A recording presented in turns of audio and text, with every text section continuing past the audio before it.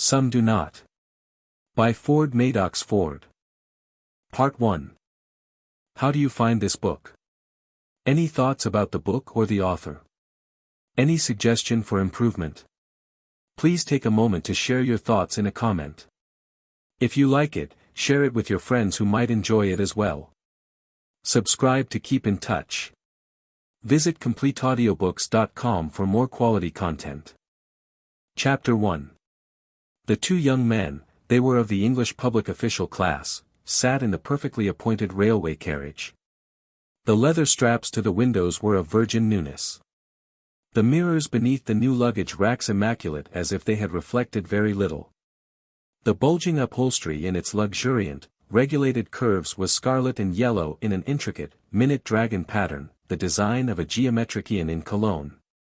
The compartment smelt faintly, hygienically of admirable varnish. The train ran as smoothly, Tietjens remembered thinking, as British gilt-edged securities. It travelled fast. Yet had it swayed or jolted over the rail joints, except at the curve before Tunbridge or over the points at Ashford where these eccentricities are expected and allowed for, Macmaster, Tietjens felt certain, would have written to the company. Perhaps he would even have written to the Times. Their class administered the world, not merely the newly created Imperial Department of Statistics under Sir Reginald Ingleby. If they saw policemen misbehave, railway porters lack civility, an insufficiency of street lamps, defects in public services or in foreign countries, they saw to it either with nonchalant Balliol voices, or with letters to the Times. Asking in regretful indignation, has the British this or that come to this? Or they wrote, in the serious reviews of which so many still survived, articles taking under their care, manners, the arts, diplomacy, inter-imperial trade or the personal reputations of deceased statesmen and men of letters. Macmaster, that is to say, would do all that, of himself Tietjens was not so certain. There sat Macmaster, smallish, Whig, with a trimmed, pointed black beard, such as a smallish man might wear to enhance his already germinated distinction. Black hair of a stubborn fibre, drilled down with hard metal brushes, a sharp nose, strong, level teeth, a white, butterfly collar of the smoothness of porcelain. A tie confined by a gold ring, steel blue speckled with black, to match his eyes, as Tietjens knew. Tietjens, on the other hand, could not remember what coloured tie he had on. He had taken a cab from the office to their rooms, had got himself into a loose, tailored coat and trousers, and a soft shirt, had packed, quickly, but still methodically, a great number of things in an immense two-handled kit-bag, which you could throw into a guard's van if need be. He disliked letting that man touch his things, he had disliked letting his wife's maid pack for him. He even disliked letting porters carry his kit-bag. He was a Tory, and as he disliked changing his clothes, there he sat, on the journey, already in large, brown, hugely welted and nailed golf boots, leaning forward on the edge of the cushion, his legs apart. On each knee an immense white hand, and thinking vaguely. Macmaster, on the other hand, was leaning back, reading some small, unbound printed sheets, rather stiff, frowning a little. Tietjens knew that this was, for Macmaster, an impressive moment. He was correcting the proofs of his first book. To this affair, as Tietjens knew, there attached themselves many fine shades. If, for instance, you had asked Macmaster whether he were a writer, he would have replied with the merest suggestion of a deprecatory shrug. No, dear lady. For of course no man would ask the question of anyone so obviously a man of the world. And he would continue with a smile, nothing so fine. A mere trifler at odd moments. A critic, perhaps. Yes. A little of a critic. Nevertheless Macmaster moved in drawing-rooms that, with long curtains, blue china plates, large patterned wallpapers and large, quiet mirrors, sheltered the long-haired of the arts. And, as near as possible to the dear ladies who gave the at-homes, Macmaster could keep up the talk, a little magisterially. He liked to be listened to with respect when he spoke of Botticelli, Rossetti, and those early Italian artists whom he called the primitives. Tietjens had seen him there. And he didn't disapprove. For, if they weren't, These gatherings, society, they formed a stage on the long and careful road to a career in a first-class government office. And, utterly careless as Tietjens imagined himself of careers or offices, he was, if sardonically, quite sympathetic towards his friends' ambitiousnesses. It was an odd friendship, but the oddnesses of friendships are a frequent guarantee of their lasting texture. The youngest son of a Yorkshire country gentleman, Tietjens himself was entitled to the best that first-class public offices and first-class people could afford. He was without ambition, but these things would come to him as they do in England. So he could afford to be negligent of his attire, of the company he kept, of the opinions he uttered. He had a little private income under his mother's settlement. A little income from the Imperial Department of Statistics. He had married a woman of means, and he was, in the Tory manner, sufficiently a master of flouts and jeers to be listened to when he spoke. He was 26. But, very big, in a fair, untidy, Yorkshire way, he carried more weight than his age warranted. His chief, Sir Reginald Ingleby, when Tietjens chose to talk of public tendencies which influenced statistics, would listen with attention. Sometimes Sir Reginald would say, "You're a perfect encyclopedia of exact material knowledge, Tietjens," and Tietjens thought that that was his due, and he would accept the tribute in silence. At a word from Sir Reginald, Macmaster, on the other hand, would murmur, "You're very good, Sir Reginald," and Tietjens thought that perfectly proper.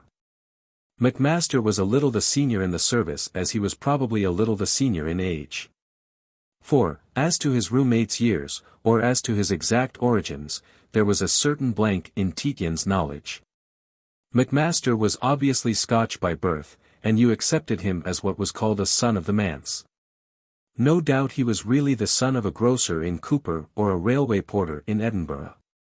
It does not matter with the Scotch, and as he was very properly reticent as to his ancestry, having accepted him, you didn't, even mentally, make any inquiries. Tietjens always had accepted Macmaster, at Clifton, at Cambridge, in Chancery Lane and in their rooms at Gray's Inn. So for Macmaster he had a very deep affection, even a gratitude. And Macmaster might be considered as returning these feelings. Certainly he had always done his best to be of service to Tietjens. Already at the Treasury and attached as private secretary to Sir Reginald Ingleby, whilst Tietjens was still at Cambridge, Macmaster had brought to the notice of Sir Reginald Tietjens many great natural gifts, and Sir Reginald, being on the lookout for young men for his ewe lamb, his newly founded department, had very readily accepted Tietjens as his third in command. On the other hand, it had been Tietjens' father who had recommended Macmaster to the notice of Sir Thomas Block at the Treasury itself. And, indeed, the Tietjens family had provided a little money, that was Tietjens' mother really, to get Macmaster through Cambridge and install him in town. He had repaid the small sum, paying it partly by finding room in his chambers for Tietjens when in turn he came to town. With a Scots young man such a position had been perfectly possible. Tietjens had been able to go to his fair, ample, saintly mother in her morning room and say, "Look here, mother, that fellow Macmaster. He'll need a little money to get through the university," and his mother would answer, "Yes, my dear." How much? With an English young man of the lower orders that would have left a sense of class obligation.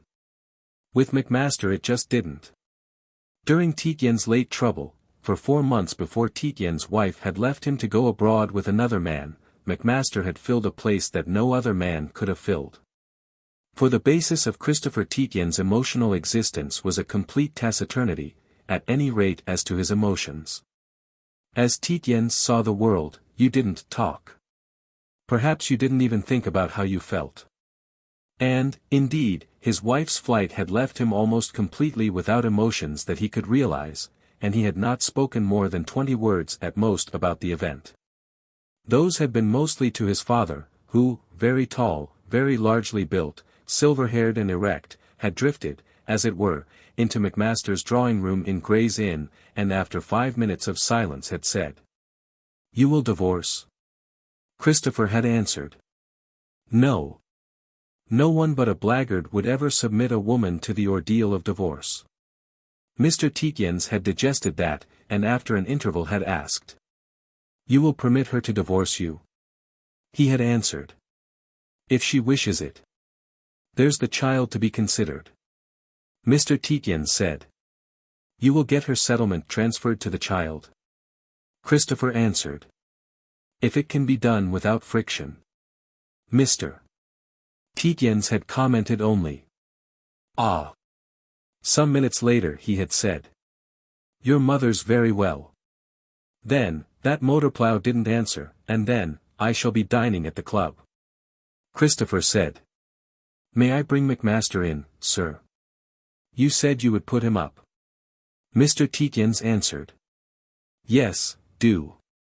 Old General Folliot will be there. He'll second him.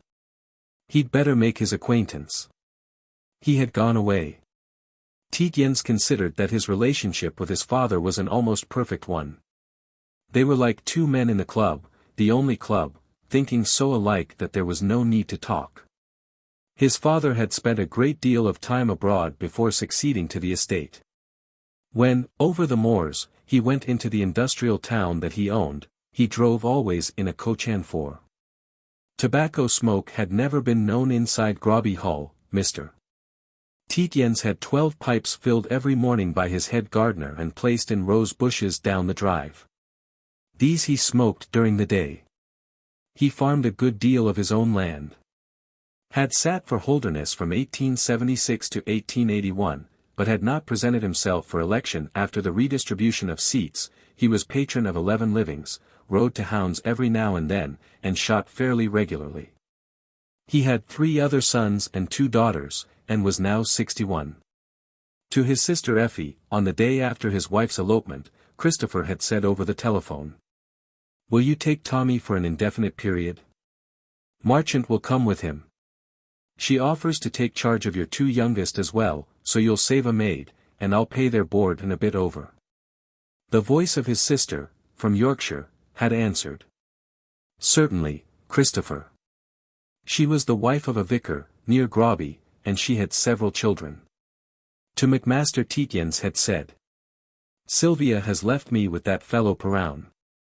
Macmaster had answered only, "Ah." Tietjens had continued. "I'm letting the house and warehousing the furniture. Tommy is going to my sister Effie. Marchant is going with him." Macmaster had said. "Then you'll be wanting your old rooms." Macmaster occupied a very large story of the Greys in buildings. After Tietjens had left him on his marriage he had continued to enjoy solitude, except that his man had moved down from the attic to the bedroom formerly occupied by Tietjens. Tietjens said. "I'll come in tomorrow night if I may.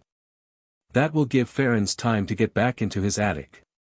That morning, at breakfast, 4 months having passed, Tietjens had received a letter from his wife. She asked, without any contrition at all, to be taken back. She was fed up with Perrown and Brittany. Tietjens looked up at Macmaster. Macmaster was already half out of his chair, looking at him with enlarged, steel-blue eyes, his beard quivering.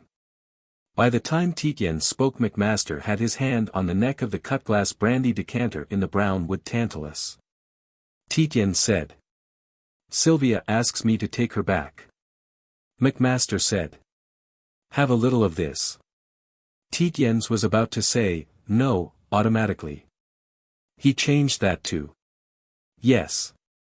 Perhaps. A liqueur glass." He noticed that the lip of the decanter agitated, tinkling on the glass. Macmaster must be trembling. Macmaster, with his back still turned, said. "Shall you take her back?" Tietjens answered. "I imagine so."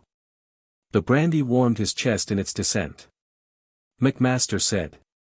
"Better have another." Tietjens answered. "Yes. Thanks." Macmaster went on with his breakfast and his letters. So did Tietjens. Ferens came in, removed the bacon plates and set on the table a silver water-heated dish that contained poached eggs and haddock. A long time afterwards Tietjens said. "Yes, in principle I'm determined to. But I shall take 3 days to think out the details." He seemed to have no feelings about the matter. Certain insolent phrases in Sylvia's letter hung in his mind. He preferred a letter like that. The brandy made no difference to his mentality, but it seemed to keep him from shivering. Macmaster said. Suppose we go down to Rye by the 11.40. We could get around after tea now the days are long. I want to call on a parson near there. He has helped me with my book. Tietjens said. Did your poet know parsons? But of course he did. Duchemin is the name, isn't it? Macmaster said. We could call about 2:30. That will be all right in the country. We stay till 4 with a cab outside. We can be on the first tee at 5. If we like the course we'll stay next day, then Tuesday at Hythe and Wednesday at Sandwich. Or we could stay at Rye all your 3 days. It will probably suit me better to keep moving, Tietjens said. There are those British Columbia figures of yours.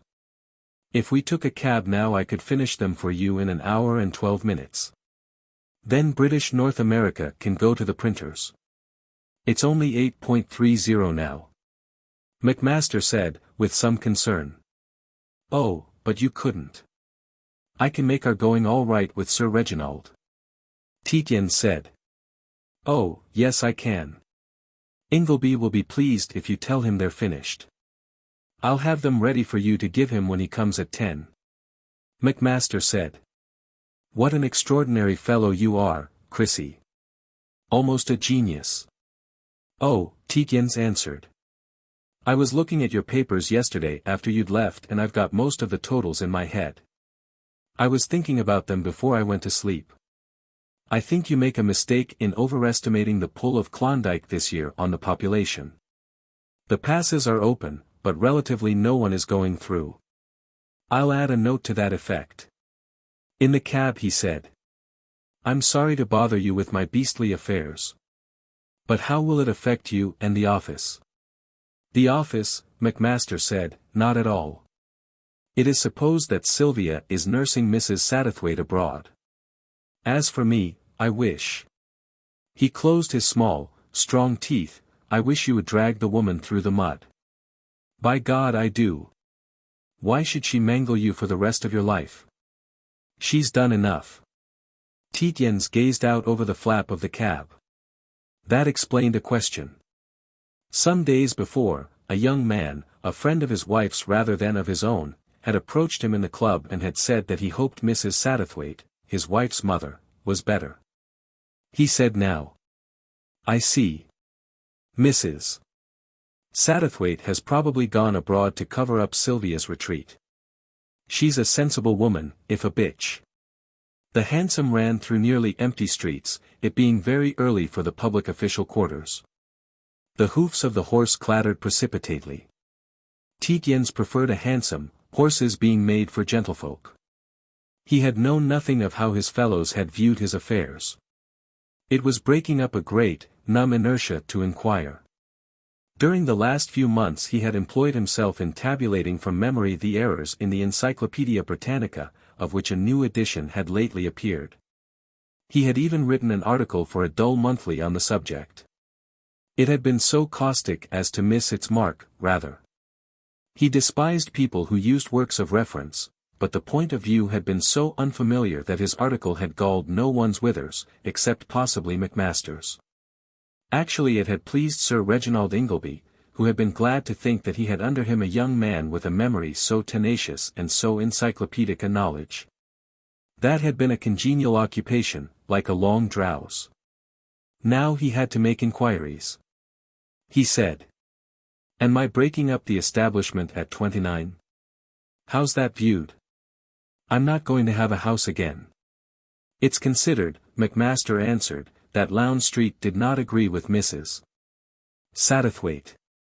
That accounted for her illness. Drain's wrong. I may say that Sir Reginald entirely, expressly approves. He does not think that young married men in government offices should keep up expensive establishments in the SW district. Tietjens said. Damn him. He added, he's probably right though. He then said, thanks. That's all I want to know. A certain discredit has always attached to cuckolds. Very properly. A man ought to be able to keep his wife. Macmaster exclaimed anxiously. No. No. Chrissy. Tietjens continued.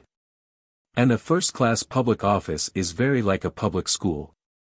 It might very well object to having a man whose wife had bolted amongst its members.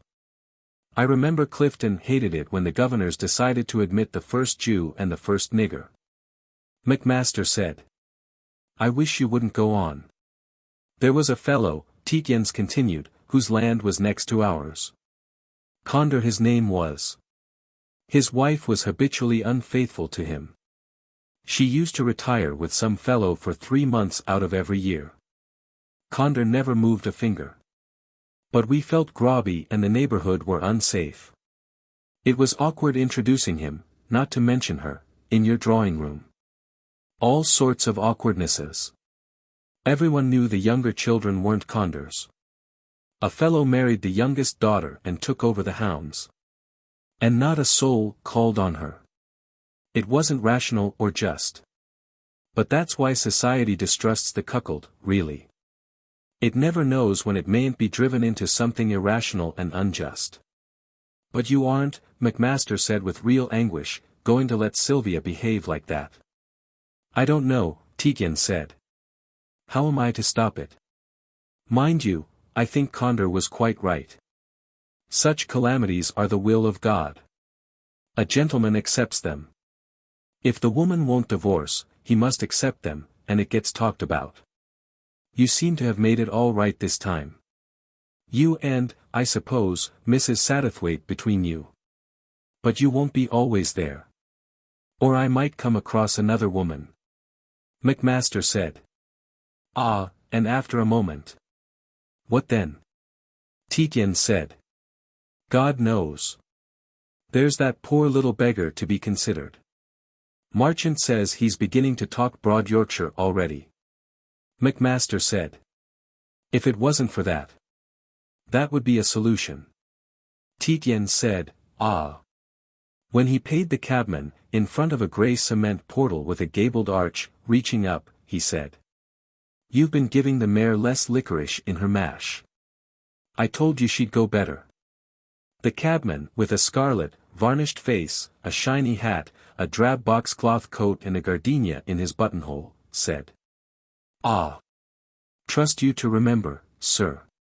In the train, from beneath his pile of polished dressing and dispatch cases, Tietjens had thrown his immense kit bag with his own hands into the guard's van. Macmaster looked across at his friend. It was, for him, a great day. Across his face were the proof sheets of his first, small, delicate-looking volume. A small page, the type black and still odorous. He had the agreeable smell of the printer's ink in his nostrils. The fresh paper was still a little damp.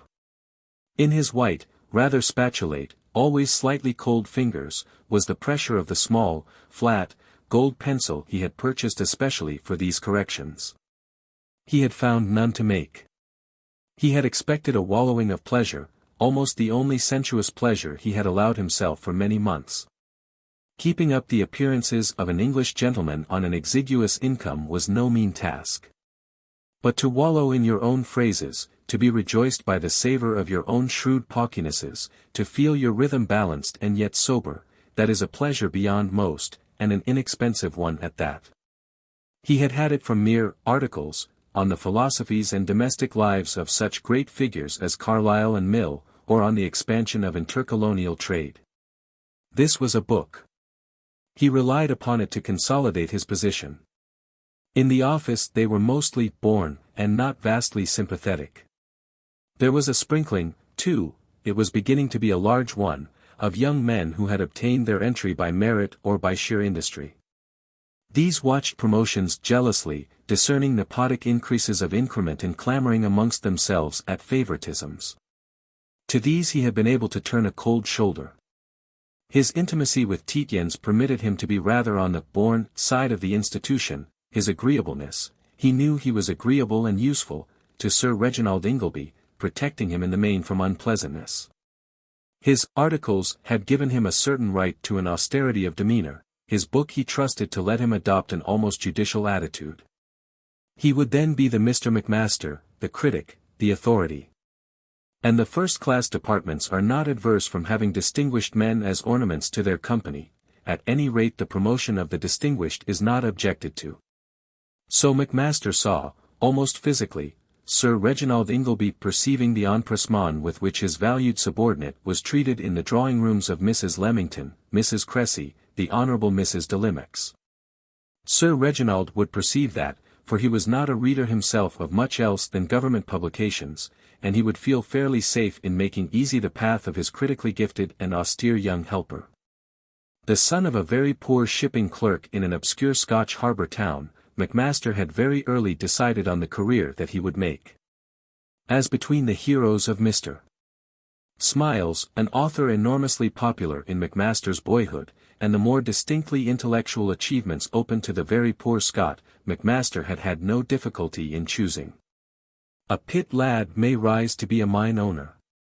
A hard, gifted, unsleeping Scots youth, pursuing unobtrusively and unobjectionably a course of study and of public usefulness will certainly achieve distinction, security and the quiet admiration of those around him. It was the difference between the may and the will, and Macmaster had had no difficulty in making his choice. He saw himself by now almost certain of a career that should give him at 50 a knighthood, and long before that a competence, a drawing-room of his own and a lady who should contribute to his unobtrusive fame, she moving about, in that room. Amongst the best of the intellects of the day, gracious, devoted, a tribute at once to his discernment and his achievements. Without some disaster he was sure of himself. Disasters come to men through drink, bankruptcy, and women. Against the first two he knew himself immune, though his expenses had a tendency to outrun his income, and he was always a little in debt to Tietjens. Tietjens fortunately had means. As to the third, he was not so certain. His life had necessarily been starved of women, and, arrived at a stage when the female element might, even with due respect to caution, be considered as a legitimate feature of his life. He had to fear a rashness of choice due to that very starvation. The type of woman he needed he knew to exactitude, tall, graceful, dark, loose-gowned, passionate yet circumspect, oval-featured, deliberative, gracious to every one around her. He could almost hear the very rustle of her garments. And yet, he had had passages when a sort of blind unreason had attracted him almost to speechlessness towards girls of the most giggling, behind-the-counter order, big-bosomed, scarlet-cheeked. It was only Tietjens who had saved him from the most questionable entanglements. "Hang it," Tietjens would say, "don't get messing round that trollop. All you could do with her would be to set her up in a tobacco shop, and she would be tearing your beard out inside the quarter. Let alone you can't afford it." And Macmaster, who would have sentimentalized the plump girl to the tune of Highland Mary, would for a day damn Tietjens up and down for a coarse brute. But at the moment he thanked God for Tietjens. There he sat, near to 30, without an entanglement, a blemish on his health, or a worry with regard to any woman. With deep affection and concern he looked across at his brilliant junior, who hadn't saved himself. Tietjens had fallen into the most barefaced snare, into the cruelest snare, of the worst woman that could be imagined. And Macmaster suddenly realized that he wasn't wallowing, as he had imagined that he would, in the sensuous current of his prose. He had begun spiritedly with the first neat square of a paragraph. Certainly his publishers had done well by him in the matter of print. Whether we consider him as the imaginer of mysterious, sensuous and exact plastic beauty, as the manipulator of sonorous, rolling and full-mouthed lines, of words as full of color as were his canvases, or whether we regard him as the deep philosopher, elucidating and drawing his illumination from the arcana of a mystic hardly greater than himself, to Gabriel Charles Dante Rossetti, the subject of this little monograph must be accorded the name of one who has profoundly influenced the outward aspects, the human contacts, and all those things that go to make up the life of our higher civilization as we live it today. Macmaster realized that he had only got thus far with his prose, and had got thus far without any of the relish that he had expected, and that then he had turned to the middle paragraph of page 3, after the end of his exordium. His eyes wandered desultorily along the line. The subject of these pages was born in the western central district of the metropolis in the year. The words conveyed nothing to him at all. He understood that that was because he hadn't got over that morning. He had looked up from his coffee cup, over the rim, and had taken in a blue-gray sheet of notepaper in Tietjens' fingers, shaking, inscribed in the large, broad-nibbed writing of that detestable harridan.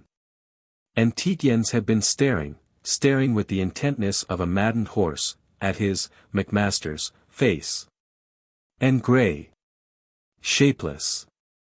The nose like a pallid triangle on a bladder of lard. That was Tietjens' face. He could still feel the blow, physical, in the pit of his stomach. He had thought Tietjens was going mad, that he was mad. It had passed. Tietjens had assumed the mask of his indolent, insolent self. At the office, but later, he had delivered an extraordinarily forceful, and quite rude, lecture to Sir Reginald on his reasons for differing from the official figures of population movements in the Western Territories. Sir Reginald had been much impressed. The figures were wanted for a speech of the colonial minister, or an answer to a question, and Sir Reginald had promised to put Tietjens' views before the great man. That was the sort of thing to do a young fellow good, because it got kudos for the office. They had to work on figures provided by the colonial governments, and if they could correct those fellows by sheer brain work, that scored. But there sat Tietjens, in his grey tweeds, his legs apart, lumpish, clumsy, his tallowy, intelligent-looking hands drooping inert between his legs. His eyes gazing at a coloured photograph of the port of Boulogne beside the mirror beneath the luggage rack. Blonde, high-coloured, vacant apparently, you couldn't tell what in the world he was thinking of. The mathematical theory of waves, very likely, or slips in someone's article on Arminianism. For, absurd as it seemed, Macmaster knew that he knew next to nothing of his friend's feelings. As to them, practically no confidences had passed between them. Just two. On the night before his starting for his wedding in Paris, Tietjens had said to him, "Vinny, old fellow, it's a back door way out of it. She's bitched me." And once, rather lately, he had said, "Damn it. I don't even know if the child's my own." This last confidence had shocked Macmaster so irremediably. The child had been a 7 months' child, rather ailing, and Tietjens' clumsy tenderness towards it had been so marked that, even without this nightmare, Macmaster had been affected by the sight of them together. That confidence then had pained Macmaster so frightfully, it was so appalling, that Macmaster had regarded it almost as an insult. It was the sort of confidence a man didn't make to his equal, but only to solicitors, doctors, or the clergy who are not quite men. Or, at any rate, such confidences are not made between men without appeals for sympathy, and Tietjens had made no appeal for sympathy. He had just added sardonically, "She gives me the benefit of the agreeable doubt. And she's as good as said as much to Marchant." Marchant had been Tietjens' old nurse. Suddenly, and as if in a sort of unconscious losing of his head, Macmaster remarked, "You can't say the man wasn't a poet." The remark had been, as it were, torn from him, because he had observed, in the strong light of the compartment, that half of Tietjens' forelock and a roundish patch behind it was silvery white. That might have been going on for weeks. You live beside a man and notice his changes very little. Yorkshire men of fresh colour and blondish often go speckled with white very young. Tietjens had had a white hair or two at the age of 14, very noticeable in the sunlight when he had taken his cap off to bowl. But Macmaster's mind, taking a Paul change, had felt assured that Tietjens had gone white with the shock of his wife's letter, in 4 hours. That meant that terrible things must be going on within him. His thoughts, at all costs, must be distracted. The mental process in Macmaster had been quite subconscious. He would not, advisedly, have introduced the painter-poet as a topic. Tietjens said, "I haven't said anything at all that I can remember." The obstinacy of his hard race awakened in Macmaster. "Since," he quoted, when we stand side by side. Only hands may meet.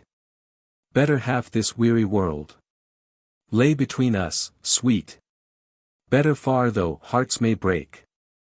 Bid farewell for aye. Lest thy sad eyes, meeting mine, tempt my soul away. You can't, he continued, say that isn't poetry.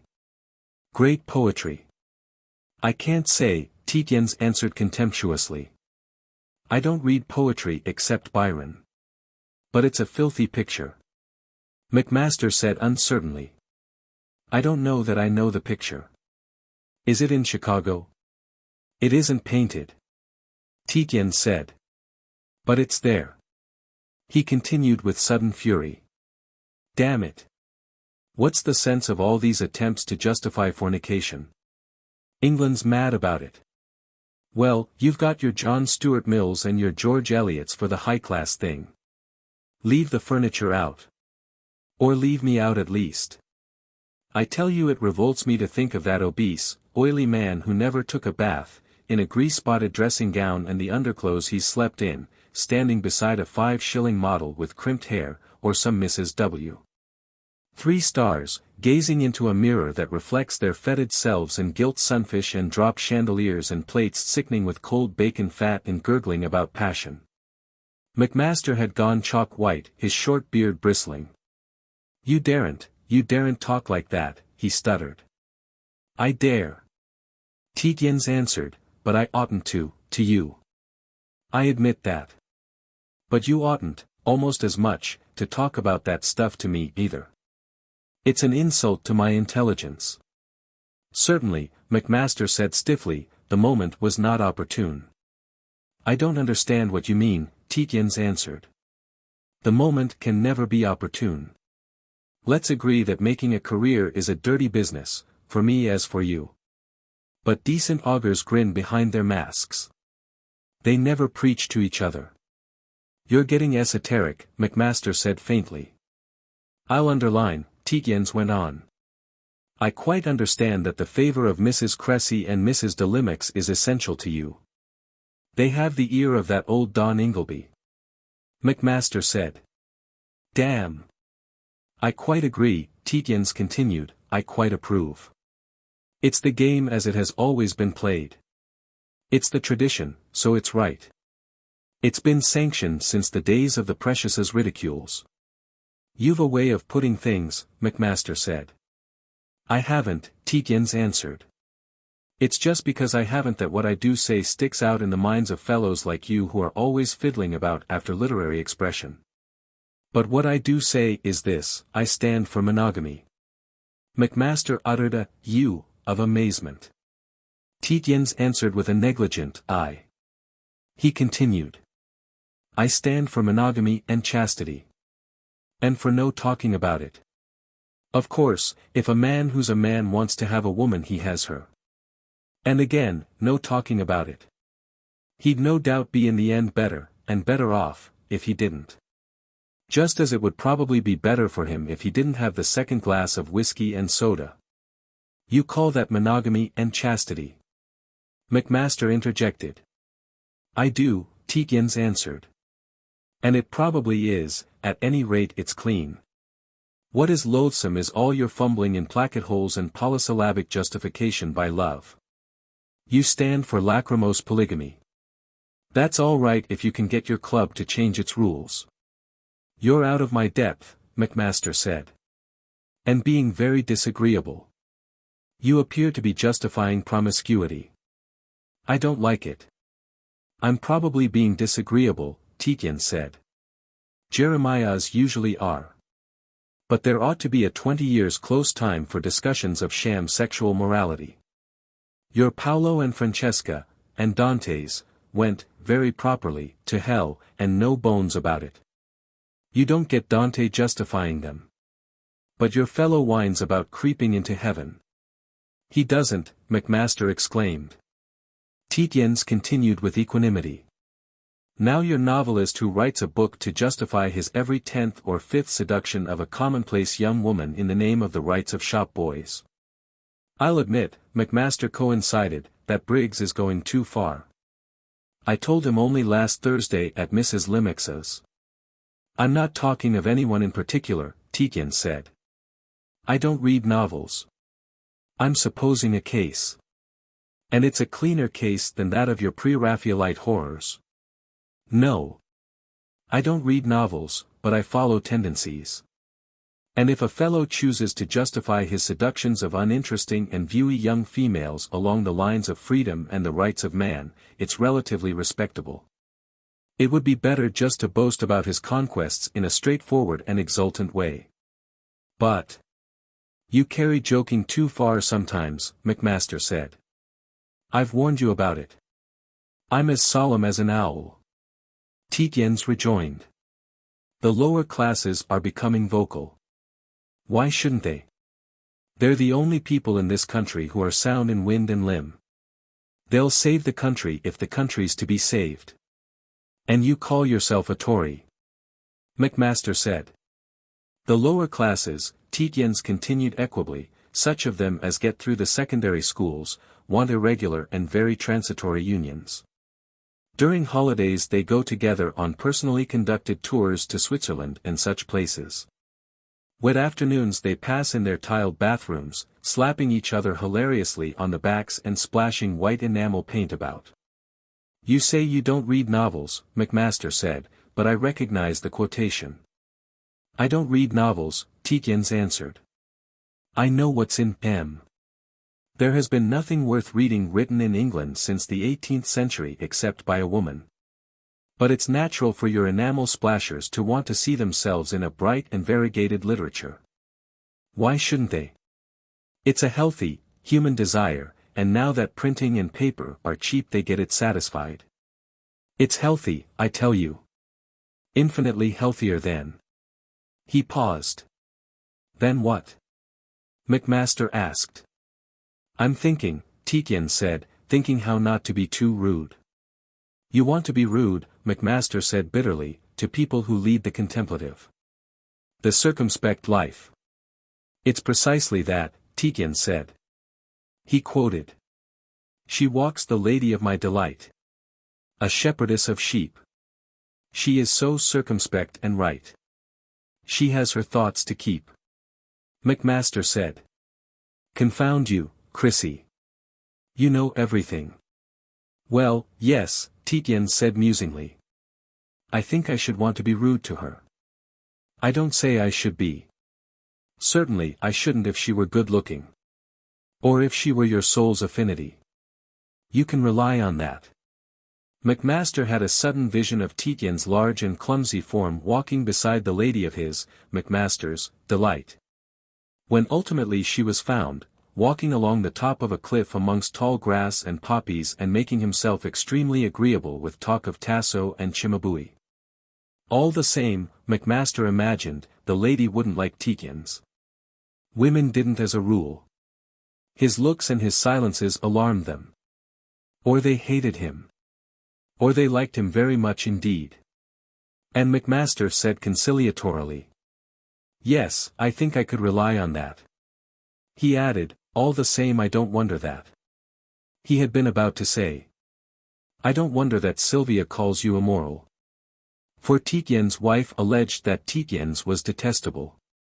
He bored her, she said, by his silences. When he did speak she hated him for the immorality of his views. But he did not finish his sentence, and Tietjens went on. All the same when the war comes it will be these little snobs who will save England, because they've the courage to know what they want and to say so. Macmaster said loftily. You're extraordinarily old-fashioned at times, Chrissy. You ought to know as well as I do that a war is impossible, at any rate with this country in it.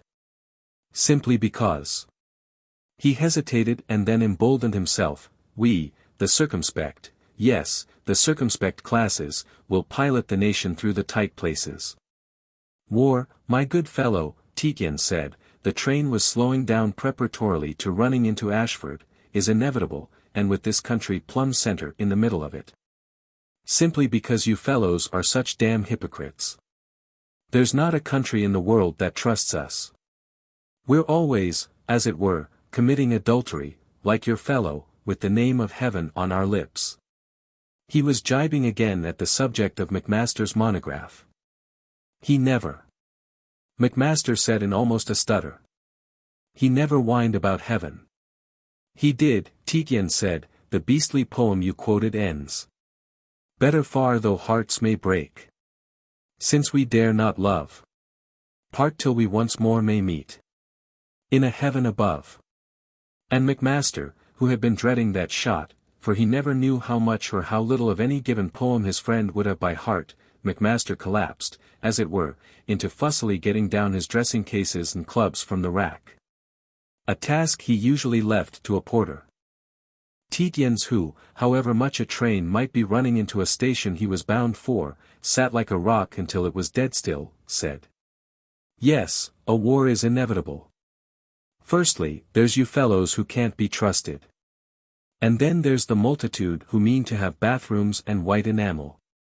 Millions of them, all over the world. Not merely here. And there aren't enough bathrooms and white enamel in the world to go round. It's like you polygamists with women. There aren't enough women in the world to go round to satisfy your insatiable appetites. And there aren't enough men in the world to give each woman one. And most women want several. So you have divorce cases. I suppose you won't say that because you're so circumspect and right there shall be no more divorce. Well, war is as inevitable as divorce. Macmaster had his head out of the carriage window and was calling for a porter. On the platform a number of women in lovely sable cloaks, with purple or red jewel cases, with diaphanous silky scarves flying from motor hoods, were drifting towards the branch train for Rye, under the shepherding of erect, burdened footmen. Two of them nodded to Tietjens. Macmaster considered that he was perfectly right to be tidy in his dress. You never knew whom you mightn't meet on a railway journey. This confirmed him as against Tietjens, who preferred to look like a navvy. A tall, white-haired, white-moustached, red-cheeked fellow limped after Tietjens, who was getting his immense bag out of the guard's van. He clapped the young man on the shoulder and said, "Hullo. How's your mother-in-law? Lady Claude wants to know. She says come up and pick a bone tonight if you're going to Rye." He had extraordinarily blue, innocent eyes. Tietjens said, "Hullo, General," and added, "I believe she's much better. Quite restored. This is Macmaster. I think I shall be going over to bring my wife back in a day or two. They're both at Lobskeid, a German spa." The General said, "Quite right. It isn't good for a young man to be alone. Kiss Sylvia's fingertips for me. She's the real thing, you lucky beggar." He added, a little anxiously, "What about a foursome tomorrow? Paul Sandbach is down. He's as crooked as me. We can't do a full round at singles." "It's your own fault," Tietjens said. "You ought to have gone to my bonesetter. Settle it with Macmaster, will you?" He jumped into the twilight of the guard's van. The General looked at Macmaster, a quick, penetrating scrutiny. "You're the Macmaster," he said. "You would be if you're with Chrissy." A high voice called, "General! General! I want a word with you," the General said, "about the figures in that article you wrote about Pondoland. Figures are all right. But we shall lose the beastly country if. But we'll talk about it after dinner tonight. You'll come up to Lady Claudine's." Macmaster congratulated himself again on his appearance. It was all very well for Tietjens to look like a sweep, he was of these people. He, Macmaster, wasn't. He had, if anything, to be an authority, and authorities wear gold tie-rings and broadcloth. General Lord Edward Campion had a son, a permanent head of the Treasury Department that regulated increases of salaries and promotions in all the public offices. Tietjens only caught the Rye train by running alongside it, pitching his enormous kit bag through the carriage window and swinging on the footboard. Macmaster reflected that if he had done that half the station would have been yelling, "Stand away there." As it was, Tietjens, a stationmaster, was galloping after him to open the carriage door and grinningly to part. "Well caught, sir." For it was a cricketing county. Truly, Macmaster quoted to himself. The gods to each ascribe a differing lot. Some enter at the portal. Some do not. Chapter 2. Mrs. Satterthwaite, with her French maid, her priest, and her disreputable young man, Mr. Bayliss, were at Lobskeid, an unknown and little frequented air resort amongst the pine woods of the Taunus. Mrs. Satterthwaite was ultra-fashionable and consummately indifferent. She only really lost her temper if at her table and under her nose you consumed her famous black Hamburg grapes without taking their skin and all. Father Consett was out to have an uproarious good time during his 3 weeks' holiday from the slums of Liverpool. Mr. Bayliss, thin like a skeleton in tight blue serge, golden-haired and pink, was so nearly dead of tuberculosis, was so dead penniless, and of tastes so costly that he was ready to keep stone quiet, drink 6 pints of milk a day and behave himself. On the face of it he was there to write the letters of Mrs. Satterthwaite, but the lady never let him enter her private rooms for fear of infection. He had to content himself with nursing a growing adoration for Father Consett. This priest, with an enormous mouth, high cheekbones, untidy black hair, a broad face that never looked too clean and waving hands that always looked too dirty, never kept still for a moment. And had a brogue such as is seldom heard outside old-fashioned English novels of Irish life. He had a perpetual laugh, like the noise made by a steam roundabout. He was, in short, a saint, and Mr. Bayliss knew it, though he didn't know how. Ultimately, and with the financial assistance of Mrs. Satterthwaite, Mr. Bayliss became almoner to Father Consett, adopted the rule of St. Vincent Delaware Paul and wrote some very admirable, if decorative, devotional verse. They proved thus a very happy, innocent party. For Mrs. Satterthwaite interested herself, it was the only interest she had, in handsome, thin and horribly disreputable young men. She would wait for them, or send her car to wait for them, at the jail gates. She would bring their usually admirable wardrobes up to date and give them enough money to have a good time. When contrary to all expectations, but it happened more often than not, they turned out well, she was lazily pleased. Sometimes she sent them away to a gay spot with a priest who needed a holiday, sometimes she had them down to her place in the west of England. So they were a pleasant company and all very happy. Lobskeid contained one empty hotel with large verandas and several square farmhouses, white with grey beams, painted in the gables with bouquets of blue and yellow flowers or with scarlet huntsmen shooting at purple stags. They were like gay cardboard boxes set down in fields of long grass.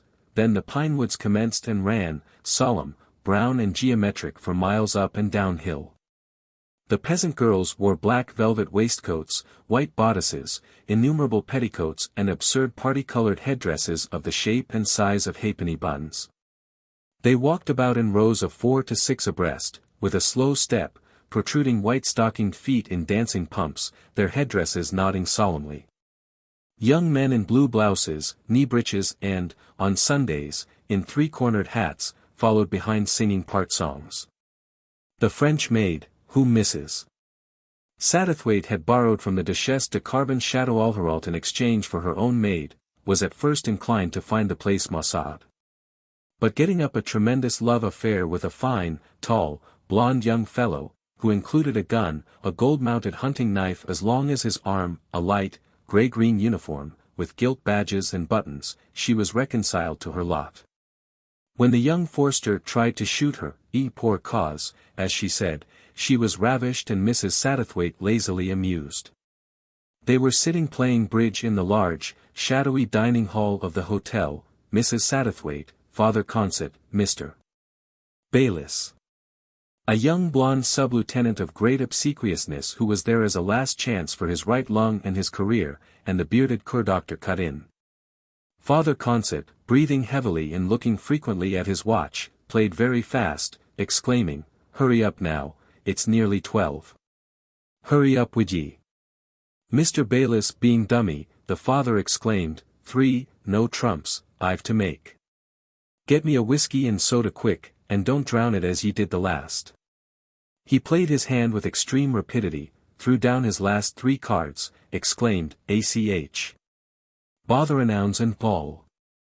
I'm 2 down and I've revoked on the top AV. Swallowed down his whiskey and soda, looked at his watch and exclaimed, done it to the minute. Here, doctor, take my hand and finish the rubber. He was to take the mass next day for the local priest, and mass must be said fasting from midnight, and without cards played.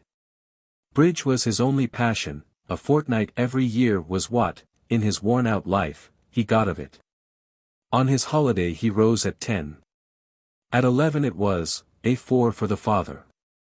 From 2 to 4 they walked in the forest. At 5 it was, A4 for the father. At 9 it was, Father, aren't you coming to your bridge? And Father Consett grinned all over his face and said, it's good ye are to a poor old soggart. It will be paid back to you in heaven. The other 4 played on solemnly. The father sat himself down behind Mrs. Satterthwaite, his chin in the nape of her neck. At excruciating moments he gripped her shoulders, exclaimed, play the queen, woman, and breathed hard down her back. Mrs. Satterthwaite would play the 2 of diamonds, and the father, throwing himself back, would groan. She said over her shoulder, I want to talk to you tonight, father, took the last trick of the rubber, collected 17 marks 50 from the doctor and 8 marks from the Unterlieutenant. The doctor exclaimed, you gon't take that immense sum from us and then KO off. Now we shall be robbed py her palis at gut throat. She drifted, all shadowy black silk, across the shadows of the dining hall, dropping her winnings into her black satin vanity bag and attended by the priest. Outside the door, beneath the antlers of a royal stag, in an atmosphere of paraffin lamps and varnished pitch pine, she said, come up to my sitting room. The prodigals returned. Sylvia's here. The father said. I thought I saw her out of the corner of my eye in the bus after dinner. She'll be going back to her husband. It's a poor world. She's a wicked devil. Mrs. Satterthwaite said. I've known her myself since she was 9, Father Consett said, and it's little I've seen in her to hold up to the commendation of my flock. He added, but maybe I'm made unjust by the shock of it. They climbed the stairs slowly. Mrs. Satterthwaite sat herself on the edge of a cane chair. She said, well. She wore a black hat like a cartwheel and her dresses appeared always to consist of a great many squares of silk that might have been thrown onto her. Since she considered that her complexion, which was matte white, had gone slightly violet from 20 years of makeup, when she was not made up, as she never was at Lobskeid, she wore bits of puce-colored satin ribbon stuck here and there. Partly to counteract the violet of her complexion, partly to show she was not in mourning. She was very tall and extremely emaciated, her dark eyes that had beneath them dark brown thumb marks were very tired or very indifferent by turns. Father Consett walked backwards and forwards, his hands behind his back, his head bent, over the not too well polished floor. There were 2 candles, lit but dim, in imitation pewter Nouveau Art candlesticks, rather dingy. A sofa of cheap mahogany with red plush cushions and rests, a table covered with a cheap carpet and an American roll-top desk that had thrown into it a great many papers in scrolls or flat. Mrs. Satterthwaite was extremely indifferent to her surroundings, but she insisted on having a piece of furniture for her papers. She liked also to have a profusion of hothouse, not garden, flowers, but as there were none of these at Lobskeid she did without them. She insisted also, as a rule, on a comfortable chaise longue which she rarely, if ever, used. But the German Empire of those days did not contain a comfortable chair, so she did without it, lying down on her bed when she was really tired. The walls of the large room were completely covered with pictures of animals in death agonies, capercailzies giving up the ghost with gouts of scarlet blood on the snow. Deer dying with their heads back and eyes glazing, gouts of red blood on their necks, foxes dying with scarlet blood on green grass. These pictures were frame to frame, representing sport, the hotel having been a former Grand Ducal hunting box, freshened to suit the taste of the day with varnished pitch pine, bathrooms, verandas, and excessively modern but noisy lavatory arrangements which had been put in for the delight of possible English guests. Mrs. Satterthwaite sat on the edge of her chair. She had always the air of being just about to go out somewhere or of having just come in and being on the point of going to take her things off. She said, "There's been a telegram waiting for her all the afternoon." "I knew she was coming," Father Consett said. "I saw it in the rack myself.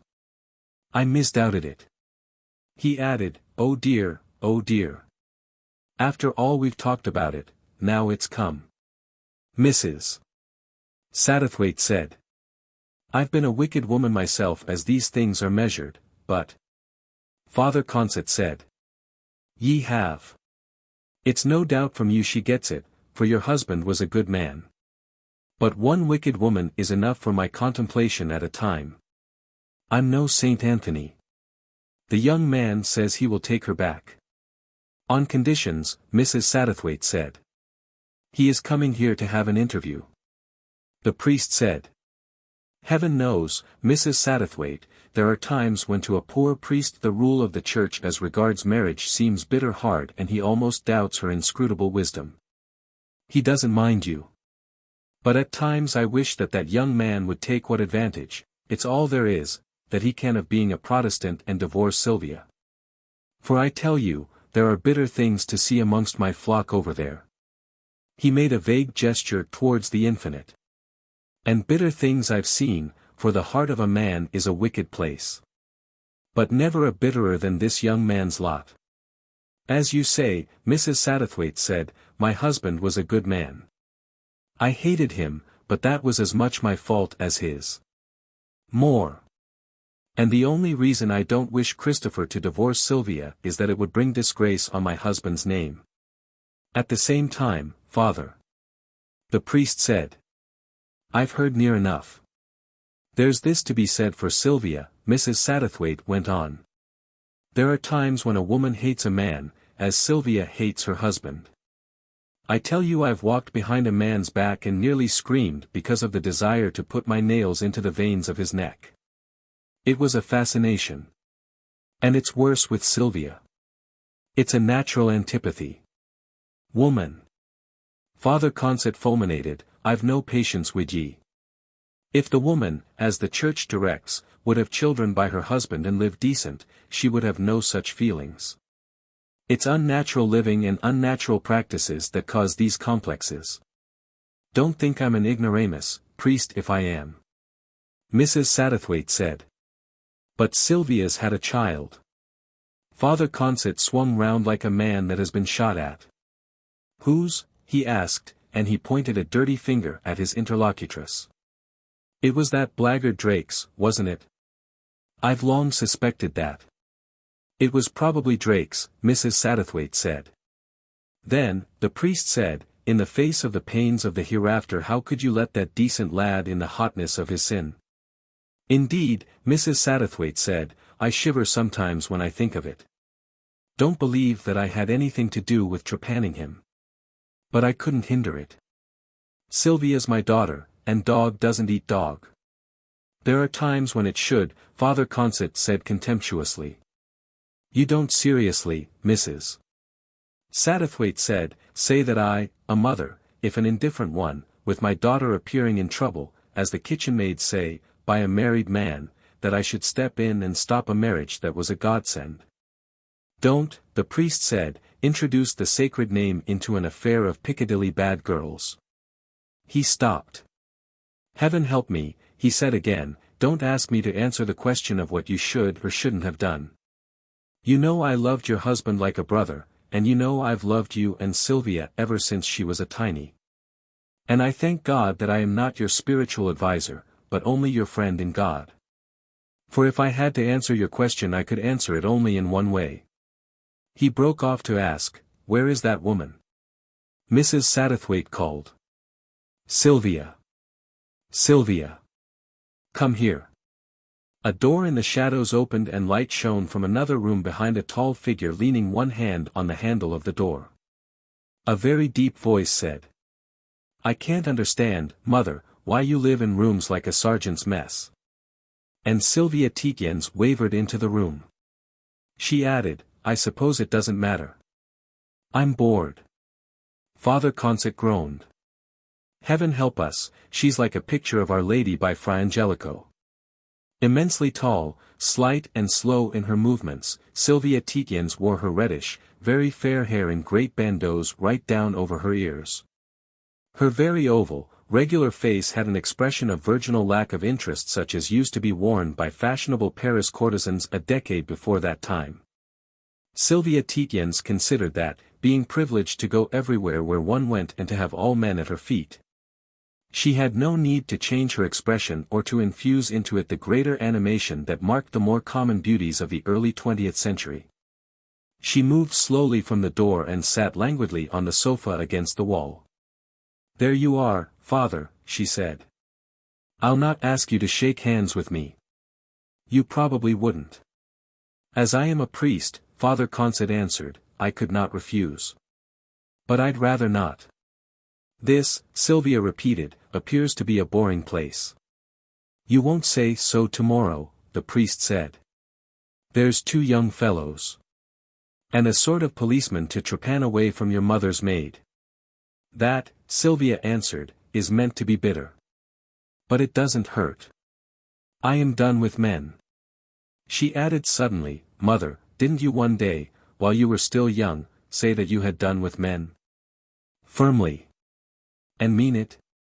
Mrs. Satterthwaite said. "I did." "And did you keep to it?" Sylvia asked. Mrs. Satterthwaite said. "I did. And shall I, do you imagine?" Mrs. Satterthwaite said. "I imagine you will." Sylvia said. "Oh dear." The priest said. "I'd be willing to see your husband's telegram. It makes a difference to see the words on paper." Sylvia rose effortlessly. "I don't see why you shouldn't," she said. "It will give you no pleasure." She drifted towards the door. "If it would give me pleasure," the priest said, "you would not show it me." "I would not," she said. A silhouette in the doorway, she halted, drooping, and looked over her shoulder. "Both you and Mother," she said, "sit there scheming to make her life bearable for the ox. I call my husband the ox. He's repulsive, like a swollen animal. Well, you can't do it." The lighted doorway was vacant. Father Consett sighed. "I told you this was an evil place," he said. "In the deep forests. She'd not have such evil thoughts in another place."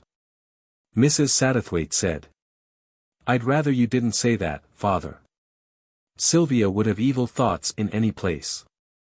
"Sometimes," the priest said, "at night I think I hear the claws of evil things scratching on the shutters." This was the last place in Europe to be Christianized. Perhaps it wasn't ever even Christianized and they're here yet. Mrs. Satterthwaite said.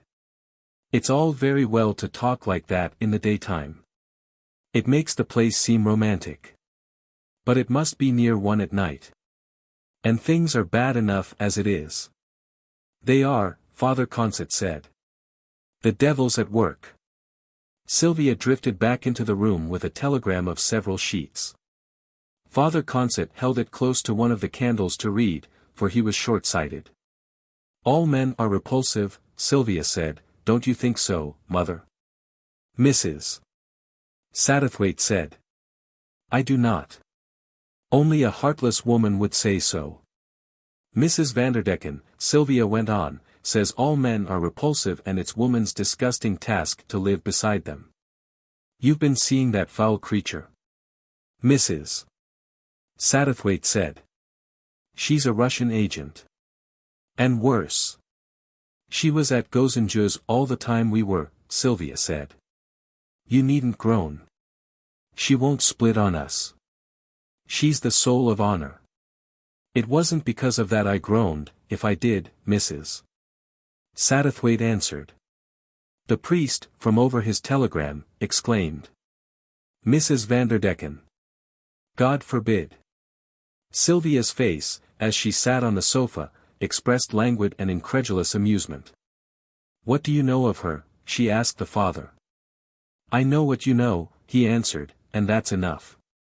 Father Consett, Sylvia said to her mother, has been renewing his social circle. It's not, Father Consett said, amongst the dregs of the people that you must live if you don't want to hear of the dregs of society. Sylvia stood up. She said, you'll keep your tongue off my best friends if you want me to stop and be lectured. But for Mrs. Vanderdecken I should not be here, return to the fold. Father Consett exclaimed. Don't say it, child. I'd rather, heaven help me, you had gone on living in open sin. Sylvia sat down again, her hands listlessly in her lap. Have it your own way, she said, and the father returned to the fourth sheet of the telegram. What does this mean? He asked. He had returned to the first sheet. This here, accept resumption yoke, he read, breathlessly. Sylvia, Mrs. Satterthwaite said, go and light the spirit lamp for some tea. We shall want it. You'd think I was a district messenger boy, Sylvia said as she rose. Why don't you keep your maid up? It's a way we had of referring to our union, she explained to the father.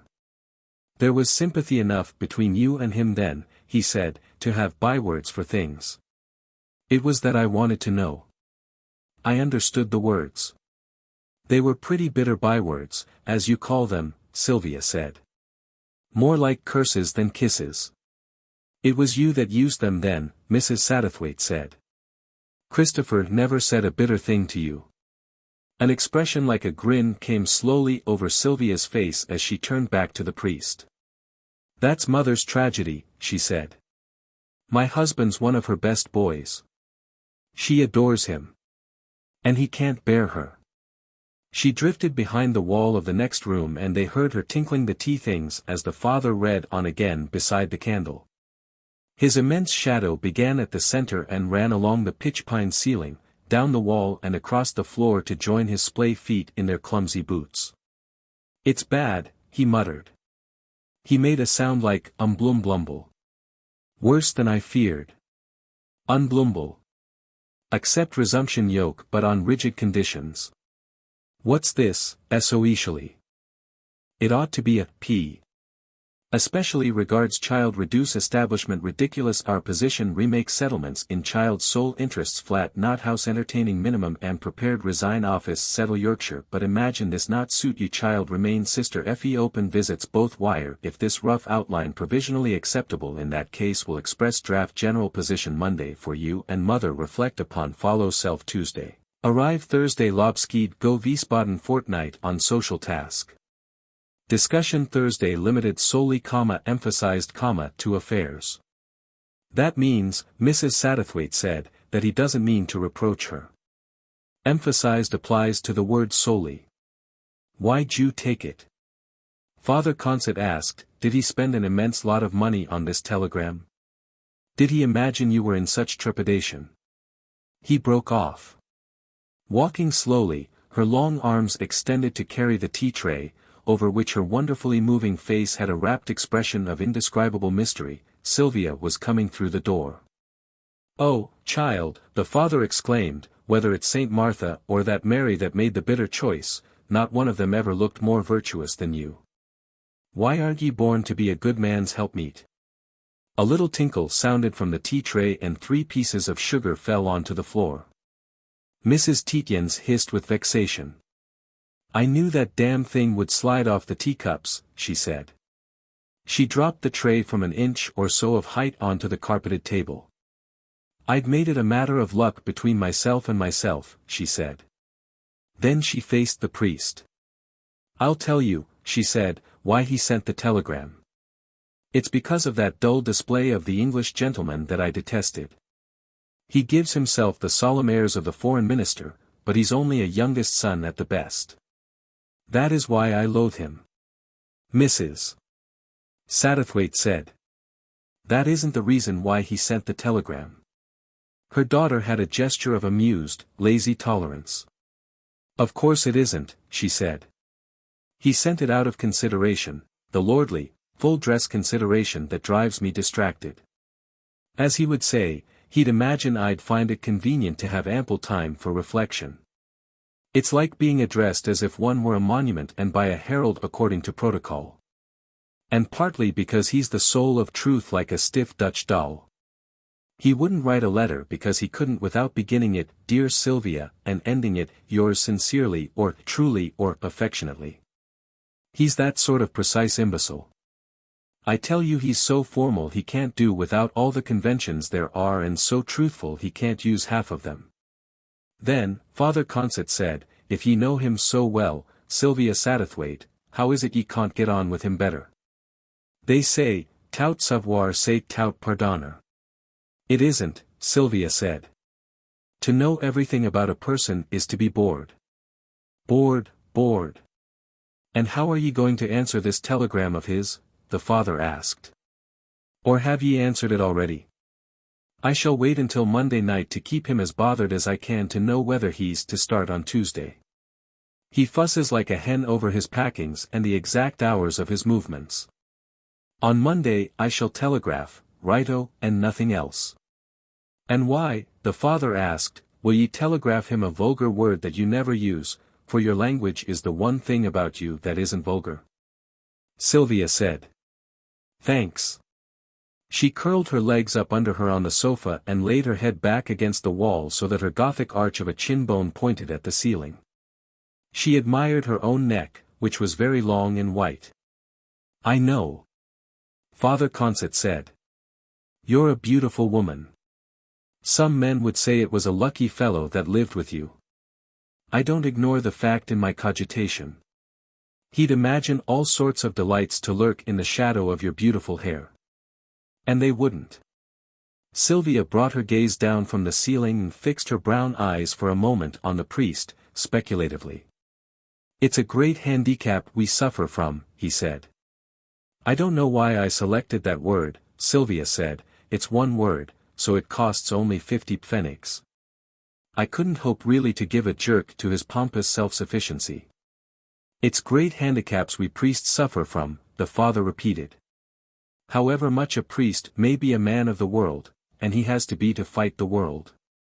Mrs. Satterthwaite said. Have a cup of tea, father, while it's just right. I believe Sylvia is the only person in Germany who knows how to make tea. There's always behind him the Roman collar and the silk bib, and you don't believe in him, Father Consett went on, yet he knows 10,000 times, more of human nature than ever you can. I don't see, Sylvia said placably, how you can learn in your slums anything about the nature of Eunice Vanderdecken, or Elizabeth B. or Queenie James, or any of my set. She was on her feet pouring cream into the father's tea. I'll admit for the moment that you aren't giving me pie-jaw. I'm glad, the priest said, that you remember enough of your schooldays to use the old term. Sylvia wavered backwards to her sofa and sank down again.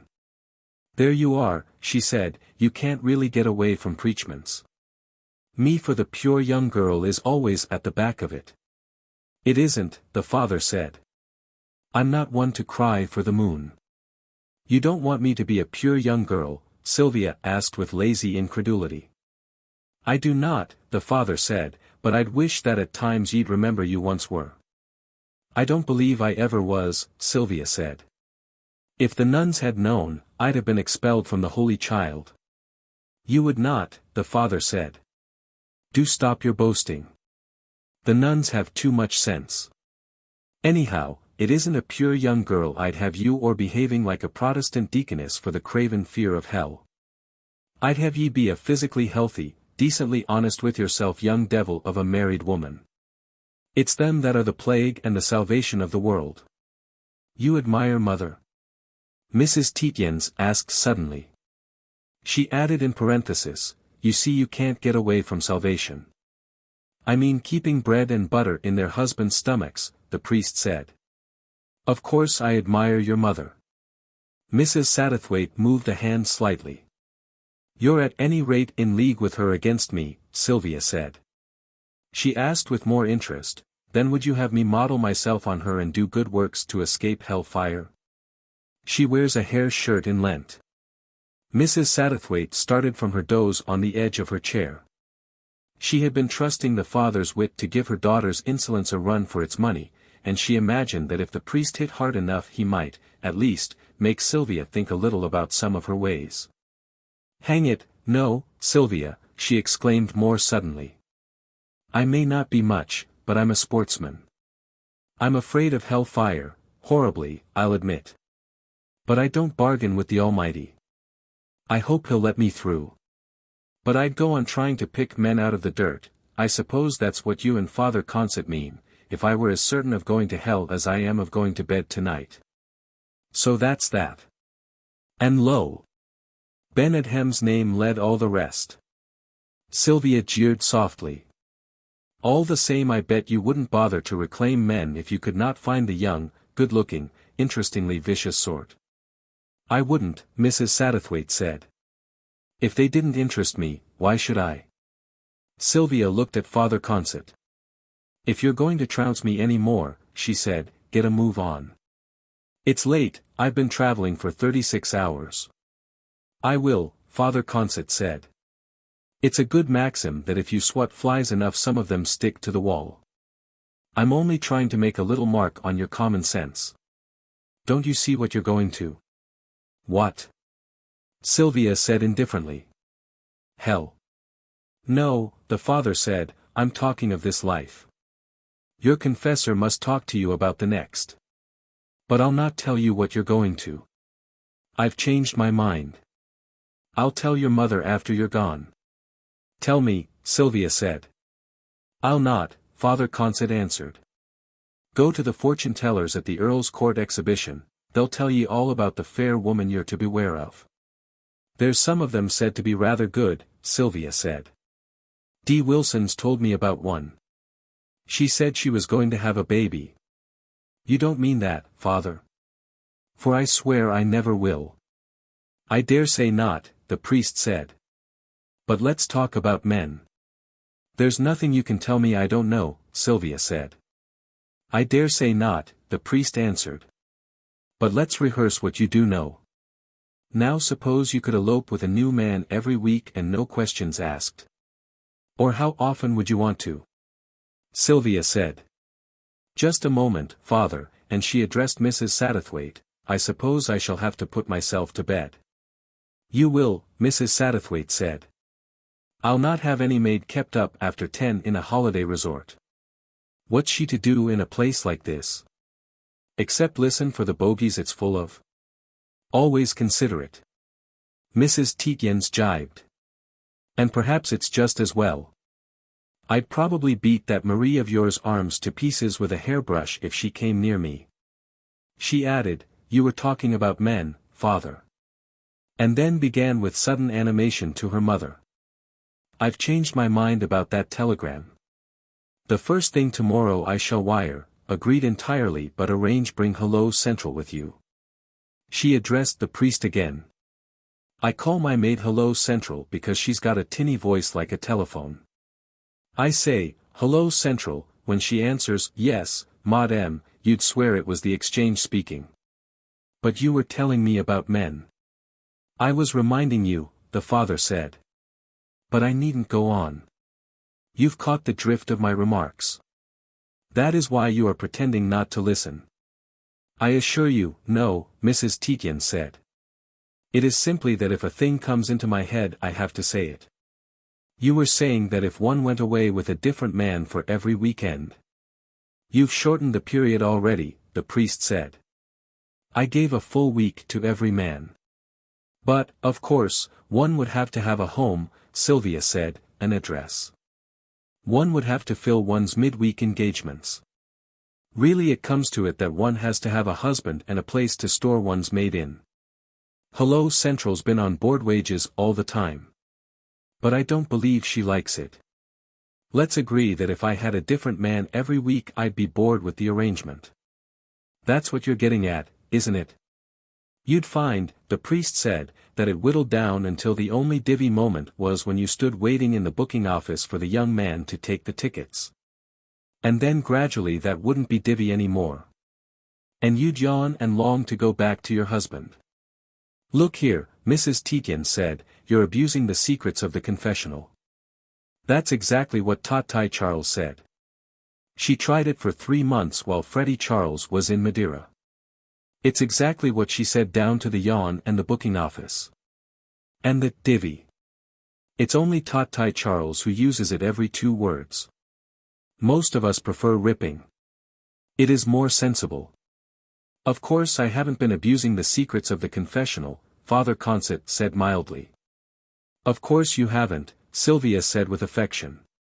You're a good old stick and no end of a mimic, and you know us all to the bottom of our hearts. Not all that much, the priest said, there's probably a good deal of good at the bottom of your hearts. Sylvia said. Thanks. She asked suddenly, look here. Was it what you saw of us, the future mothers of England, you know, and all, at Miss Lampeter's, that made you take to the slums? Out of disgust and despair. Oh, let's not make melodrama out of it, the priest answered.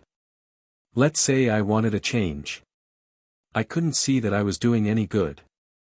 You did us all the good there was done, Sylvia said. What with Miss Lampeter always drugged to the world, and all the French mistresses as wicked as hell. I've heard you say all this before, Mrs. Satterthwaite said. But it was supposed to be the best finishing school in England. I know it cost enough. Well, say it was we who were a rotten lot, Sylvia concluded, and then to the father, we were a lot of rotters, weren't we? The priest answered. I don't know.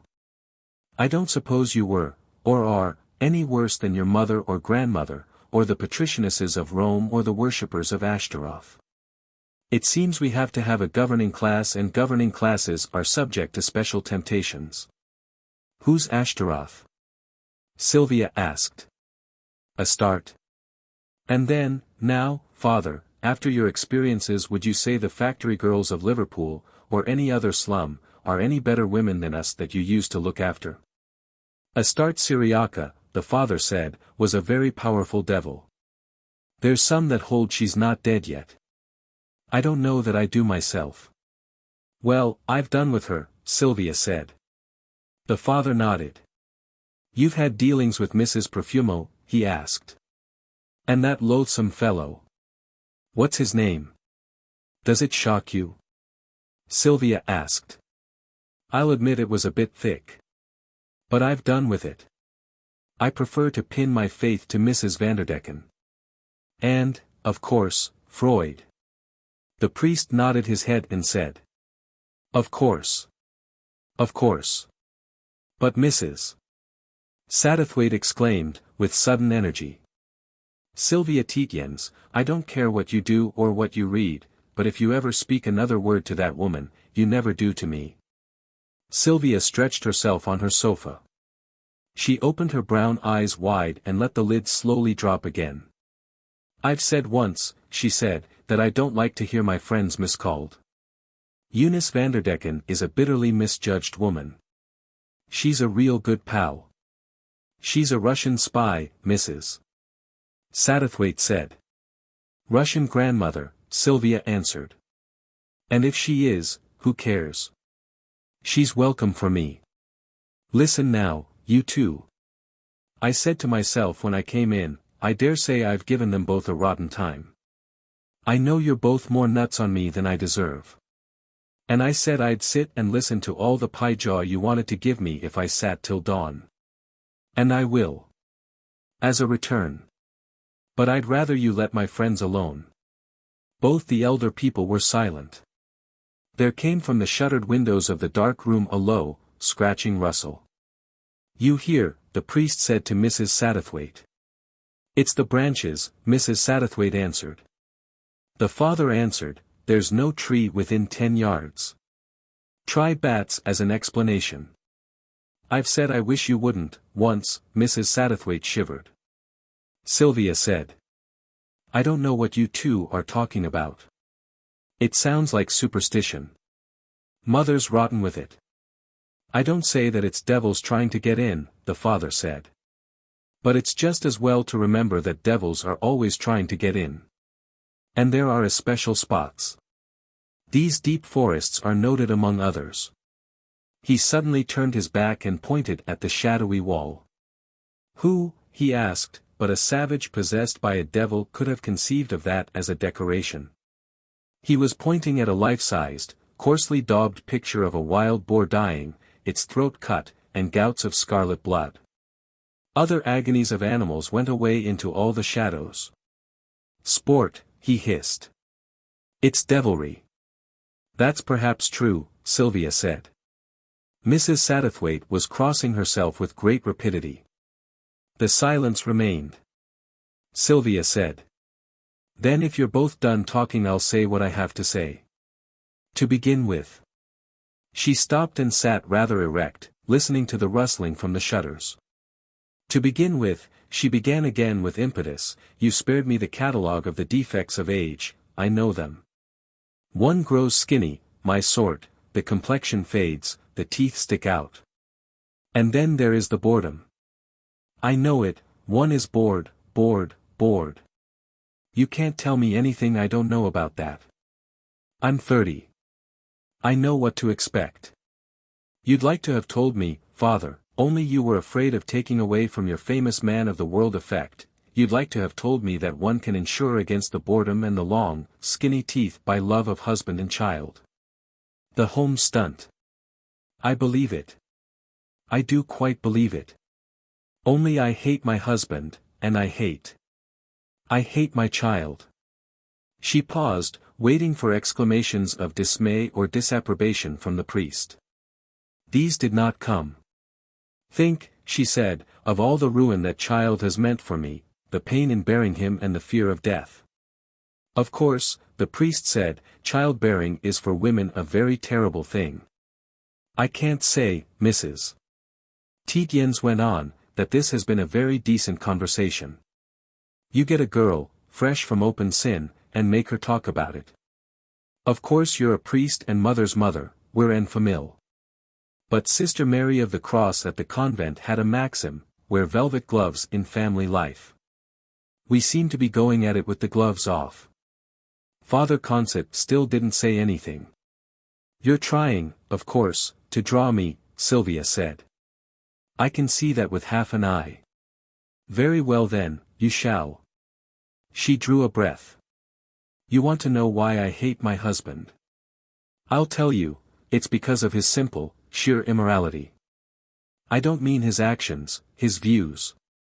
Every speech he utters about everything makes me, I swear it makes me, in spite of myself, want to stick a knife into him, and I can't prove he's wrong, not ever, about the simplest thing. I can pain him. And I will.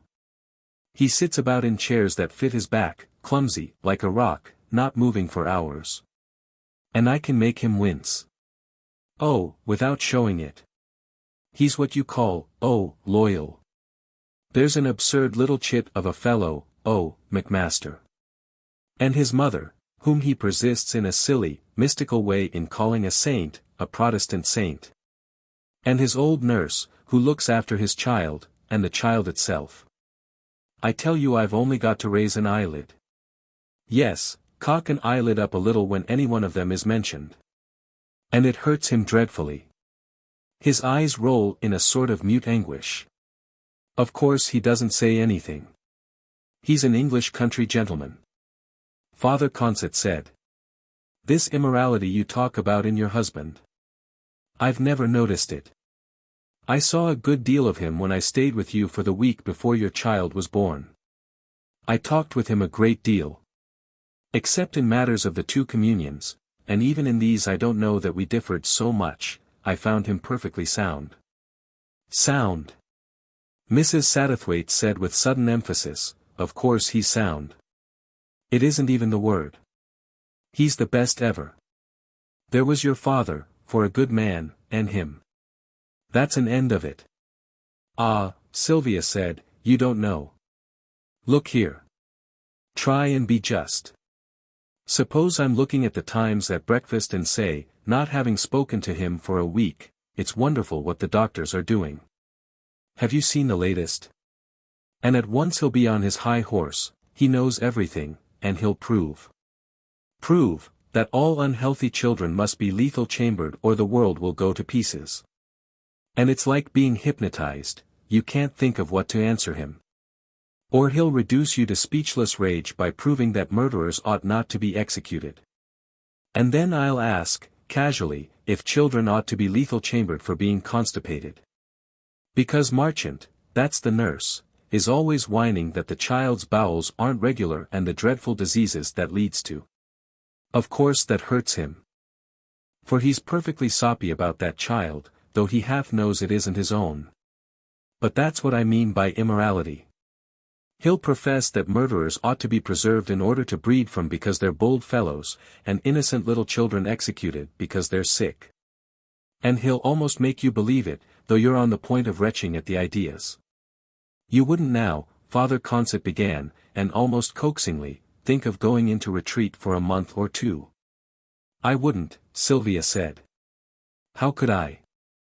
There's a convent of female premonstratensians near Birkenhead, many ladies go there, the father went on.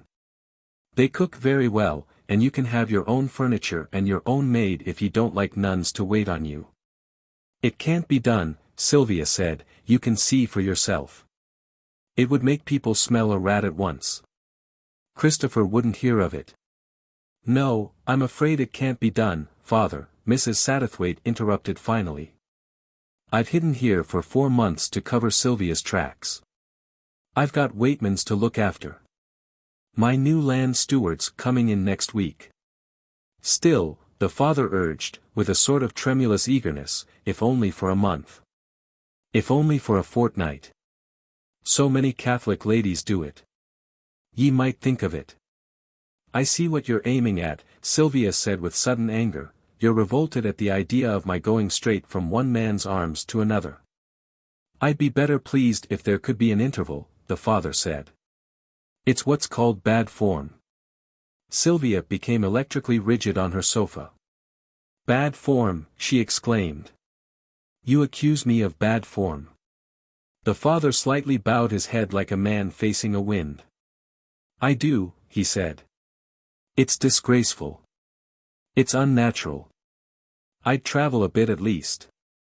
She placed her hand on her long throat. I know what you mean, she said, you want to spare Christopher, the humiliation. The nausea. No doubt he'll feel nauseated. I've reckoned on that.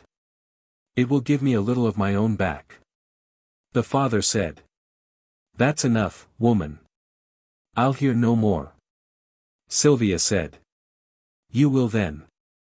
Listen here. I've always got this to look forward to, I'll settle down by that man's side. I'll be as virtuous as any woman. I've made up my mind to it and I'll be it. And I'll be bored stiff for the rest of my life. Except for one thing. I can torment that man. And I'll do it. Do you understand how I'll do it? There are many ways. But if the worst comes to the worst, I can always drive him silly. By corrupting the child.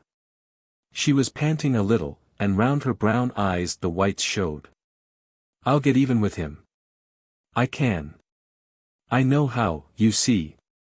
And with you, through him, for tormenting me. I've come all the way from Brittany without stopping. I haven't slept. But I can. Father Consett put his hand beneath the tail of his coat. Sylvia Tietjens, he said, in my pistol pocket I've a little bottle of holy water which I carry for such occasions. What if I was to throw 2 drops of it over you and cry, Exorciso te Ashtaroth in nomine? She erected her body above her skirts on the sofa, stiffened like a snake's neck above its coils. Her face was quite pallid, her eyes staring out. You daren't, she said. To me, an outrage. Her feet slid slowly to the floor, she measured the distance to the doorway with her eyes. You daren't, she said again, I'd denounce you to the bishop. It's little the bishop would help you with them burning into your skin, the priest said. Go away, I bid you, and say a Hail Mary or 2. Ye need them. Ye'll not talk of corrupting a little child before me again. I won't, Sylvia said. I shouldn't have. Her black figure showed in silhouette against the open doorway. When the door was closed upon them, Mrs. Satterthwaite said. Was it necessary to threaten her with that? You know best, of course. It seems rather strong to me. It's a hair from the dog that's bit her, the priest said. She's a silly girl. She's been playing at black masses along with that Mrs. Profumo and the fellow whose name I can't remember. You could tell that. They cut the throat of a white kid and splash its blood about. That was at the back of her mind. It's not very serious. A parcel of silly, idle girls. It's not much more than palmistry or fortune-telling to them if one has to weigh it, for all its ugliness, as a sin. As far as their volition goes, and it's volition that's the essence of prayer, black or white. But it was at the back of her mind, and she won't forget tonight. Of course, that's your affair, Father, Mrs. Satterthwaite said lazily. You hit her pretty hard. I don't suppose she's ever been hit so hard. What was it you wouldn't tell her? Only, the priest said, I wouldn't tell her because the thought's best not put in her head. But her hell on earth will come when her husband goes running, blind, head down, mad after another woman. Mrs. Satterthwaite looked at nothing. Then she nodded. Yes, she said, I hadn't thought of it. But will he? He is a very sound fellow, isn't he? What's to stop it? The priest asked. What in the world but the grace of our blessed Lord, which he hasn't got and doesn't ask for? And then? He's a young man, full-blooded, and they won't be living, maritalment. Not if I know him. And then? Then she'll tear the house down. The world will echo with her wrongs. Do you mean to say, Mrs. Satterthwaite said, that Sylvia would do anything vulgar? Doesn't every woman who's had a man to torture for years when she loses him? The priest asked. The more she's made an occupation of torturing him the less right she thinks she has to lose him. Mrs. Satterthwaite looked gloomily into the dusk. That poor devil, she said. Will he get any peace anywhere? What's the matter, Father? The father said. I've just remembered she gave me tea and cream and I drank it. Now I can't take Mass for Father Reinhardt. I'll have to go and knock up his curate, who lives away in the forest. At the door, holding the candle, he said. I'd have you not get up today nor yet tomorrow, if ye can stand it. Have a headache and let Sylvia nurse you. You'll have to tell how she nursed you when you get back to London. And I'd rather ye didn't lie more out and out than ye need, if it's to please me. Besides, if ye watch Sylvia nursing you, you might hit on a characteristic touch to make it seem more truthful. How her sleeves brushed the medicine bottles and irritated you, maybe, or, you'll know. If we can save scandal to the congregation, we may as well. He ran downstairs. Chapter 3. At the slight creaking made by Macmaster in pushing open his door, Tietjens started violently.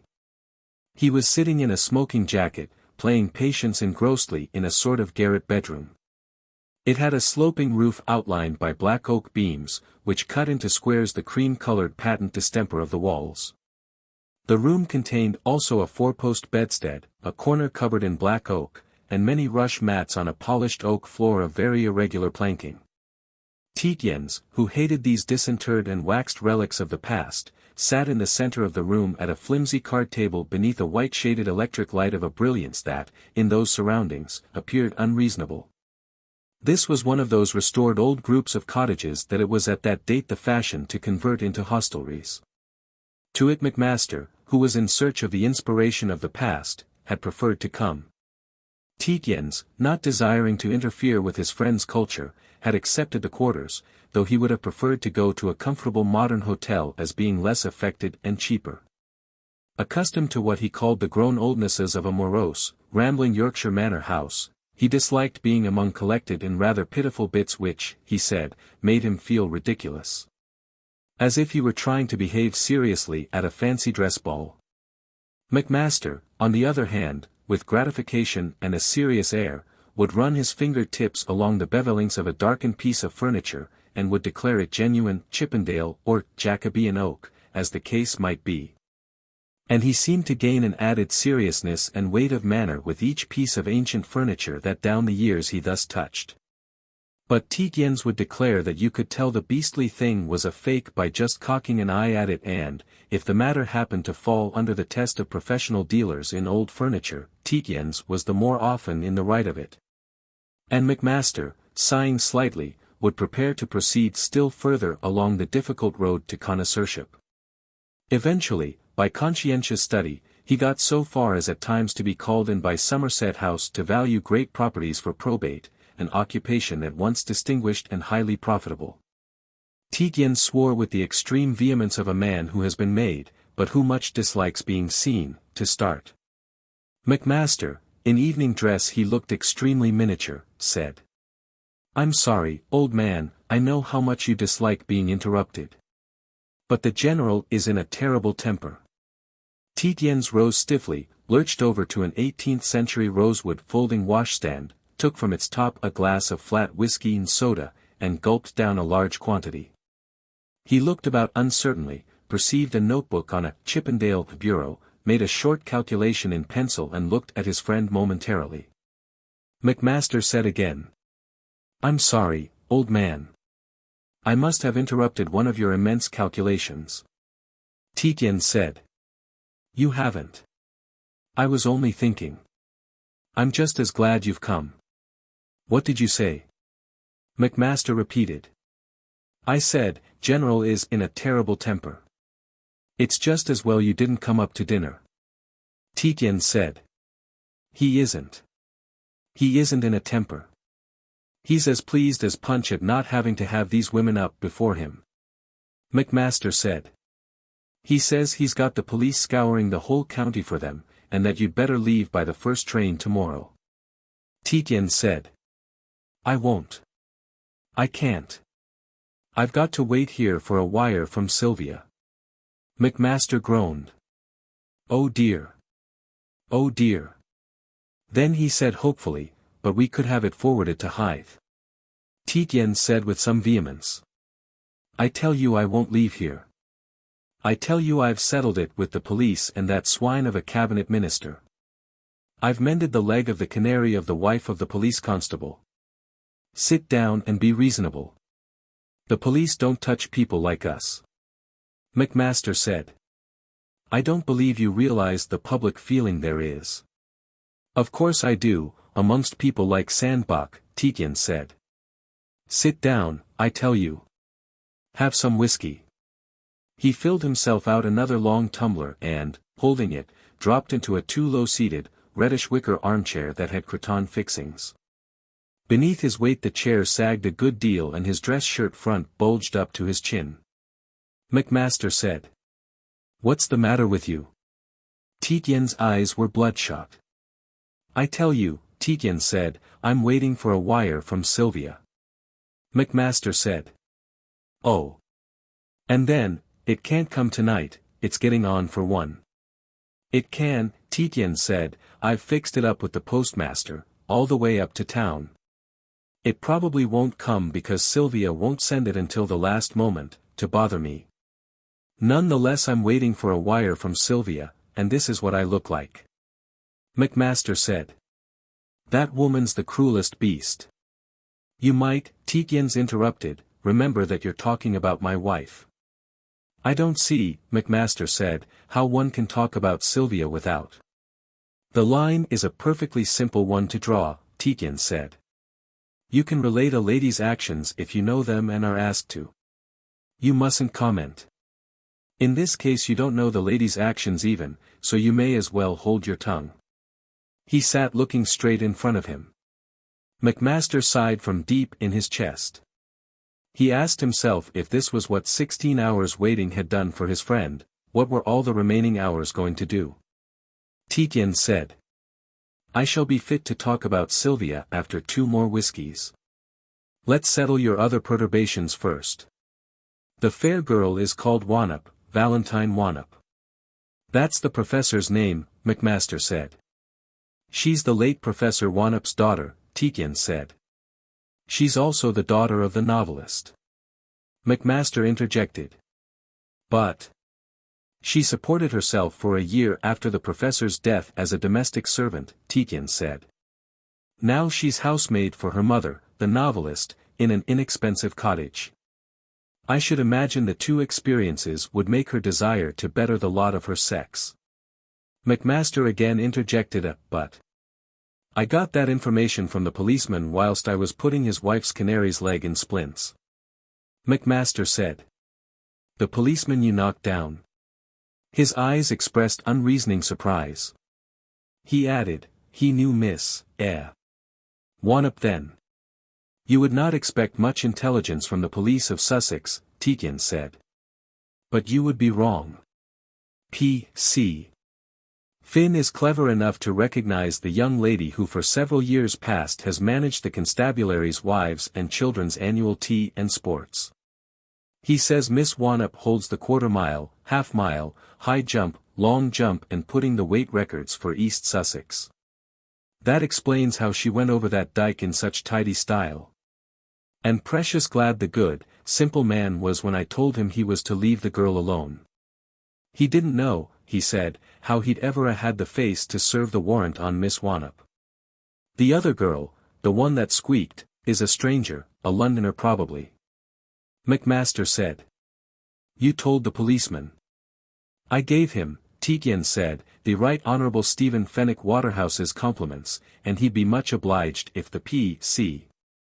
would hand in a no-can-do report in the matter of those ladies every morning to his inspector. I gave him also a brand new £5 note, from the cabinet minister, and a couple of quid and the price of a new pair of trousers from myself. So he's the happiest constable in Sussex. A very decent fellow, he told me how to know a dog otter spoor from a gravid bitches. But that wouldn't interest you. He began again. Don't look so inexpressibly foolish. I told you I'd been dining with that swine. No, I oughtn't to call him a swine after eating his dinner. Besides, he's a very decent fellow. You didn't tell me you'd been dining with Mr. Waterhouse, Macmaster said. I hope you remembered that, as he's amongst other things the president of the Funded Debt Commission, he's the power of life and death over the department and us. You didn't think, Tietjens answered, that you are the only one to dine with the great ones of the earth. I wanted to talk to that fellow, about those figures their cursed crowd made me fake. I meant to give him a bit of my mind. You didn't. Macmaster said with an expression of panic. Besides, they didn't ask you to fake the calculation. They only asked you to work it out on the basis of given figures. Anyhow, Tietjens said, I gave him a bit of my mind. I told him that, at threepence, it must run the country, and certainly himself as a politician, to absolute ruin. Macmaster uttered a deep, good Lord, and then, but won't you ever remember you're a government servant? He could. Mr. Waterhouse, Tietjens said, asked me if I wouldn't consent to be transferred to his secretary's department. And when I said, go to hell, he walked round the streets with me for 2 hours arguing. I was working out the chances on a 4.5d basis for him when you interrupted me. I've promised to let him have the figures when he goes up by the 1.30 on Monday. Macmaster said. You haven't. But by Jove, you're the only man in England that could do it. That was what Mr. Waterhouse said, Tietjens commented. He said old Ingleby had told him so. I do hope, Macmaster said, that you answered him politely. I told him, Tietjens answered, that there were a dozen men who could do it as well as I, and I mentioned your name in particular. But I couldn't, Macmaster answered. Of course I could convert a 3D rate into 4.5d. But these are the actuarial variations, they're infinite. I couldn't touch them. Tietjens said negligently, I don't want my name mixed up in the unspeakable affair. When I give him the papers on Monday I shall tell him you did most of the work. Again Macmaster groaned. Nor was this distress mere altruism. Immensely ambitious for his brilliant friend, Macmaster's ambition was one ingredient of his strong desire for security. At Cambridge he had been perfectly content with a moderate, quite respectable place on the list of mathematical postulants. He knew that that made him safe, and he had still more satisfaction in the thought that it would warrant him in never being brilliant in after life. But when Tietjens, 2 years after, had come out as a mere second wrangler, Macmaster had been bitterly and loudly disappointed. He knew perfectly well that Tietjens simply hadn't taken trouble. And, 10 chances to 1, it was on purpose that Tietjens hadn't taken trouble. For the matter of that, for Tietjens it wouldn't have been trouble. And, indeed, to Macmaster's upbraidings, which Macmaster hadn't spared him, Tietjens had answered that he hadn't been able to think of going through the rest of his life with a beastly placard like Senior Wrangler hung round his neck. But Macmaster had early made up his mind that life for him would be safest if he could go about, not very much observed but still an authority, in the midst of a body of men all labelled. He wanted to walk down Pall Mall on the arm, precisely, of a largely lettered Senior Wrangler, to return eastward on the arm of the youngest Lord Chancellor England had ever seen. To stroll down Whitehall in familiar converse with a world-famous novelist, saluting on the way a majority of my Lord's Commissioners of the Treasury. And, after tea, for an hour at the club all these, in a little group, should treat him with the courtesy of men who respected him for his soundness. Then he would be safe. And he had no doubt that Tietjens was the most brilliant man in England of that day. So that nothing caused him more anguish than the thought that Tietjens might not make a brilliant and rapid career towards some illustrious position in the public services. He would very willingly, he desired, indeed, nothing better, have seen Tietjens pass over his own head. It did not seem to him a condemnation of the public services that this appeared to be unlikely. Yet Macmaster was still not without hope. He was quite aware that there are other techniques of careers than that which he had prescribed for himself. He could not imagine himself, even in the most deferential way, correcting a superior. Yet he could see that, though Tietjens treated almost every hierarch as if he were a born fool, no one very much resented it. Of course Tietjens was a Tietjens of Groby, but was that going to be enough to live on forever? Times were changing, and Macmaster imagined this to be a democratic age. But Tietjens went on, with both hands as it were, throwing away opportunity in committing outrage. That day Macmaster could only consider to be one of disaster. He got up from his chair and filled himself another drink, he felt himself to be distressed and to need it. Slouching amongst his crotons, Tietjens was gazing in front of him. He said, "Here." Without looking at Macmaster, and held out his long glass. Into it Macmaster poured whiskey with a hesitating hand. Tietjens said, "Go on." Macmaster said, "It's late, we're breakfasting at the Duchemins at 10.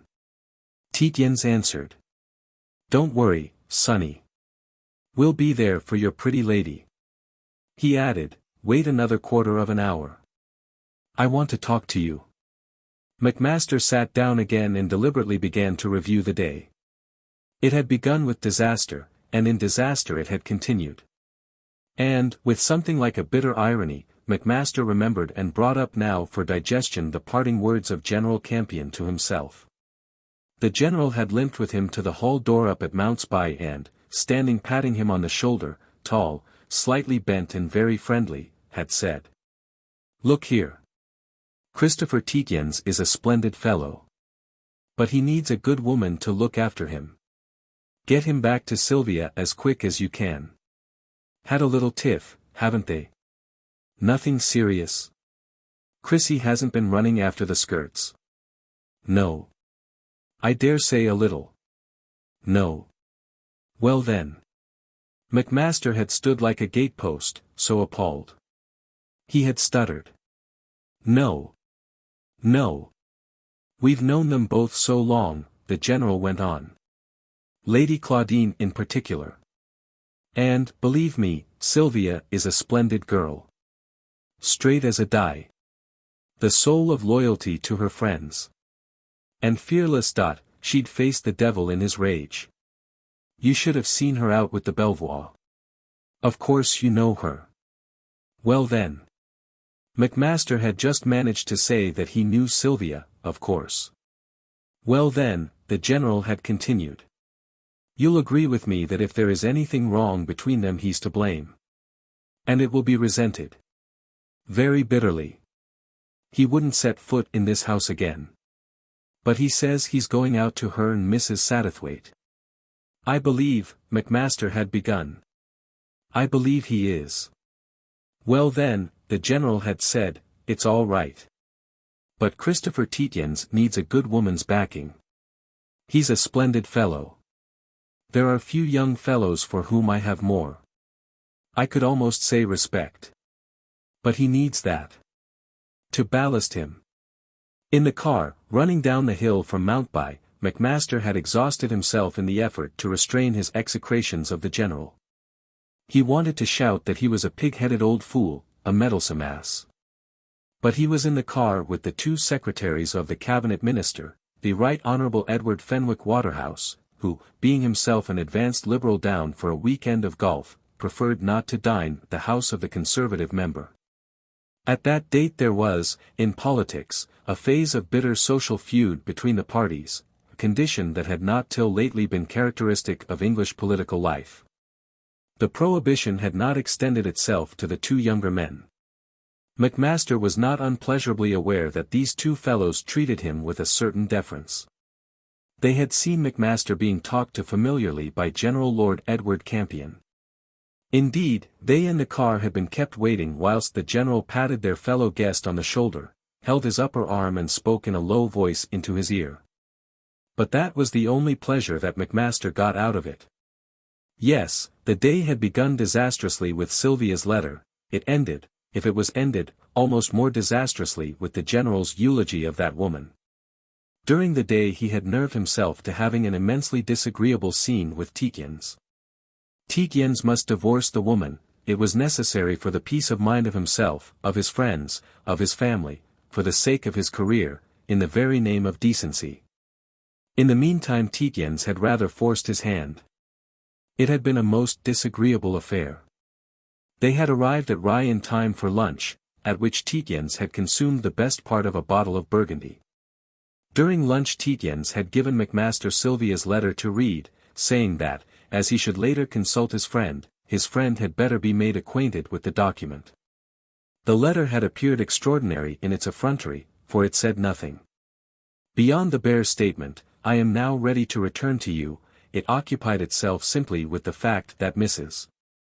Tietjens could no longer get on without, the services of her maid, whom she called Hello Central. If Tietjens wanted her, Mrs. Tietjens, to return to him he was to see that Hello Central was waiting on the doorstep for her, and so on. She added the detail that there was no one else, underlined, she could bear round her while she was retiring for the night. On reflection Macmaster could see that this was the best letter the woman could have written if she wanted to be taken back. For, had she extended herself into either excuses or explanations, it was 10 chances to 1 Tietjens would have taken the line that he couldn't go on living with a woman capable of such a lapse in taste. But Macmaster had never thought of Sylvia as wanting in savoir-faire. It had none the less hardened him in his determination to urge his friend to divorce. He had intended to begin this campaign in the fly, driving to pay his call on the Reverend Mr. Duchemin, who, in early life, had been a personal disciple of Mr. Ruskin and a patron and acquaintance of the poet-painter, the subject of Macmaster's monograph. On this drive Tietjens preferred not to come. He said that he would loaf about the town and meet Macmaster at the golf club towards 4:30. He was not in the mood for making new acquaintances. Macmaster, who knew the pressure under which his friend must be suffering, thought this reasonable enough, and drove off up Iden Hill by himself. Few women had ever made so much impression on Macmaster as Mrs. Duchemin. He knew himself to be in a mood to be impressed by almost any woman, but he considered that that was not enough to account for the very strong influence she at once exercised over him. There had been 2 young girls in the drawing-room when he had been ushered in, but they had disappeared almost simultaneously, and although he had noticed them immediately afterwards riding past the window on bicycles, he was aware that he would not have recognized them again. From her first words on rising to greet him, not the Mr. Macmaster, he had had eyes for no one else. It was obvious that the Reverend Mr. Duchemin must be one of those clergymen of considerable wealth and cultured taste who not infrequently adorn the Church of England. The rectory itself, a great, warm-looking manor house of very old red brick, was abutted on to by one of the largest tithe barns that Macmaster had ever seen. The church itself, with a primitive roof of oak shingles, nestled in the corner formed by the ends of rectory and tithe barn, and was by so much the smallest of the three and so undecorated that but for its little belfry it might have been a good cow-byre. All three buildings stood on the very edge of the little row of hills that looks down on the Romney Marsh. They were sheltered from the north wind by a great symmetrical fan of elms and from the southwest by a very tall hedge and shrubbery, all of remarkable use. It was, in short, an ideal cure of souls for a wealthy clergyman of cultured tastes, for there was not so much as a peasant's cottage within a mile of it. To Macmaster, in short, this was the ideal English home. Of Mrs. Duchemin's drawing-room itself, contrary to his habit, for he was sensitive and observant in such things, he could afterwards remember little except that it was perfectly sympathetic. 3 long windows gave on to a perfect lawn, on which, isolated and grouped, stood standard rose trees, symmetrical half-globes of green foliage picked out with flowers like bits of carved pink marble. Beyond the lawn was a low stone wall. Beyond that the quiet expanse of the marsh shimmered in the sunlight. The furniture of the room was, as to its woodwork, brown, old, with the rich softnesses of much polishing with beeswax.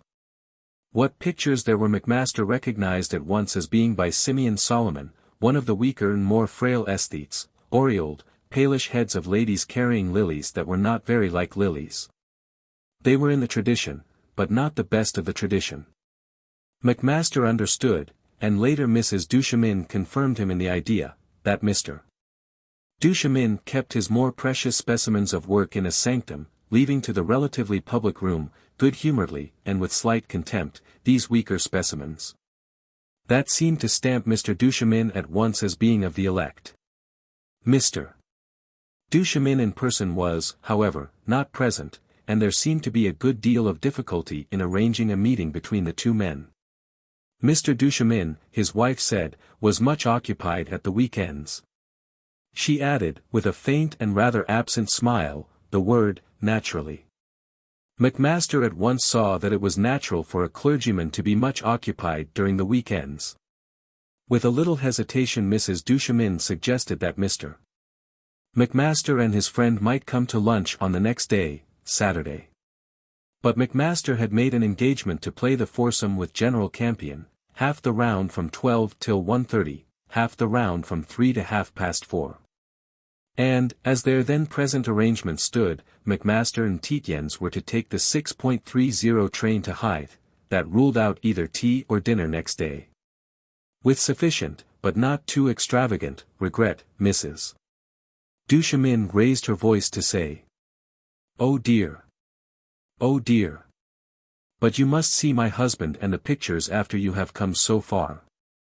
A rather considerable volume of harsh sound was coming through the end wall of the room, the barking of dogs, apparently the hurried removal of pieces of furniture or perhaps of packing cases, guttural ejaculations. Mrs. Duchemin said, with her far-away air and deep voice, "They are making a good deal of noise. Let us go into the garden and look at my husband's roses, if you've a moment more to give us." Macmaster quoted to himself, "I looked and saw your eyes in the shadow of your hair."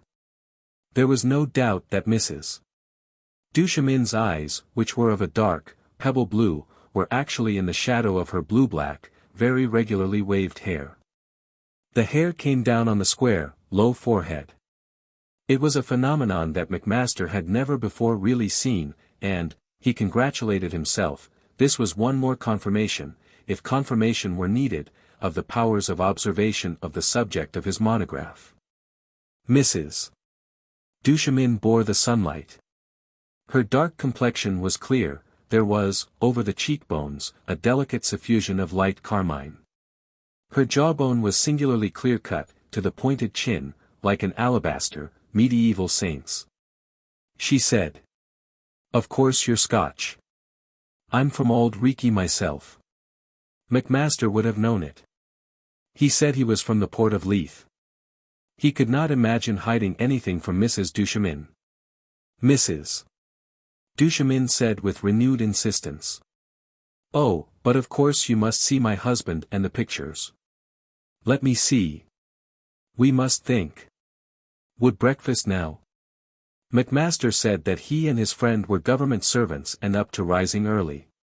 He had a great desire to breakfast in that house. She said. At 10:15, then, our car will be at the bottom of your street. It's a matter of 10 minutes only, so you won't go hungry long. She said, gradually gaining animation, that of course Macmaster would bring his friend.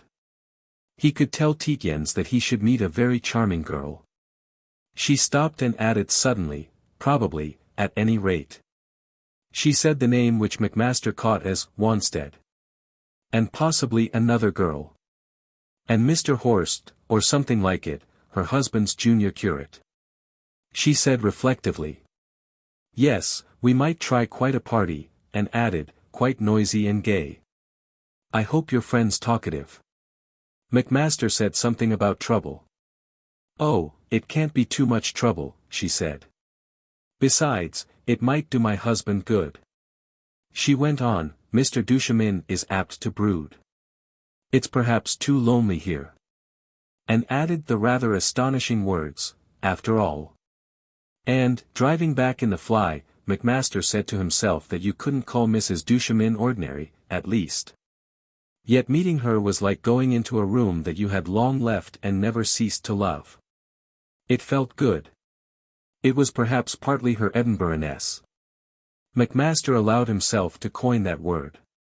There was in Edinburgh a society, he himself had never been privileged to move in it, but its annals are part of the literature of Scotland, where the ladies are all great ladies in tall drawing-rooms. Circumspect yet shrewd, still yet with a sense of the comic, frugal yet warmly hospitable. It was perhaps just Edinburghness that was wanting in the drawing-rooms of his friends in London. Mrs. Cressy, the Honourable Mrs. Limmox and Mrs. Delaunay were all almost perfection in manner, in speech, in composure. But, then, they were not young, they weren't Edinburgh, and they weren't strikingly elegant. Mrs. Duchemin was all three. Her assured, tranquil manner she would retain to any age, it betokened the enigmatic soul of her sex, but, physically, she couldn't be more than 30. That was unimportant, for she would never want to do anything in which physical youth counted. She would never, for instance, have occasion to run, she would always just move, floatingly. He tried to remember the details of her dress. It had certainly been dark blue, and certainly of silk, that rather coarsely woven, exquisite material that has on its folds as of a silvery shimmer with minute knots. But very dark blue. And it contrived to be at once artistic, absolutely in the tradition. And yet well cut. Very large sleeves, of course, but still with a certain fit. She had worn an immense necklace of yellow polished amber, on the dark blue. And Mrs. Duchemin had said, over her husband's roses, that the blossoms always reminded her of little mouldings of pink cloud come down for the cooling of the earth. A charming thought. Suddenly he said to himself. What a mate for Tietjens. And his mind added, why should she not become an influence?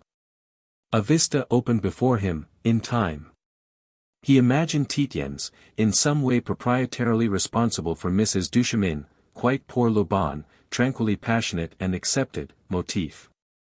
And, immensely improved, by the association. And himself, in a year or two, bringing the at last found lady of his delight to sit at the feet of Mrs. Duchemin, the lady of his delight whilst circumspect would be also young and impressionable. To learn the mysterious assuredness of manner, the gift of dressing, the knack of wearing amber and bending over standard roses, and the Edinburghness. Macmaster was thus not a little excited, and finding Tietjens at tea amid the green-stained furnishings and illustrated papers of the large, corrugated iron golf-house. He could not help exclaiming. I've accepted the invitation to breakfast with the Duchemins tomorrow for us both.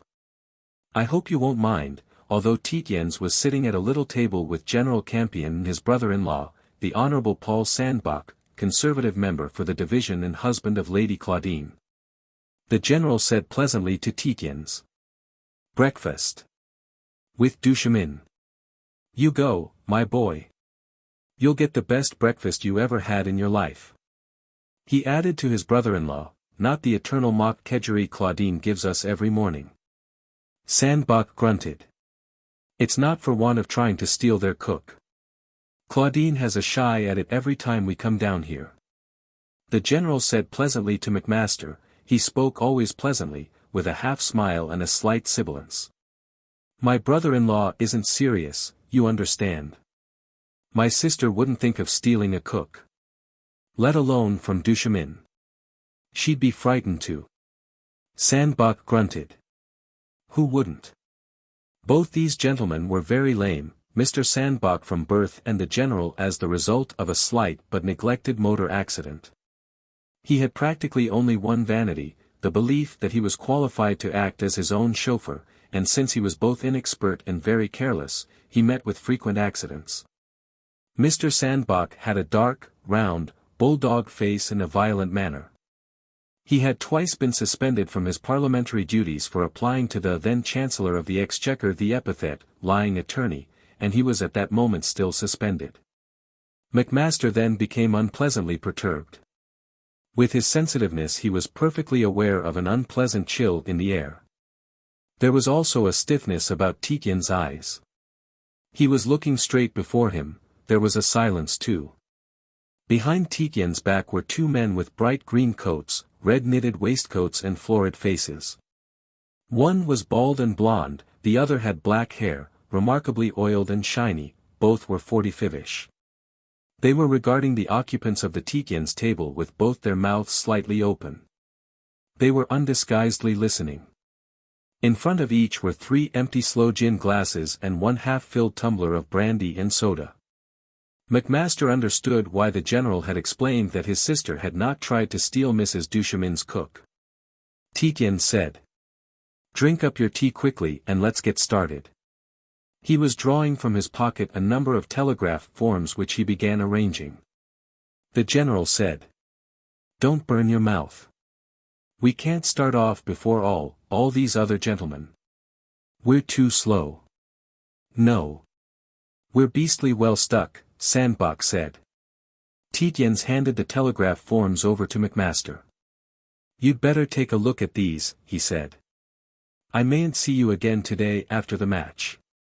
You're dining up at Mountby. The general will run you up.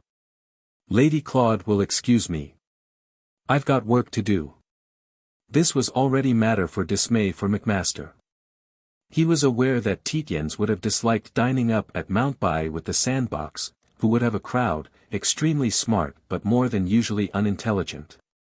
Tietjens called this crowd, indeed, the plague spot of the party, meaning of Toryism. But Macmaster couldn't help thinking that a disagreeable dinner would be better for his friend than brooding in solitude in the black shadows of the huddled town. Then Tietjens said, "I'm going to have a word with that swine." He pointed his square chin rather rigidly before him, and looking past the 2 brandy drinkers, Macmaster saw one of those faces that frequent caricature made familiar and yet strange. Macmaster couldn't, at the moment, put a name to it. It must be a politician, probably a minister. But which? His mind was already in a dreadful state. In the glimpse he had caught of the telegraph form now in his hand he had perceived that it was addressed to Sylvia Tietjens and began with the word "agreed." He said swiftly, "Has that been sent or is it only a draft?" Tietjens said, "That fellow is the Right Honourable Stephen Fenwick Waterhouse. He's chairman of the Funded Debt Commission. He's the swine who made us fake that return in the office." That moment was the worst Macmaster had ever known.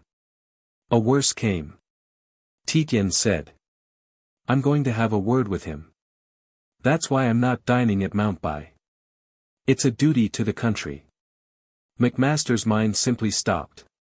He was in a space, all windows. There was sunlight outside. And clouds. Pink and white. Woolly. Some ships. And 2 men, one dark and oily, the other rather blotchy on a blonde baldness. They were talking, but their words made no impression on Macmaster. The dark, oily man said that he was not going to take Gertie to Budapest. Not half. He winked like a nightmare. Beyond were two young men and a preposterous face. It was all so like a nightmare that the cabinet minister's features were distorted for Macmaster. Like an enormous mask of pantomime, shiny, with an immense nose and elongated, Chinese eyes. Yet not unpleasant. Macmaster was a Whig by conviction, by nation, by temperament. He thought that public servants should abstain from political activity. Nevertheless, he couldn't be expected to think a Liberal cabinet minister ugly. On the contrary, Mr. Waterhouse appeared to have a frank, humorous, kindly expression. He listened deferentially to one of his secretaries, resting his hand on the young man's shoulder, smiling a little, rather sleepily. No doubt he was overworked. And then, letting himself go in a side-shaking laugh. Putting on flesh. What a pity. What a pity. Macmaster was reading a string of incomprehensible words in Tietjens' heavily scored writing. Not entertain, flat not house, child remain at sister. His eyes went backwards and forwards over the phrases. He could not connect the words without stops. The man with the oily hair said in a sickly voice that Gertie was hot stuff, but not the one for Budapest with all the Gitana girls you were telling me of. Why, he'd kept Gertie for 5 years now. More like the real thing. His friend's voice was like a result of indigestion. Tietjens, Sandbach and the general were stiff, like pokers. What a pity. Macmaster thought. He ought to have been sitting. It would have been pleasant and right to be sitting with the pleasant minister. In the ordinary course he, Macmaster, would have been. The best golfer in the place was usually set to play with distinguished visitors, and there was next to no one in the south of England who ordinarily could beat him.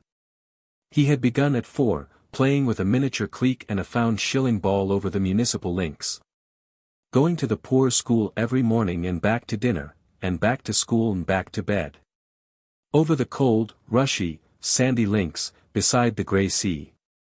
Both shoes full of sand. The £1 ball had lasted him 3 years. Macmaster exclaimed, "Good God!"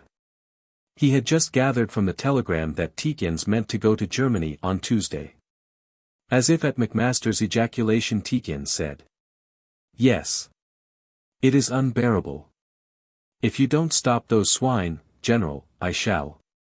The general sibilated low, between his teeth. "Wait a minute. Wait a minute. Perhaps that other fellow will." The man with the black oily hair said. "If Budapest's the place for the girls you say it is, old pal, with the Turkish baths and all, we'll paint the old town red all right, next month," and he winked at Tietjens. His friend, with his head down, seemed to make internal rumblings, looking apprehensively beneath his blotched forehead at the general. "Not," the other continued argumentatively, "that I don't love my old woman. She's all right. And then there's Gertie. OT stuff, but the real thing. But I say a man wants," he ejaculated, "oh." The general, his hands in his pockets, very tall, thin, red-cheeked, his white hair combed forward in a fringe, sauntered towards the other table. It was not 2 yards, but it seemed a long saunter. He stood right over them, they looking up, open-eyed, like schoolboys at a balloon. He said, "I'm glad you're enjoying our links, gentlemen." The bald man said, "We are. We are. First class. A treat." "But," the general said, "it isn't wise to discuss one's, domestic circumstances, at mess, you know, or in a golf house. People might hear." The gentleman with the oily hair rose and exclaimed, "Ooh, the." The other man mumbled, "Shut up, Briggs." The general said, "I'm the president of the club, you know. It's my duty to see that the majority of the club and its visitors are pleased. I hope you don't mind." The general came back to his seat. He was trembling with vexation. "It makes one as beastly a bounder as themselves," he said. "But what the devil else was one to do?" The two city men had ambled hastily into the dressing rooms. The dire silence fell. Macmaster realized that, for these Tories at least, this was really the end of the world.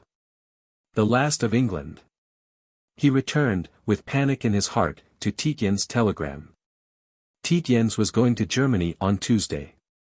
He offered to throw over the department. These were unthinkable things. You couldn't imagine them. He began to read the telegram all over again. A shadow fell upon the flimsy sheets. The Right Honourable Mr.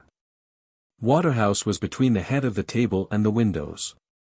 He said, "We're much obliged, General. It was impossible to hear ourselves speak for those obscene fellows smut. It's fellows like that that make our friends the suffragettes. That warrants them." He added, "Hello. Sandbach. Enjoying your rest?"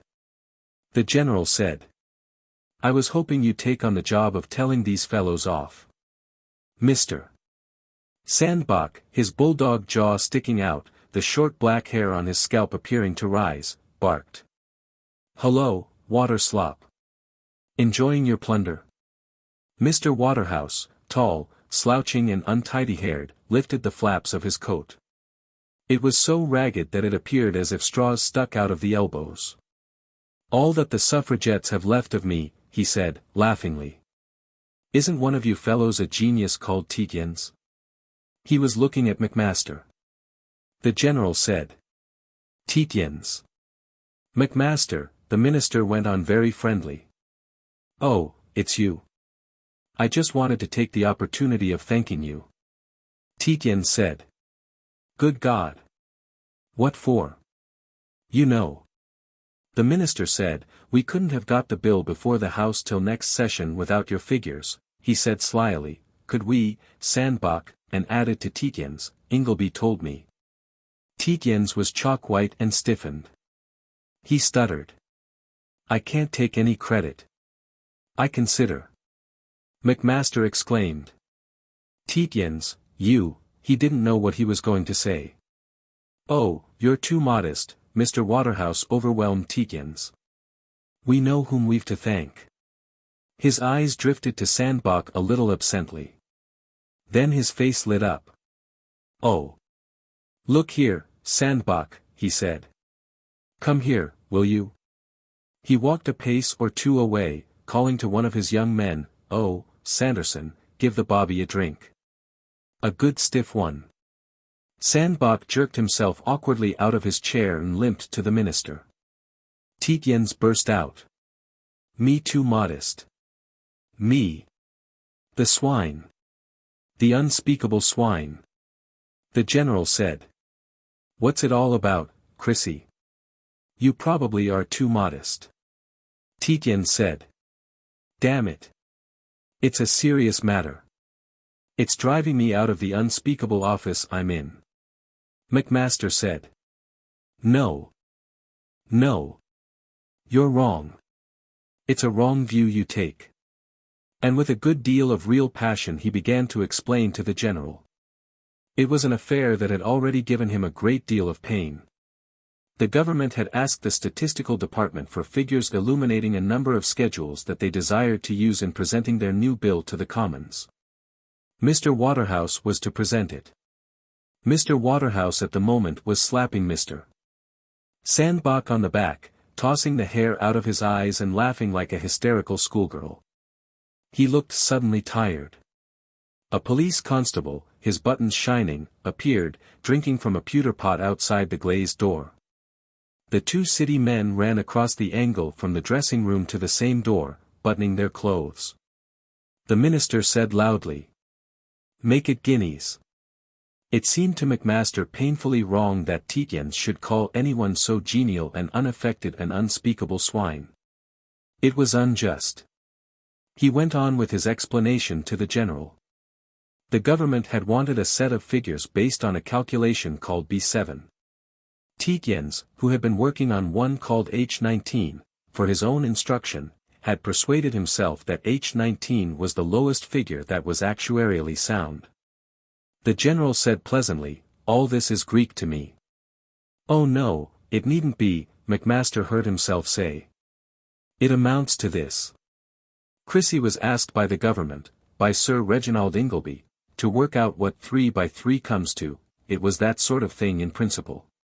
He said that the only figure that would not ruin the country was 9 times 9. The government wanted to shovel money into the working man's pockets, in fact, the general said. Money for nothing, or votes, I suppose. But that isn't the point, sir, Macmaster ventured to say. All that Chrissy was asked to do was to say what 3 by 3 was. Well, he appears to have done it and earned no end of kudos, the general said. That's all right. We've always, believed in Chrissy's ability. But he's a strong-tempered beggar. He was extraordinarily rude to Sir Reginald over it, Macmaster went on. The general said. Oh dear. Oh dear. He shook his head at Tietjens and assumed with care the blank, slightly disappointing air of the regular officer. I don't like to hear of rudeness to a superior. In any service. I don't think, Tietjens said with extreme mildness, that Macmaster is quite fair to me. Of course he's a right to his opinion as to what the discipline of a service demands. I certainly told Ingleby that I'd rather resign than do that beastly job.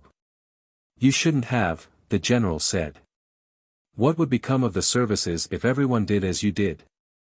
Sandbach came back laughing and dropped painfully into his low armchair. That fellow, he began. The general slightly raised his hand. A minute, he said. I was about to tell Chrissy, here, that if I am offered the job, of course it's an order really, of suppressing the Ulster Volunteers. I'd rather cut my throat than do it. Sandbach said. Of course you would, old chap. They're our brothers. You'd see the beastly, lying government damned first. I was going to say that I should accept, the general said, I shouldn't resign my commission. Sandbach said. Good God. Tietjens said. Well, I didn't. General. You. After all Claudine and I have said. Tietjens interrupted. Excuse me, Sandbach. I'm receiving this reprimand for the moment. I wasn't, then, rude to Ingleby.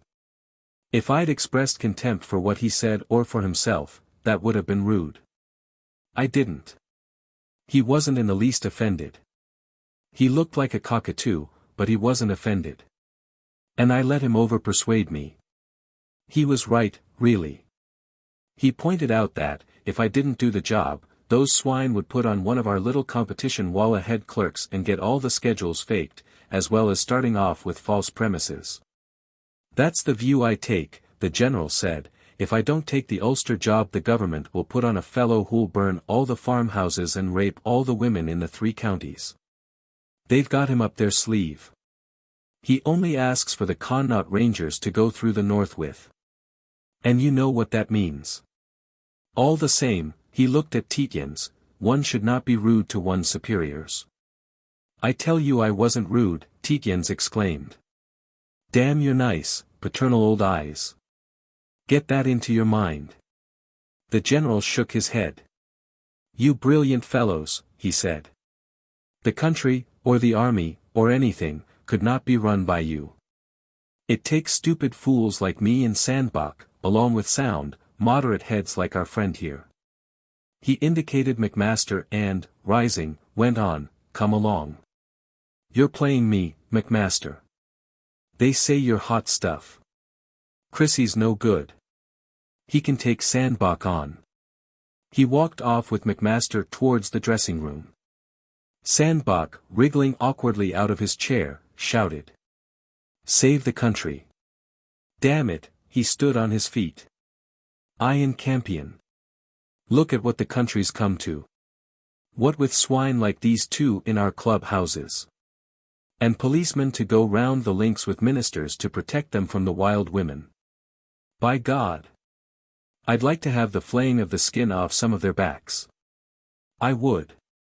By God I would. He added. That fellow Waterslops is a bit of a sportsman. I haven't been able to tell you about our bet, you've been making such a noise. Is your friend really +1 at North Berwick? What are you like? Macmaster is a good +2 anywhere when he's in practice. Sandbach said. Good Lord. A stout fellow. As for me, Tietjens said, I loathe the beastly game. So do I, Sandbach answered. We'll just lollop along behind them. Chapter 4. They came out into the bright open where all the distances under the tall sky showed with distinct prismatic outlines. They made a little group of 7, for Tietjens would not have a caddy, waiting on the flat, first teeing ground. Macmaster walked up to Tietjens and said under his voice. You've really sent that wire? Tietjens said. It'll be in Germany by now. Mr. Sandbach hobbled from one to the other explaining the terms of his wager with Mr. Waterhouse. Mr. Waterhouse had backed one of the young men playing with him to drive into and hit twice in the 18 holes the 2 city men who would be playing ahead of them. As the minister had taken rather short odds, Mr. Sandbach considered him a good sport. A long way down the first hole Mr. Waterhouse and his 2 companions were approaching the first green. They had high sandhills to the right and, to their left, a road that was fringed with rushes and a narrow dike. Ahead of the cabinet minister the 2 city men and their 2 caddies stood on the edge of the dike or poked downwards into the rushes. 2 girls appeared and disappeared on the tops of the sandhills. The policeman was strolling along the road, level with Mr. Waterhouse. The general said. I think we could go now. Sandbach said. Waterslops will get a hit at them from the next tee. They're in the dike. The general drove a straight, goodish ball. Just as Macmaster was in his swing, Sandbach shouted. By God! He nearly did it. See that fellow jump. Macmaster looked round over his shoulder and hissed with vexation between his teeth. Don't you know that you don't shout while a man is driving? Or haven't you played golf? He hurried fussily after his ball. Sandbach said to Tietjens. Golly! That chap's got a temper. Tietjens said. Only over this game. You deserved what you got. Sandbach said. I did. But I didn't spoil his shot. He's outdriven the general 20 yards. Tietjens said. It would have been 60 but for you. They loitered about on the tee waiting for the others to get their distance. Sandbach said. By Jove, your friend is on with his second. You wouldn't believe it of such a little beggar. He added, he's not much class, is he? Tietjens looked down his nose. Oh, about our class, he said. He wouldn't take a bet about driving into the couple ahead. Sandbach hated Tietjens for being a Tietjens of Groby. Tietjens was enraged by the existence of Sandbach, who was the son of an ennobled mayor of Middleborough, 7 miles or so from Groby. The feuds between the Cleveland landowners and the Cleveland plutocrats are very bitter. Sandbach said. Ah, I suppose he gets you out of scrapes with girls and the treasury, and you take him about in return. It's a practical combination. Like Pottle Mills and Stanton, Tietjens said. The financial operations connected with the amalgamating of these 2 steelworks had earned Sandbach's father a good deal of odium in the Cleveland district. Sandbach said. Look here, Tietjens, but he changed his mind and said. We'd better go now. He drove off with an awkward action but not without skill. He certainly outplayed Tietjens. Playing very slowly, for both were desultory and Sandbach very lame, they lost sight of the others behind some coastguard cottages and dunes before they had left the 3rd tee. Because of his game leg, Sandbach sliced a good deal. On this occasion he sliced right into the gardens of the cottages and went with his boy to look for his ball among potato haulms, beyond a low wall. Tietjens patted his own ball lazily up the fairway and, dragging his bag behind him by the strap, he sauntered on. Although Tietjens hated golf as he hated any occupation that was of a competitive nature, he could engross himself in the mathematics of trajectories when he accompanied Macmaster in one of his expeditions for practice. He accompanied Macmaster because he liked there to be one pursuit at which his friend indisputably excelled himself, for it was a bore always browbeating the fellow.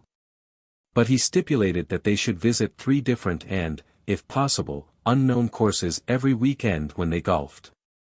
He interested himself then in the way the courses were laid out, acquiring thus an extraordinary connoisseurship in golf architecture, and he made abstruse calculations as to the flight of balls off sloped club faces.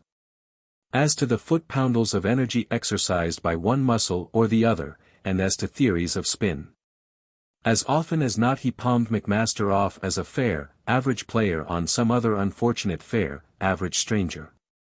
Then he passed the afternoon in the clubhouse studying the pedigrees and forms of racehorses, for every clubhouse contained a copy of Ruff's Guide.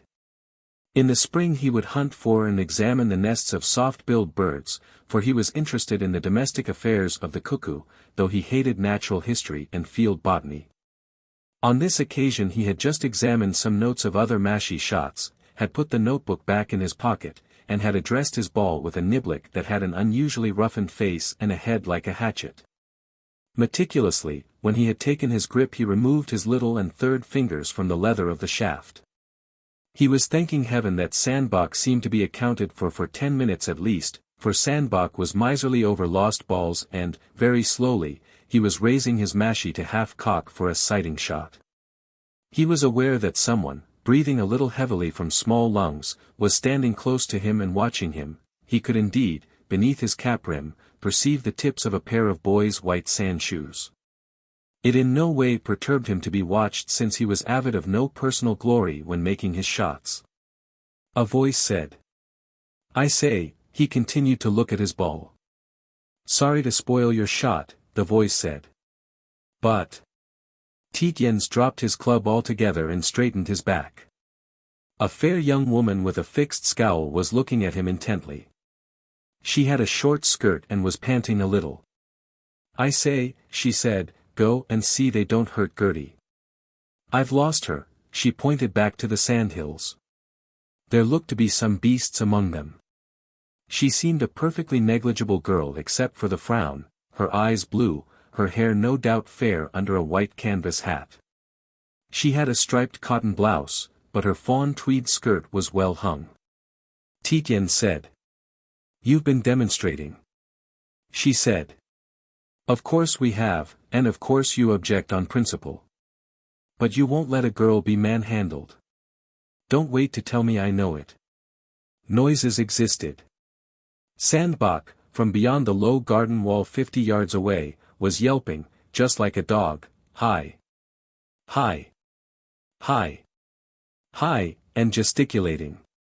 His little caddy, entangled in his golf bag, was trying to scramble over the wall. On top of a high sandhill stood the policeman. He waved his arms like a windmill and shouted. Beside him and behind, slowly rising, were the heads of the general, Macmaster and their 2 boys. Further along, in completion were appearing the figures of Mr. Waterhouse, his 2 companions and their 3 boys.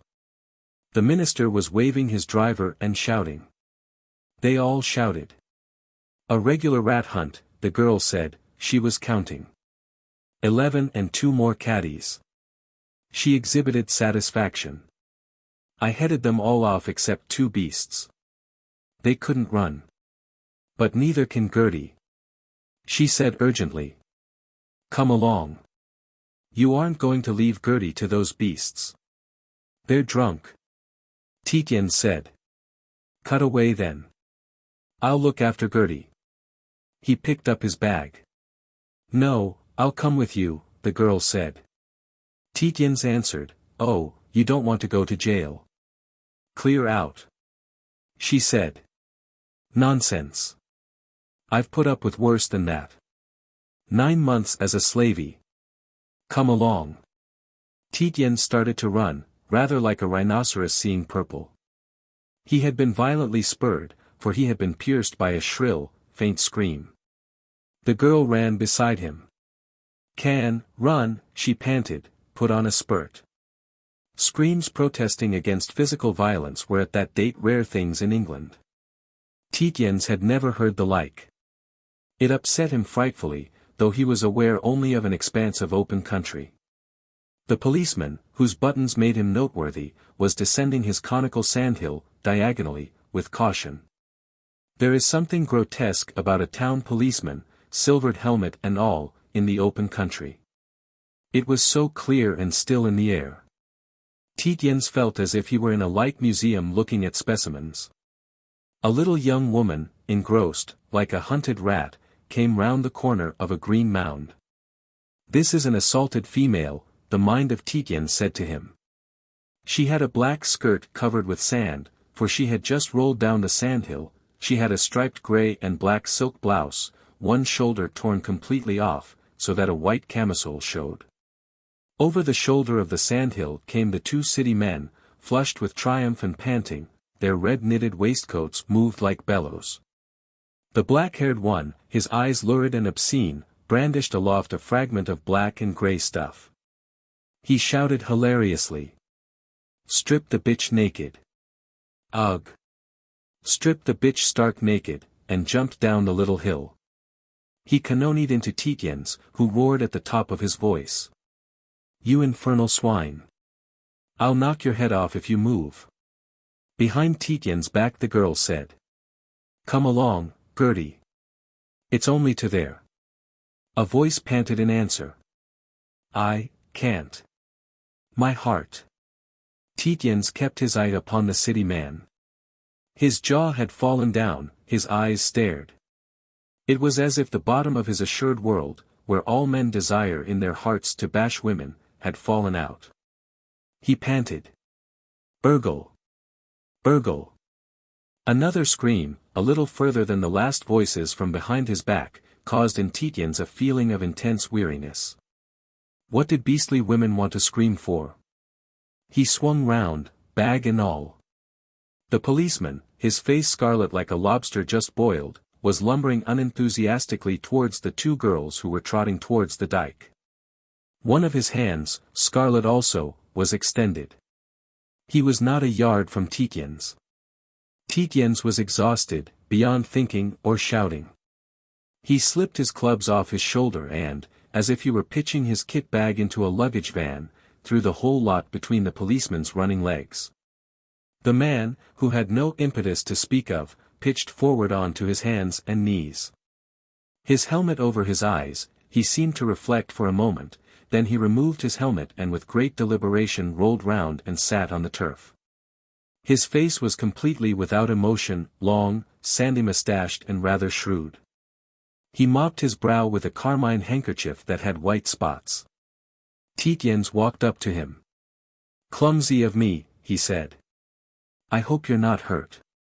He drew from his breast pocket a curved silver flask. The policeman said nothing. His world, too, contained uncertainties and he was profoundly glad to be able to sit still without discredit. He muttered. "Shaken. A bit. Anybody would be." That let him out and he fell to examining with attention the bayonet catch of the flask top. Tietjens opened it for him. The two girls, advancing at a fatigued trot, were near the dike side. The fair girl, as they trotted, was trying to adjust her companion's hat, attached by pins to the back of her hair. It flapped on her shoulder. All the rest of the posse were advancing at a very slow walk, in a converging semicircle. Two little caddies were running, but Tietjens saw them check, hesitate and stop. And there floated to Tietjens' ears the words. "Stop, you little devils. She'll knock your heads off. Right Honourable Mr. Waterhouse must have found an admirable voice trainer somewhere." The drab girl was balancing tremulously over a plank on the dike, the other took it at a jump, up in the air, down on her feet, perfectly businesslike. And, as soon as the other girl was off the plank, she was down on her knees before it, pulling it towards her, the other girl trotting away over the vast marsh field. The girl dropped the plank on the grass. Then she looked up and faced the men and boys who stood in a row on the road. She called in a shrill, high voice, like a young cockerel's. 17-2. The usual male odds. You'll have to go round by Camber Railway Bridge, and we'll be in Folkestone by then. We've got bicycles. She was half going when she checked and, searching out Tietjens to address, exclaimed, I'm sorry I said that. Because some of you didn't want to catch us. But some of you did. And you were 17 to 2. She addressed Mr. Waterhouse. Why don't you give women the vote, she said. You'll find it will interfere a good deal with your indispensable golf if you don't. Then what becomes of the nation's health? Mr. Waterhouse said. If you'll come and discuss it quietly. She said. Oh, tell that to the Marines, and turned away, the men in a row watching her figure disappear into the distance of the flat land. Not one of them was inclined to risk that jump, there was 9 foot of mud in the bottom of the dike. It was quite true that, the plank being removed, to go after the women they would have had to go several miles round. It had been a well-thought-out raid. Mr. Waterhouse said that girl was a ripping girl, the others found her just ordinary. Mr. Sandbach, who had only lately ceased to shout, "Hi," wanted to know what they were going to do about catching the women, but Mr. Waterhouse said, "Oh, chuck it, Sandy," and went off. Mr. Sandbach refused to continue his match with Tietjens. He said that Tietjens was the sort of fellow who was the ruin of England. He said he had a good mind to issue a warrant for the arrest of Tietjens, for obstructing the course of justice.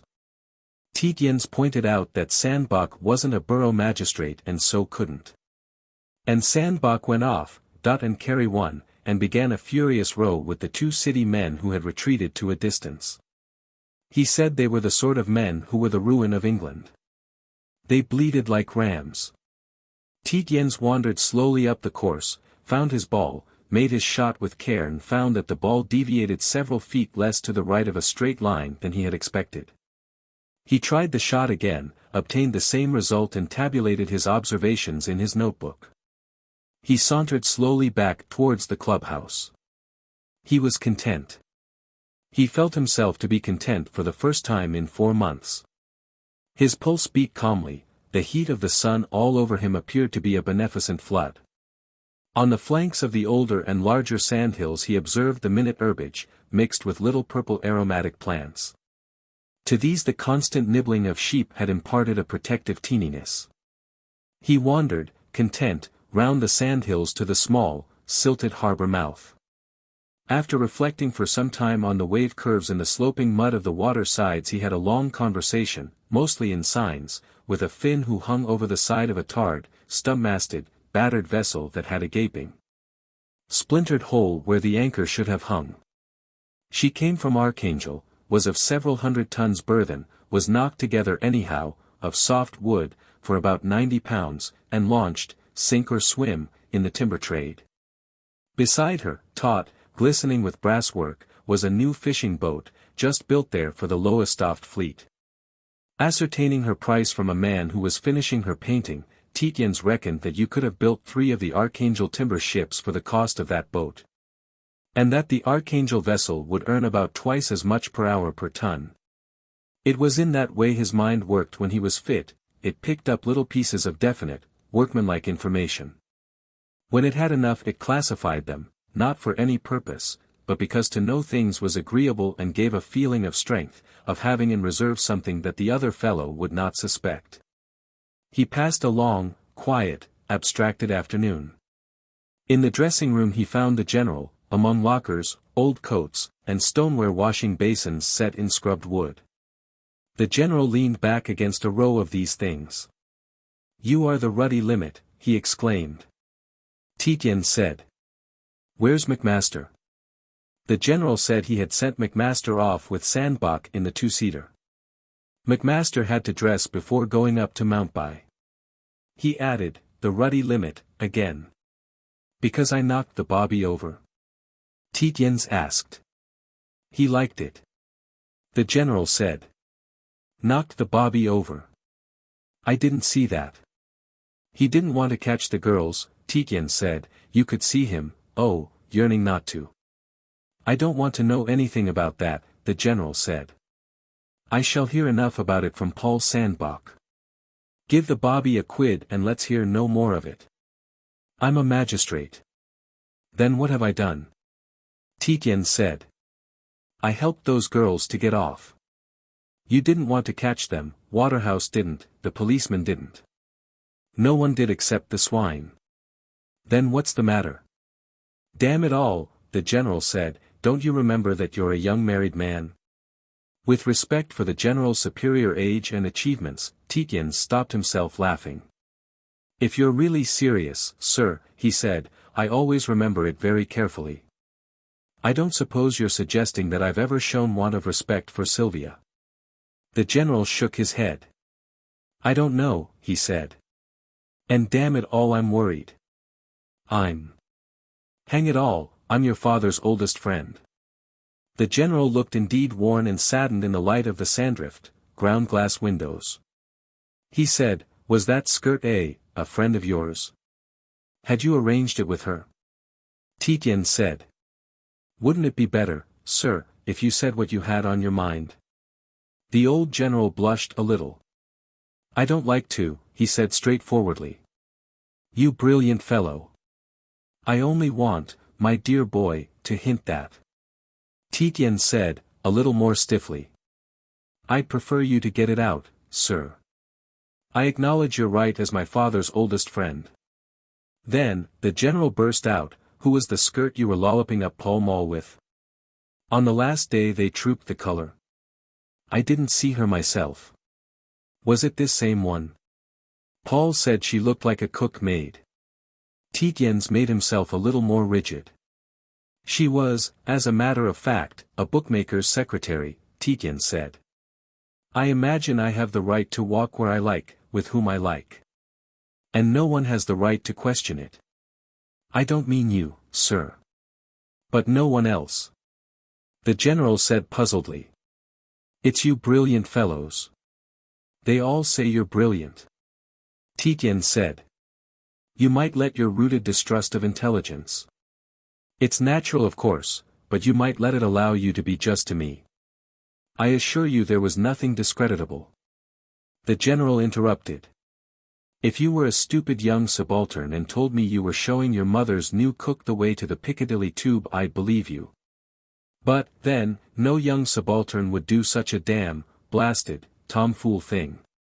Paul said you walked beside her like the king in his glory. Through the crush outside the Haymarket, of all places in the world. I'm obliged to Sandbach for his commendation. Tietjens said. He thought a moment. Then he said. I was trying to get that young woman.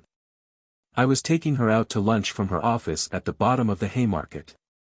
To get her off a friend's back. That is, of course, between ourselves. He said this with great reluctance because he didn't want to cast reflection on Macmaster's taste, for the young lady had been by no means one to be seen walking with a really circumspect public official. But he had said nothing to indicate Macmaster, and he had other friends. The general choked. Upon my soul, he said, what do you take me for? He repeated the words as if he were amazed. If, he said, my GSO2. Who's the stupidest ass I know, told me such a damn fool lie as that I'd have him broke tomorrow. He went on expostulatorily, damn it all, it's the first duty of a soldier, it's the first duty of all Englishmen, to be able to tell a good lie in answer to a charge. But a lie like that. He broke off breathless, then he began again. Hang it all, I told that lie to my grandmother and my grandfather told it to his grandfather. And they call you brilliant. He paused and then asked reproachfully, or do you think I'm in a state of senile decay? Tietjens said. I know you, sir, to be the smartest general of division in the British Army. I leave you to draw your own conclusions as to why I said what I did. He had told the exact truth, but he was not sorry to be disbelieved.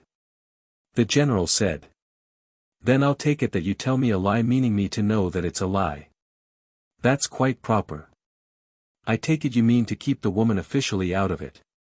But look here, Chrissy, his tone took a deeper seriousness, if the woman that's come between you and Sylvia, that's broken up your home, damn it, for that's what it is little Miss Wannop. Her name was Julia Mandelstein, Tietjens said. The general said. Yes. Yes. Of course. But if it is the little Wanop girl and it's not gone too far. Put her back. Put her back, as you used to be a good boy. It would be too hard on the mother. Tietjens said. General. I give you my word. The general said. I'm not asking any questions, my boy, I'm talking now. You've told me the story you want told and it's the story I'll tell for you. But that little piece is, she used to be, as straight as a die. I dare say you know better than I. Of course when they get among the wild women there's no knowing what happens to them. They say they're all whores. I beg your pardon, if you like the girl. Is Miss Wanop, Tietjens asked, the girl who demonstrates?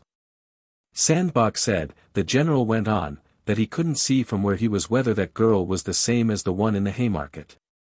But he thought it was. He was pretty certain.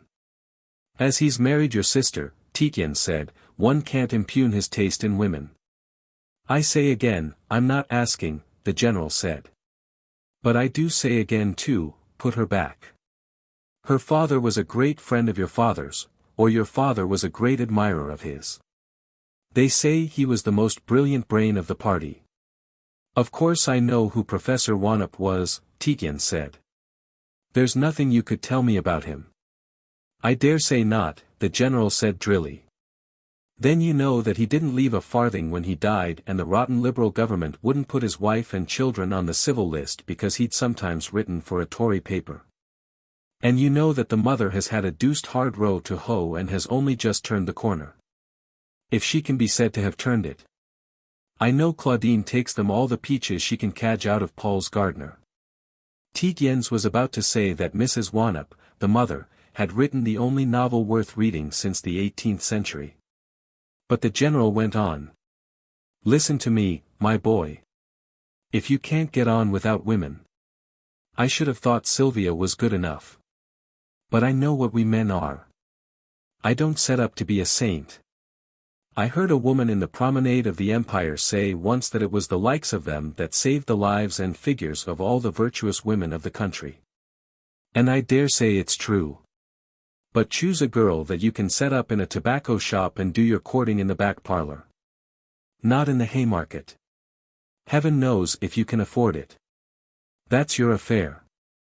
You appear to have been sold up. And from what Sylvia's let drop to Claudine. I don't believe, Tietjens said, that Sylvia said anything to Lady Claudine. She's too straight. I didn't say, said, the general exclaimed, I particularly said, let drop. And perhaps I oughtn't to have said as much as that, but you know what devils for ferreting out women are. And Claudine's worse than any woman I ever knew. And, of course, she's had Sandbach to help, Tietjens said. Oh, that fellow's worse than any woman, the general exclaimed. Then what does the whole indictment amount to? Tietjens asked. Oh, hang it, the general brought out, I'm not a beastly detective, I only want a plausible story to tell Claudine. Or not even plausible. An obvious lie as long as it shows you're not flying in the face of society, as walking up the Haymarket with the little Wanop when your wife's left you because of her would be. What does it amount to? Tietjens said patiently. What Sylvia let drop. Only, the general answered, that your views are, immoral. Of course they often puzzle me. And, of course, if you have views that aren't the same as other people's, and don't keep them to yourself, other people will suspect you of immorality. That's what put Paul Sandbach on your track, and that you're extravagant. Oh, hang it. Eternal hansoms, and taxis and telegrams. You know, my boy, times aren't what they were when your father and I married. We used to say you could do it on 500 a year as a younger son. And then this girl too. His voice took on a more agitated note of shyness, pain. It probably hadn't occurred to you. But, of course, Sylvia has an income of her own. And, don't you see, if you outrun the constable and... In short, you're spending Sylvia's money on the other girl, and that's what people can't stand. He added quickly, I'm bound to say that Mrs. Satterthwaite backs you through thick and thin. Thick and thin. Claudine wrote to her. But you know what women are with a handsome son-in-law that's always polite to them. But I may tell you that but for your mother-in-law, Claudine would have cut you out of her visiting list months ago. And you'd have been cut out of some others too. Tietjens said. Thanks. I think that's enough to go on with. Give me a couple of minutes to reflect on what you've said. I'll wash my hands and change my coat, the general said with intense relief. At the end of 2 minutes Tietjens said. No, I don't see that there is anything I want to say. The general exclaimed with enthusiasm. That's my good lad. Open confession is next to reform. And try to be more respectful to your superiors. Damn it, they say you're brilliant. But I thank heaven I haven't got you in my command. Though I believe you're a good lad. But you're the sort of fellow to set a whole division by the ears. A regular, what's his name? A regular Dreyfus. Did you think Dreyfus was guilty? Tietjens asked. Hang it, the general said, he was worse than guilty, the sort of fellow you couldn't believe in and yet couldn't prove anything against. The curse of the world. Tietjens said. Ah. Well, they are, the general said, fellows like that unsettle society. You don't know where you are. You can't judge. They make you uncomfortable. A brilliant fellow too. I believe he's a brigadier general by now. He put his arm round Tietjens' shoulders. There, my dear boy, he said, come and have a slow gin. That's the real answer to all beastly problems.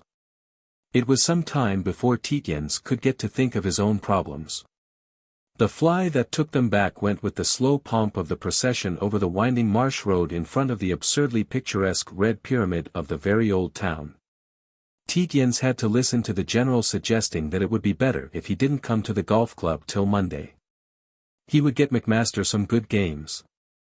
A good, sound fellow that Macmaster now. It was a pity Tietjens hadn't some of his soundness. 2 city men had approached the general on the course and had used some violent invectives against Tietjens. They had objected to being called ruddy swine to their faces. They were going to the police.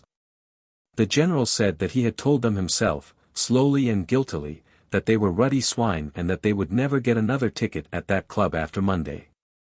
But till Monday, apparently, they had the right to be there and the club wouldn't want scenes.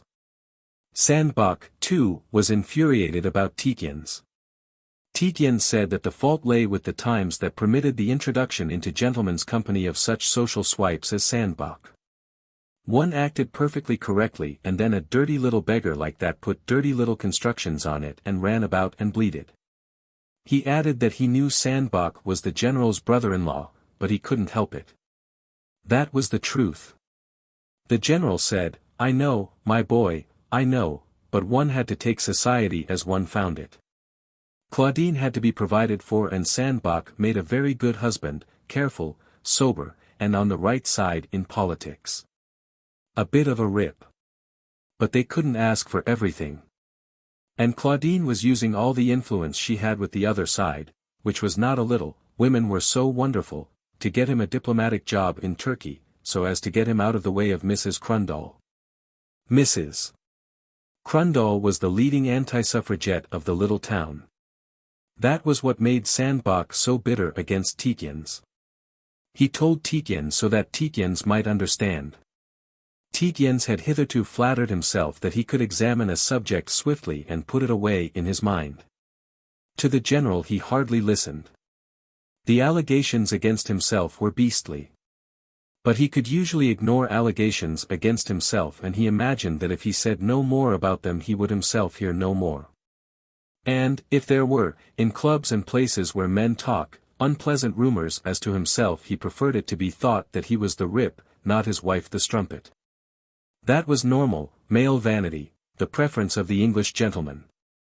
Had it been a matter of Sylvia spotless and himself as spotless as he was, for in all these things he knew himself to be spotless, he would certainly have defended himself, at least, to the general. But he had acted practically in not defending himself more vigorously. For he imagined that, had he really tried, he could have made the general believe him. But he had behaved rightly. It was not mere vanity. There was the child up at his sister Effie's. It was better for a boy to have a rip of a father than a whore for mother. The general was expatiating on the solidity of a squat castle, like a pile of drafts, away to the left, in the sun, on the flatness. He was saying that we didn't build like that nowadays. Tietjens said. You're perfectly wrong, General. All the castles that Henry VIII built in 1543 along this coast are mere monuments of jerry-building. In 1543 jactat Castra Delis, San Gatto, Rea, Hastingas Henricus Rex. That means he chucked them down. The general laughed. You are an incorrigible fellow.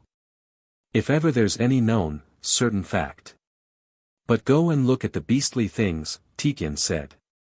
You'll see they've got just a facing of kinstone that the tide floated here, and the fillings up are just rubble, any rubbish. Look here. It's a known certain fact, isn't it, that your 18-pounders are better than the French 75s. They tell us so in the house, on the hustings, in the papers, the public believes it. But would you put one of your tiny pet things firing, what is it, 4 shells a minute, with the little bent pins in their tails to stop the recoil, against their 75s with the compressed air cylinders? The general sat stiffly upon his cushions. That's different, he said. How the devil do you get to know these things? It isn't different, Tietjens said, it's the same muddle-headed frame of mind that sees good building in Henry VIII as lets us into wars with hopelessly antiquated field guns and rottenly inferior ammunition. You'd fire any fellow on your staff who said we could stand up for a minute against the French. Well, anyhow, the general said, I thank heaven you're not on my staff, for you'd talk my hind leg off in a week. It's perfectly true that the public. But Tietjens was not listening. He was considering that it was natural for an unborn fellow like Sandbach to betray the solidarity that should exist between men. And it was natural for a childless woman like Lady Claudine Sandbach with a flagrantly unfaithful husband to believe in the unfaithfulness of the husbands of other women. The general was saying. Who did you hear that stuff from about the French field gun? Tietjens said. From you. 3 weeks ago. And all the other society women with unfaithful husbands. They must do their best to down and out a man. They would cut him on their visiting lists. Let them. The barren harlots mated to faithless eunuchs. Suddenly he thought that he didn't know for certain that he was the father of his child, and he groaned. Well, what have I said wrong now? The general asked. Surely you don't maintain that pheasants do eat mangolds? Tietjens proved his reputation for sanity with. No. I was just groaning at the thought of the Chancellor. That's sound enough for you, isn't it? But it gave him a nasty turn. He hadn't been able to pigeonhole and padlock his disagreeable reflections. He had been as good as talking to himself. In the bow window of another hostelry than his own he caught the eye of Mr. Waterhouse, who was looking at the view over the marshes. The great man beckoned to him and he went in. Mr. Waterhouse was aware that Tietjens, whom he assumed to be a man of sense, should get any pursuit of the 2 girls stopped off. He couldn't move in the matter himself, but a £5 note and possibly a police promotion or so might be handed round if no advertisement were given to the mad women on account of their raid of that afternoon. It was not a very difficult matter, for where the great man was to be found in the club lounge, there, in the bar, the mayor, the town clerk, the local head of the police, the doctors and solicitors would be found drinking together. And after it was arranged the great man himself came into the bar, had a drink and pleased them all immensely by his affability. Tietjens himself, dining alone with the minister to whom he wanted to talk about his Labour Finance Act, didn't find him a disagreeable fellow, not really foolish, not sly except in his humour, tired obviously. But livening up after a couple of whiskies, and certainly not as yet plutocratic. With tastes for apple pie and cream of a 14-year-old boy.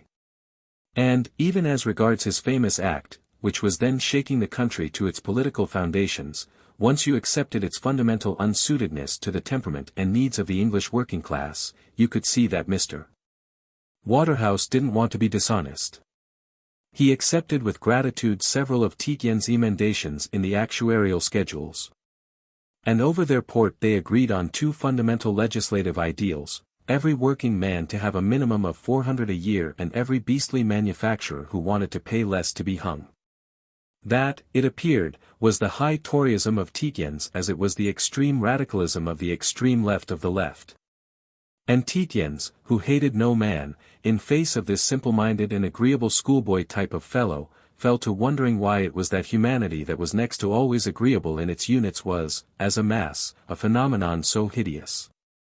You look at a dozen men, each of them not by any means detestable and not uninteresting, for each of them would have technical details of their affairs to impart, you form them into a government or a club and at once, with oppressions, inaccuracies, gossip, backbiting, lying, corruptions and vileness, you had the combination of wolf, tiger, weasel and louse-covered ape that was human society.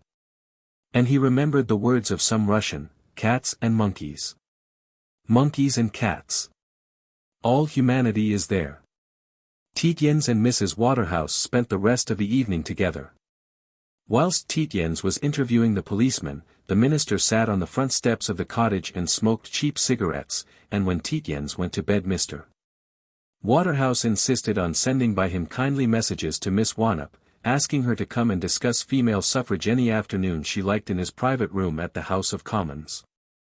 Mr. Waterhouse flatly refused to believe that Tietjens hadn't arranged the raid for Miss Wannop. He said it had been too neatly planned for any woman, and he said Tietjens was a lucky fellow, for she was a ripping girl. Back in his room under the rafters, Tietjens fell, nevertheless, at once a prey to real agitation. For a long time he pounded from wall to wall and, since he could not shake off the train of thought, he got out at last his patience cards, and devoted himself seriously to thinking out the conditions of his life with Sylvia. He wanted to stop scandal if he could, he wanted them to live within his income, he wanted to subtract the child from the influence of its mother. These were all definite but difficult things. Then one half of his mind lost itself in the rearrangement of schedules, and on his brilliant table his hands set queens on kings and checked their recurrences. In that way the sudden entrance of Macmaster gave him a really terrible physical shock. He nearly vomited, his brain reeled and the room fell about. He drank a great quantity of whiskey in front of Macmaster's goggling eyes. But even at that he couldn't talk, and he dropped into his bed faintly aware of his friend's efforts to loosen his clothes. He had, he knew, carried the suppression of thought in his conscious mind so far that his unconscious self had taken command and had, for the time, paralyzed both his body and mind. Chapter 5. It doesn't seem quite fair, Valentine, Mrs. Duchemin said. She was rearranging in a glass bowl some minute flowers that floated on water. They made there, on the breakfast table, a patch, as it were, of mosaic amongst silver chafing dishes, silver iperns piled with peaches in pyramids, and great silver rose bowls filled with roses, that drooped to the damask cloth. A congeries of silver largenesses made as if a fortification for the head of the table. 2 huge silver urns, a great silver kettle on a tripod and a couple of silver vases filled with the extremely tall blue spikes of delphiniums that, spreading out, made as if a fan. The 18th century room was very tall and long. Panelled in darkish wood. In the center of each of 4 of the panels, facing the light, hung pictures, a mellowed orange in tone, representing mists and the cordage of ships in mists at sunrise. On the bottom of each large gold frame was a tablet bearing the inscription, J. M. W. Turner. The chairs, arranged along the long table that was set for 8 people, had the delicate, spidery, mahogany backs of Chippendale. On the golden mahogany sideboard that had behind it green silk curtains on a brass rail were displayed an immense, crumbed ham, more peaches on an ipern, a large meat pie with a varnished crust. Another ipern that supported the large pale globes of grapefruit. A galantine, a cube of inlaid meats, encased in thick jelly. Oh, women have to back each other up in these days, Valentine Wanop said. I couldn't let you go through this alone after breakfasting with you every Saturday since I don't know when. I do feel, Mrs. Duchemin said, immensely grateful to you for your moral support. I ought not, perhaps, to have risked this morning. But I've told Perry to keep him out till 10:15. It's, at any rate, tremendously sporting of you, the girl said. I think it was worth trying. Mrs. Duchemin, wavering round the table, slightly changed the position of the delphiniums. I think they make a good screen, Mrs. Duchemin said. Oh, nobody will be able to see him, the girl answered reassuringly. She added with a sudden resolution, look here, Edie. Stop worrying about my mind. If you think that anything I hear at your table after 9 months as an ash cat at Ealing, with 3 men in the house, an invalid wife and a drunken cook, can corrupt my mind, you're simply mistaken. You can let your conscience be at rest, and let's say no more about it. Mrs. Duchemin said, oh, Valentine. How could your mother let you? She didn't know, the girl said. She was out of her mind for grief. She sat for most of the whole 9 months with her hands folded before her in a board and lodging house at 25 shillings a week, and it took the 5 shillings a week that I earned to make up the money. She added, Gilbert had to be kept at school of course. And in the holidays, too. I don't understand. Mrs. Duchemin said.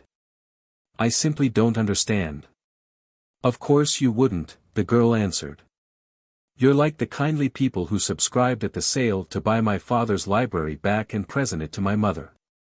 That cost us 5 shillings a week for warehousing, and at Ealing they were always nagging at me for the state of my print dresses. She broke off and said. Let's not talk about it any more if you don't mind. You have me in your house, so I suppose you've a right to references, as the mistresses call them. But you've been very good to me and never asked.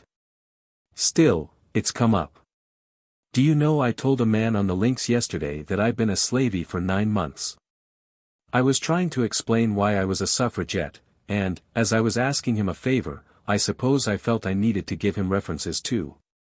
Mrs. Duchemin, beginning to advance towards the girl impulsively, exclaimed. You darling. Miss Wanop said. Wait a minute. I haven't finished. I want to say this, I never talk about that stage of my career because I'm ashamed of it. I'm ashamed of it because I think I did the wrong thing, not for any other reason. I did it on impulse and I stuck to it out of obstinacy. I mean it would probably have been more sensible to go round with the hat to benevolent people, for the keep of mother and to complete my education. But if we've inherited the Wanop ill luck, we've inherited the Wanop pride. And I couldn't do it. Besides I was only 17, and I gave out we were going into the country after the sale. I'm not educated at all, as you know, or only half, because father, being a brilliant man, had ideas. And one of them was that I was to be an athletic, not a classical don at Cambridge, or I might have been, I believe. I don't know why he had that tick. But I'd like you to understand 2 things. One I've said already. What I hear in this house won't ever shock or corrupt me, that it's said in Latin is neither here nor there. I understand Latin almost as well as English because father used to talk it to me and Gilbert as soon as we talked at all. And, oh yes, I'm a suffragette because I've been a slavey. But I'd like you to understand that, though I was a slavey and am a suffragette, you're an old-fashioned woman and queer things are thought about these 2 things, then I'd like you to understand that in spite of it all I'm pure. Chaste, you know. Perfectly virtuous. Mrs. Duchemin said. Oh, Valentine. Did you wear a cap and apron? You. In a cap and apron. Miss Wanop replied. Yes. I wore a cap and apron and sniffled, to the mistress, and slept under the stairs too. Because I would not sleep with the beast of a cook.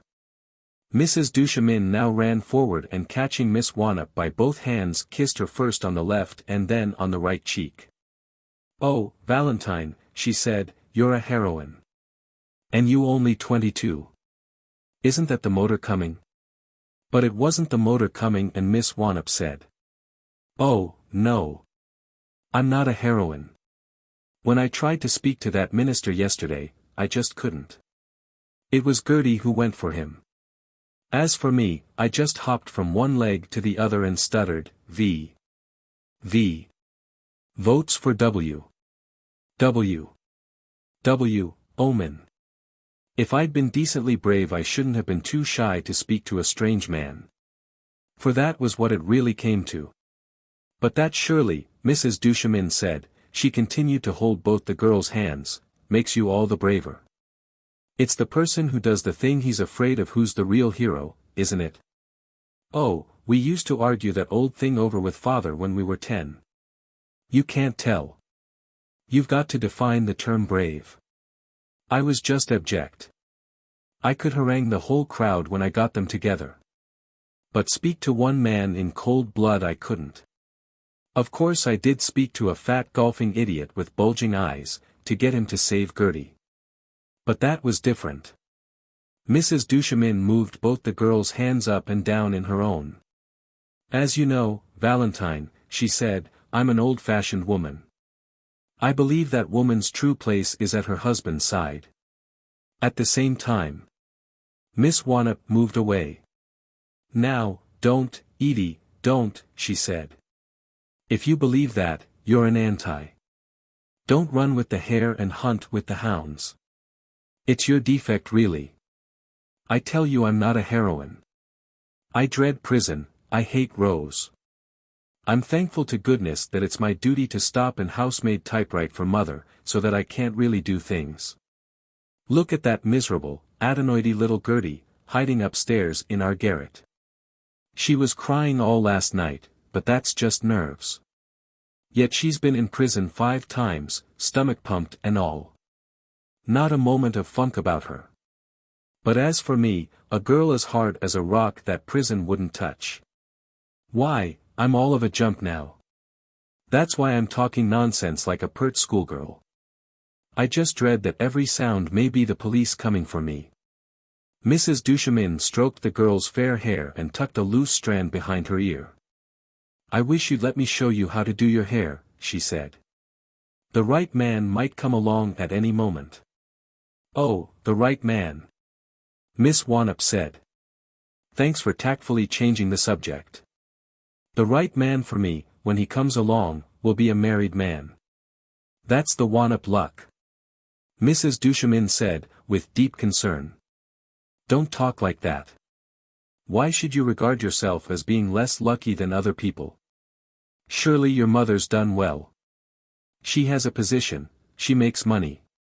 Ah, but mother isn't a Wannop, the girl said, only by marriage. The real Wannops. They've been executed, and attainted, and falsely accused and killed in carriage accidents and married adventurers or died penniless like father. Ever since the dawn of history. And then, mother's got her mascot. Oh, what's that? Mrs. Duchemin asked, almost with animation, a relic. Don't you know mother's mascot? The girl asked. She tells everybody. Don't you know the story of the man with the champagne? How mother was sitting contemplating suicide in her bed-sitting room and there came in a man with a name like Tietjens. She always calls him the mascot and asks us to remember him as such in our prayers. He was a man who'd been at a German university with father years before and loved him very dearly, but not kept touch with him. And he'd been out of England for 9 months when father died and round about it. And he said, now Mrs. Wannop, what's this? And she told him. And he said, what you want is champagne. And he sent the slavey out with a sovereign for a bottle of Veuve Clicquot. And he broke the neck of the bottle off against the mantelpiece because they were slow in bringing an opener.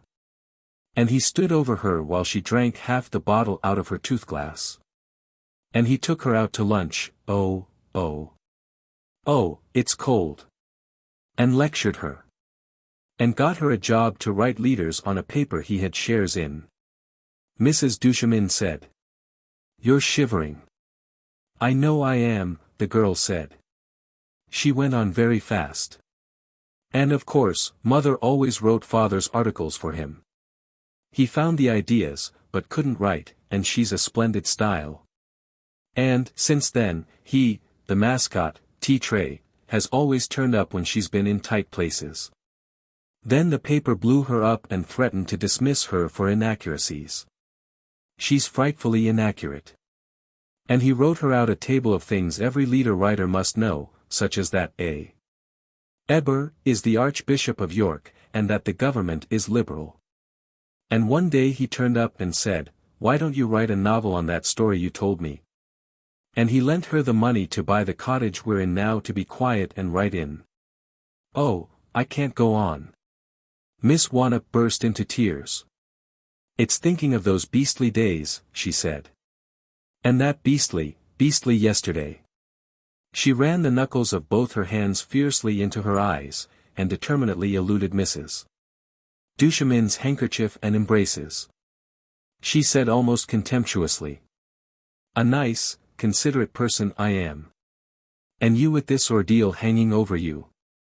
Do you suppose I don't appreciate all your silent heroism of the home, while we're marching about with flags and shouting? But it's just to stop women like you being tortured, body and soul, week in, week out, that we. Mrs. Duchemin had sat down on a chair near one of the windows. She had her handkerchief hiding her face. Why women in your position don't take lovers, the girl said, hotly. Or that women in your position do take lovers. Mrs. Duchemin looked up. In spite of its tears her white face had an air of serious dignity. Oh, no, Valentine, she said, using her deeper tones. There's something beautiful, there's something thrilling about chastity. I'm not narrow-minded. Censorious. I don't condemn. But to preserve in word, thought and action a lifelong fidelity. It's no mean achievement. You mean like an egg and spoon race, Miss Wannop said. It isn't, Mrs. Duchemin replied gently, the way I should have put it. Isn't the real symbol Atlanta, running fast and not turning aside for the golden apple? That always seemed to me the real truth hidden in the beautiful old legend. I don't know, Miss Wannop said, when I read what Ruskin says about it in The Crown of Wild Olive. Or no. It's the Queen of the Air. That's his Greek rubbish, isn't it? I always think it seems like an egg race in which the young woman didn't keep her eyes in the boat. But I suppose it comes to the same thing. Mrs. Duchemin said. My dear. Not a word against John Ruskin in this house. Miss Wannop screamed. An immense voice had shouted. This way. This way. The ladies will be here. Of Mr. Duchemin's curates, he had 3 of them, for he had 3 marshland parishes almost without stipend. So that no one but a very rich clergyman could have held them. It was observed that they were all very large men with the physiques rather of prize-fighters than of clergy. So that when by any chance at dusk, Mr. Duchemin, who himself was of exceptional stature, and his 3 assistants went together along a road, the hearts of any malefactors whom in the mist they chanced to encounter went pit-a-pat. Mr. Horsley, the number 2, had in addition an enormous voice. He shouted 4 or 5 words, interjected tee-hee, shouted 4 or 5 words more and again interjected tee-hee. He had enormous wrist bones that protruded from his clerical cuffs, an enormous Adam's apple, a large, thin, close-cropped, colorless face like a skull, with very sunken eyes, and when he was once started speaking it was impossible to stop him. Because his own voice in his ears drowned every possible form of interruption. This morning, as an inmate of the house, introducing to the breakfast-room Messrs. Tietjens and Macmaster, who had driven up to the steps just as he was mounting them, he had a story to tell. The introduction was, therefore, not, as such, a success. A state of siege, ladies.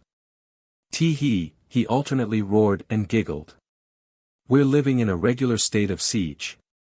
What with, it appeared that the night before, after dinner, Mr. Sandbach and rather more than half a dozen of the young bloods who had dined at Mountby, had gone scouring the country lanes, mounted on motor bicycles and armed with loaded canes, for suffragettes. Every woman they had come across in the darkness they had stopped, abused, threatened with their loaded canes and subjected to cross-examination. The countryside was up in arms. As a story this took, with the appropriate reflections and repetitions, a long time in telling, and afforded Tietjens and Miss Wannop the opportunity of gazing at each other.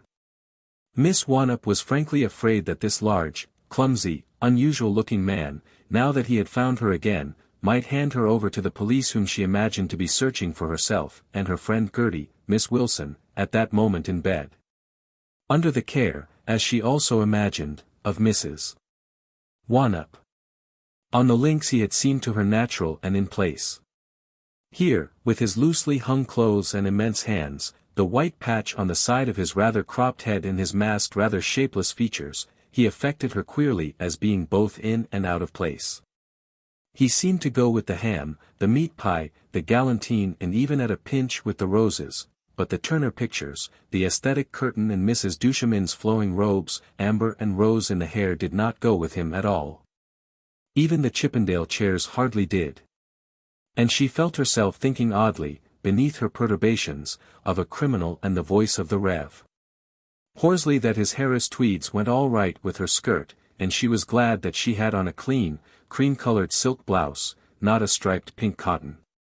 She was right as to that. In every man there are two minds that work side by side, the one checking the other, thus emotion stands against reason, intellect corrects passion and first impressions act just a little, but very little, before quick reflection. Yet first impressions have always a bias in their favor, and even quiet reflection has often a job to efface them. The night before Tietjens had given several thoughts to this young woman. General Campion had assigned her to him as maîtresse en titre. He was said to have ruined himself, broken up his home and spent his wife's money on her. Those were lies. On the other hand they were not inherent impossibilities. Upon occasion and given the right woman, quite sound men have done such things. He might, heaven knows, himself be so caught. But that he should have ruined himself over an unnoticeable young female who had announced herself as having been a domestic servant, and wore a pink cotton blouse, that it seemed to go beyond the bounds of even the unreason of club gossip. That was the strong, first impression. It was all very well for his surface mind to say that the girl was not by birth a tweeny maid, she was the daughter of Professor Wannop and she could jump. For Tietjens held very strongly the theory that what finally separated the classes was that the upper could lift its feet from the ground whilst common people couldn't. But the strong impression remained. Miss Wannop was a tweeny maid. Say a lady's help, by nature. She was of good family, for the Wannops were first heard of at Birdlip in Gloucestershire in the year 1417, no doubt enriched after Agincourt. But even brilliant men of good family will now and then throw daughters who are lady helps by nature. That was one of the queernesses of heredity. And, though Tietjens had even got as far as to realize that Miss Wannop must be a heroine who had sacrificed her young years to her mother's gifts. And no doubt to a brother at school, for he had guessed as far as that, even then Tietjens couldn't make her out as more than a lady help. Heroines are all very well, admirable, they may even be saints, but if they let themselves get careworn in face and go shabby, well, they must wait for the gold that shall be amply stored for them in heaven. On this earth you could hardly accept them as wives for men of your own set. Certainly you wouldn't spend your own wife's money on them. That was what it really came to. But, brightened up as he now suddenly saw her, with silk for the pink cotton, shining coiled hair for the white canvas hat, a charming young neck, good shoes beneath neat ankles. A healthy flush taking the place of yesterday's pallor of fear for her comrade. An obvious equal in the surroundings of quite good people, small, but well-shaped and healthy, immense blue eyes fixed without embarrassment on his own. By Jove, he said to himself, it's true. What a jolly little mistress she'd make. He blamed Campion, Sandbach and the club gossips for the form the thought had taken. For the cruel, bitter and stupid pressure of the world has yet about it something selective. If it couples male and female in its inexorable rings of talk, it will be because there is something harmonious in the union. And there exists then the pressure of suggestion. He took a look at Mrs. Duchemin and considered her infinitely commonplace and probably a bore. He disliked her large-shouldered, many-yard style of blue dress and considered that no woman should wear clouded amber, for which the proper function was the provision of cigarette holders for bounders. He looked back at Miss Wannop, and considered that she would make a good wife for Macmaster. Macmaster liked bouncing girls and this girl was quite lady enough. He heard Miss Wannop shout against the gale to Mrs. Duchemin. "Do I sit beside the head of the table and pour out?" Mrs. Duchemin answered. "No. I've asked Miss Fox to pour out. She's nearly stone deaf." Miss Fox was the penniless sister of a curate deceased. "You're to amuse Mr. Tietjens." Tietjens noticed that Mrs. Duchemin had an agreeable turret voice. It penetrated the noises of Mr. Horsley as the missel thrushes note a gale. It was rather agreeable. He noticed that Miss Wannop made a little grimace. Mr. Horsley, like a megaphone addressing a crowd, was turning from side to side, addressing his hearers by rotation. At the moment he was bawling at Macmaster.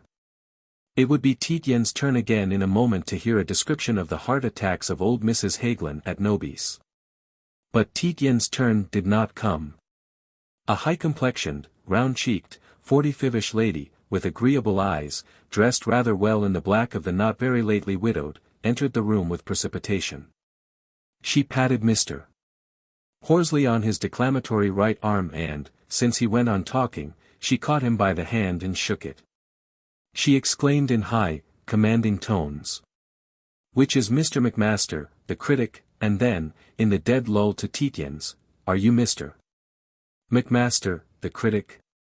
"No." "Then you must be." Her turning to Macmaster and the extinction of her interest in himself had been one of the rudest things Tietjens had ever experienced, but it was an affair so strictly businesslike that he took it without any offence. She was remarking to Macmaster. "Oh, Mr. Macmaster, my new book will be out on Thursday week," and she had begun to lead him towards a window at the other end of the room. Miss Wannop said. "What have you done with Gertie?" "Gertie?" Mrs. Wannop exclaimed with the surprise of one coming out of a dream. "Oh yes. She's fast asleep. She'll sleep till 4. I told Hannah to give a look at her now and then." Miss Wannop's hands fell open at her side. "Oh, mother!" forced itself from her. "Oh, yes," Mrs. Wannop said, "we'd agreed to tell old Hannah we didn't want her today." "So we had."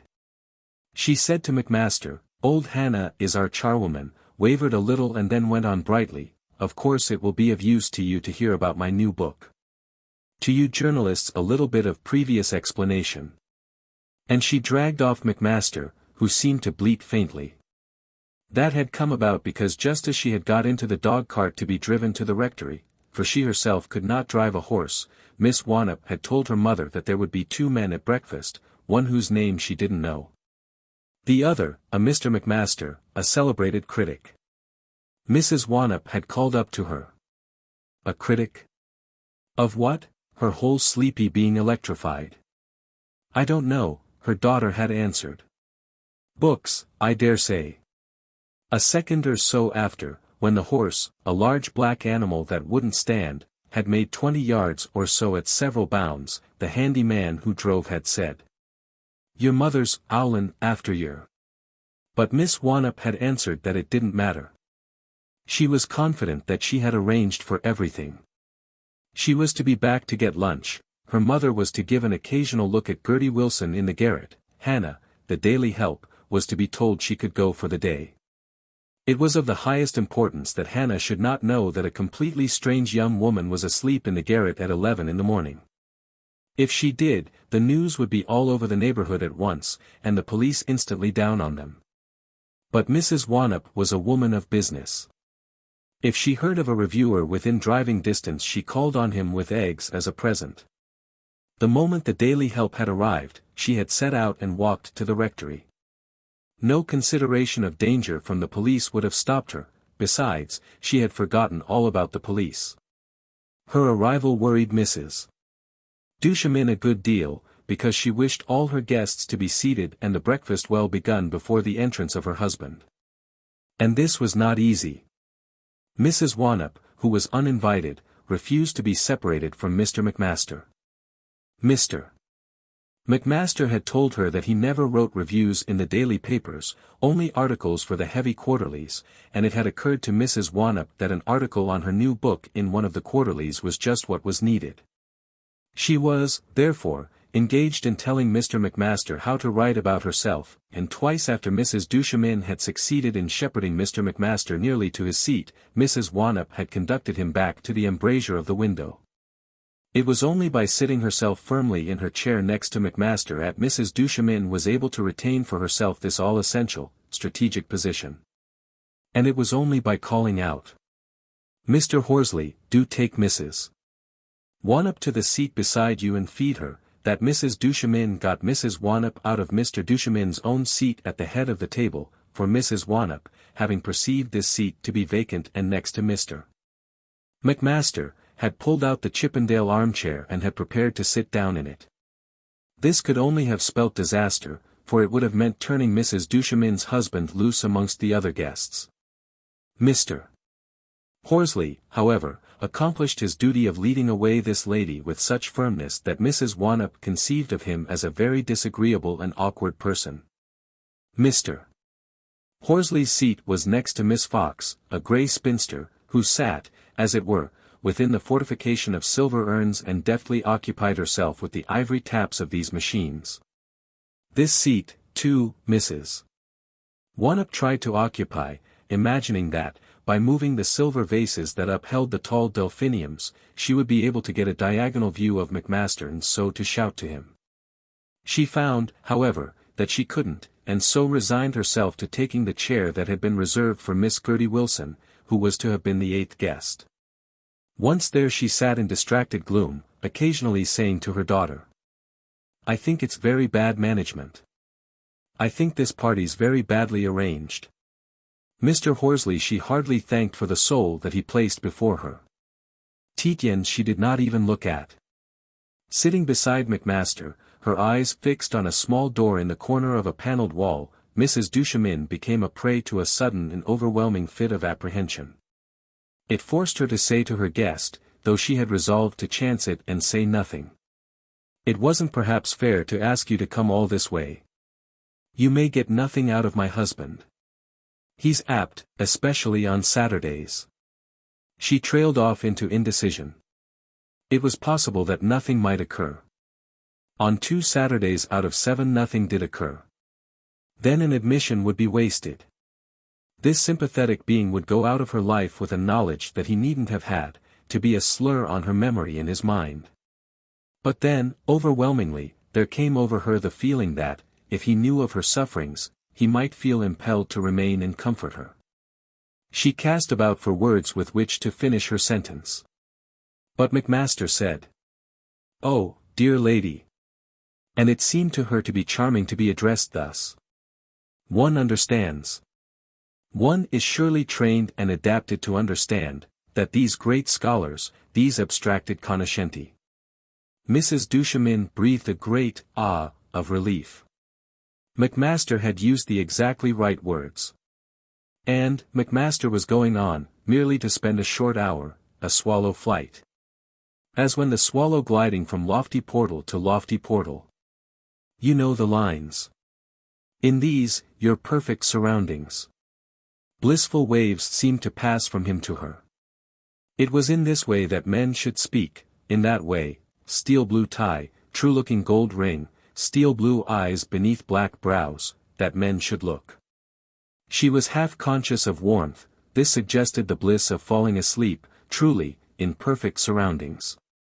The roses on the table were lovely, their scent came to her.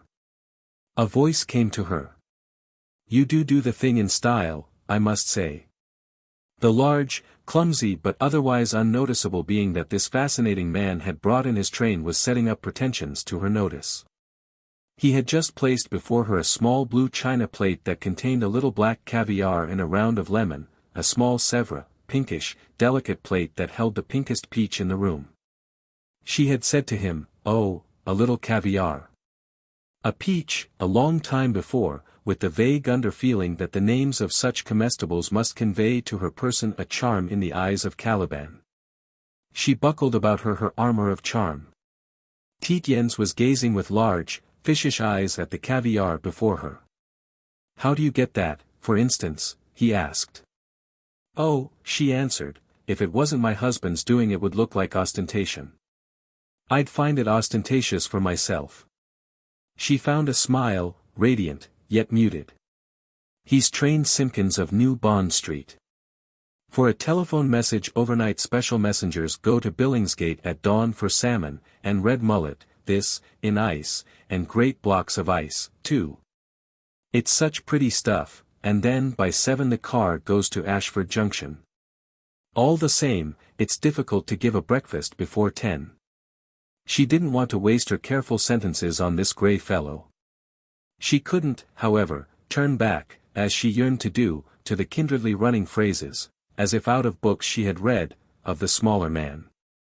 "Ah, but it isn't," Tietjens said, "ostentation. It's the great tradition. You mustn't ever forget that your husband's breakfast du chemin of Magdalen." He seemed to be gazing, inscrutably, deep into her eyes. But no doubt he meant to be agreeable. "Sometimes I wish I could," she said. "He doesn't get anything out of it himself. He's ascetic to unreasonableness. On Fridays he eats nothing at all. It makes me quite anxious, for Saturdays." Tietjens said. "I know," she exclaimed, and almost with sharpness. "You know." He continued to gaze straight into her eyes. "Oh, of course one knows all about breakfast du chemin," he said. He was one of Ruskin's road builders. He was said to be the most Ruskin-like of them all. Mrs. Duchemin cried out, "Oh!" Fragments of the worst stories that in his worst moods her husband had told her of his old preceptor went through her mind. She imagined that the shameful parts of her intimate life must be known to this nebulous monster.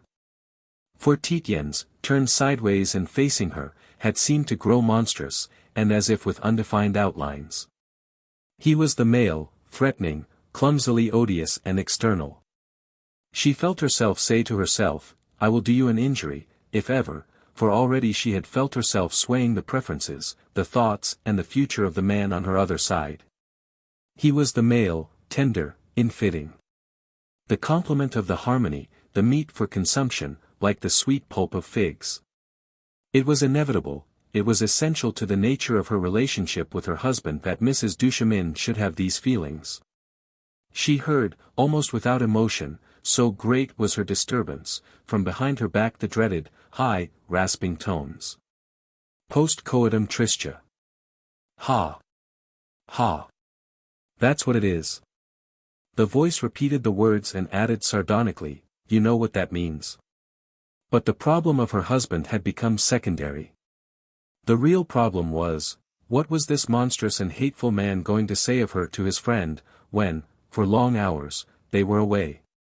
He was still gazing into her eyes. He said nonchalantly, rather low, "I wouldn't look round if I were you. Vincent Macmaster is quite up to dealing with the situation."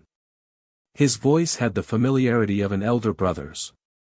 And at once Mrs. Duchemin knew, that he knew that already close ties were developing between herself and Macmaster. He was speaking as a man speaks in emergencies to the mistress of his dearest friend. He was then one of those formidable and to be feared males who possessed the gift of right intuitions. Tietjens said, "You heard." To the gloating, cruel tones that had asked, "You know what that means?"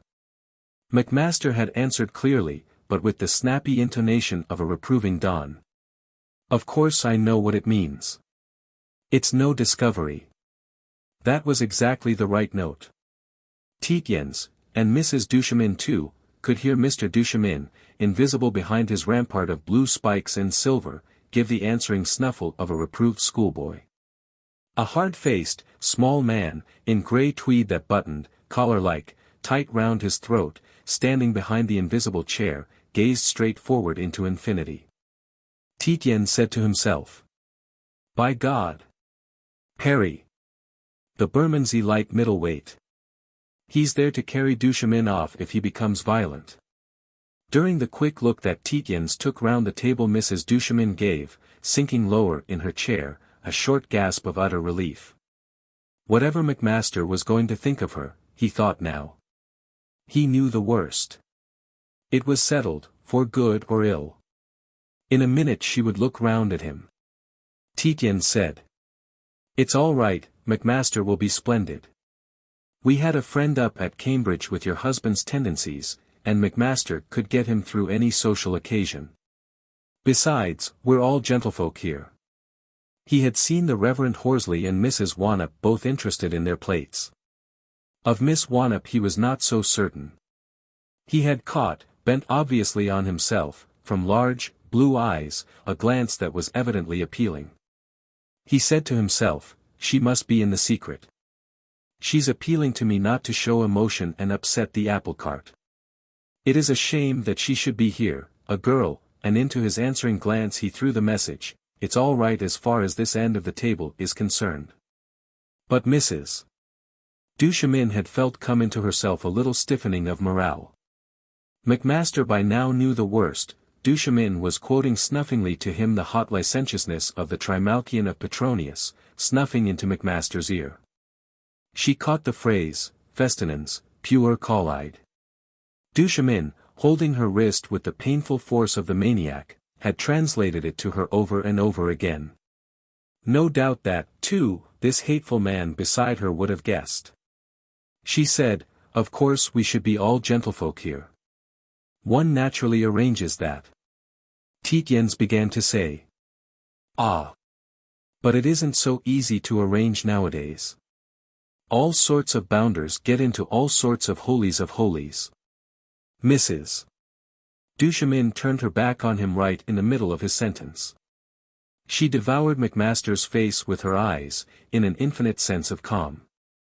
Macmaster 4 minutes before had been the only one to see the entrance, from a small panelled door that had behind it another of green baize, of the Reverend Mr. Duchemin, and following him a man whom Macmaster, too, recognized at once as Perry, the ex-prize fighter. It flashed through his mind at once that this was an extraordinary conjunction. It flashed through his mind, too, that it was extraordinary that anyone so ecstatically handsome as Mrs. Duchemin's husband should not have earned high preferment in a church always hungry for male beauty. Mr.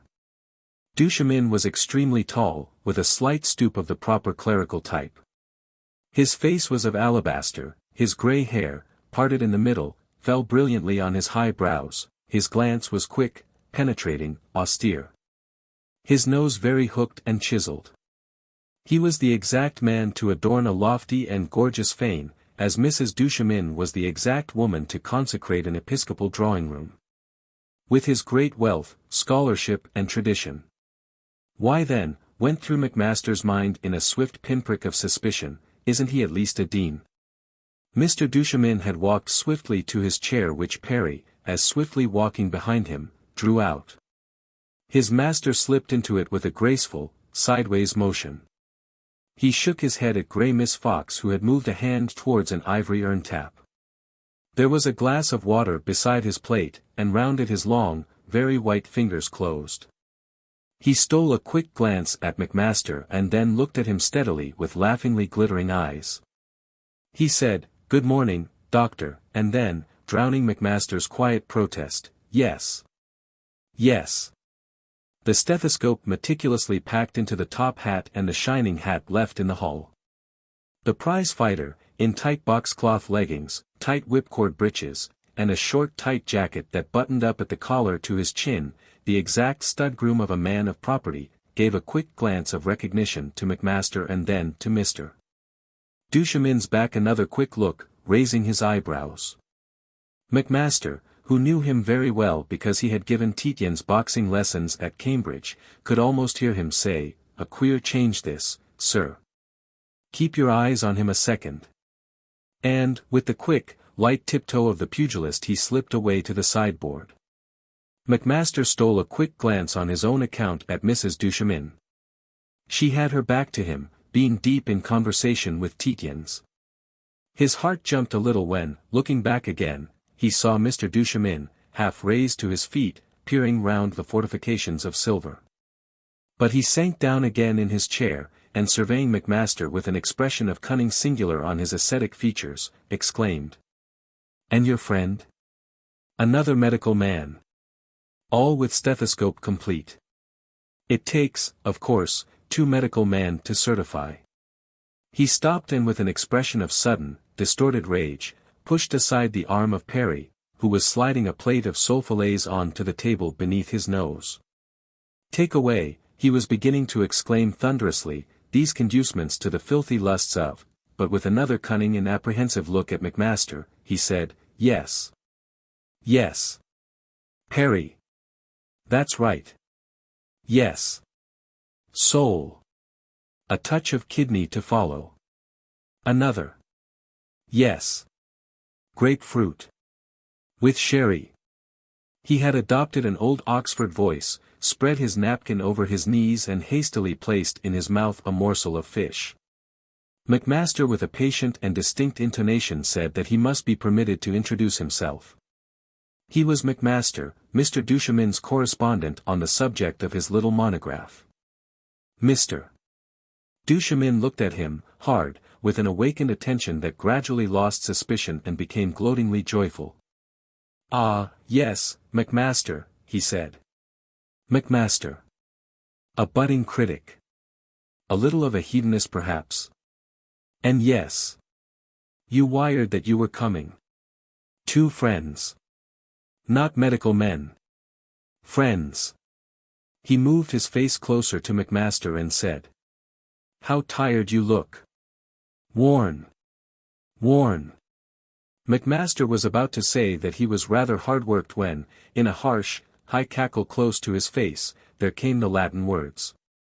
Mrs. Duchemin, and Tietjens, had heard. He knew then what he was up against. He took another look at the prize-fighter, moved his head to one side to catch a momentary view of the gigantic Mr. Horsley, whose size took on a new meaning. Then he settled down in his chair and ate a kidney. The physical force present was no doubt enough to suppress Mr. Duchemin should he become violent.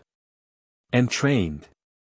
It was one of the curious, minor coincidences of life that, at Cambridge, he had once thought of hiring this very Perry to follow round his dear friend Sim. Sim, the most brilliant of sardonic ironists, sane, decent and ordinarily a little prudish on the surface, had been subject to just such temporary lapses as Mr. Duchemin. On society occasions he would stand up and shout or sit down and whisper the most unthinkable indecencies. Macmaster, who had loved him very much, had run round with Sim as often as he could, and had thus gained skill in dealing with these manifestations.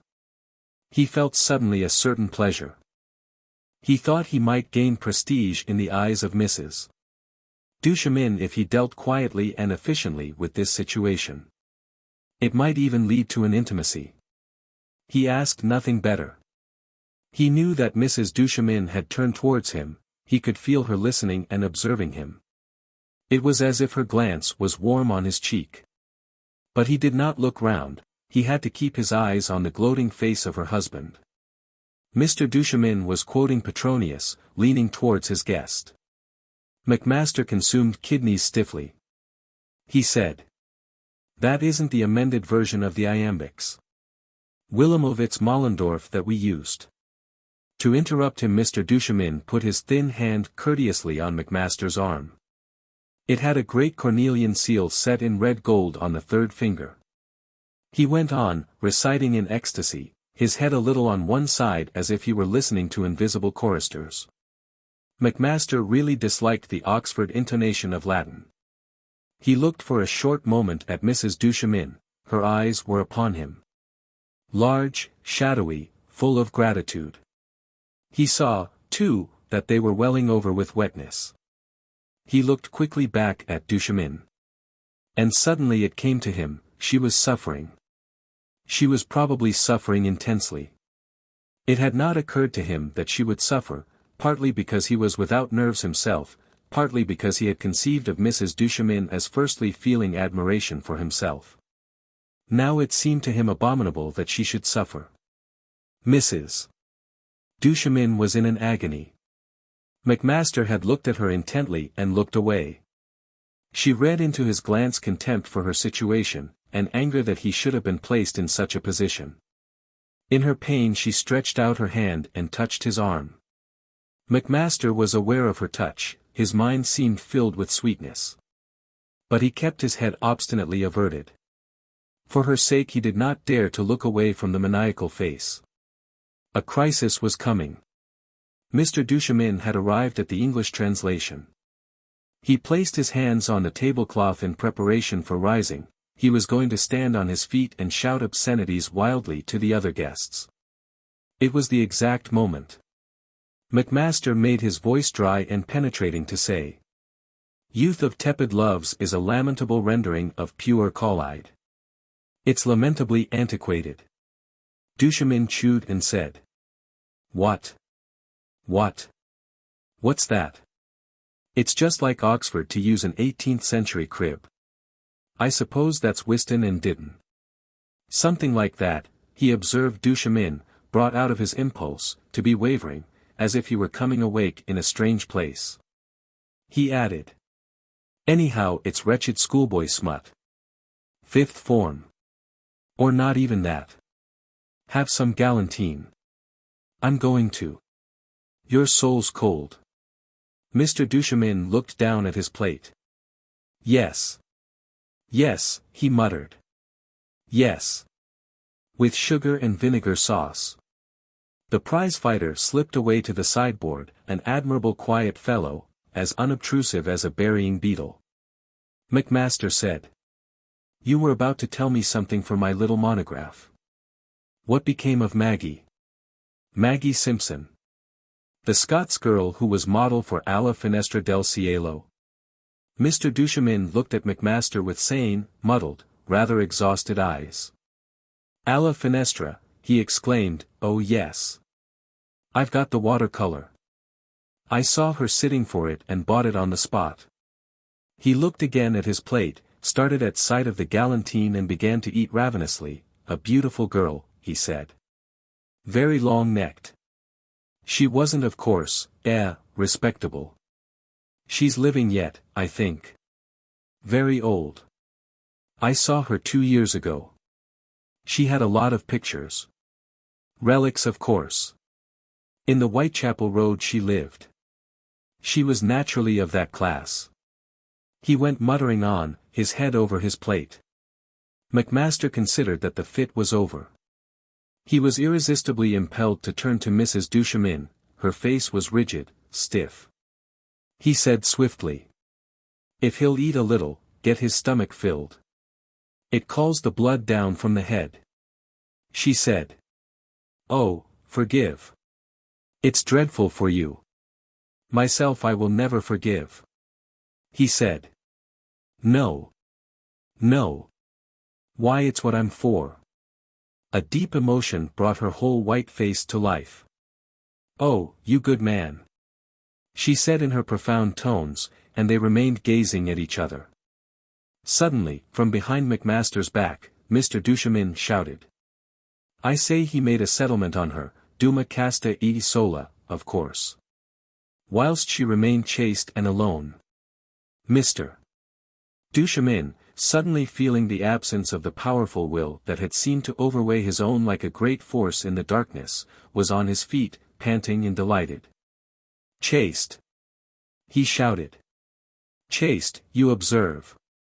What a world of suggestion in the word. He surveyed the opulent broadness of his tablecloth, it spread out before his eyes as if it had been a great expanse of meadow in which he could gallop, relaxing his limbs after long captivity. He shouted 3 obscene words and went on in his Oxford movement voice, but chastity. Mrs. Wannop suddenly said. Oh, and looked at her daughter, whose face grew slowly crimson as she continued to peel a peach. Mrs. Wannop turned to Mr. Horsley beside her and said. You write, too, I believe, Mr. Horsley. No doubt something more learned than my poor readers would care for, Mr. Horsley had been preparing, according to his instructions from Mrs. Duchemin, to shout a description of an article he had been writing about the Mosella of Ausonius, but as he was slow in starting the lady got in first. She talked on serenely about the tastes of the large public. Tietjens leaned across to Miss Wannop and, holding in his right hand a half-peeled fig, said to her as loudly as he could. "I've got a message for you from Mr. Waterhouse. He says if you'll—" The completely deaf Miss Fox, who had had her training by writing, remarked diagonally to Mrs. Duchemin. "I think we shall have thunder today. Have you remarked the number of minute insects? When my revered preceptor, Mr. Duchemin thundered on, drove away in the carriage on his wedding day he said to his bride, 'We will live like the blessed angels.' How sublime! I, too, after my nuptials." Mrs. Duchemin suddenly screamed. "Oh, no." As if checked for a moment in their stride, all the others paused, for a breath. Then they continued talking with polite animation and listening with minute attention. To Tietjens that seemed the highest achievement and justification of English manners. Perry, the prize-fighter, had twice caught his master by the arm and shouted that breakfast was getting cold. He said now to Macmaster that he and the Rev. Horsley could get Mr. Duchemin away, but there'd be a hell of a fight. Macmaster whispered, "Wait," and, turning to Mrs. Duchemin he said, "I can stop him."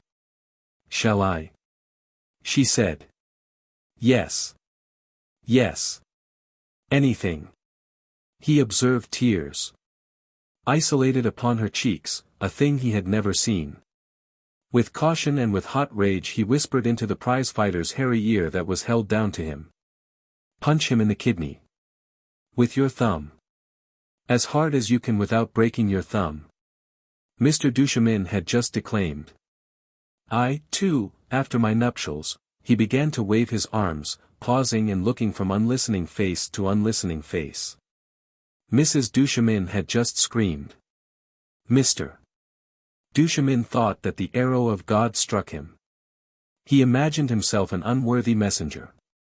In such pain as he had never conceived of he fell into his chair and sat huddled up, a darkness covering his eyes. "He won't get up again," Macmaster whispered to the appreciative pugilist.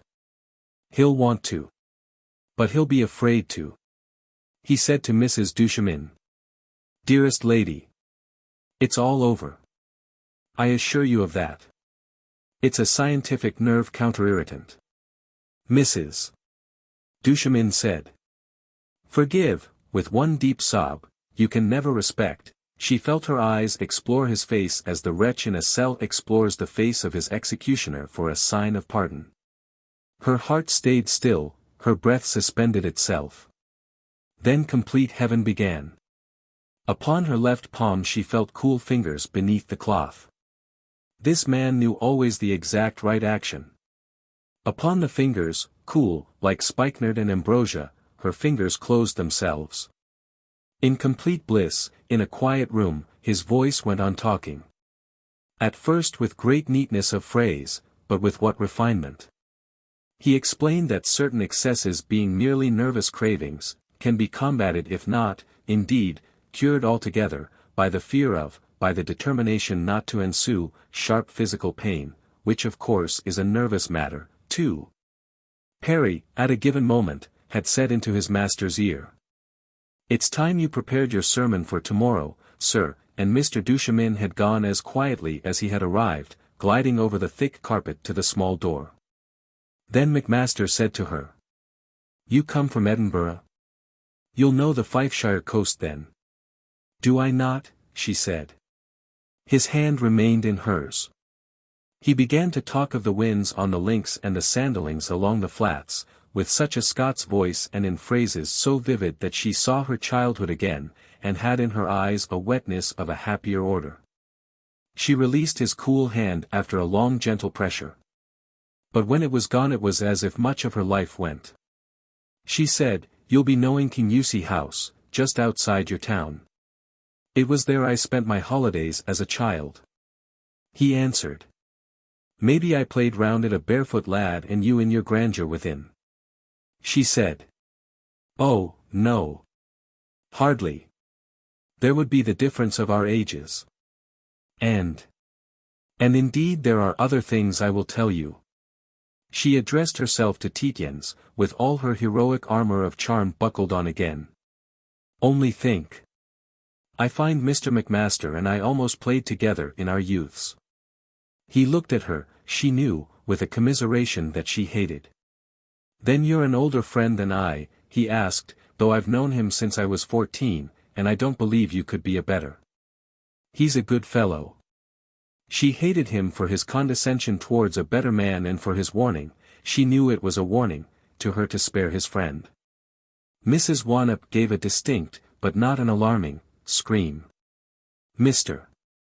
Horsley had been talking to her about an unusual fish that used to inhabit the Moselle in Roman times. The Mosella of Ausonius, the subject of the essay he was writing, is mostly about fish. No, he shouted, it's been said to be the roach. But there are no roach in the river now. Vanulus voridis, oculisque. No. It's the other way round, red fins. Mrs. Wannop's scream and her wide gesture, her hand, indeed, was nearly over his mouth and her trailing sleeve across his plate, were enough to interrupt him. Tietjens, she again screamed. Is it possible? She pushed her daughter out of her seat and, moving round beside the young man, she overwhelmed him with vociferous love. As Tietjens had turned to speak to Mrs. Duchemin, she had recognized his aquiline half-profile as exactly that of his father at her own wedding breakfast. To the table that knew it by heart, though Tietjens himself didn't. She recited the story of how his father had saved her life, and was her mascot. And she offered the son, for to the father she had never been allowed to make any return, her horse, her purse, her heart, her time, her all. She was so completely sincere that, as the party broke up, she just nodded to Macmaster and, catching Tietjens forcibly by the arm, said perfunctorily to the critic. Sorry, I can't help you any more with the article. But my dear Chrissy must have the books he wants. At once.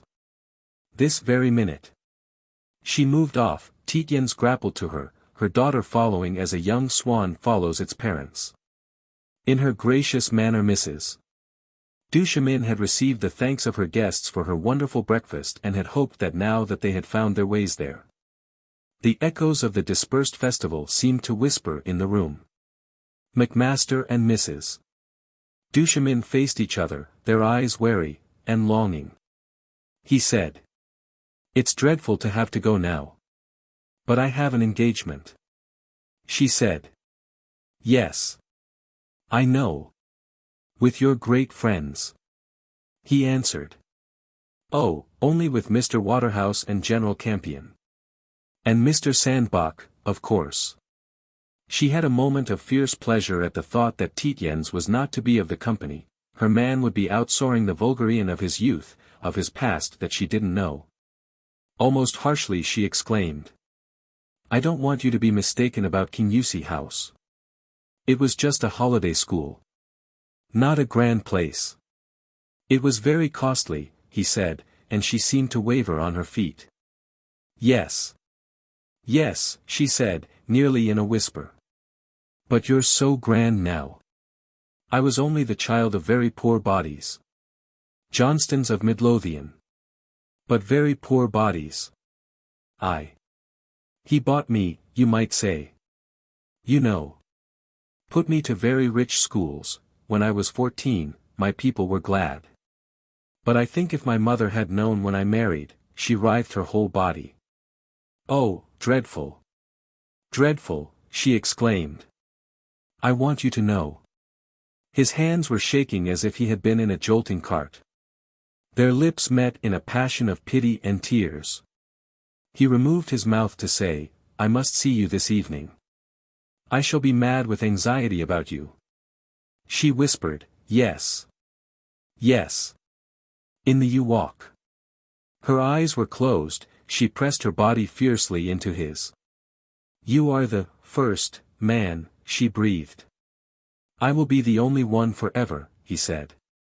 He began to see himself, in the tall room, with the long curtains, a round, eagle mirror reflected them gleaming, like a bejeweled picture with great depths, the entwined figures. They drew apart to gaze at each other, holding hands. The voice of Tietjens said, "Macmaster. You're to dine at Mrs. Wannop's tonight. Don't dress, I shan't." He was looking at them without any expression, as if he had interrupted a game of cards. Large, grey, fresh-featured, the white patch glistening on the side of his grizzling hair. Macmaster said, "All right. It's near here, isn't it? I've got an engagement just after." Tietjens said that would be all right, he would be working himself. All night probably. For Waterhouse. Mrs. Duchemin said with swift jealousy. "You let him order you about." Tietjens was gone. Macmaster said absently. "Who? Chrissy?" "Yes. Sometimes I him, sometimes he me. We make engagements. My best friend. The most brilliant man in England, of the best stock too. Tietjens of Groby." Feeling that she didn't appreciate his friend, he was abstractly piling on commendations. He's making calculations now. For the government that no other man in England could make. But he's going. An extreme languor had settled on him, he felt weakened but yet triumphant with the cessation of her grasp. It occurred to him numbly that he would be seeing less of Tietjens. A grief. He heard himself quote. "Since when we stand side by side." His voice trembled. "Ah yes," came in her deep tones, the beautiful lines. "They're true. We must part. In this world," they seemed to her lovely and mournful words to say. Heavenly to have them to say, vibratingly, arousing all sorts of images. Macmaster, mournfully too, said. "We must wait." He added fiercely, "But tonight, at dusk." He imagined the dusk, under the yew hedge. A shining motor drew up in the sunlight under the window. "Yes. Yes," she said.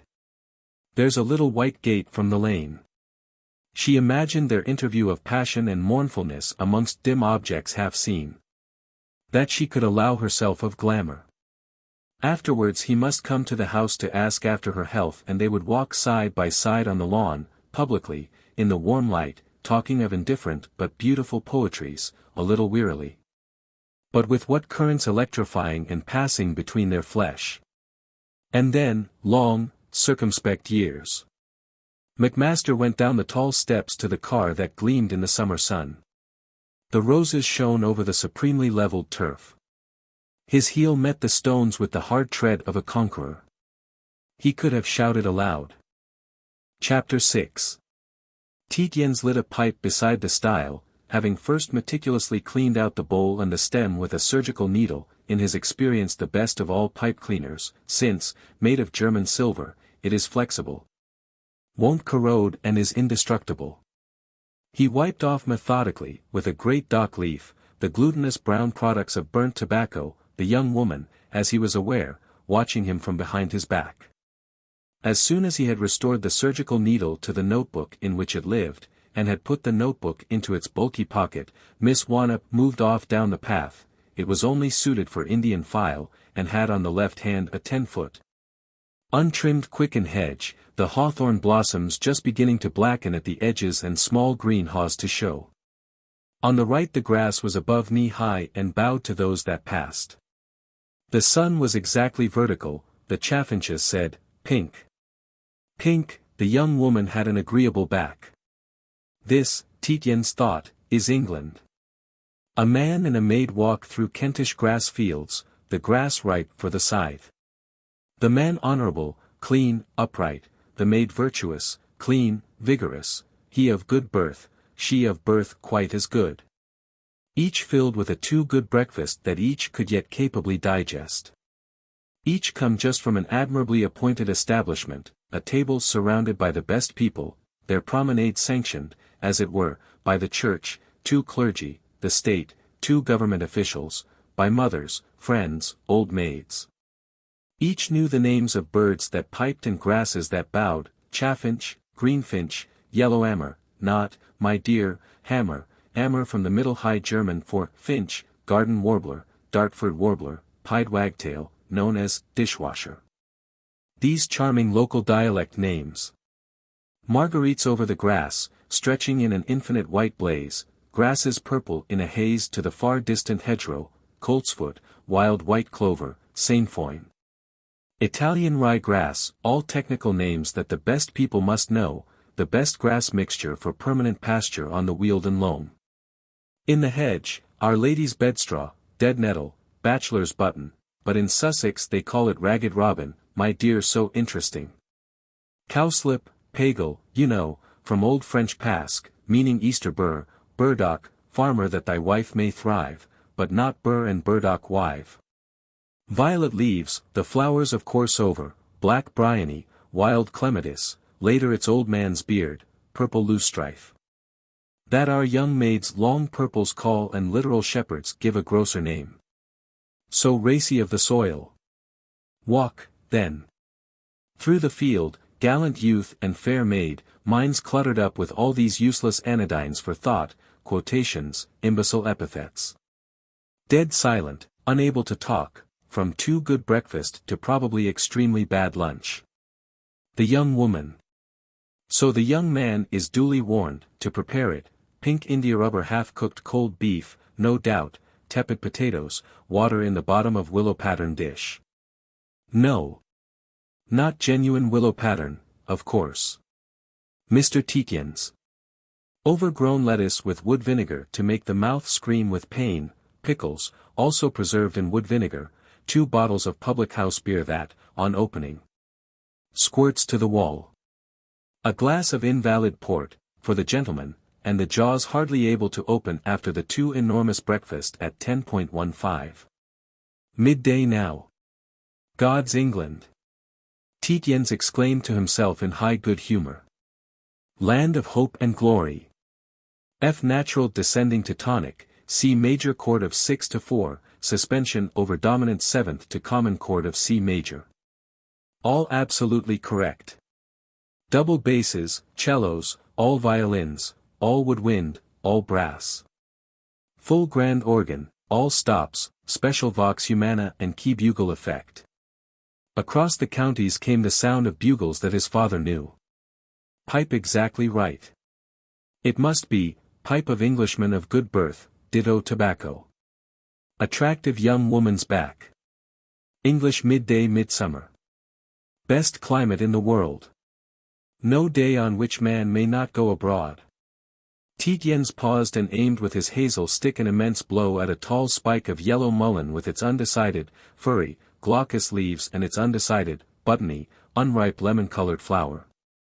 The structure collapsed, gracefully, like a woman killed among crinolines. Now I'm a bloody murderer. Tietjens said. Not gory. Green stained with vital fluid of innocent plant. And by God. Not a woman in the country who won't let you rape her after an hour's acquaintance. He slew 2 more mulleins and a sow thistle. A shadow, but not from the sun, a gloom, lay across the 60 acres of purple grass bloom and marguerites, white, like petticoats of lace over the grass. By God, he said, Church. State. Army. H.M. Ministry, H.M. Opposition, H.M. City man. All the governing class. All rotten.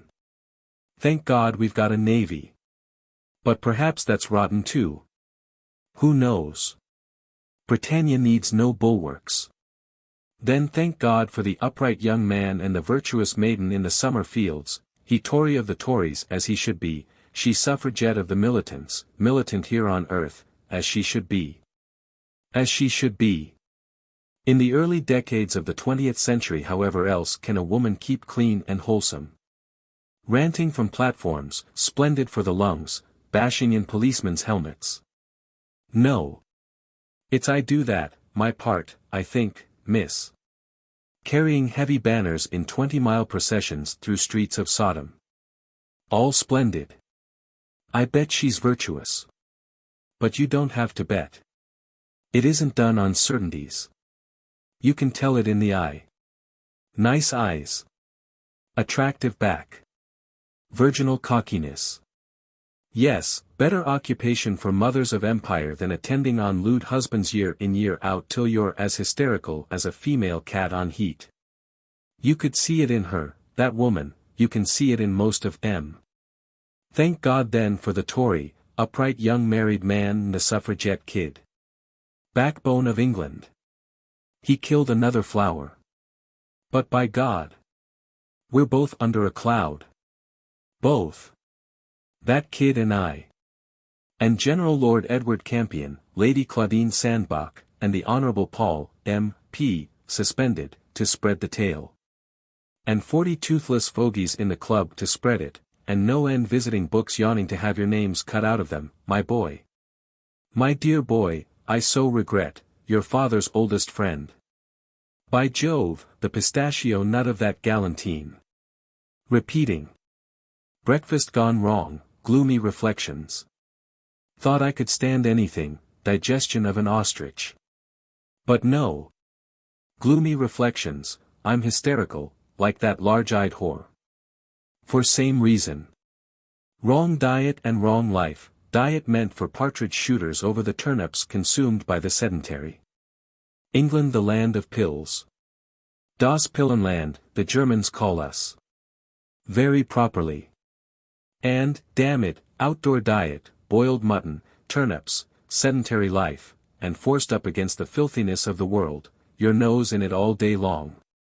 Why, hang it, I'm as badly off as she. Sylvia's as bad as Duchemin. I'd never have thought that. No wonder meats turn to uric acid, prime cause of neurasthenia. What a beastly muddle. Poor Macmaster. He's finished. Poor devil, he'd better have ogled this kid. He could have sung, Highland Mary, a better tune than, This is the end of every man's desire. You can cut it on his tombstone, you can write it on his card that a young man tacked on to a Paulo Post pre-Raphaelite prostitute. He stopped suddenly in his walk. It had occurred to him that he ought not to be walking with this girl. But damn it all, he said to himself, she makes a good screen for Sylvia, who cares? She must chance it. She's probably struck off all their beastly visiting lists already, as a suffragette. Miss Wannop, a cricket pitch or so ahead of him, hopped over a stile, left foot on the step, right on the top bar, a touch of the left on the other steps, and down on the white, drifted dust of a road they no doubt had to cross. She stood waiting, her back still to him. Her nimble footwork, her attractive back, seemed to him, now, infinitely pathetic. To let scandal attach to her was like cutting the wings of a goldfinch, the bright creature, yellow, white, golden and delicate that in the sunlight makes a haze with its wings beside thistletops. No, damn it. It was worse. It was worse than putting out, as the bird fancier does, the eyes of a chaffinch. Infinitely pathetic. Above the stile, in an elm, a chaffinch said, Pink. Pink. The imbecile sound filled him with rage, he said to the bird. Damn your eyes. Have them put out, then. The beastly bird that made the odious noise, when it had its eyes put out, at least squealed like any other skylark or tomtit. Damn all birds, field naturalists, botanists. In the same way he addressed the back of Miss Wannop, damn your eyes. Have your chastity impugned then? What do you speak to strange men in public for? You know you can't do it in this country. If it were a decent, straight land like Ireland where people cut each other's throats for clean issues, Papist versus Prot, well, you could. You could walk through Ireland from east to west and speak to every man you met. Rich and rare were the gems she wore, to every man you met as long as he wasn't an Englishman of good birth, that would deflower you. He was scrambling clumsily over the stile. Well. Be deflowered then, lose your infantile reputation. You've spoken to strange pitch, you're defiled, with the benefit of clergy, army, cabinet, administration, opposition, mothers and old maids of England. They'd all tell you you can't talk to a strange man, in the sunlight, on the links without becoming a screen for some Sylvia or other. Then be a screen for Sylvia, get struck off the visiting books. The deeper you're implicated, the more bloody villain I am. I'd like the whole lot to see us here, that would settle it. Nevertheless, when at the roadside he stood level with Miss Wannop, who did not look at him, and saw the white road running to right and left with no stile opposite, he said gruffly to her. "Where's the next stile? I hate walking on roads." She pointed with her chin along the opposite hedgerow. 50 yards, she said. "Come along," he exclaimed, and set off at a trot almost. It had come into his head that it would be just the beastly sort of thing that would happen if a car with General Campion and Lady Claudine and Paul Sandbach all aboard should come along that blinding stretch of road, or one alone, perhaps the General driving the dog-cart he affected. He said to himself, "By God! If they cut this girl I'd break their backs over my knee," and he hastened. Just the beastly thing that would happen. The road probably led straight in at the front door of Mountby. Miss Wannop trotted along a little in his rear. She thought him the most extraordinary man, as mad as he was odious. Sane people, if they're going to hurry, but why hurry? Do it in the shade of field hedgerows, not in the white blaze of county council roads. Well, he could go ahead. In the next field she was going to have it out with him. She didn't intend to be hot with running. Let him be, his hateful, but certainly noticeable eyes, protruding at her like a lobster's, but she cool and denunciatory in her pretty blouse. There was a dog-cart coming behind them. Suddenly it came into her head, that fool had been lying when he had said that the police meant to let them alone, lying over the breakfast table. The dog-cart contained the police, after them. She didn't waste time looking round, she wasn't a fool like Atlanta in the egg race. She picked up her heels and sprinted. She beat him by 1.5 yards to the kissing gate, white in the hedge, panicked, breathing hard. He panted into it, after her, the fool hadn't the sense to let her through first. They were jammed in together, face to face, panting. An occasion on which sweethearts kiss in Kent, the gate being made in 3, the inner flange of the V moving on hinges. It stops cattle getting through, but this great lout of a Yorkshireman didn't know, trying to push through like a mad bullock. Now they were caught. 3 weeks in Wandsworth jail. Oh hang. The voice of Mrs. Wannop, of course it was only mother. 20 feet on high or so behind the kicking mare, with a good, round face like a peony, said. "Ah, you can jam my Val in a gate and hold her, but she gave you 7 yards in 20 and beat you to the gate." That was her father's ambition. She thought of them as children running races. She beamed down, round-faced and simple, on Tietjens from beside the driver, who had a black, slouch hat and the grey beard of St. Peter. "My dear boy," she said, "my dear boy. It's such a satisfaction to have you under my roof." The black horse reared on end, the patriarch sawing at its mouth. Mrs. Wannop said unconcernedly, "Stephen Joel. I haven't done talking." Tietjens was gazing enragedly at the lower part of the horse's sweat-smeared stomach. "You soon will have," he said, "with the girth in that state. Your neck will be broken." "Oh, I don't think so," Mrs. Wannop said. "Joel only bought the turnout yesterday." Tietjens addressed the driver with some ferocity. "Here, get down, you," he said. He held, himself, the head of the horse whose nostrils were wide with emotion. It rubbed its forehead almost immediately against his chest. He said, "Yes. Yes. There. There." Its limbs lost their tautness. The aged driver scrambled down from the high seat, trying to come down at first forward and then backwards. Tietjens fired indignant orders at him. "Lead the horse into the shade of that tree. Don't touch his bit, his mouth's sore.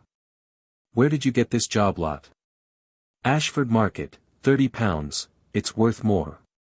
"But, blast you, don't you see you've got a 13 hands pony's harness for a 16 and a half hands horse?" Let the bit out, 3 holes, it's cutting the animal's tongue in half. This animal's a rig. Do you know what a rig is? If you give it corn for a fortnight it will kick you and the cart and the stable to pieces in 5 minutes one day. He led the conveyance, Mrs. Wannop triumphantly complacent and all, into a patch of shade beneath elms. Loosen that bit, confound you, he said to the driver. Ah! You're afraid. He loosened the bit himself, covering his fingers with greasy harness polish which he hated. Then he said, "Can you hold his head or are you afraid of that too? You deserve to have him bite your hands off." He addressed Miss Wannop, "Can you?" She said, "No. I'm afraid of horses. I can drive any sort of car, but I'm afraid of horses." He said, "Very proper." He stood back and looked at the horse. It had dropped its head and lifted its near hind foot, resting the toe on the ground, an attitude of relaxation. "He'll stand now," he said. He undid the girth, bending down uncomfortably, perspiring and greasy, the girth strap parted in his hand. "It's true," Mrs. Wannop said. "I'd have been dead in 3 minutes if you hadn't seen that. The cart would have gone over backwards." Tietjens took out a large, complicated, horn-handled knife like a schoolboy's. He selected a punch and pulled it open. He said to the driver, "Have you got any cobbler's thread? Any string? Any copper wire? A rabbit wire, now? Come, you've got a rabbit wire or you're not a handy man." The driver moved his slouch hat circularly in negation. This seemed to be quality who summons you for poaching if you own to possessing rabbit wires. Tietjens laid the girth along the shaft and punched into it with his punch. "Woman's work," he said to Mrs. Wannop, "but it'll take you home and last you 6 months as well. But I'll sell this whole lot for you tomorrow." Mrs. Wannop sighed. "I suppose it'll fetch a 10-pound note," she said. "I ought to have gone to market myself." "No." Tietjens answered, "I'll get you 50 for it or I'm no Yorkshireman. This fellow hasn't been swindling you. He's got you deuced good value for money, but he doesn't know what's suited for ladies. A white pony and a basketwork chaise is what you want." "Oh, I like a bit of spirit," Mrs. Wannop said. "Of course you do," Tietjens answered, "but this turnout's too much." He sighed a little and took out his surgical needle. "I'm going to hold this band together with this," he said. "It's so pliant it will make 2 stitches and hold forever." But the handy man was beside him, holding out the contents of his pockets, a greasy leather pouch, a ball of beeswax, a knife, a pipe, a bit of cheese and a pale rabbit wire. He had made up his mind that this quality was benevolent and he made offering of all his possessions. Tietjens said, "Ah," and then, while he unknotted the wire, "Well. Listen. You bought this turnout of a higgler at the back door of the Leg of Mutton Inn." "Saracens, Ed," the driver muttered. "You got it for £30 because the higgler wanted money bad." "I know. And dirt cheap. But a rig isn't everybody's driving. All right for a vet or a horse coper. Like the cart that's too tall. But you did damn well. Only you're not what you were, are you, at 30? And the horse looked to be a devil and the cart so high you couldn't get out once you were in. And you kept it in the sun for 2 hours waiting for your mistress. There wer a bit luth longside stable wall," the driver muttered. "Well. He didn't like waiting," Tietjens said placably. "You can be thankful your old neck's not broken. Do this band up, 1 hole less for the bit I've taken in." He prepared to climb into the driver's seat, but Mrs. Wannop was there before him, at an improbable altitude on the sloping watchbox with strapped cushions. "Oh, no, you don't," she said, "no one drives me and my horse but me or my coachman when I'm about." "Not even you, dear boy." "I'll come with you then," Tietjens said. "Oh, no, you don't," she answered. "No one's neck's to be broken in this conveyance but mine and Joel's," she added, "perhaps tonight if I'm satisfied the horse is fit to drive." Miss Wannop suddenly exclaimed. "Oh, no, mother." But the handy man having climbed in, Mrs. Wannop flirted her whip and started the horse. She pulled up at once and leaned over to Tietjens. "What a life for that poor woman," she said. "We must all do all we can for her.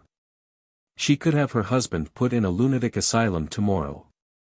It's sheer self-sacrifice that she doesn't." The horse went off at a gentle, regular trot. Tietjens addressed Miss Wannop. "What hands your mother's got," he said. "It isn't often one sees a woman with hands like that on a horse's mouth. Did you see how she pulled up?" He was aware that, all this while, from the roadside, the girl had been watching him with shining eyes, intently even, with fascination. "I suppose you think that a mighty fine performance," she said. "I didn't make a very good job of the girth," he said. "Let's get off this road." Setting poor, weak women in their places, Miss Wannop continued.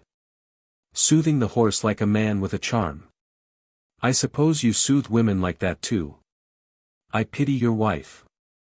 The English country male. And making a devoted vassal at sight of the handy man. The feudal system all complete." Tietjens said. "Well, you know, it'll make him all the better servant to you if he thinks you friends in the know. The lower classes are like that.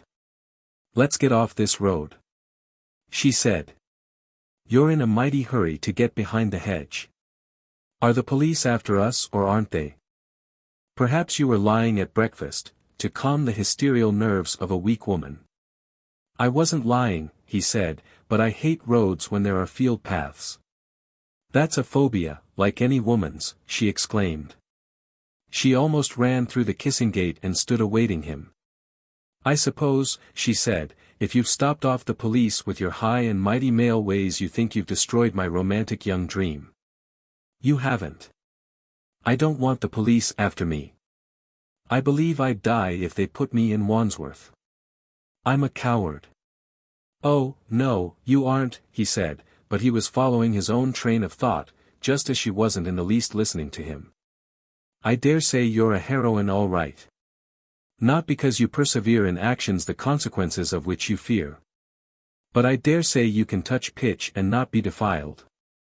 Being too well brought up to interrupt, she waited till he had said all he wanted to say, then she exclaimed. "Let's settle the preliminaries. It's obvious mother means us to see a great deal of you. You're going to be a mascot too, like your father. I suppose you think you are. You saved me from the police yesterday, you appear to have saved mother's neck today. You appear, too, to be going to make £20 profit on a horse deal. You say you will and you seem to be that sort of a person. £20 is no end in a family like ours. Well, then, you appear to be going to be the regular bel ami of the Wannop family." Tietjens said. "I hope not." "Oh, I don't mean," she said, "that you're going to rise to fame by making love to all the women of the Wannop family. Besides, there's only me. But mother will press you into all sorts of odd jobs, and there will always be a plate for you at the table. Don't shudder. I'm a regular good cook, cuisine bourgeoise of course. I learned under a real professed cook, though a drunkard. That meant I used to do half the cooking and the family was particular. Eating people are, county councillors, half of them, and the like. So I know what men are." She stopped and said good-naturedly, "But do, for goodness sake, get it over. I'm sorry I was rude to you. But it is irritating to have to stand like a stuffed rabbit while a man is acting like a regular Admirable Crichton, and cool and collected, with the English country gentleman air and all." Tietjens winced. The young woman had come a little too near the knuckle of his wife's frequent denunciations of himself. And she exclaimed. "No. That's not fair. I'm an ungrateful pig. You didn't show a bit more side really than a capable workman must who's doing his job in the midst of a crowd of incapable duffers. But just get it out, will you? Say once and for all that, you know the proper, pompous manner, you are not without sympathy with our aims, but you disapprove, oh, immensely, strongly, of our methods. It struck Tietjens that the young woman was a good deal more interested in the cause of votes for women than he had given her credit for. He wasn't much in the mood for talking to young women, but it was with considerably more than the surface of his mind that he answered. I don't. I approve entirely of your methods, but your aims are idiotic. She said. You don't know, I suppose, that Gertie Wilson, who's in bed at our house, is wanted by the police, not only for yesterday, but for putting explosives in a whole series of letterboxes. He said. I didn't. But it was a perfectly proper thing to do. She hasn't burned any of my letters or I might be annoyed, but it wouldn't interfere with my approval. You don't think, she asked earnestly, that we, Mother and I, are likely to get heavy sentences for shielding her? It would be beastly bad luck on Mother. Because she's an anti. I don't know about the sentence, Tietjens said, but we'd better get her off your premises as soon as we can. She said. Oh, you'll help. He answered. Of course, your mother can't be incommoded. She's written the only novel that's been fit to read since the 18th century. She stopped and said earnestly. Look here. Don't be one of those ignoble triflers who say the vote won't do women any good. Women have a rotten time. They do, really. If you'd seen what I've seen, I'm not talking through my hat. Her voice became quite deep, she had tears in her eyes. Poor women do, she said, little insignificant creatures. We've got to change the divorce laws. We've got to get better conditions. You couldn't stand it if you knew what I know. Her emotion vexed him, for it seemed to establish a sort of fraternal intimacy that he didn't at the moment want. Women do not show emotion except before their familiars. He said drily. I dare say I shouldn't. But I don't know, so I can. She said with deep disappointment. Oh, you are a beast. And I shall never beg your pardon for saying that. I don't believe you mean what you say, but merely to say it is heartless. This was another of the counts of Sylvia's indictment and Tietjens winced again. She explained. You don't know the case of the Pimlico Army clothing factory workers or you wouldn't say the vote would be no use to women. I know the case perfectly well, Tietjens said, it came under my official notice, and I remember thinking that there never was a more signal instance of the uselessness of the vote to anyone. We can't be thinking of the same case, she said. We are, he answered. The Pimlico Army clothing factory is in the constituency of Westminster, the Under-Secretary for War is member for Westminster, his majority at the last election was 600. The clothing factory employed 700 men at once. 6d an hour, all these men having votes in Westminster. The 700 men wrote to the Under-Secretary to say that if their screw wasn't raised to 2 bob they'd vote solid against him at the next election. Miss Wannop said, well then. So, Tietjens said, the Under-Secretary had the 700 men at 18 pence fired and took on 700 women at 10 pence. What good did the vote do the 700 men? What good did a vote ever do anyone? Miss Wannop checked at that and Tietjens prevented her exposure of his fallacy by saying quickly. Now, if the 700 women, backed by all the other ill-used, sweated women of the country, had threatened the Under-Secretary, burned the pillar boxes, and cut up all the golf greens round his country house, they'd have had their wages raised to half a crown next week. That's the only straight method. It's the feudal system at work. Oh, but we couldn't cut up golf greens, Miss Wannop said. At least the WSPU debated it the other day, and decided that anything so unsporting would make us too unpopular. I was for it personally. Tietjens groaned. It's maddening, he said, to find women, as soon as they get in council, as muddle-headed and as afraid to face straight issues as men. You won't, by the by, the girl interrupted, be able to sell our horse tomorrow. You've forgotten that it will be Sunday. I shall have to on Monday, then, Tietjens said. The point about the feudal system. Just after lunch, and it was an admirable lunch of the cold lamb, new potatoes and mint sauce variety, the mint sauce made with white wine vinegar and as soft as kisses, the claret perfectly drinkable and the port much more than that, Mrs. Wannop having gone back to the late professor's wine merchants, Miss Wannop herself went to answer the telephone. The cottage had no doubt been a cheap one, for it was old, roomy and comfortable. But effort had no doubt, too, been lavished on its low rooms. The dining room had windows on each side and a beam across, the dining silver had been picked up at sales, the tumblers were old cut glass. On each side of the ingle was a grandfather's chair. The garden had red brick paths, sunflowers, hollyhocks and scarlet gladioli. There was nothing to it all, but the garden gate was well hung. To Tietjens all this meant effort. Here was a woman who, a few years ago, was penniless, in the most miserable of circumstances, supporting life with the most exiguous of all implements. What effort hadn't it meant? And what effort didn't it mean? There was a boy at Eton. A senseless, but a gallant effort. Mrs. Wannop sat opposite him in the other grandfather's chair, an admirable hostess, an admirable lady. Full of spirit in dashes, but tired.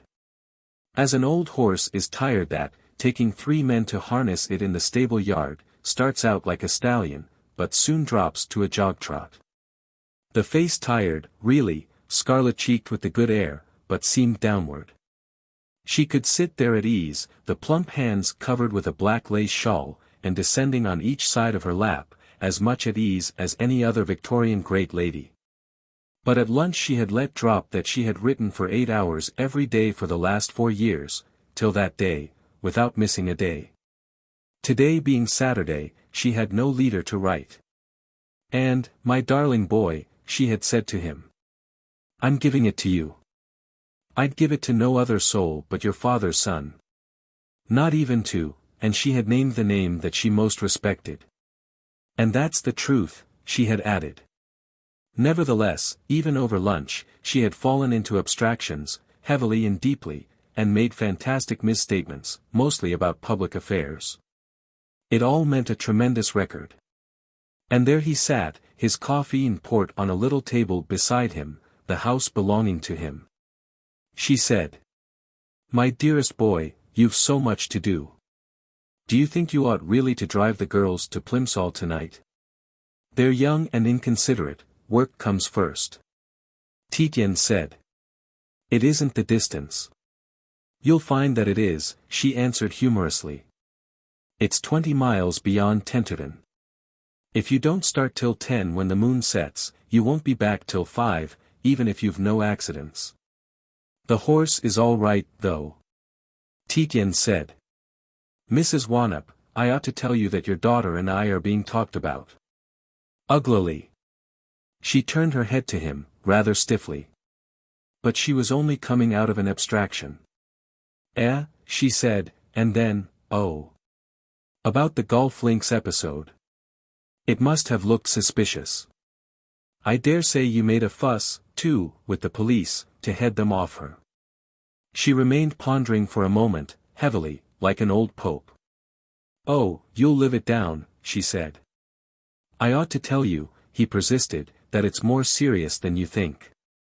I fancy I ought not to be here. Not here, she exclaimed. Why, where else in the world should you be? You don't get on with your wife, I know. She's a regular wrong-un. Who else could look after you as well as Valentine and I? In the acuteness of that pang, for, after all, Tietjens cared more for his wife's reputation than for any other factor in a complicated world, Tietjens asked rather sharply why Mrs. Wannop had called Sylvia a wrong-un. She said in rather a protesting, sleepy way. My dear boy, nothing. I've guessed that there are differences between you, give me credit for some perception. Then, as you're perfectly obviously a right-un, she must be a wrong-un. That's all, I assure you. In his relief Tietjens' obstinacy revived. He liked this house, he liked this atmosphere, he liked the frugality, the choice of furniture, the way the light fell from window to window, the weariness after hard work. The affection of mother and daughter, the affection, indeed, that they both had for himself, and he was determined, if he could help it, not to damage the reputation of the daughter of the house. Decent men, he held, don't do such things, and he recounted with some care the heads of the conversation he had had with General Campion in the dressing-room. He seemed to see the cracked washbowls in their scrubbed oak settings. Mrs. Wannup's face seemed to grow grayer, more aquiline, a little resentful. She nodded from time to time, either to denote attention or else in sheer drowsiness. "My dear boy," she said at last, "it's pretty damnable to have such things said about you. I can see that. But I seem to have lived in a bath of scandal all my life. Every woman who has reached my age has that feeling. Now it doesn't seem to matter." She really nodded nearly off, then she started. "I really don't see how I can help you as to your reputation. I'd do it if I could, believe me. But I've other things to think of. I've this house to keep going and the children to keep fed and at school. I can't give all the thought I ought to other people's troubles." She started into wakefulness and right out of her chair. "But what a beast I am," she said, with a sudden intonation that was exactly that of her daughter. And, drifting with a Victorian majesty of shawl and long skirt behind Tietjens' high-backed chair, she leaned over it and stroked the hair on his right temple. "My dear boy," she said. "Life's a bitter thing. I'm an old novelist and know it. There you are working yourself to death to save the nation with a wilderness of cats and monkeys howling and squalling your personal reputation away. It was Dizzy himself said these words to me at one of our receptions. Here I am, Mrs. Wannup, he said. And, she drifted for a moment. But she made another effort. My dear boy, she whispered, bending down her head to get it near his ear, my dear boy, it doesn't matter, it doesn't really matter. You'll live it down. The only thing that matters is to do good work. Believe an old woman that has lived very hard-lying money as they call it in the Navy. It sounds like cant, but it's the only real truth. You'll find consolation in that. And you'll live it all down. Or perhaps you won't, that's for God in His mercy to settle. But it won't matter, believe me, as thy day so shall thy strength be. She drifted into other thoughts. She was much perturbed over the plot of a new novel and much wanted to get back to the consideration of it. She stood gazing at the photograph, very faded, of her husband in side whiskers and an immense shirt front, but she continued to stroke Tietjens' temple with a subliminal tenderness. This kept Tietjens sitting there.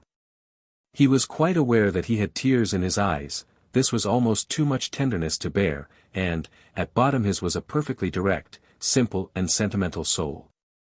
He always had bedewed eyes at the theatre, after tender love scenes and so avoided the theatre. He asked himself twice whether he should or shouldn't make another effort, though it was almost beyond him. He wanted to sit still. The stroking stopped, he scrambled onto his feet. Mrs. Wannup, he said, facing her, it's perfectly true. I oughtn't to care what these swine say about me, but I do. I'll reflect about what you say till I get it into my system. She said. Yes, yes. My dear, and continued to gaze at the photograph. But, Tietjens said, he took her mittened hand and led her back to her chair, what I'm concerned for at the moment is not my reputation, but your daughter Valentine's. She sank down into the high chair, balloon-like and came to rest. Val's reputation, she said, oh. You mean they'll be striking her off their visiting lists? It hadn't struck me.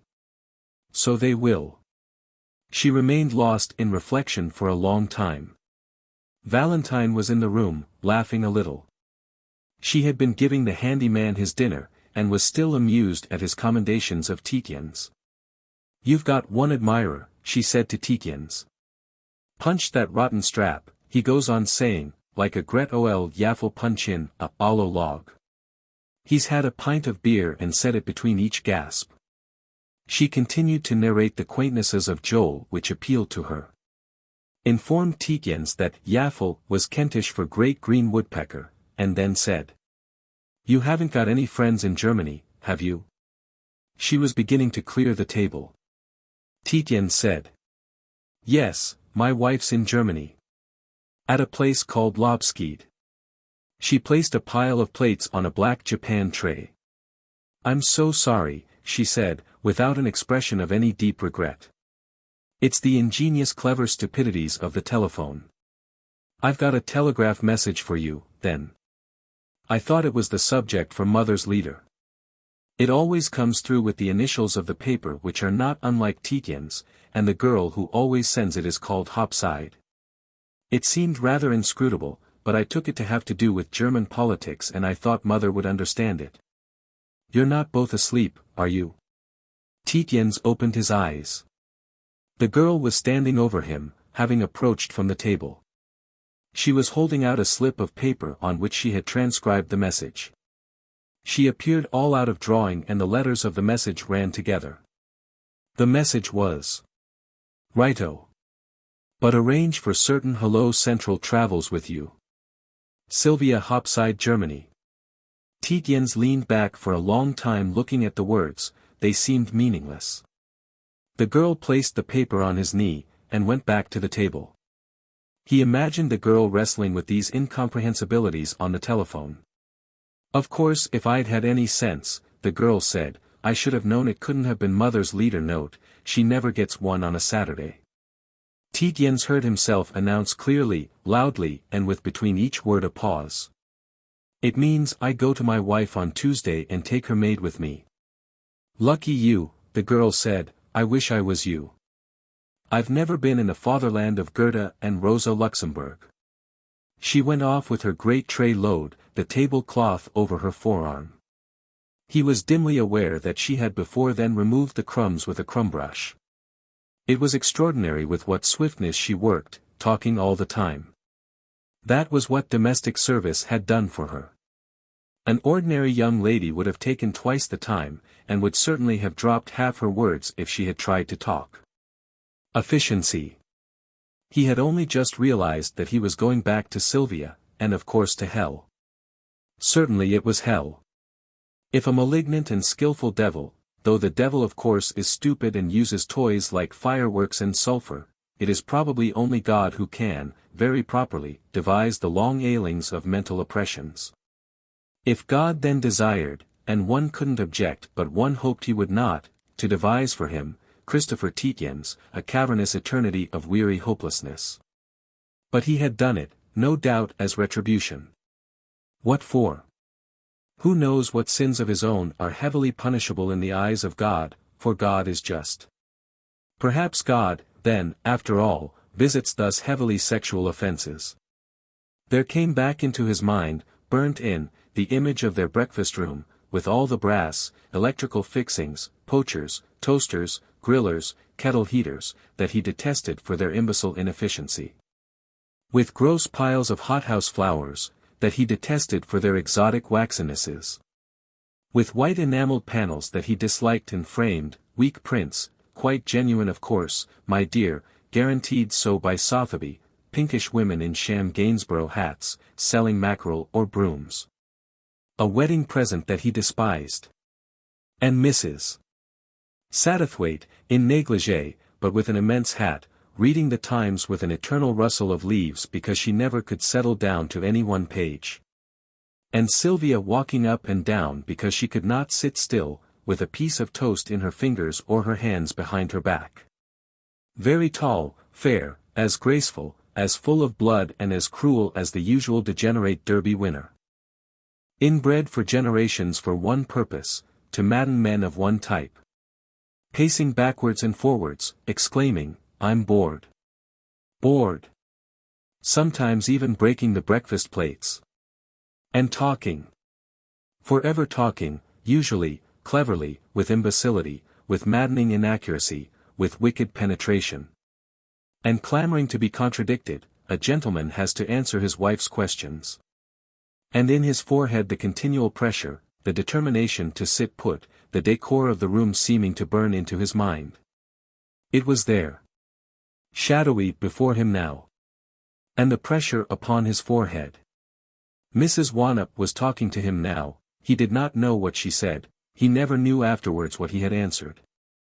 God, He said within himself, if it's sexual sins God punishes, he indeed is just and inscrutable. Because he had had physical contact with this woman before he married her, in a railway carriage, coming down from the Duckeries. An extravagantly beautiful girl. Where was the physical attraction of her gone to now? Irresistible. Reclining back as the Shires rushed past. His mind said that she had lured him on. His intellect put the idea from him. No gentleman thinks such things of his wife. No gentleman thinks. By God, she must have been with child by another man. He had been fighting the conviction down all the last 4 months. He knew now that he had been fighting the conviction all the last 4 months whilst, anesthetized, he had bathed in figures and wave theories. Her last words had been, her very last words, late, all in white she had gone up to her dressing room, and he had never seen her again, her last words had been about the child. Supposing, she had begun. He didn't remember the rest. But he remembered her eyes. And her gesture as she peeled off her long white gloves. He was looking at Mrs. Wannop's ingle, he thought it a mistake in taste, really, to leave logs in an ingle during the summer. But then what are you to do with an ingle in summer? In Yorkshire cottages they shut the ingles up with painted doors. But that is stuffy, too. He said to himself. By God! I've had a stroke, and he got out of his chair to test his legs. But he hadn't had a stroke. It must, then, he thought, be that the pain of his last consideration must be too great for his mind to register, as certain great physical pains go unperceived.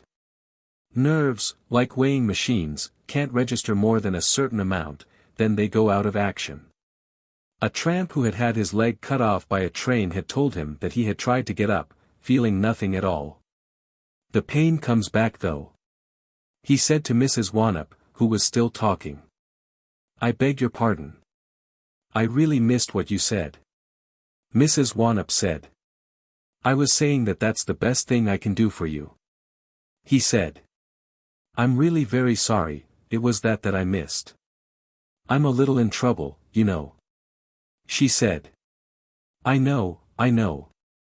The mind wanders, but I wish you'd listen. I've got to go to work, so have you. I said, after tea you and Valentine will walk into Rye to fetch your luggage. Straining his intelligence, for, in his mind, he felt a sudden strong pleasure, sunlight on pyramidal red roof in the distance, themselves descending in a long diagonal, a green hill, God, yes, he wanted open air. Tietjens said. I see. You take us both under your protection. You'll bluff it out. Mrs. Wannop said rather coolly. I don't know about you both. It's you I'm taking under my protection, it's your phrase. As for Valentine, she's made her bed, she must lie on it. I've told you all that already. I can't go over it again. She paused, then made another effort. It's disagreeable, she said, to be cut off the Mount by visiting list. They give amusing parties. But I'm too old to care and they'll miss my conversation more than I do theirs. Of course, I back my daughter against cats and monkeys. Of course, I back Valentine through thick and thin. I'd back her if she lived with a married man or had illegitimate children. But I don't approve of the suffragettes, I despise their aims, I detest their methods. I don't think young girls ought to talk to strange men. Valentine spoke to you and look at the worry it has caused you. I disapprove. I'm a woman, but I've made my own way, other women could do it if they liked or had the energy. I disapprove.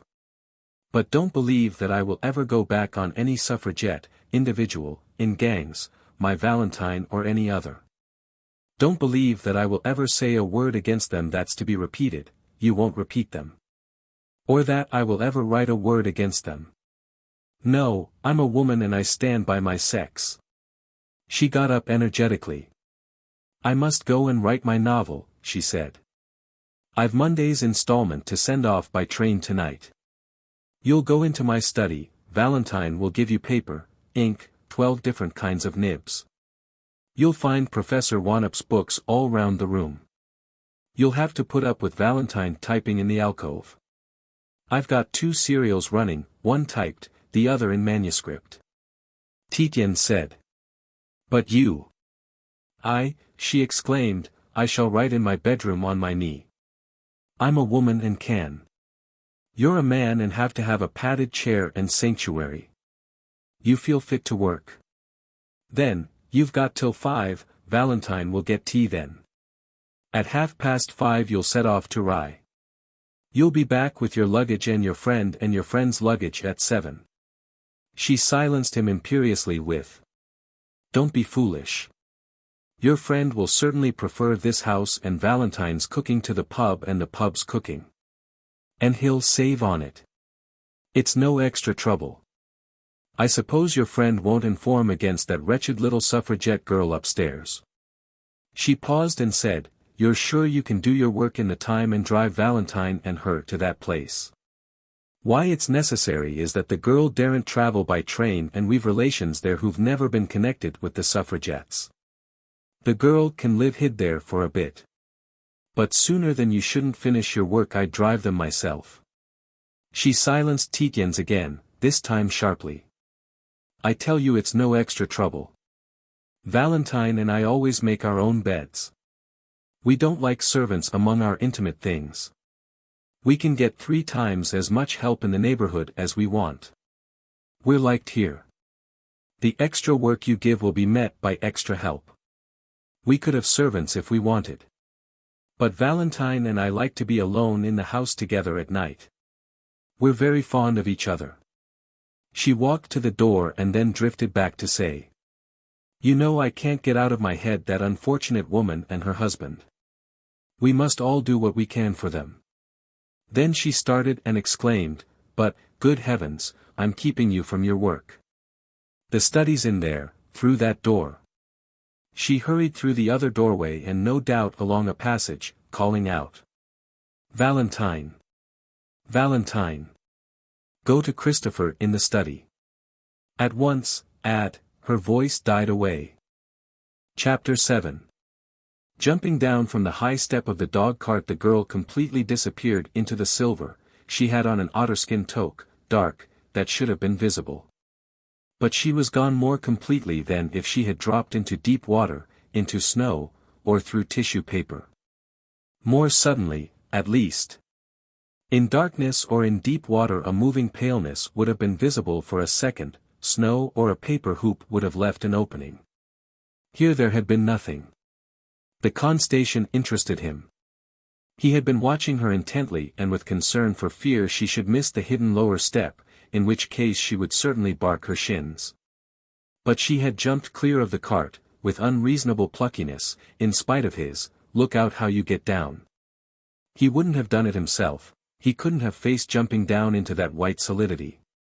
He would have asked, Are you all right? But to express more concern than the look out, which he had expended already, would have detracted from his stolidity. He was Yorkshire and stolid, she South Country and soft, emotional, given to such ejaculations as, I hope you're not hurt, when the Yorkshireman only grunts. But soft because she was South Country. She was as good as a man, a South Country man. She was ready to acknowledge the superior woodenness of the North. That was their convention, so he did not call down, I hope you're all right, though he had desired to. Her voice came, muffled, as if from the back of the top of his head. The ventriloquial effect was startling. Make a noise from time to time. It's ghostly down here and the lamp's no good at all. It's almost out. He returned to his constations of the concealing effect of water vapor. He enjoyed the thought of the grotesque appearance he must present in that imbecile landscape. On his right an immense, improbably brilliant horn of a moon, sending a trail as if down the sea, straight to his neck, beside the moon a grotesquely huge star, in an extravagant position above them the plough, the only constellation that he knew. For, though a mathematician, he despised astronomy. It was not theoretical enough for the pure mathematician and not sufficiently practical for daily life. He had of course calculated the movements of abstruse heavenly bodies, but only from given figures. he had never looked for the stars of his calculations. Above his head and all over the sky were other stars, large and weeping with light, or as the dawn increased, so paling that, at times, you saw them, then missed them. Then the eye picked them up again. Opposite the moon was a smirch or two of cloud, pink below, dark purple above, on the more pallid, lower blue of the limpid sky. But the absurd thing was this mist. It appeared to spread from his neck, absolutely level, absolutely silver, to infinity on each side of him. At great distances on his right black tree shapes, in groups, there were 4 of them, were exactly like coral islands on a silver sea. He couldn't escape the idiotic comparison, there wasn't any other. Yet it didn't actually spread from his neck, when he now held his hands, nipple-high, like pallid fish they held black reins which ran downwards into nothingness. If he jerked the rein, the horse threw its head up. 2 pricked ears were visible in grayness, the horse being 16.2 and a bit over, the mist might be 10 foot high. Thereabouts. He wished the girl would come back and jump out of the cart again. Being ready for it, he would watch her disappearance more scientifically. He couldn't of course ask her to do it again, that was irritating. The phenomenon would have proved, or it might of course disprove, his idea of smoke screens. The Chinese of the Ming dynasty were said to have approached and overwhelmed their enemies under clouds of course, not acrid, vapor. He had read that the Patagonians, hidden by smoke, were accustomed to approach so near to birds or beasts as to be able to take them by hand. The Greeks under Paleologus, the Miss Wanup's voice said, from beneath the bottom board of the cart. I wish you'd make some noise. It's lonely down here, besides being possibly dangerous. There might be dicks on each side of the road. If they were on the marsh there certainly would be dikes. Why did they call ditches, dikes, and why did she pronounce it, dicks, on each side of the road? He could think of nothing to say that wouldn't express concern, and he couldn't do that by the rules of the game. He tried to whistle, John Peel. But he was no hand at whistling. He sang G. Ken, John Peel at the break of day. And felt like a fool. But he kept on at it, the only tune that he knew. It was the Yorkshire Light Infantry Quick Step, the regiment of his brothers in India. He wished he had been in the army, but his father hadn't approved of having more than 2 younger sons in the army. He wondered if he would ever run with John Peel's hounds again, he had once or twice. Or with any of the trencher-fed foot packs of the Cleveland district, of which there had been still several when he had been a boy. He had been used to think of himself as being like John Peel with his coat so grey. Up through the heather, over Wharton's place, the pack running wild, the heather dripping, the mist rolling up, another kind of mist than this south country silver sheet. Silly stuff. Magical. That was the word. A silly word. South country. In the north the old grey mists rolled together, revealing black hillsides. He didn't suppose he'd have the wind now, this rotten bureaucratic life. If he had been in the army like the 2 brothers, Ernest and James, next above him. But no doubt he would not have liked the army. Discipline. He supposed he would have put up with the discipline, a gentleman had to. Because noblesse oblige, not for fear of consequences. But army officers seemed to him pathetic. They spluttered and roared, to make men jump smartly. At the end of apoplectic efforts the men jumped smartly. But there was the end of it. Actually, this mist was not silver, or was, perhaps, no longer silver, if you looked at it with the eye of the artist. With the exact eye. It was smirched with bars of purple, of red, of orange, delicate reflections, dark blue shadows from the upper sky where it formed drifts like snow. The exact eye, exact observation, it was a man's work. The only work for a man.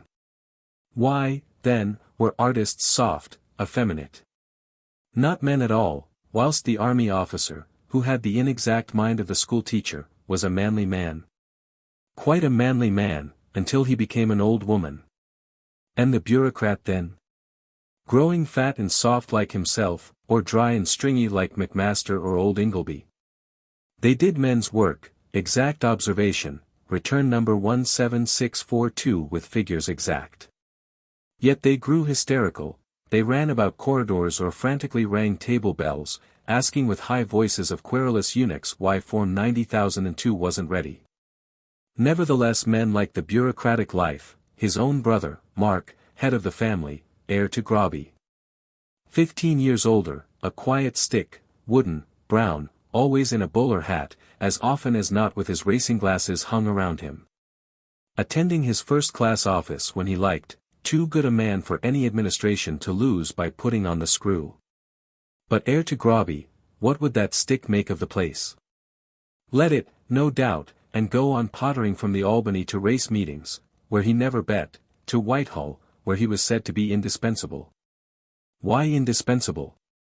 Why in heaven's name? That stick who had never hunted, never shot, couldn't tell coulter from plough handle and lived in his bowler hat.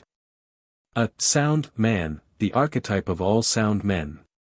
Never in his life had anyone shaken his head at Mark and said, "You're brilliant. Brilliant. That stick." No, he was indispensable. Upon my soul. Tietjens said to himself, that girl down there is the only intelligent living soul I've met for years. A little pronounced in manner sometimes. Faulty in reasoning naturally, but quite intelligent, with a touch of wrong accent now and then. But if she was wanted anywhere, there she'd be.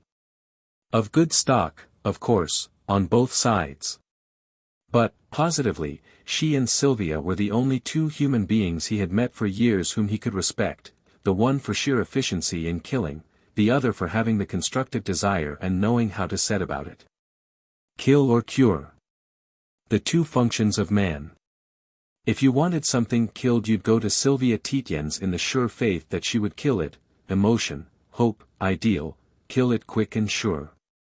If you wanted something kept alive you'd go to Valentine, she'd find something to do for it. The two types of mind, remorseless enemy, sure screen, dagger, sheath. Perhaps the future of the world, then, was to women. Why not? He hadn't in years met a man that he hadn't to talk down to, as you talk down to a child, as he had talked down to General Campion or to Mr. Waterhouse, as he always talked down to Macmaster. All good fellows in their way. But why was he born to be a sort of lonely buffalo, outside the herd? Not artist, not soldier, not bureaucrat, not certainly indispensable anywhere, apparently not even sound in the eyes of these dim-minded specialists. An exact observer. Hardly even that for the last 6.5 hours. Die Sommer Nacht hat mir zongethan. Das war ein Schweigsam Reiten. He said aloud. How could you translate that? You couldn't translate it, no one could translate Heine. It was the summer night came over me. That was silent riding. A voice cut into his warm, drowsy thought. Oh, you do exist. But you've spoken too late. I've run into the horse. He must have been speaking aloud. He had felt the horse quivering at the end of the reins. The horse, too, was used to her by now. It had hardly stirred. He wondered when he had left off singing John Peel. He said. Come along, then, have you found anything? The answer came. Something. But you can't talk in this stuff. I'll just. The voice died away as if a door had shut. He waited, consciously waiting, as an occupation. Contritely and to make a noise he rattled the whipstock in its bucket. The horse started and he had to check in quickly, a damn fool he was. Of course a horse would start if you rattled a whipstock. He called out. Are you all right? The cart might have knocked her down. He had, however, broken the convention. Her voice came from a great distance. I'm all right. Trying the other side. His last thought came back to him. He had broken their convention, he had exhibited concern, like any other man. He said to himself. By God! Why not take a holiday, why not break all conventions? They erected themselves intangibly and irrefragably. He had not known this young woman 24 hours, not to speak to, and already the convention existed between them that he must play stiff and cold, she warm and clinging. Yet she was obviously as cool a hand as himself, cooler, no doubt, for at bottom he was certainly a sentimentalist. A convention of the most imbecile type. Then break all conventions, with the young woman, with himself above all. For 48 hours, almost exactly 48 hours till he started for Dover. And I must to the greenwood go. Alone, a banished man. Border ballad. Written not 7 miles from Groby. By the descending moon, it being then just after cockcrow of midsummer night, what sentimentality, it must be 4:30 on Sunday. He had worked out that to catch the morning Ostend boat at Dover he must leave the Wannops at 5:15 on Tuesday morning, in a motor for the junction. What incredible cross-country train connections! 5 hours for not 40 miles. He had then 48¾ hours. Let them be a holiday. A holiday from himself above all, a holiday from his standards, from his convention with himself. From clear observation, from exact thought, from knocking over all the skittles of the exactitudes of others, from the suppression of emotions. From all the weariness that made him intolerable to himself. He felt his limbs lengthen, as if they too had relaxed. Well, already he had had 6½ hours of it. They had started at 10 and, like any other man, he had enjoyed the drive, though it had been difficult to keep the beastly cart balanced. The girl had had to sit behind with her arm round the other girl who screamed at every oak tree. But he had, if he put himself to the question, mooned along under the absurd moon that had accompanied them down the heaven, to the scent of hay, to the sound of nightingales, hoarse by now, of course. In June he changes his tune. Of corncrakes, of bats, of a heron twice, overhead. They had passed the blue-black shadows of corn stacks, of heavy, rounded oaks, of hop oasts that are half church tower, half finger-post. And the road silver-grey, and the night warm. It was midsummer night that had done that to him. Het meers ongethan. Das war ein schweigsame Reiten. Not absolutely silent of course, but silentish. Coming back from the parson's, where they had dropped the little London sewer rat, they had talked very little. Not unpleasant people the parsons, an uncle of the girls, 3 girl cousins, not unpleasant, like the girl but without the individuality. A remarkably good bite of beef, a truly meritorious Stilton and a drop of whiskey that proved the parson to be a man. All in candlelight. A motherly mother of the family to take the rat up some stairs, a great deal of laughter of girls. Then a restart an hour later than had been scheduled. Well, it hadn't mattered, they had the whole of eternity before them. The good horse, really it was a good horse, putting its shoulders into the work. They had talked a little at first. About the safeness of the London girl from the police now, about the brickishness of the parson in taking her in. She certainly would never have reached Charing Cross by train. There had fallen long periods of silences. A bat had whirled very near their off-lamp. What a large bat, she had said. Noctilix major. He said. Where do you get your absurd Latin nomenclature from? Isn't it Falloina, she had answered. From White. The natural history of Selborne is the only natural history I ever read. He's the last English writer that could write, said Tietjens. He calls the Downs those majestic and amusing mountains, she said. Where do you get your dreadful Latin pronunciation from? Fall, na. To rhyme with Dinah. It's sublime and amusing mountains, not majestic and amusing, Tietjens said. I got my Latin pronunciation, like all public schoolboys of today, from the German. She answered. You would. Father used to say it made him sick. Caesar equals Kaiser, Tietjens said. Bother your Germans, she said, they're no ethnologists, they're rotten at philology. She added, Father used to say so, to take away from an appearance of pedantry. A silence then. She had right over her head a rug that her aunt had lent her. A silhouette beside him, with a cocky nose turned up straight out of the descending black mass. But for the square toque she would have had the silhouette of a Manchester cotton hand. The toque gave it a different line, like the fillet of Diana. It was piquant and agreeable to ride beside a quite silent lady in the darkness of the thick wheel that let next to no moonlight through. The horse's hoofs went clock, clock, a good horse. The near lamp illuminated the russet figure of a man with a sack on his back, pressed into the hedge, a blinking lurcher beside him. Keeper between the blankets.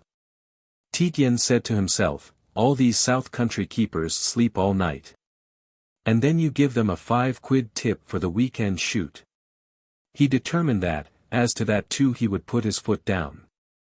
No more weekends with Sylvia in the mansions of the chosen people. The girl said suddenly. They had run into a clearing of the deep underwoods. I'm not stuffy with you over that Latin, though you were unnecessarily rude.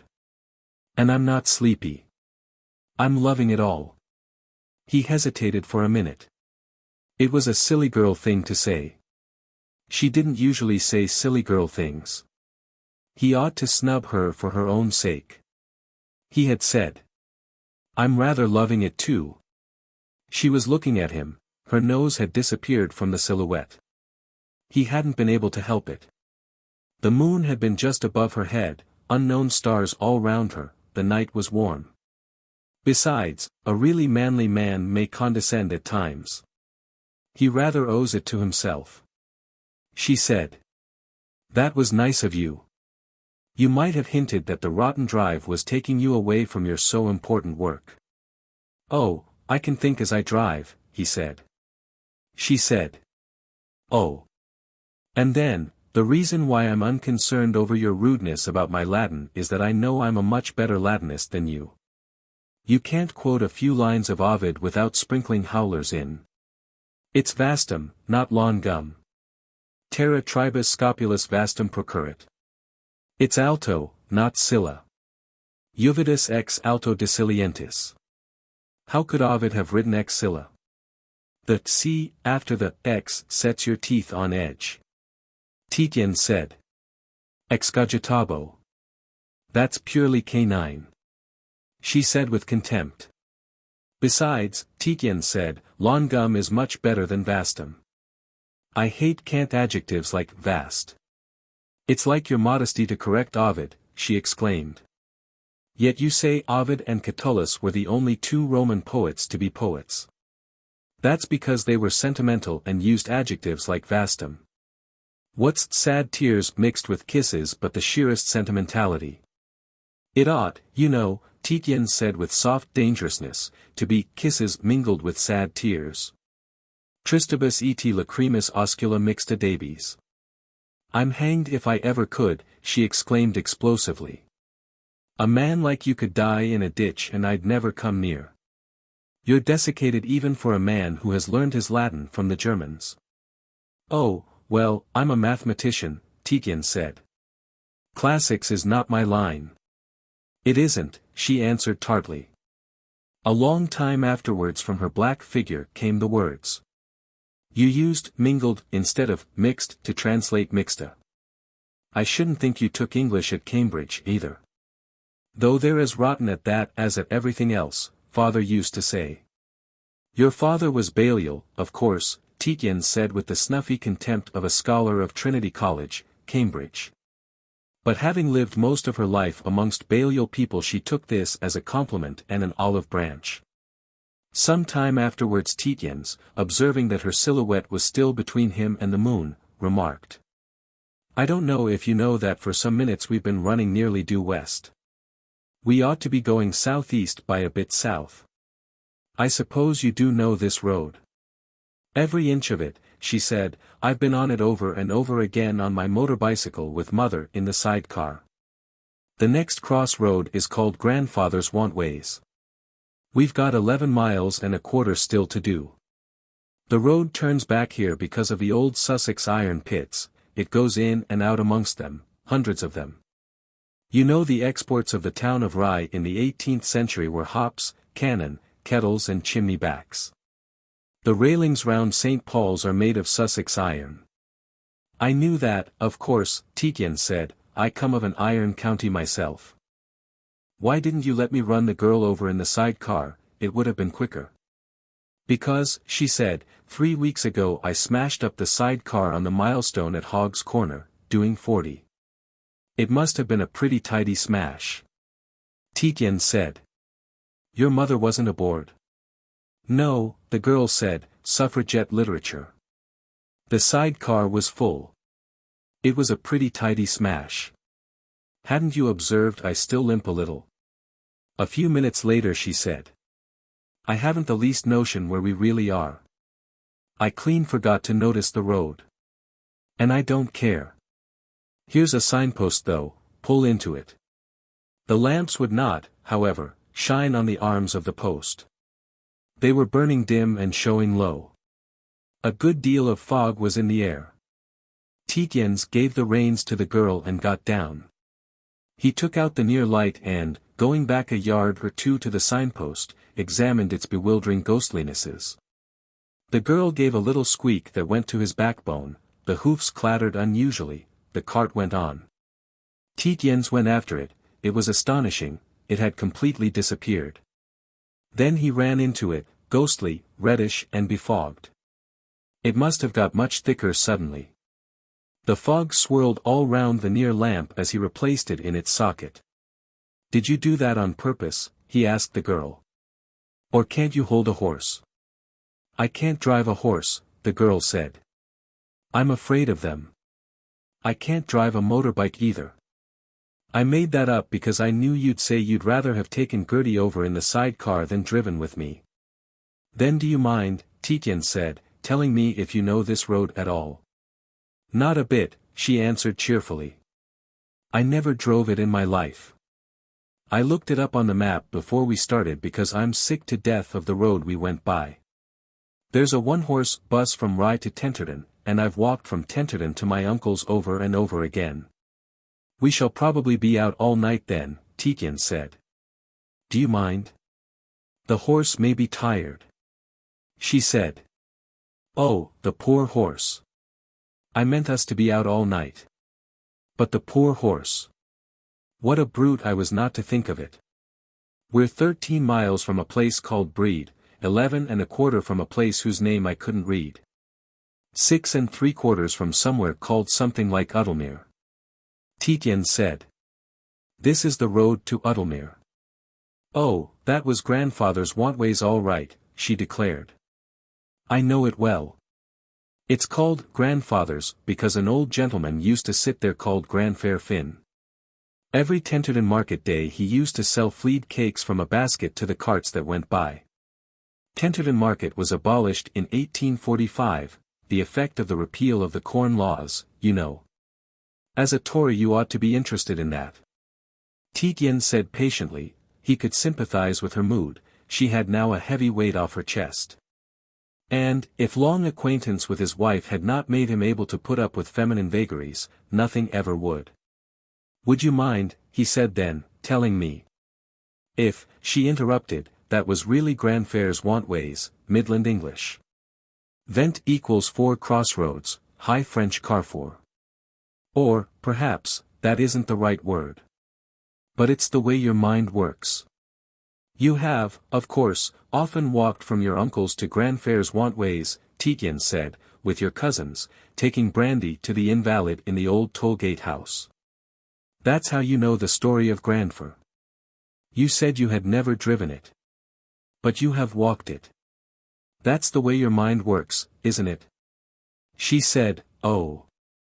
Then, Tietjens went on, would you mind telling me, for the sake of the poor horse, whether Udalmere is or isn't on our road home? I take it you don't know just this stretch of road, but you know whether it is the right road. The touch of pathos, the girl said, is a wrong note. It's you who are in mental trouble about the road. The horse isn't. Tietjens let the cart go on another 50 yards, then he said. It is the right road. The Udalmere turning was the right one. You wouldn't let the horse go another 5 steps if it wasn't. You're as soppy about horses as I am. There's at least that bond of sympathy between us, she said drily. Grandfair's Wantways is 6¾ miles from Udimore. Udimore is exactly 5 from us, total, 11¾ 12¼ if you add half a mile for Udimore itself. The name is Udimore, not Udalmere. Local place name enthusiasts derive this from O'er the Mere. Absurd. Legend as follows: church builders desiring to put church with relic of st. Rumwold in wrong place, voice wailed, O'er the Mere. Obviously absurd. Putrid. O'er the by Grimm's law impossible as booty, mere, not a Middle Low German word at all. Why, Tietjens said, are you giving me all this information? Because, the girl said, it's the way your mind works.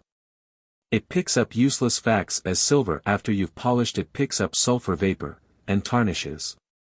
It arranges the useless facts in obsolescent patterns and makes Toryism out of them. I've never met a Cambridge Tory man before. I thought they were all in museums and you work them up again out of bones. That's what father used to say. He was an Oxford Disraelian conservative imperialist. I know, of course, Tietjens said. Of course you know, the girl said. You know everything.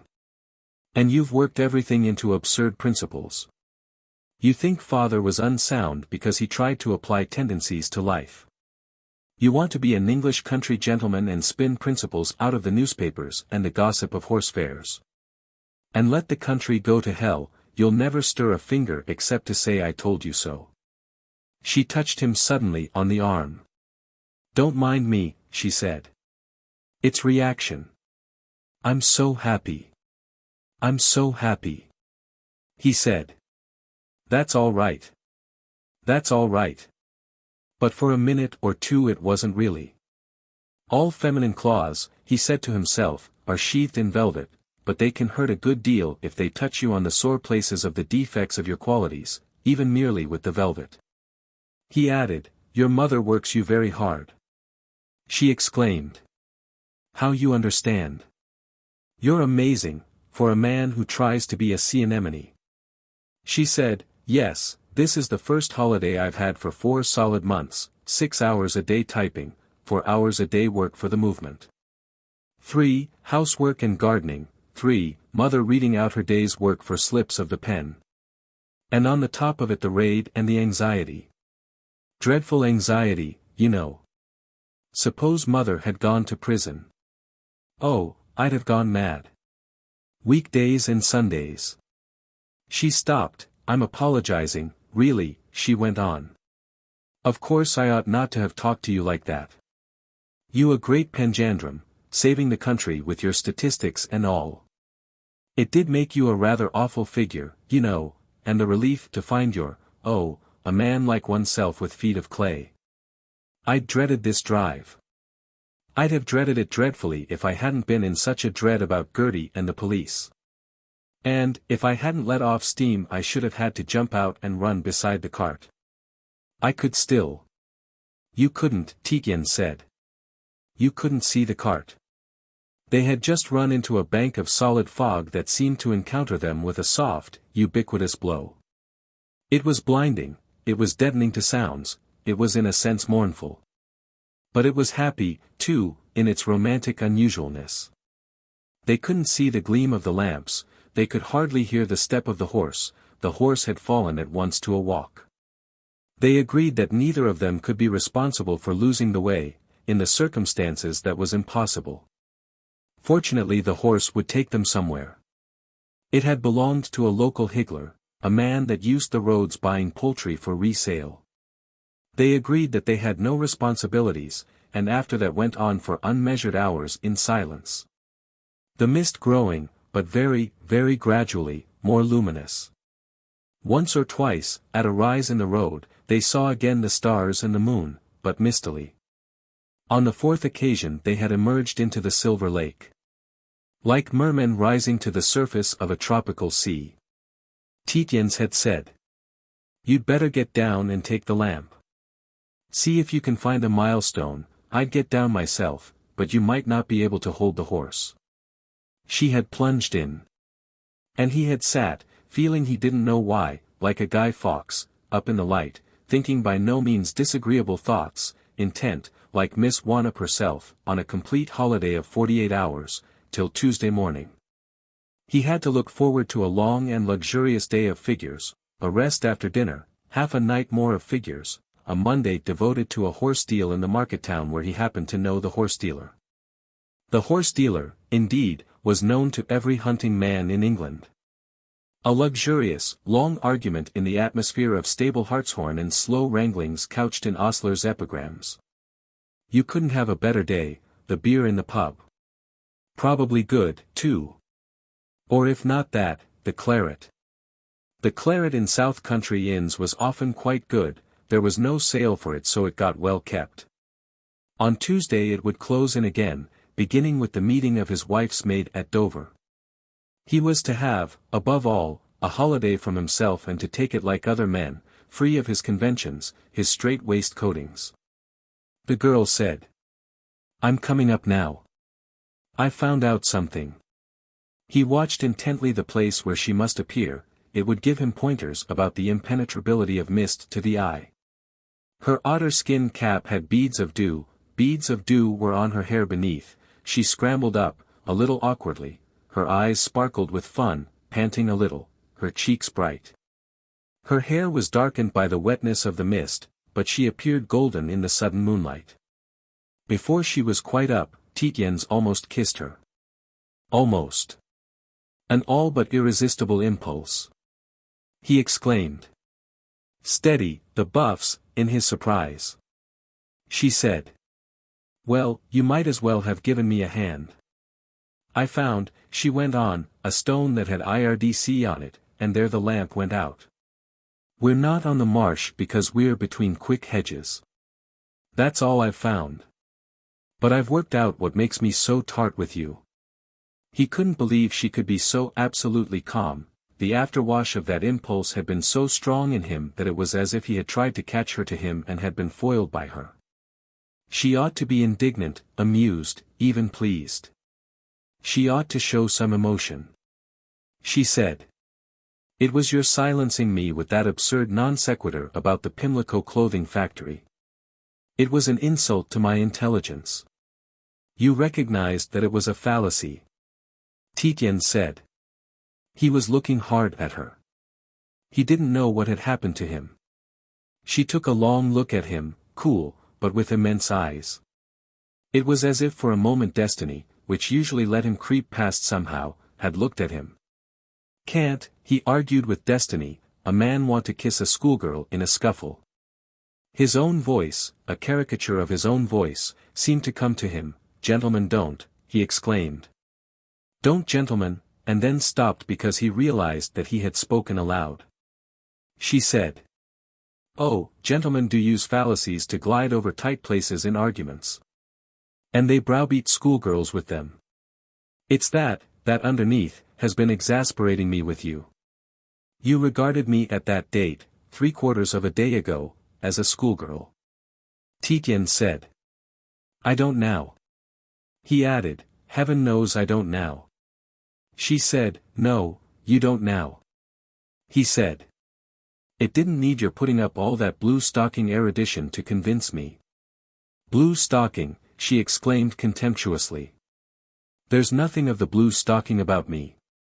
I know Latin because father spoke it with us. It was your pompous blue socks I was pulling." Suddenly she began to laugh. Tietjens was feeling sick, physically sick. She went on laughing.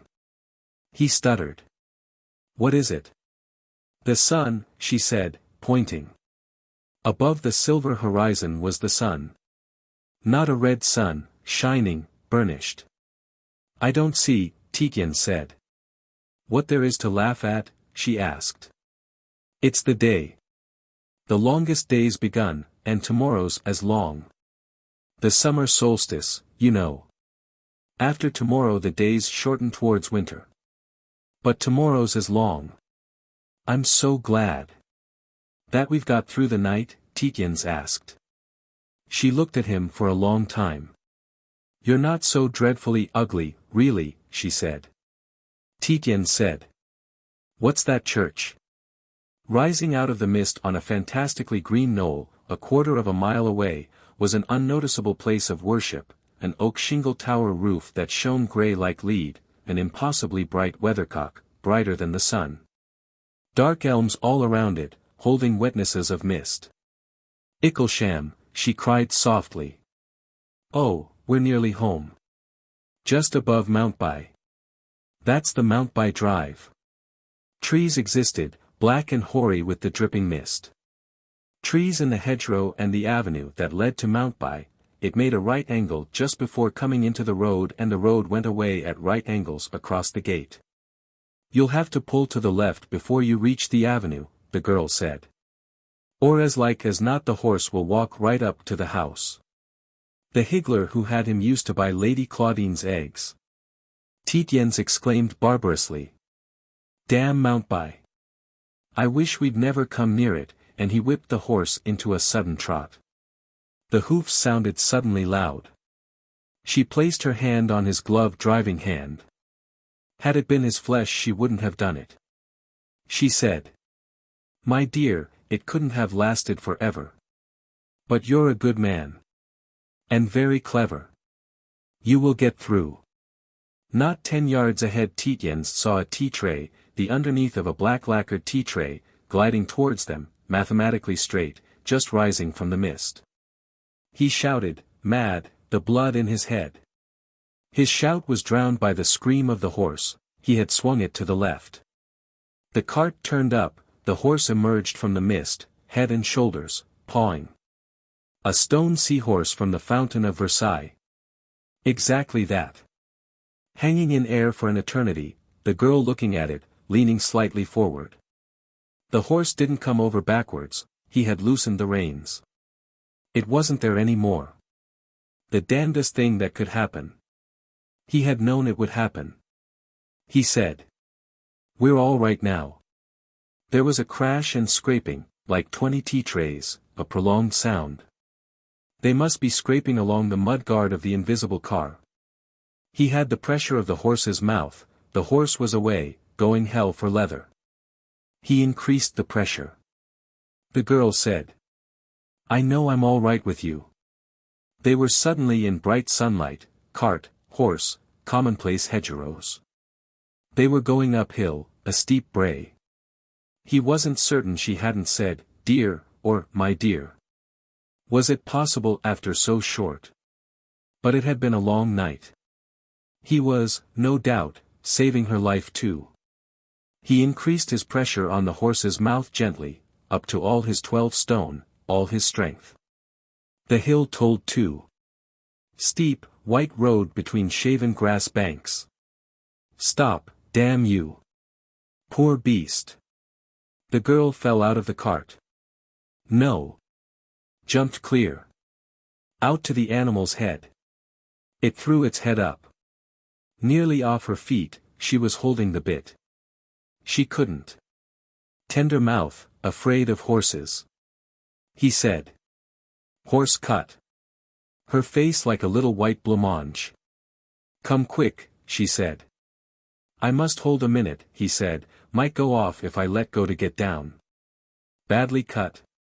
Blood running down solid. Like an apron, she said. He was at last at her side. It was true. But not so much like an apron. More like a red, varnished stocking. He said. You've a white petticoat on. Get over the hedge, jump it, and take it off. Tear it into strips, she asked. Yes. He called to her, she was suspended halfway up the bank. Tear one half off first. The rest into strips. She said, all right. She didn't go over the quickset as neatly as he had expected. No take off. But she was over. The horse, trembling, was looking down, its nostrils distended, at the blood pooling from its near foot. The cut was just on the shoulder. He put his left arm right over the horse's eyes. The horse stood it, almost with a sigh of relief. A wonderful magnetism with horses. Perhaps with women too. God knew. He was almost certain she had said, dear. She said, "Here." He caught a round ball of whitish stuff. He undid it. Thank God, what sense. A long, strong, white band. What the devil was the hissing? A small, closed car with crumpled mudguards, noiseless nearly, gleaming black. God curse it, it passed them, stopped 10 yards down, the horse rearing back, mad. Clean mad, something like a scarlet and white cockatoo, fluttering out of the small car door, a general. In full tog. White feathers. 90 medals. Scarlet coat. Black trousers with red stripe. Spurs too, by God. Tietjens said. God damn you, you bloody swine. Go away. The apparition, past the horse's blinkers, said. I can, at least, hold the horse for you. I went past to get you out of Claudine's sight. Damn good-natured for you, Tietjens said as rudely as he could. You'll have to pay for the horse. The general exclaimed. Damn it all. Why should I? You were driving your beastly camel right into my drive. You never sounded your horn, Tietjens said. I was on private ground, the general shouted. Besides I did. An enraged, scarlet scarecrow, very thin, he was holding the horse's bridle. Tietjens was extending the half-petticoat, with a measuring eye, before the horse's chest. The general said. Look here. I've got to take the escort for the royal party at St. Peter Inn Manor, Dover. They're laying the buff's colors on the altar or something. You never sounded your horn, Tietjens said. Why didn't you bring your chauffeur? He's a capable man. You talk very big about the widow and child. But when it comes to robbing them of 50 quid by slaughtering their horse. The general said. What the devil were you doing coming into our drive at 5 in the morning? Tietjens, who had applied the half-petticoat to the horse's chest, exclaimed. Pick up that thing and give it me. A thin roll of linen was at his feet, it had rolled down from the hedge. Can I leave the horse? The general asked. Of course you can, Tietjens said. If I can't quiet a horse better than you can run a car. He bound the new linen strips over the petticoat, the horse dropped its head, smelling his hand. The general, behind Tietjens, stood back on his heels, grasping his gold-mounted sword. Tietjens went on twisting and twisting the bandage. Look here, the general suddenly bent forward to whisper into Tietjens' ears, what am I to tell Claudine? I believe she saw the girl. Oh, tell her we came to ask what time you cast off your beastly otter hounds, Tietjens said, that's a matutinal job. The general's voice had a really pathetic intonation. On a Sunday, he exclaimed. Then in a tone of relief he added, I shall tell her you were going to early communion in Duchemin's church at Pet. If you want to add blasphemy to horse slaughtering as a profession, do, Tietjens said. But you'll have to pay for the horse. I'm damned if I will, the general shouted. I tell you you were driving into my drive. Then I shall, Tietjens said, and you know the construction you'll put on that. He straightened his back to look at the horse. Go away, he said, say what you like. Do what you like. But as you go through Rye send up the horse ambulance from the vet s. Don't forget that.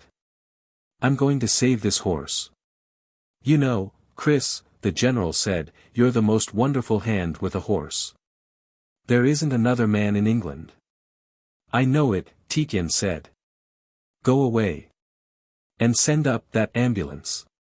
There's your sister getting out of your car. The general began. I've an awful lot to get explained, but, at a thin scream of, General. General. He pressed on his sword hilt to keep it from between his long, black, scarlet-striped legs, and running to the car pushed back into its door a befeathered, black bolster. He waved his hands to Tietjens. I'll send the ambulance, he called. The horse, its upper legs swathed with crisscrosses of white through which a purple stain was slowly penetrating, stood motionless, its head hanging down, mule-like, under the blinding sun. To ease it Tietjens began to undo the trace. The girl hopped over the hedge and, scrambling down, began to help him. "Well. My reputation's gone," she said cheerfully. "I know what Lady Claudine is. Why did you try to quarrel with the general?" "Oh, you'd better," Tietjens said wretchedly, "have a lawsuit with him. It'll account for you're not going to mount by." "You think of everything," she said. They wheeled the cart backwards off the motionless horse. Tietjens moved it 2 yards forward, to get it out of sight of its own blood. Then they sat down side by side on the slope of the bank. "Tell me about Groby," the girl said at last. Tietjens began to tell her about his home. There was, in front of it, an avenue that turned into the road at right angles. Just like the one at Mountby. "My great-great-grandfather made it," Tietjens said. "He liked privacy and didn't want the house visible by vulgar people on the road. Just like the fellow who planned Mountby, no doubt. But it's beastly dangerous with motors. We shall have to alter it, just at the bottom of a dip. We can't have horses hurt. You'll see." It came suddenly into his head that he wasn't perhaps the father of the child who was actually the heir to that beloved place over which generation after generation had brooded. Ever since Dutch William. A damn nonconformist swine. On the bank his knees were almost level with his chin. He felt himself slipping down. "If I ever take you there," he began. "Oh, but you never will," she said. The child wasn't his.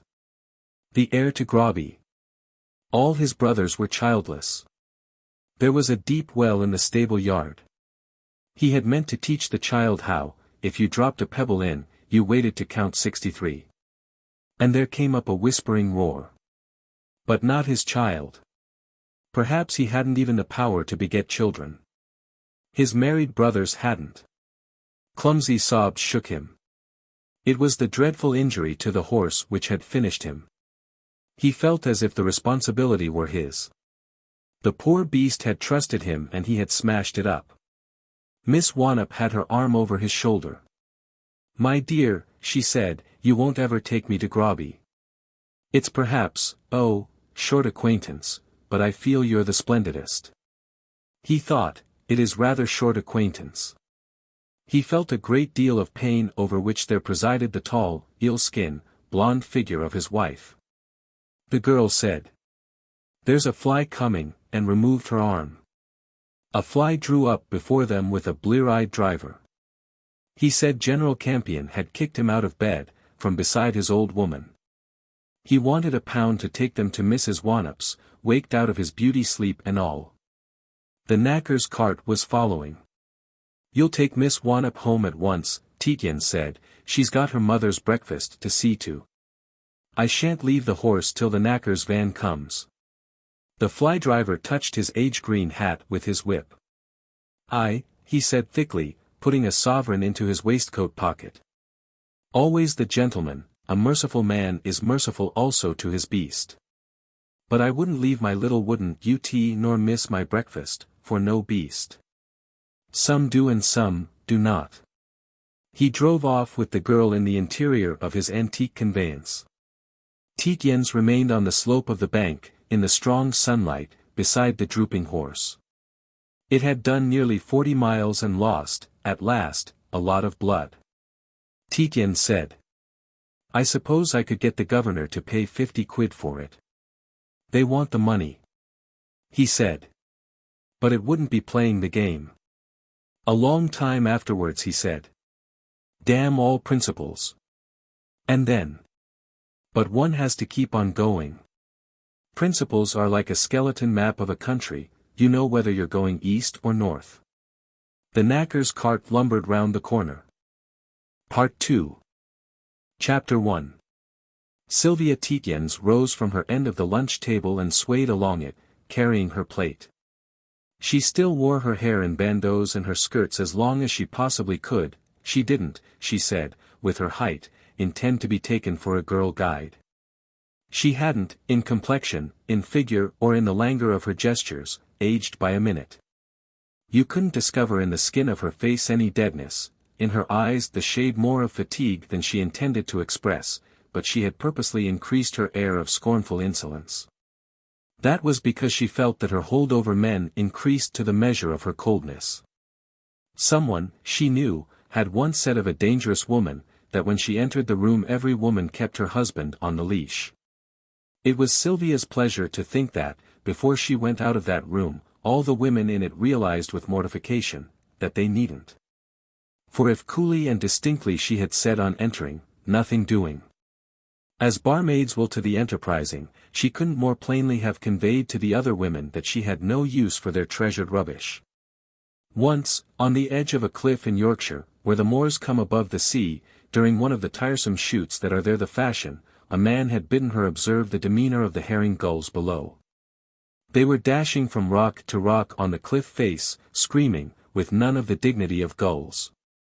Some of them even let fall the herrings that they had caught, and she saw the pieces of silver dropping into the blue motion. The man told her to look up, high, circling and continuing for a long time to circle, illuminated by the sunlight below, like a pale flame against the sky, was a bird. The man told her that that was some sort of fish-eagle or hawk. Its normal habit was to chase the gulls which, in their terror, would drop their booty of herrings, whereupon the eagle would catch the fish before it struck the water.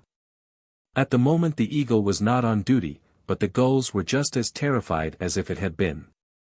Sylvia stayed for a long time watching the convolutions of the eagle. It pleased her to see that, though nothing threatened the gulls, they yet screamed and dropped their herrings. The whole affair reminded her of herself in her relationship to the ordinary women of the barnyard. Not that there was the breath of a scandal against herself, that she very well knew, and it was her preoccupation just as turning down nice men, the really nice men, of commerce, was her hobby. She practiced every kind of turning down on these creatures, the really nice ones, with the Kitchener mustaches, the seal's brown eyes, the honest, thrilling voices, the clipped words, the straight backs and the admirable records, as long as you didn't inquire too closely.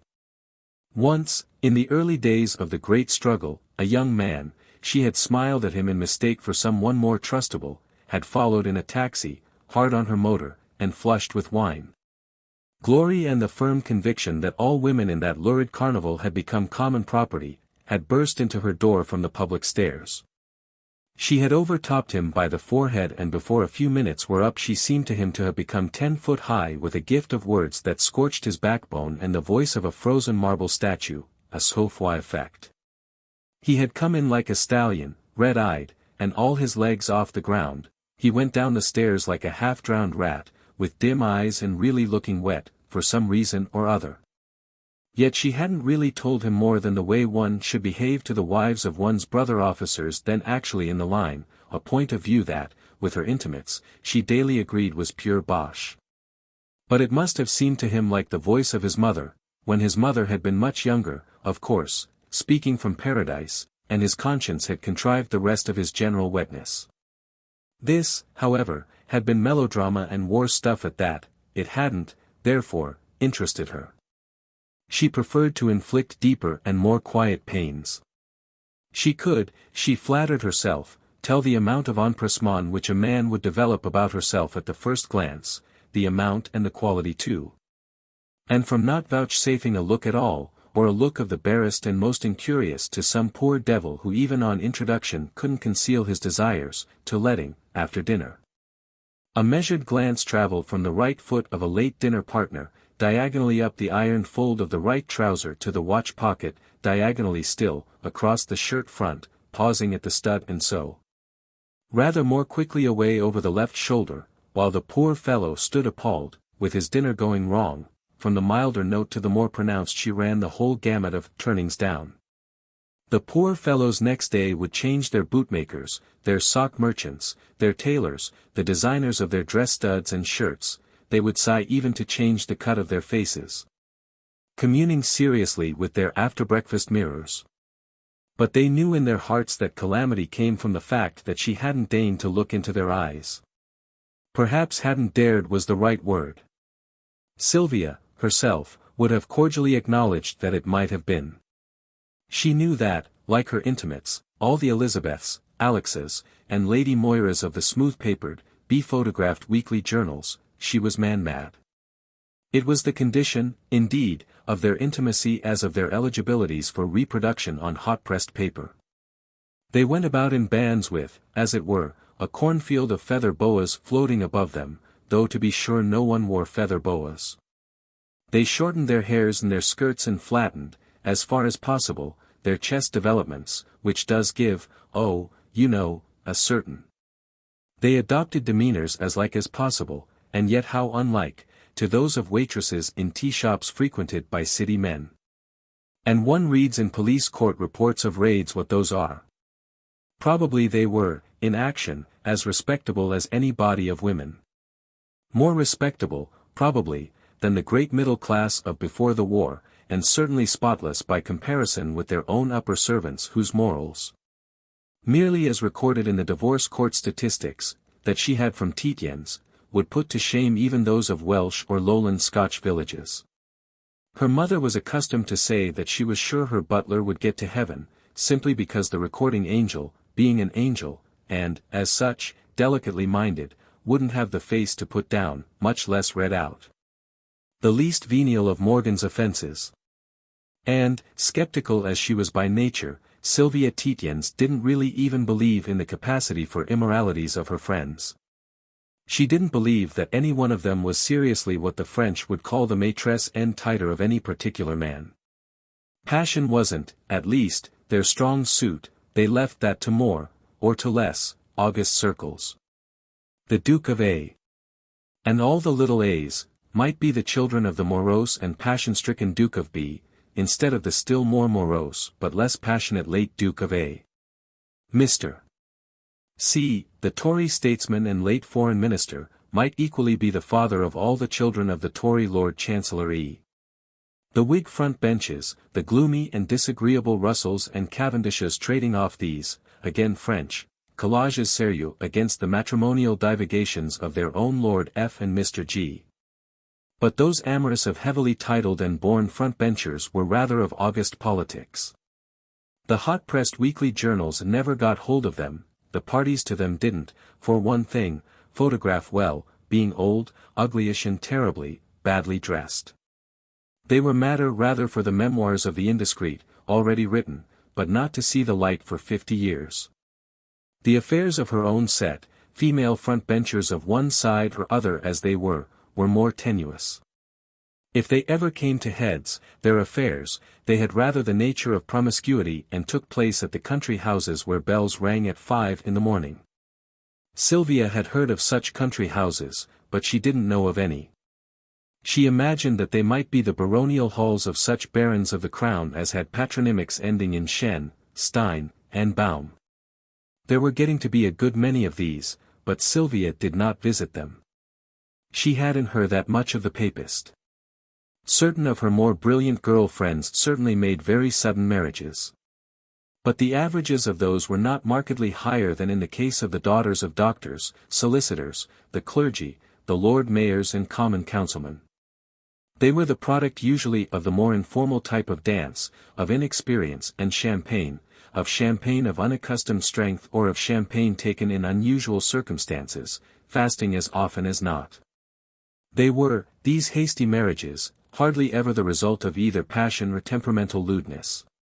In her own case, years ago now, she had certainly been taken advantage of, after champagne, by a married man called Drake. A bit of a brute she acknowledged him now to be. But after the event passion had developed, intense on her side and quite intense enough on his.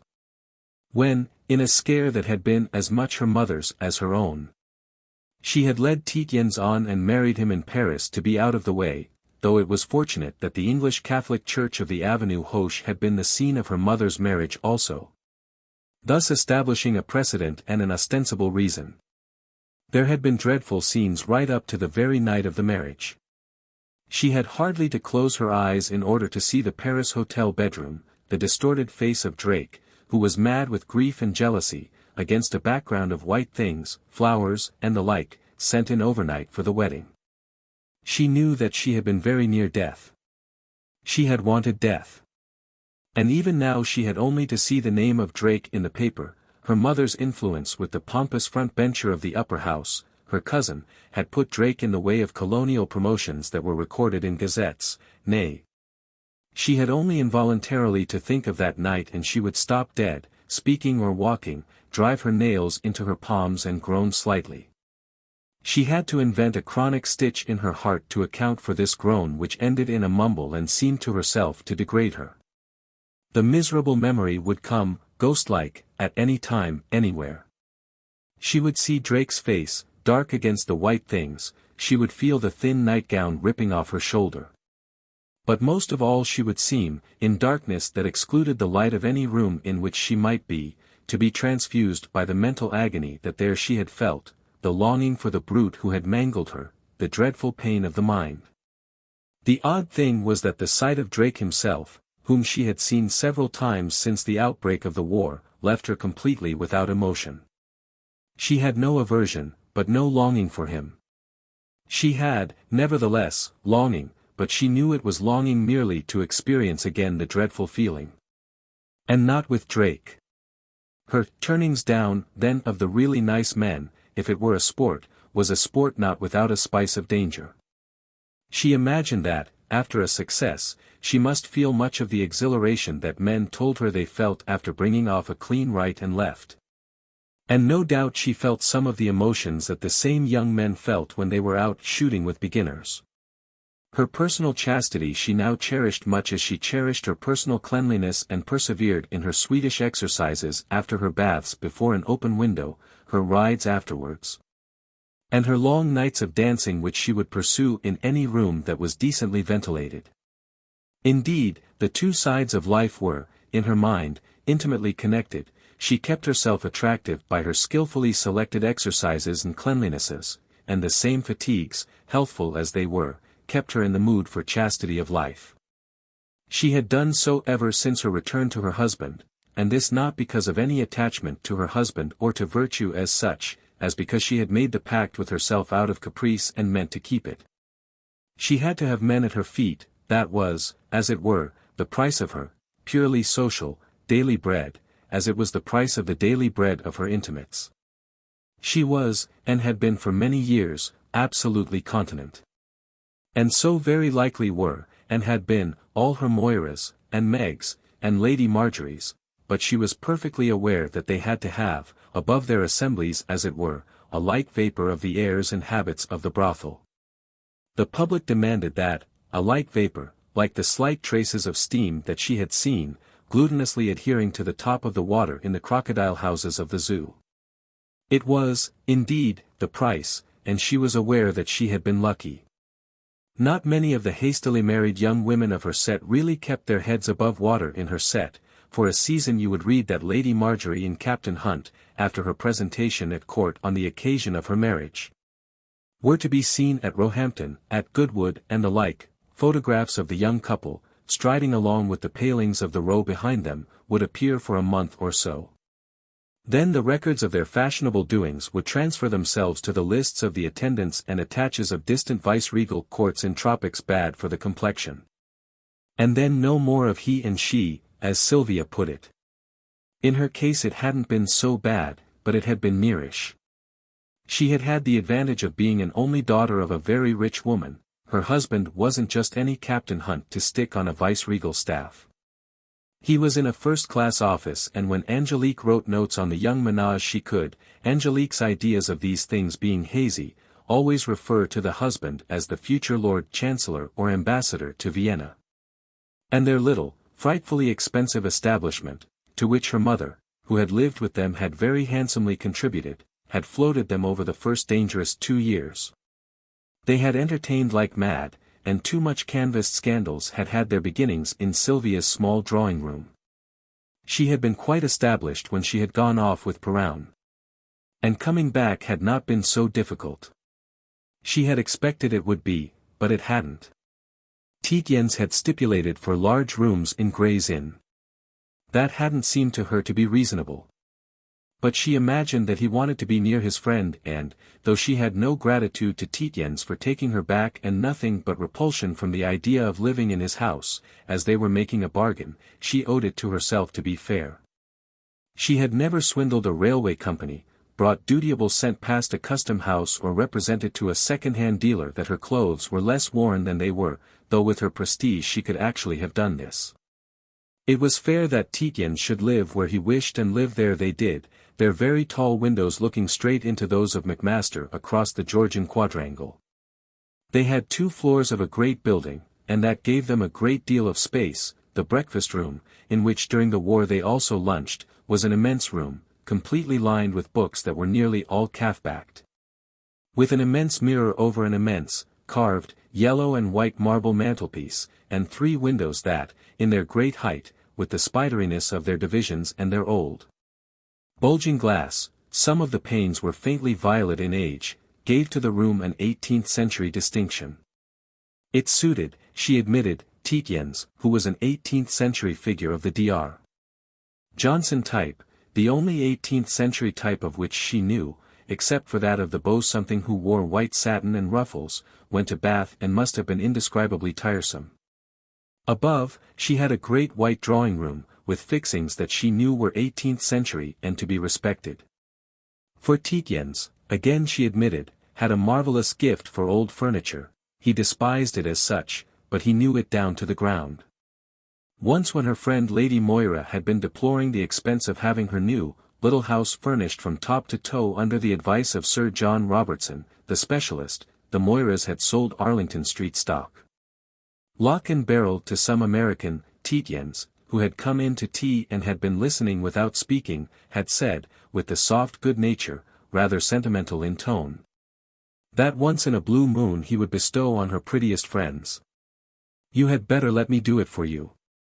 Taking a look round Sylvia's great drawing-room, with the white panels, the Chinese lacquer screens, the red lacquer and ormolu cabinets and the immense blue and pink carpet, and Sylvia knew that if only for the 3 panels by a fellow called Fragonard, bought just before Fragonards had been boomed by the late king. Her drawing-room was something remarkable, Lady Moira had said to Tietjens, rather flutteringly and almost with the voice with which she began one of her affairs. "Oh, if you only would." He had done it, and he had done it for a quarter of the estimate of Sir John Robertson. He had done it without effort, as if with a roll or 2 of his elephantine shoulders, for he seemed to know what was in every dealer's and auctioneer's catalogue by looking at the green halfpenny stamp on the wrapper. And, still more astonishingly, he had made love to Lady Moira. They had stopped twice with the Moiras in Gloucestershire and the Moiras had 3 times week-ended with Mrs. Satterthwaite as the Tietjens invites. Tietjens had made love to Lady Moira quite prettily and sufficiently to tide Moira over until she was ready to begin her affair with Sir William Heathley. For the matter of that, Sir John Robertson, the specialist in old furniture, challenged by Lady Moira to pick holes in her beautiful house, had gone there, poked his large spectacles against cabinets, smelt the varnish of table tops and bitten the backs of chairs in his ancient and short-sighted way, and had then told Lady Moira that Tietjens had bought her nothing that wasn't worth a bit more than he had given for it. This increased their respect for the old fellow, it explained his several millions. For, if the old fellow proposed to make out of a friend like Moira a profit of 300%, limiting it to that out of sheer affection for a pretty woman, what wouldn't he make out of a natural, and national, enemy like a United States senator? And the old man took a great fancy to Tietjens himself, which Tietjens, to Sylvia's bewilderment, did not resent. The old man would come in to tea and, if Tietjens were present, would stay for hours talking about old furniture. Tietjens would listen without talking. Sir John would expatiate over and over again about this to Mrs. Tietjens. It was extraordinary. Tietjens went purely by instinct, by taking a glance at a thing and chancing its price. According to Sir John, one of the most remarkable feats of the furniture trade had been Tietjens' purchase of the Hemingway bureau for Lady Moira. Tietjens, in his dislikeful way, had bought this at a cottage sale for £3.10. And had told Lady Moira it was the best piece she would ever possess. Lady Moira had gone to the sale with him. Other dealers present had hardly looked at it, Tietjens certainly hadn't opened it. But at Lady Moira's, poking his spectacles into the upper part of the glazed piece, Sir John had put his nose straight on the little bit of inserted yellow wood by a hinge, bearing signature, name and date, J&O. Hemingway, Bath, 1784. Sylvia remembered them because Sir John told her so often. It was a lost piece that the furnishing world had been after for many years. For that exploit the old man seemed to love Tietjens. That he loved Sylvia herself, she was quite aware. He fluttered round her tremulously, gave fantastic entertainments in her honor and was the only man she had never turned down. He had a harem, so it was said, in an enormous house at Brighton or somewhere. But it was another sort of love he bestowed on Tietjens, the rather pathetic love that the aged bestow on their possible successors in office. Once Sir John came in to tea and quite formally and with a sort of portentousness announced that that was his 71st birthday, and that he was a broken man. He seriously proposed that Tietjens should come into partnership with him with the reversion of the business, not, of course, of his private fortune. Tietjens had listened amiably, asking a detail or two of Sir John's proposed arrangement. Then he had said, with the rather caressing voice that he now and then bestowed on a pretty woman, that he didn't think it would do.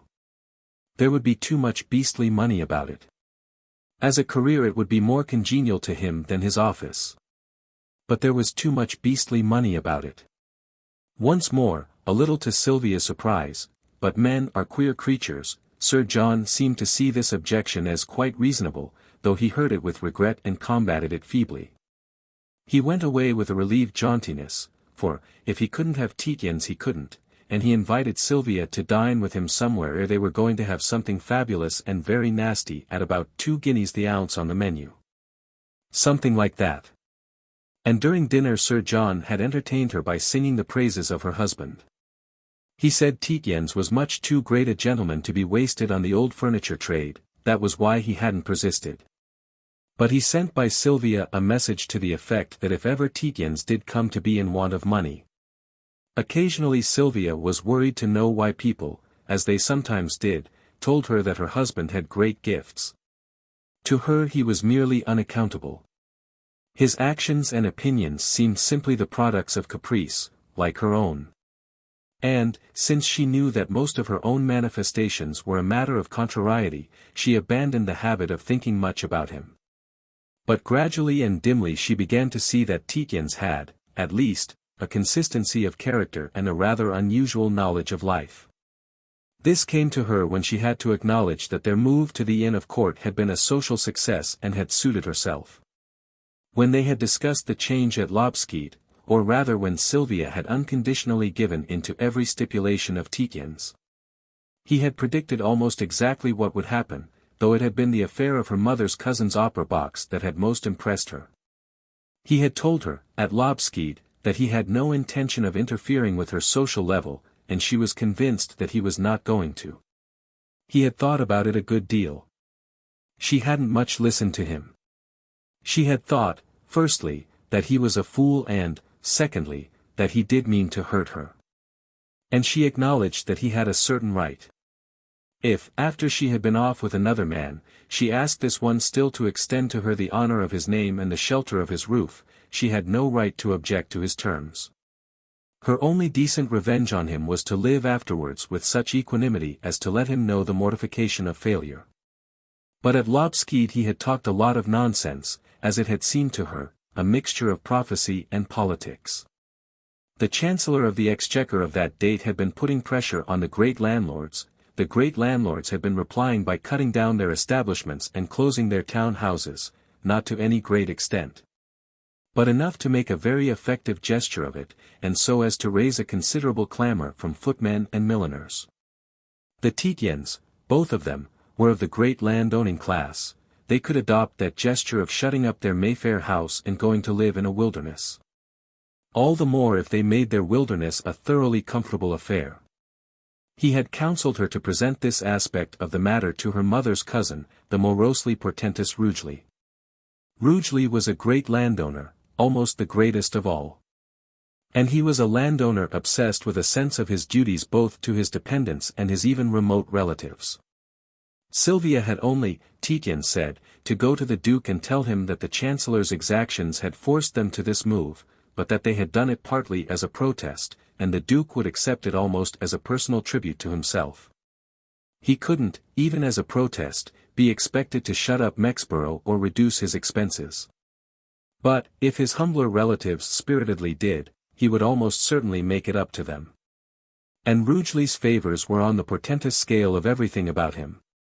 "I shouldn't wonder," Tietjens had said, "if he didn't lend you the Rugeley box to entertain in." And that is exactly what had happened. The Duke, who must have kept a register of his remotest cousins, had, shortly before their return to London, heard that this young couple had parted with every prospect of a large and disagreeable scandal. He had approached Mrs. Satterthwaite, for whom he had a gloomy affection, and he had been pleased to hear that the rumor was a gross libel.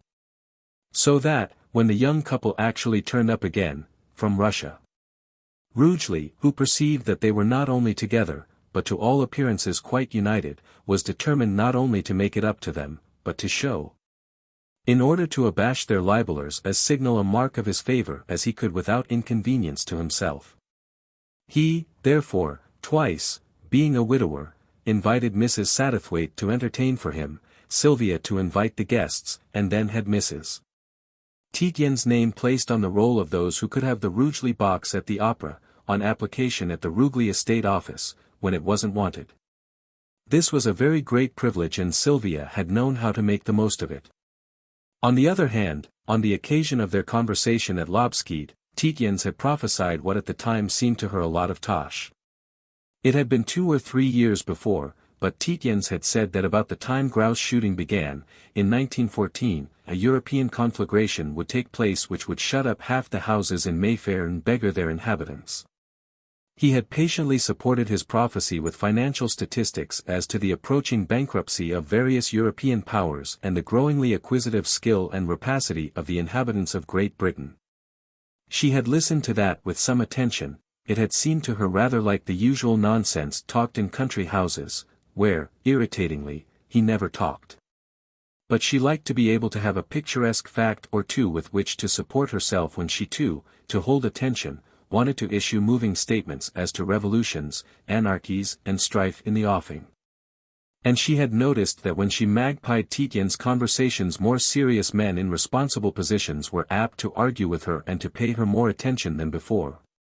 And now, walking along the table with her plate in her hand, she could not but acknowledge that, triumphantly, and very comfortably for her, Tietjens had been right. In the 3rd year of the war it was very convenient to have a dwelling, cheap, comfortable, almost august and so easy to work that you could have, at a pinch, run it with one maid. Though the faithful Hello Central had not let it come to that yet. Being near Tietjens she lifted her plate, which contained 2 cold cutlets in aspic and several leaves of salad. She wavered a little to one side and, with a circular motion of her hand, let the whole contents fly at Tietjens' head. She placed the plate on the table and drifted slowly towards the enormous mirror over the fireplace. "I'm bored," she said. "Bored. Bored." Tietjens had moved slightly as she had thrown, the cutlets and most of the salad leaves had gone over his shoulder. But one, couched, very green leaf was on his shoulder strap, and the oil and vinegar from the plate. Sylvia knew that she took too much of all condiments, had splashed from the revers of his tunic to his green staff badges. She was glad that she had hit him as much as that, it meant that her marksmanship had not been quite rotten. She was glad, too, that she had missed him. She was also supremely indifferent. It had occurred to her to do it and she had done it. Of that she was glad. She looked at herself for some time in the mirror of bluish depths. She pressed her immense bandeaus with both hands on to her ears. She was all right, high-featured, alabaster complexion, but that was mostly the mirror's doing, beautiful, long, cool hands, what man's forehead wouldn't long for them? And that hair. What man wouldn't think of it, unloosed on white shoulders? Well, Tietjens wouldn't. Or, perhaps, he did, she hoped he did, curse him, for he never saw that sight. Obviously sometimes, at night, with a little whiskey taken he must want to. She rang the bell and bade Hello Central sweep the plateful from the carpet. Hello Central, tall and dark, looking with wide-open eyes, motionlessly at nothing. Sylvia went along the bookshelves, pausing over a book back, Vitare hominum notice, in gilt, irregular capitals pressed deep into the old leather. At the first long window she supported herself by the blind cord. She looked out and back into the room. "There's that veiled woman," she said, going into 11. "It's 2 o'clock, of course." She looked at her husband's back hard, the clumsy khaki back that was getting round-shouldered now. Hard. She wasn't going to miss a motion or a stiffening. "I found out who it is," she said, "and who she goes to. I got it out of the porter." She waited.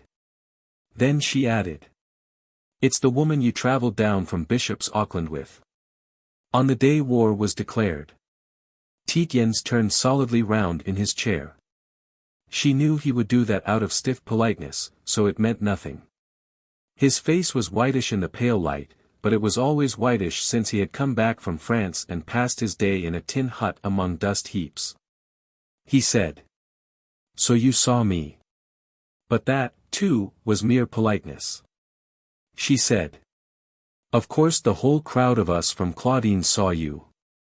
It was old Campion who said she was a Mrs. I've forgotten the name."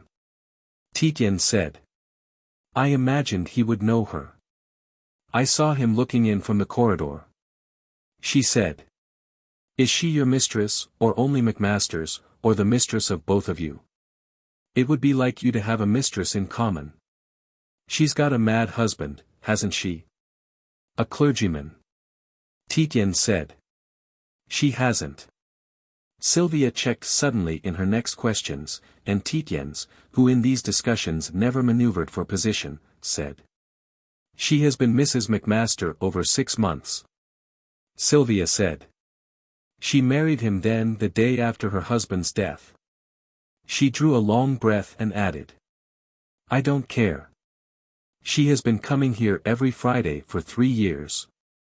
I tell you I shall expose her unless that little beast pays you tomorrow the money he owes you. God knows you need it." She said then hurriedly, for she didn't know how Tietjens might take that proposition. "Mrs. Wanop rang up this morning to know who was, the evil genius of the Congress of Vienna. Who, by the by, is Mrs. Wanop's secretary. She wants to see you this afternoon. About war babies." Tietjens said. "Mrs. Wanop hasn't got a secretary. It's her daughter who does her ringing up. The girl," Sylvia said, "you were so potty about it that horrible afternoon Macmaster gave. Has she had a war baby by you? They all say she's your mistress." Tietjens said. "No, Miss Wanop isn't my mistress. Her mother has had a commission to write an article about war babies. I told her yesterday there weren't any war babies to speak of, and she's upset because she won't be able to make a sensational article. She wants to try and make me change my mind." Sylvia said. "It was Miss Wanop at that beastly affair of your friend's? And I suppose the woman who received was Mrs. What's-her-name, your other mistress. An unpleasant show. I don't think much of your taste. The one where all the horrible geniuses in London were. There was a man like a rabbit talked to me about how to write poetry. That's no good as an identification of the party," Tietjens said. "Macmaster gives a party every Friday, not Saturday. He has for years. Mrs. Macmaster goes there every Friday. To act as hostess. She has for years. Miss Wanop goes there every Friday after she has done work for her mother. To support Mrs. Macmaster. She has for years." Sylvia mocked him. "And you go there every Friday. To croodle over Miss Wanop. Oh, Christopher." She adopted a mock pathetic voice. "I never did have much opinion of your taste, but not that. Don't let it be that. Put her back. She's too young for you. All the geniuses in London, Tietjens continued equably, go to Macmaster's every Friday. He has been trusted with the job of giving away royal literary bounty money, that's why they go. They go, that's why he was given his CB. I should not have thought they counted, Sylvia said. Of course they count, Tietjens said. They write for the press. They can get anybody anything, except themselves. Like you. Sylvia said, exactly like you. They're a lot of bribed squits. Oh, no, Tietjens said. It isn't done obviously or discreditably. Don't believe that Macmaster distributes £40 yearly of bounty on condition that he gets advancement. He hasn't, himself, the least idea of how it works, except by his atmosphere. I never knew a beastlier atmosphere, Sylvia said. It reeked of rabbit's food. You're quite mistaken, Tietjens said. That is the Russian leather of the backs of the specially bound presentation copies in the large bookcase. I don't know what you're talking about, Sylvia said. What are presentation copies? I should have thought you'd had enough of the beastly Russian smells Kiev stunk of. Tietjens considered for a moment. No. I don't remember it, he said. Kiev? Oh, it's where we were. You put half your mother's money, Sylvia said, into the government of Kiev 12.5% city tramways. At that Tietjens certainly winced, a type of wincing that Sylvia hadn't wanted. You're not fit to go out tomorrow, she said. I shall wire to old Campion. Mrs. Duchemin, Tietjens said woodenly. Mrs. Macmaster, that is, also used to burn a little incense in the room before the parties. Those Chinese stinks, what do they call them? Well, it doesn't matter. He added that resignedly. Then he went on, don't you make any mistake. Mrs. Macmaster is a very superior woman. Enormously efficient. Tremendously respected. I shouldn't advise even you to come up against her, now she's in the saddle. Mrs. Tietjens said. That sort of woman. Tietjens said. I don't say you ever will come up against her. Your spheres differ. But, if you do, don't. I say it because you seem to have got your knife into her. I don't like that sort of thing going on under my windows, Sylvia said. Tietjens said. What sort of thing? I was trying to tell you a little about Mrs. Macmaster. She's like the woman who was the mistress of the man who burned the other fellow's horrid book. I can't remember the names. Sylvia said quickly. Don't try. In a slower tone she added, I don't in the least want to know. Well, she was in Egeria. Tietjens said. An inspiration to the distinguished. Mrs. Macmaster is all that. The geniuses swarm round her, and with the really select ones she corresponds. She writes superior letters, about the higher morality usually, very delicate in feeling. Scotch naturally. When they go abroad she sends them snatches of London literary happenings, well done, mind you. And then, every now and then, she slips in something she wants Macmaster to have. But with great delicacy. Say it's this CB, she transfuses into the minds of Genius 1, 2, and 3 the idea of a CB for Macmaster. Genius no. 1 lunches with the deputy sub-patronage secretary, who looks after literary honors and lunches with geniuses to get the gossip. Sylvia asked. Why did you lend Macmaster all that money? Mind you, Tietjens continued his own speech, it's perfectly proper. That's the way patronage is distributed in this country, it's the way it should be. The only clean way. Mrs. Duchemin backs Macmaster because he's a first-class fellow for his job. And she is an influence over the geniuses because she's a first-class person for hers. She represents the higher, nicer morality for really nice Scots. Before long she will be getting tickets stopped from being sent to people for the Academy soirees. She already does it for the Royal Bounty dinners. A little later, when Macmaster is knighted for bashing the French in the eye, she'll have a tiny share in Auguster assemblies. Those people have to ask somebody for advice. Well, one day you'll want to present some debutante. And you won't get a ticket. Then I'm glad, Sylvia exclaimed, that I wrote to Brownie's uncle about the woman. I was a little sorry this morning because, from what Glorvina told me, you're in such a devil of a hole. Who's Brownie's uncle? Tietjens asked. Lord. The banker. I know Brownie's in his uncle's bank. Port Scatho. Sylvia said. I wish you wouldn't act forgetting people's names. You overdo it. Tietjens' face went a shade whiter. Port Scatho, he said, is the chairman of the in-billeting committees, of course. And you wrote to him? I'm sorry, Sylvia said. I mean, I'm sorry I said that about your forgetting.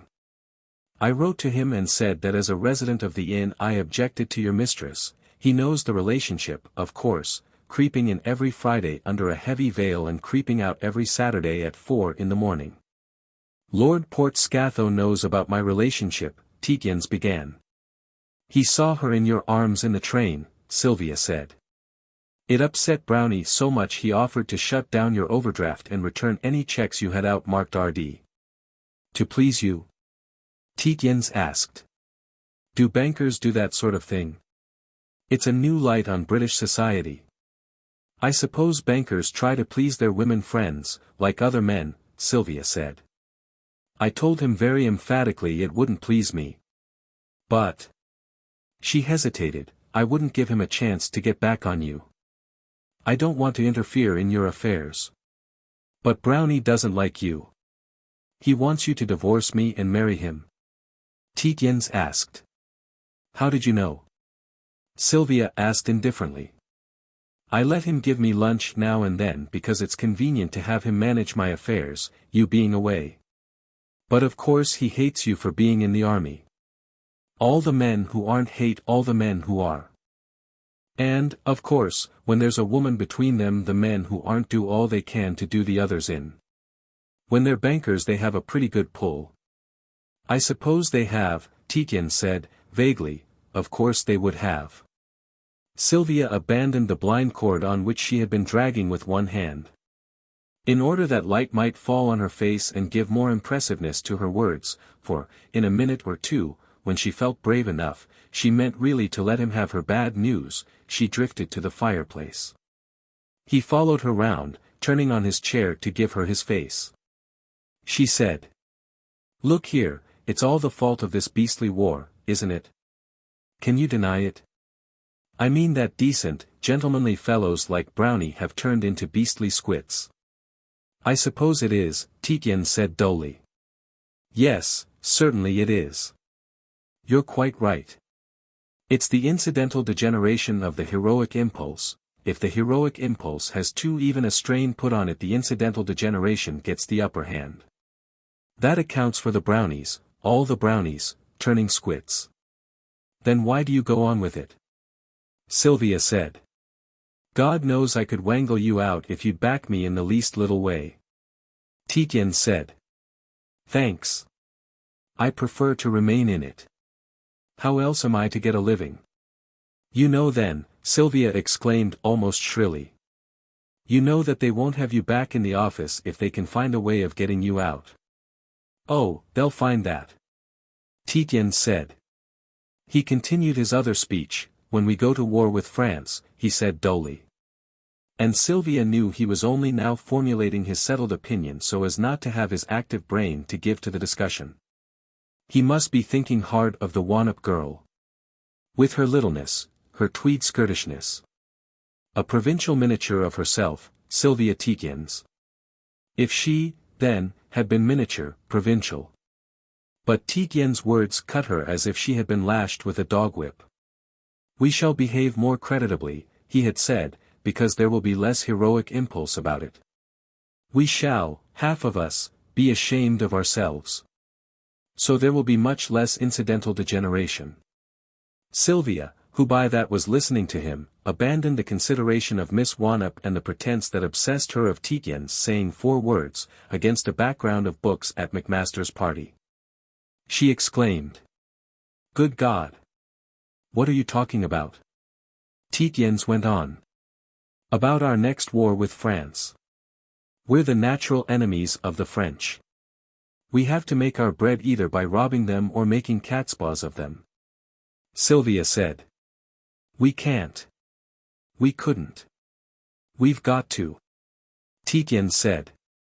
It's the condition of our existence.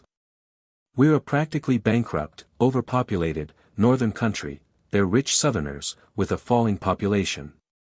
Towards 1930 we shall have to do what Prussia did in 1914. Our conditions will be exactly those of Prussia then. It's the, what is it called? But, Sylvia cried out. You're a Francomaniac. You're thought to be a French agent. That's what's bitching your career. I am. Tietjens asked uninterestedly. He added, yes, that probably would bitch my career. He went on, with a little more animation and a little more of his mind. Ah! That will be a war worth seeing. None of their drunken rat fighting for imbecile boodlers. It would drive mother mad. Sylvia said. Oh, no it wouldn't, Tietjens said. It will stimulate her if she is still alive. Our heroes won't be drunk with wine and lechery, our squits won't stay at home and stab the heroes in the back. Our minister for water closets won't keep 2.5 million men in any base in order to get the votes of their women at a general election. That's been the first evil effects of giving women the vote. With the French holding Ireland and stretching in a solid line from Bristol to Whitehall, we should hang the minister before he had time to sign the papers. And we should be decently loyal to our Prussian allies and brothers. Our cabinet won't hate them as they hate the French for being frugal and strong in logic and well-educated and remorselessly practical. Prussians are the sort of fellows you can be hoggish with when you want to. Sylvia interjected violently. For God's sake stop it. You almost make me believe what you say is true. I tell you mother would go mad. Her greatest friend is the Duchesse Tonnerre Château-Alheralt. Well. Tietjens said. Your greatest friends are the Med, the Austrian officers you take chocolates and flowers to. That there was all the row about, we're at war with them and you haven't gone mad. I don't know, Sylvia said. Sometimes I think I am going mad. She drooped. Tietjens, his face very strained, was looking at the tablecloth. He muttered, Met, Kos, Sylvia said. Do you know a poem called Somewhere? It begins, somewhere or other there must surely be. Tietjens said. I'm sorry. No. I haven't been able to get up my poetry again. Sylvia said. Don't. She added, you've got to be at the War Office at 4:15, haven't you? What's the time now? She extremely wanted to give him her bad news before he went, she extremely wanted to put off giving it as long as she could. She wanted to reflect on the matter first. She wanted also to keep up a desultory conversation, or he might leave the room. She didn't want to have to say to him, wait a minute, I've something to say to you, for she might not, at that moment, be in the mood. He said it was not yet 2. He could give her an hour and a half more. To keep the conversation going, she said. I suppose the Wanop girl is making bandages or being a whack. Something forceful. Tietjens said. No, she's a pacifist. As pacifist as you. Not so impulsive. But, on the other hand, she has more arguments. I should say she'll be in prison before the war's over. A nice time you must have between the two of us, Sylvia said. The memory of her interview with the great lady nicknamed Glorvina, though it was not at all a good nickname, was coming over her forcibly. She said. I suppose you're always talking it over with her. You see her every day. She imagined that might keep him occupied for a minute or two. He said, she caught the sense of it only, and quite indifferently that he had tea with Mrs. Wanop every day. She had moved to a place called Bedford Park, which was near his office, not 3 minutes' walk. The War Office had put up a lot of huts on some public green in that neighborhood.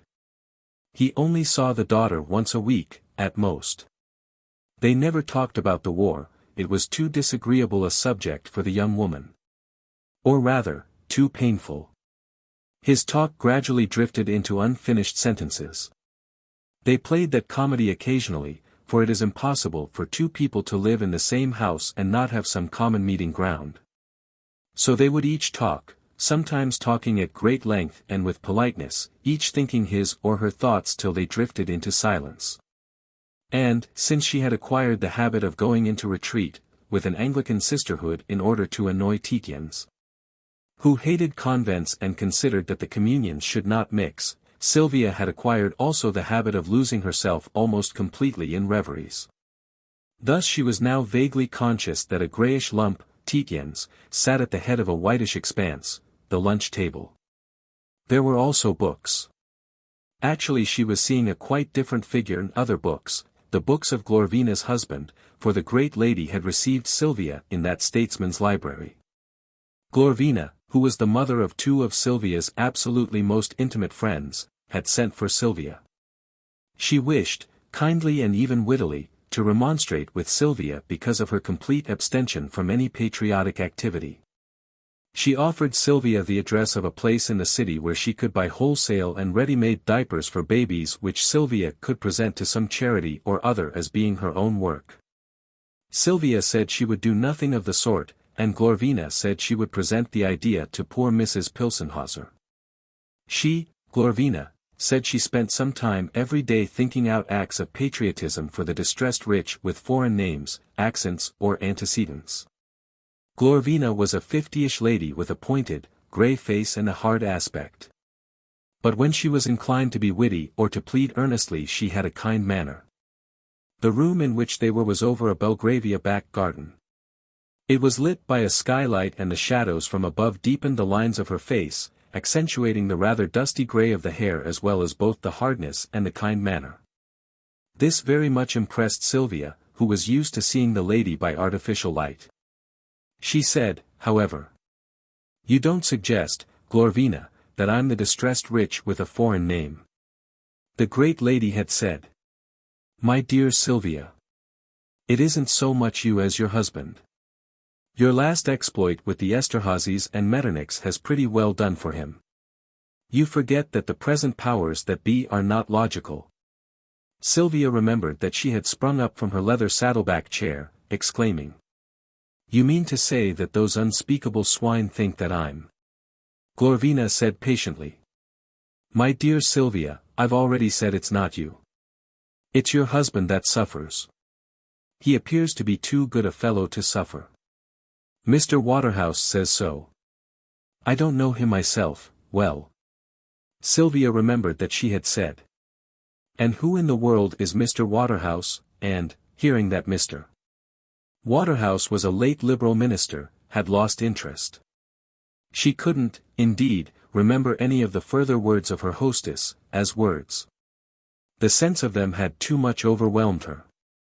She stood now, looking at Tietjens and only occasionally seeing him, her mind completely occupied with the effort to recapture Glorvina's own words in the desire for exactness. Usually she remembered conversations pretty well. But on this occasion her mad fury, her feeling of nausea, the pain of her own nails in her palms, an unrecoverable sequence of emotions had overwhelmed her. She looked at Tietjens now with a sort of gloating curiosity. How was it possible that the most honorable man she knew should be so overwhelmed by foul and baseless rumors? It made you suspect that honor had, in itself, a quality of the evil eye. Tietjens, his face pallid, was fingering a piece of toast. He muttered, Met. It's met." He wiped his brow with a table napkin, looked at it with a start, threw it on the floor and pulled out a handkerchief. He muttered, Metter. His face illuminated itself like the face of a child listening at a shell. Sylvia screamed with a passion of hatred. "For God's sake say Metternich, you're driving me mad." When she looked at him again his face had cleared and he was walking quickly to the telephone in the corner of the room. He asked her to excuse him and gave a number at Ealing. He said after a moment, Mrs. Warnup. Oh. My wife has just reminded me that Metternich was the evil genius of the Congress of Vienna. He said, yes. Yes, and listened. After a time he said, oh, you could put it stronger than that. You could put it that the Tory determination to ruin Napoleon at all costs was one of those pieces of party imbecility that, etc. Yes, Castlereagh. And of course Wellington. I'm very sorry I must ring off. Yes, tomorrow at 8:30 from Waterloo. No, I shan't be seeing her again. No, she's made a mistake. Yes, give her my love, goodbye. He was reversing the earpiece to hang it up, but a high-pitched series of yelps from the instrument forced it back to his ear. Oh. War babies, he exclaimed. I've already sent the statistics off to you. No. There isn't a marked increase of the illegitimacy rate, except in patches. The rate's appallingly high in the lowlands of Scotland, but it always is appallingly high there. He laughed and said good-naturedly, oh, you're an old journalist, you won't let 50 quid go for that. He was breaking off. But, he suddenly exclaimed, here's another idea for you. The rate's about the same, probably because of this. Half the fellows who go out to France are reckless because it's the last chance, as they see it. But the other half are made twice as conscientious. A decent Tommy thinks twice about leaving his girl in trouble just before he's killed. The divorce statistics are up, of course, because people will chance making new starts within the law. Thanks, he hung up the earpiece. Listening to that conversation had extraordinarily cleared Sylvia's mind. She said, almost sorrowfully. I suppose that's why you don't seduce that girl. And she knew, she had known at once from the suddenly changed inflection of Tietjens' voice when he had said, a decent Tommy thinks twice before leaving his girl in trouble. That Tietjens himself had thought twice. She looked at him now almost incredulously, but with great coolness. Why shouldn't he, she asked herself, give himself a little pleasure with his girl before going to almost certain death? She felt a real, sharp pain at her heart. A poor wretch in such a devil of a hole. She had moved to a chair close beside the fireplace and now sat looking at him, leaning interestedly forward, as if at a garden party she had been finding, par impossible. A pastoral play not so badly produced. Tietjens was a fabulous monster.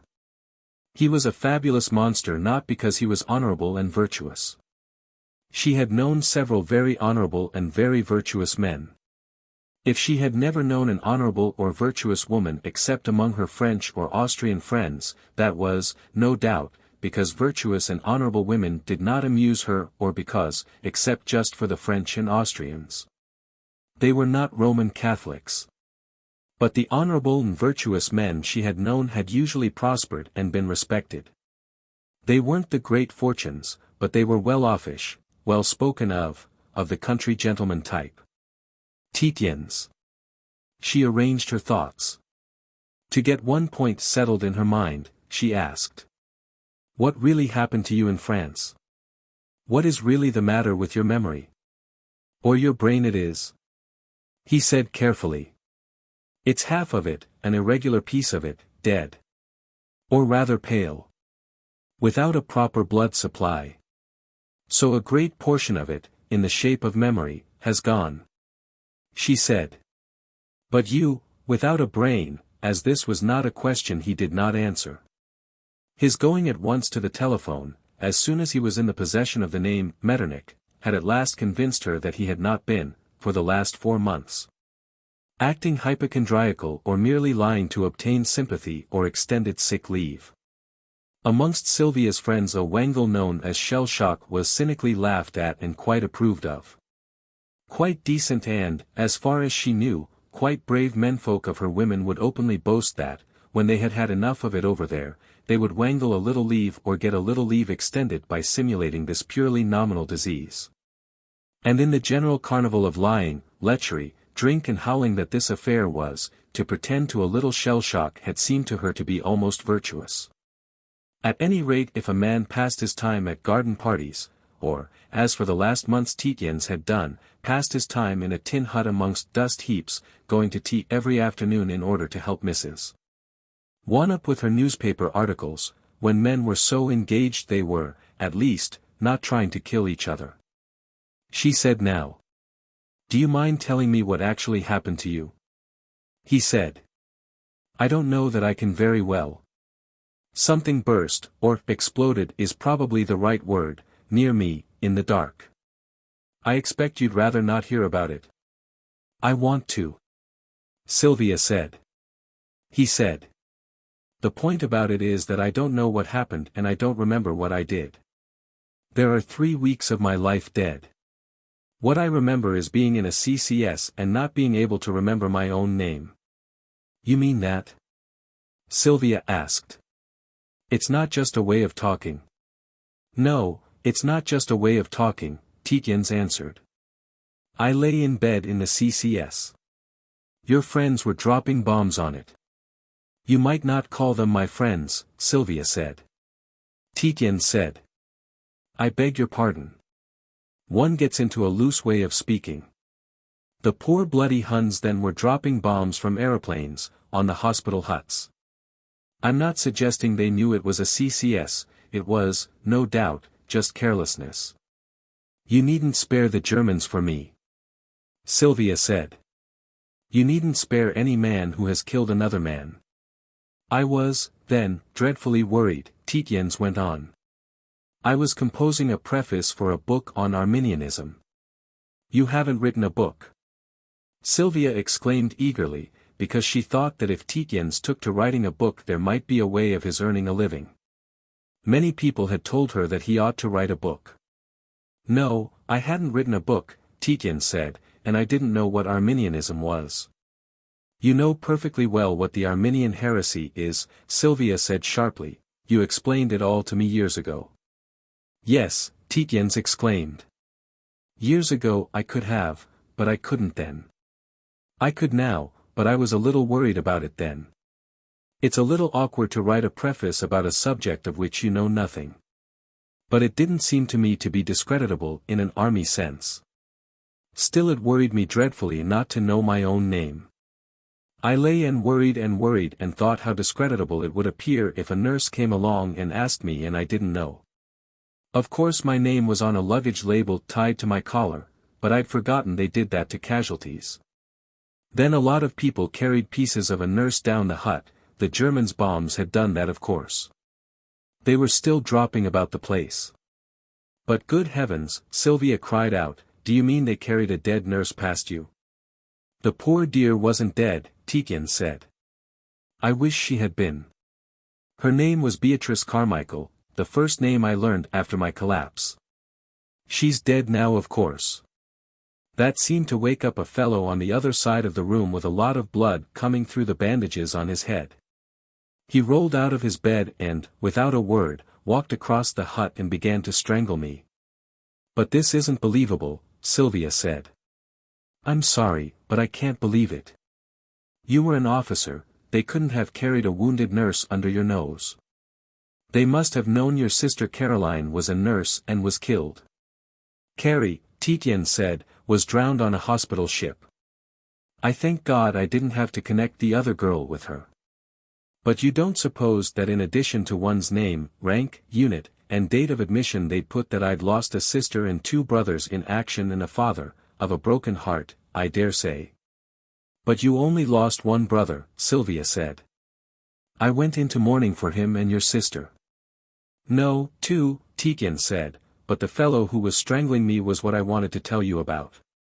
He let out a number of ear-piercing shrieks and lots of orderlies came and pulled him off me and sat all over him. Then he began to shout, Faith. He shouted, Faith. Faith. Faith. At intervals of 2 seconds, as far as I could tell by my pulse, until 4 in the morning, when he died. I don't know whether it was a religious exhortation or a woman's name, but I disliked him a good deal because he started my tortures, such as they were. There had been a girl I knew called Faith. Oh, not a love affair, the daughter of my father's head gardener, a Scotsman. The point is that every time he said faith I asked myself, faith? Faith what? I couldn't remember the name of my father's head gardener. Sylvia, who was thinking of other things, asked. What was the name? Tietjens answered. I don't know to this day. The point is that when I knew that I didn't know that name, I was as ignorant, as uninstructed, as a newborn babe and much more worried about it. The Quran says, I've got as far as K in my reading of the Encyclopedia Britannica every afternoon at Mrs. Wanup's, the strong man when smitten is smitten in his pride. Of course I got King's Regs, and the MML. And infantry field training and all the A.C.I.S to date by heart very quickly. And that's all a British officer is really encouraged to know. Oh, Christopher. Sylvia said. You read that encyclopedia, it's pitiful. You used to despise it so. That's what's meant by smitten in his pride, Tietjens said. Of course what I read or hear now I remember. But I haven't got to M, much less V. That was why I was worried about Metternich and the Congress of Vienna. I try to remember things on my own, but I haven't yet done so. You see, it's as if a certain area of my brain had been wiped white. Occasionally one name suggests another. You noticed, when I got Metternich it suggested Castlereagh and Wellington, and even other names. But that's what the Department of Statistics will get me on. When they fire me out. The real reason will be that I've served. But they'll pretend it's because I've no more general knowledge than is to be found in the encyclopedia, or 2/3 or more or less, according to the duration of the war. Or, of course, the real reason will be that I won't fake statistics to dish the French with. They asked me to, the other day, as a holiday task. And when I refused you should have seen their faces. Have you really, Sylvia asked, lost 2 brothers in action? Yes, Tietjens answered. Curly and Longshanks. You never saw them because they were always in India. And they weren't noticeable. 2. Sylvia said. I only wrote to your father about one called Edward. And your sister Caroline. In the same letter. Carrie wasn't noticeable either, Tietjens said. She did charity organization society work. But I remember, you didn't like her. She was the born old maid. Christopher. Sylvia asked, do you still think your mother died of a broken heart because I left you? Tietjens said. Good God, no. I never thought so and I don't think so. I know she didn't. Then. Sylvia exclaimed, she died of a broken heart because I came back.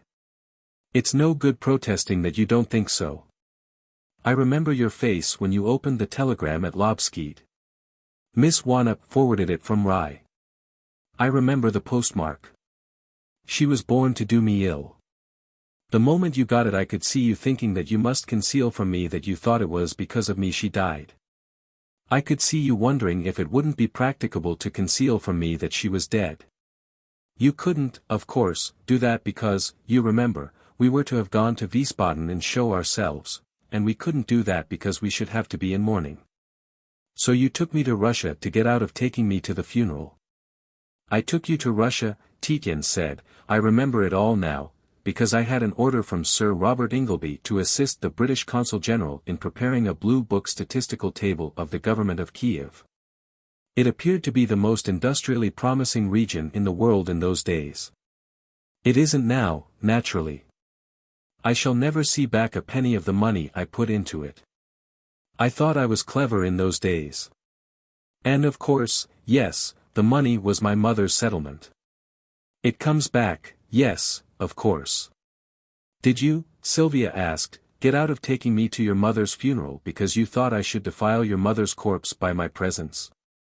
Or because you were afraid that in the presence of your mother's body you wouldn't be able to conceal from me that you thought I killed her? Don't deny it. And don't get out of it by saying that you can't remember those days. You're remembering now, that I killed your mother, that Miss Wanup sent the telegram. Why don't you score it against her that she sent the news? Or, good God, why don't you score it against yourself, as the wrath of the Almighty, that your mother was dying while you and that girl were cruddling over each other. At Rye. Whilst I was at Lobskeid. Tietjens wiped his brow with his handkerchief. Well, let's drop that, Sylvia said. God knows I've no right to put a spoke in that girl's wheel or in yours. If you love each other you've a right to happiness, and I dare say she'll make you happy. I can't divorce you, being a Catholic, but I won't make it difficult for you other ways, and self-contained people like you and her will manage somehow.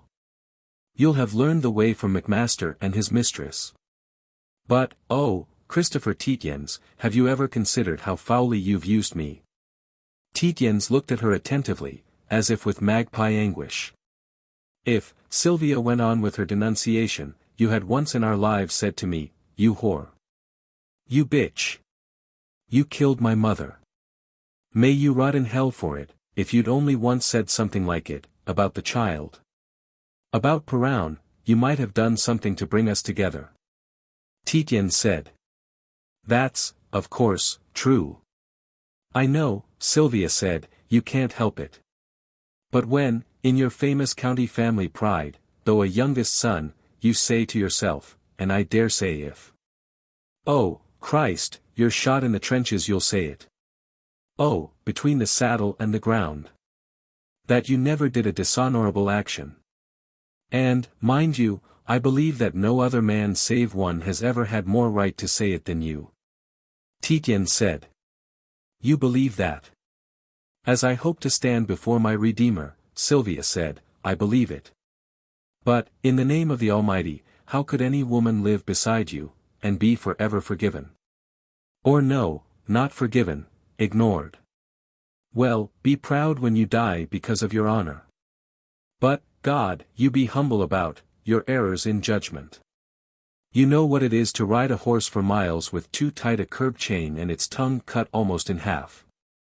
You remember the groom your father had who had the trick of turning the hunters out like that.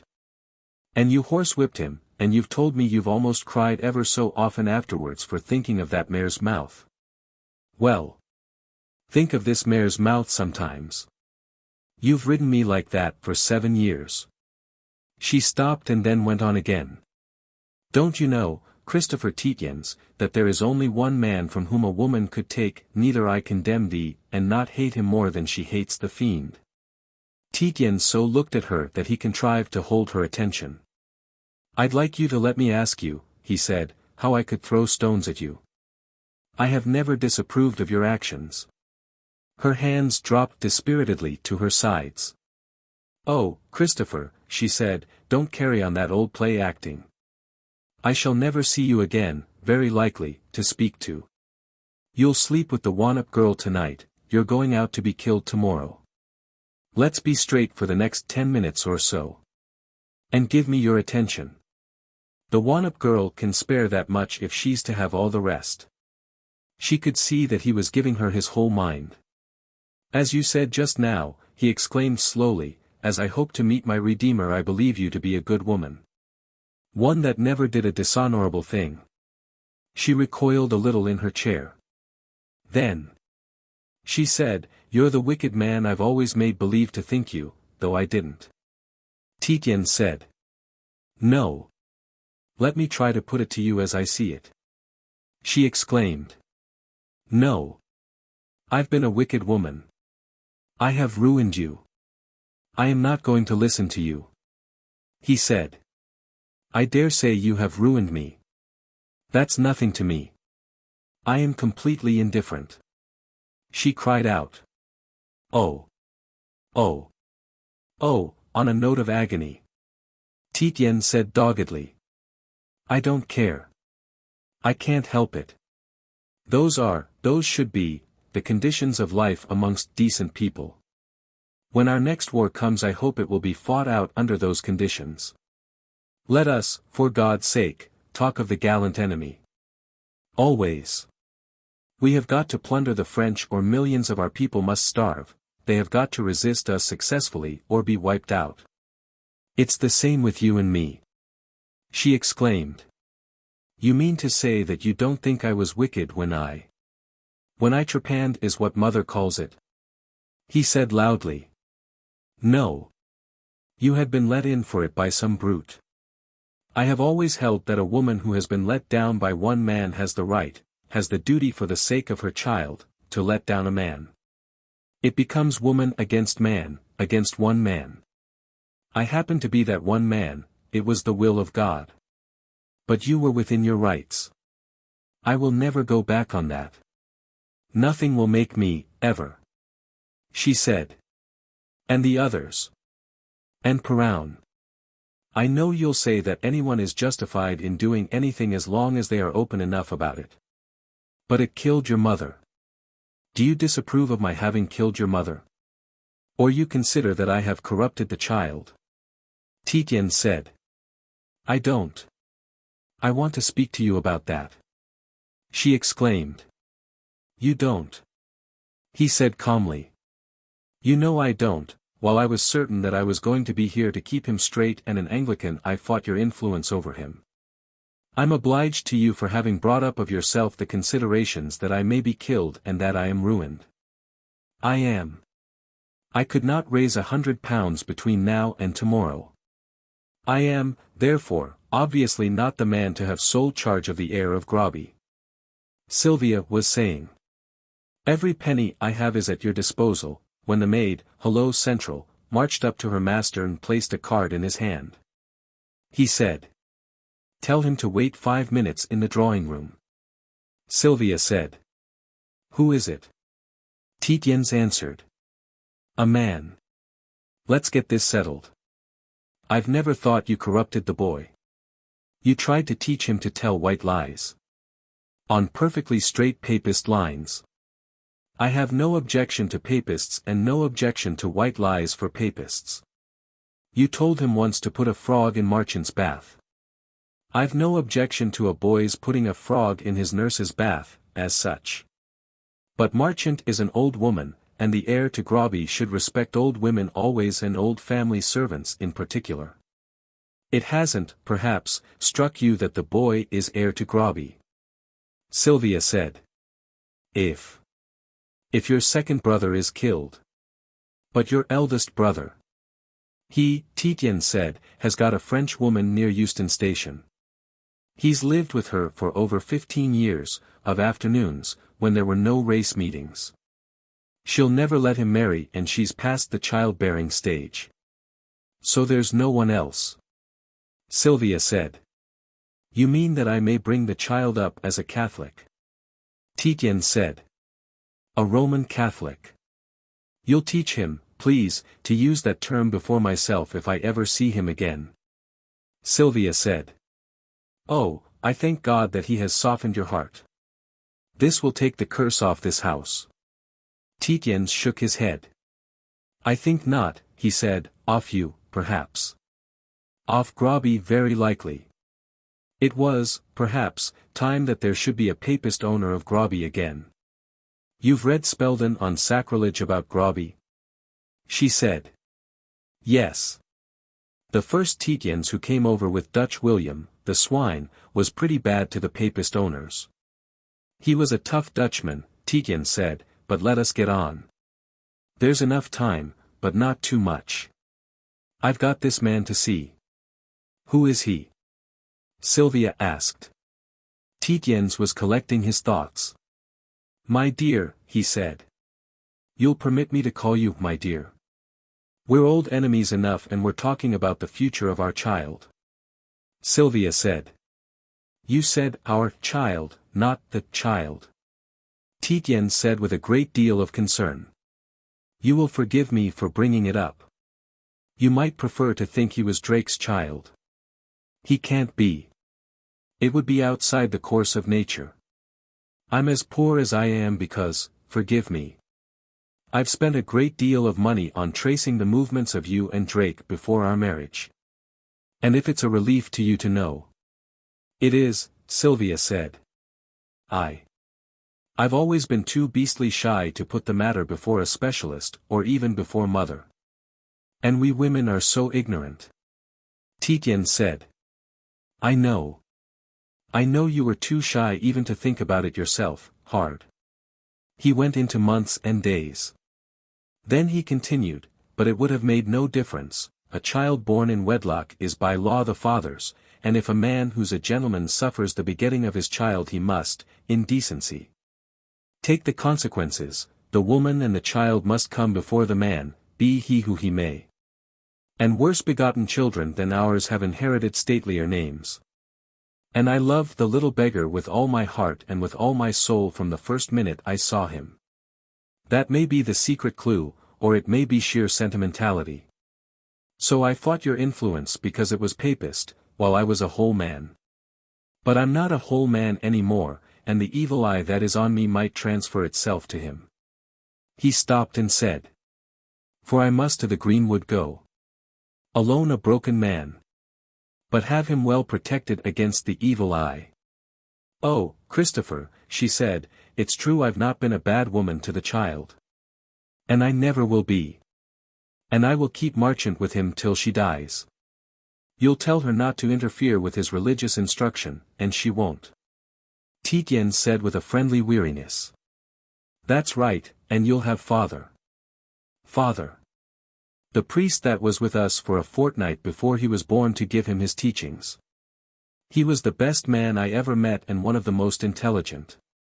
It's been a great comfort to me to think of the boy as in his hands. Sylvia stood up, her eyes blazing out of a pallid face of stone. Father Consett, she said, was hung on the day they shot Casement.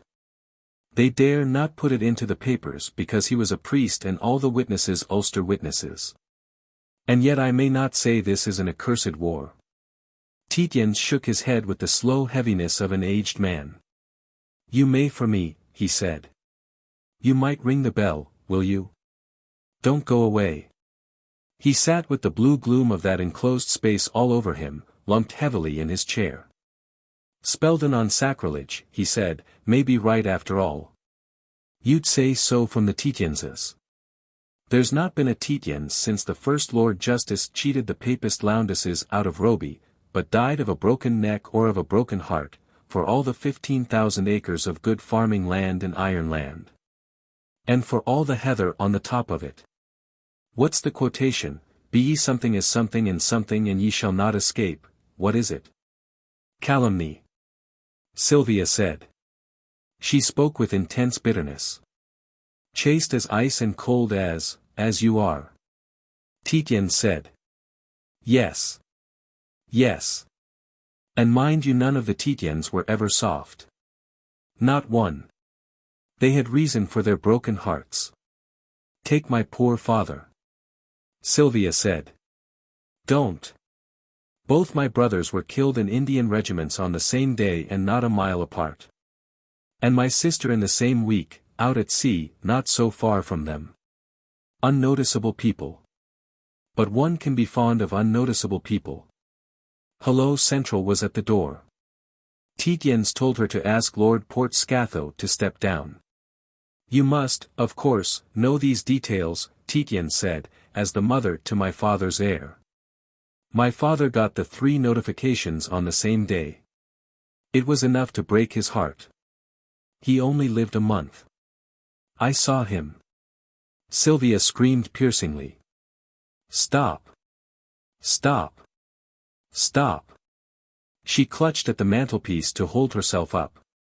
Your father died of a broken heart, she said, because your brother's best friend, Ruggles, told him you were a squit who lived on women's money and had got the daughter of his oldest friend with child. Tietjens said. Oh. Ah. Yes. I suspected that. I know it, really. I suppose the poor dear knows better now. Or perhaps he doesn't. It doesn't matter. Chapter 2. It has been remarked that the peculiarly English habit of self-suppression in matters of the emotions puts the Englishman at a great disadvantage in moments of unusual stresses. In the smaller matters of the general run of life he will be impeccable and not to be moved, but in sudden confrontations of anything but physical dangers he is apt, he is, indeed almost certain, to go to pieces very badly. This, at least, was the view of Christopher Tietjens, and he very much dreaded his interview with Lord Portscatho, because he feared that he must be near breaking point.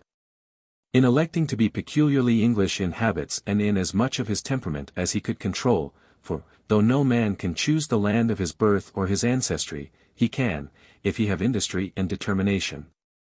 So watch over himself as materially to modify his automatic habits. Tietjens had quite advisedly and of set purpose adopted a habit of behavior that he considered to be the best in the world for the normal life. If every day and all day long you chatter at high pitch and with the logic and lucidity of the Frenchman.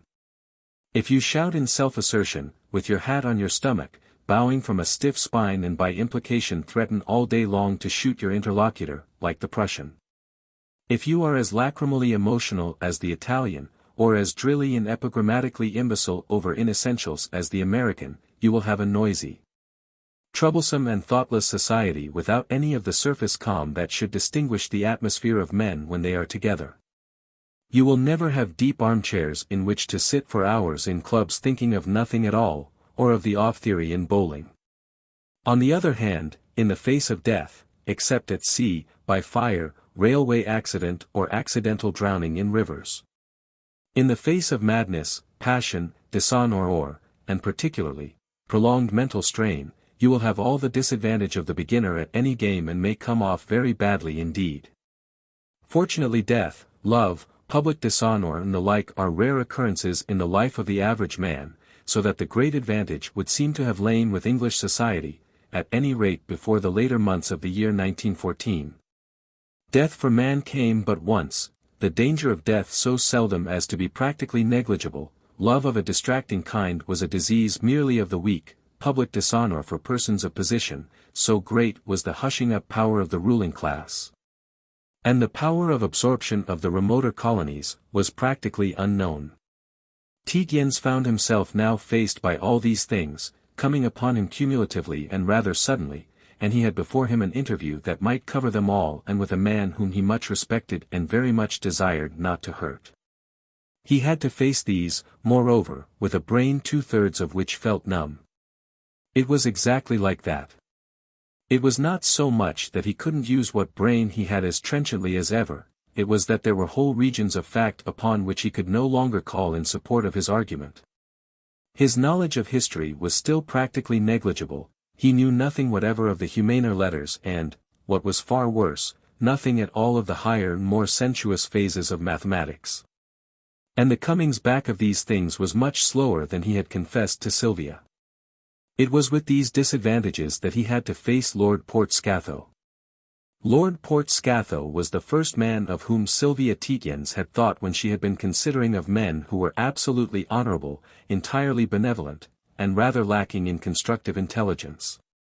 He had inherited the management of one of the most respected of the great London banks, so that his commercial and social influences were very extended. He was extremely interested in promoting low church interests, the reform of the divorce laws and sports for the people, and he had a great affection for Sylvia Tietjens.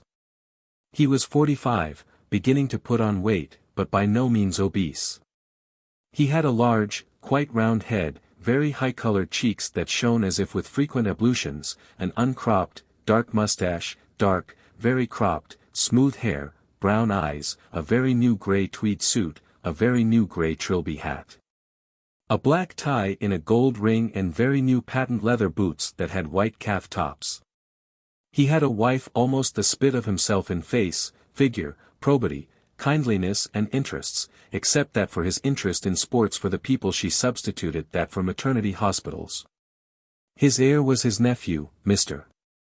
Brownlee, known as Brownie, who would also be physically the exact spit of his uncle, except that, not having put on flesh, he appeared to be taller and that his mustache and hair were both a little longer and more fair.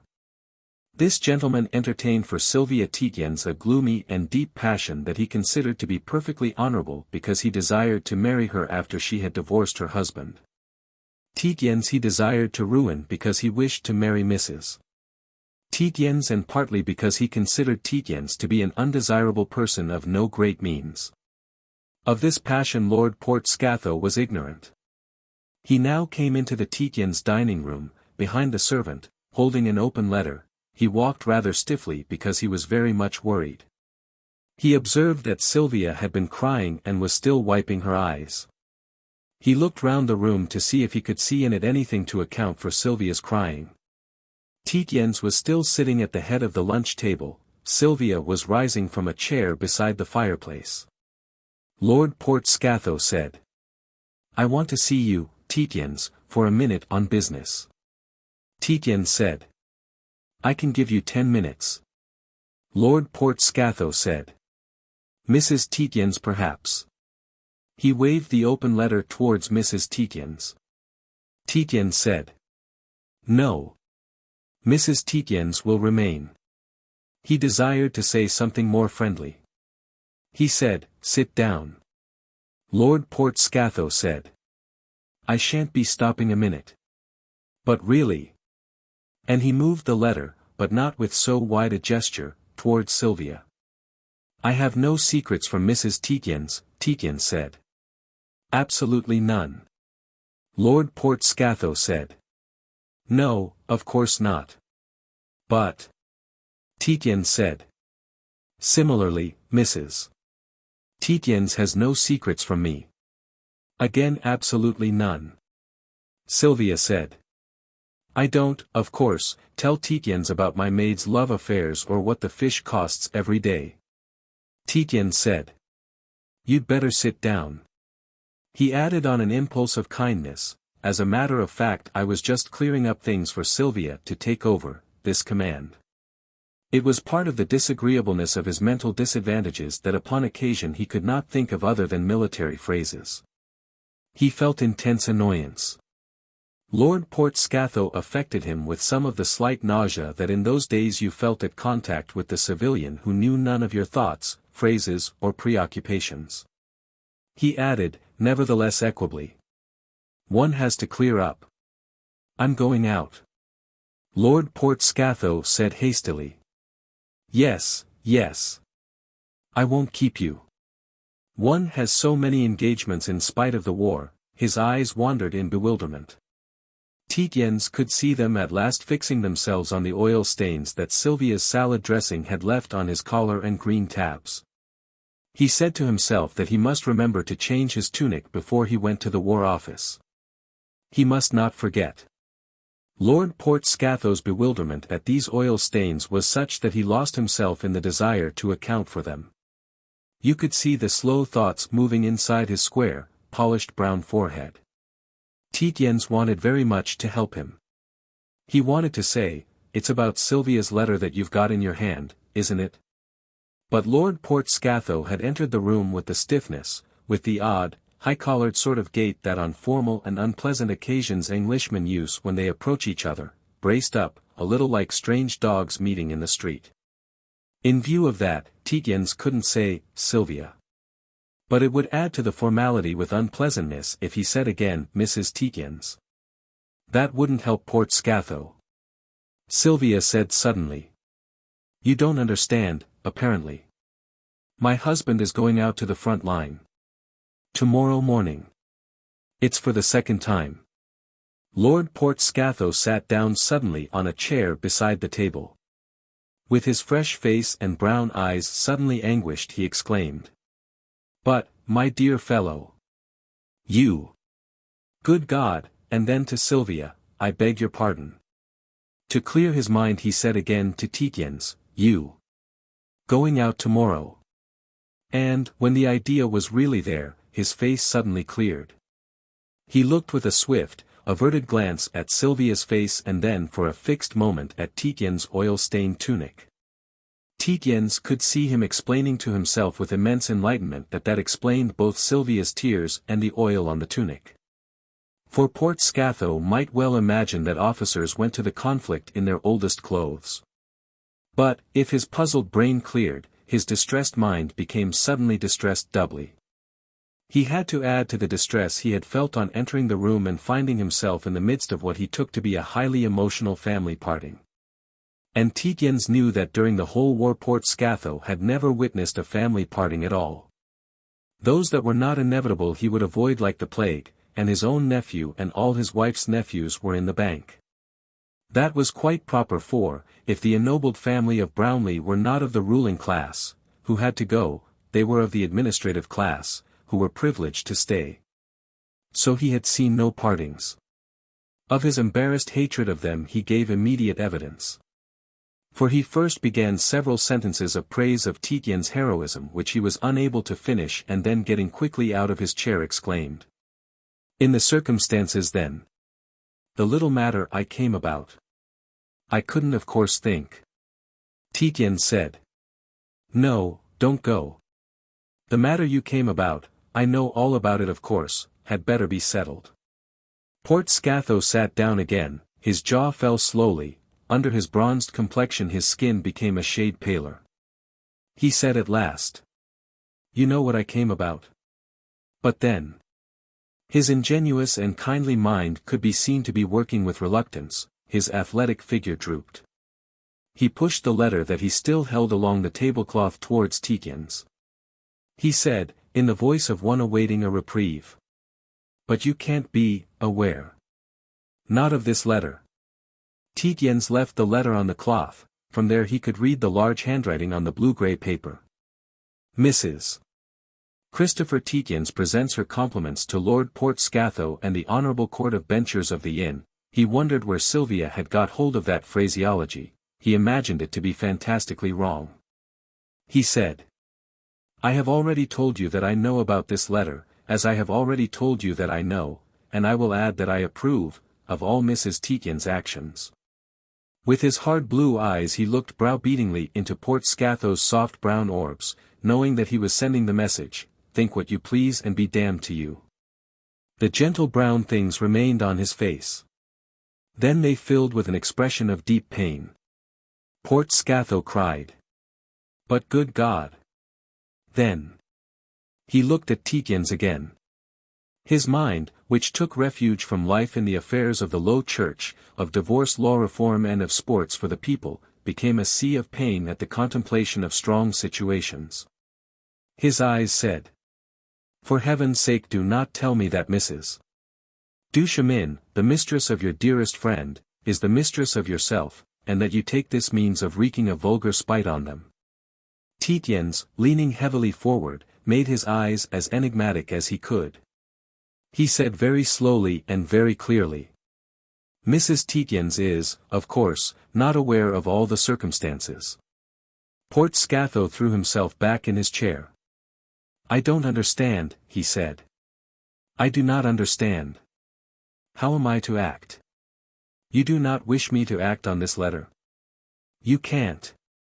Tietjens, who found himself, said. "You had better talk to Mrs. Tietjens about that. I will say something myself later. In the meantime let me say that Mrs. Tietjens would seem to me to be quite within her rights. A lady, heavily veiled, comes here every Friday and remains until 4 of the Saturday morning. If you are prepared to palliate the proceeding you had better do so to Mrs. Tietjens." Port Scatho turned agitatedly on Sylvia. "I can't, of course, palliate," he said. "God forbid. But, my dear Sylvia, my dear Mrs. Tietjens. In the case of two people so much esteemed. We have, of course, argued the matter of principle. It is a part of a subject I have very much at heart, the granting of divorce, civil divorce, at least, in cases in which one of the parties to the marriage is in a lunatic asylum. I have sent you the pamphlets of E.S.P. Haynes that we publish.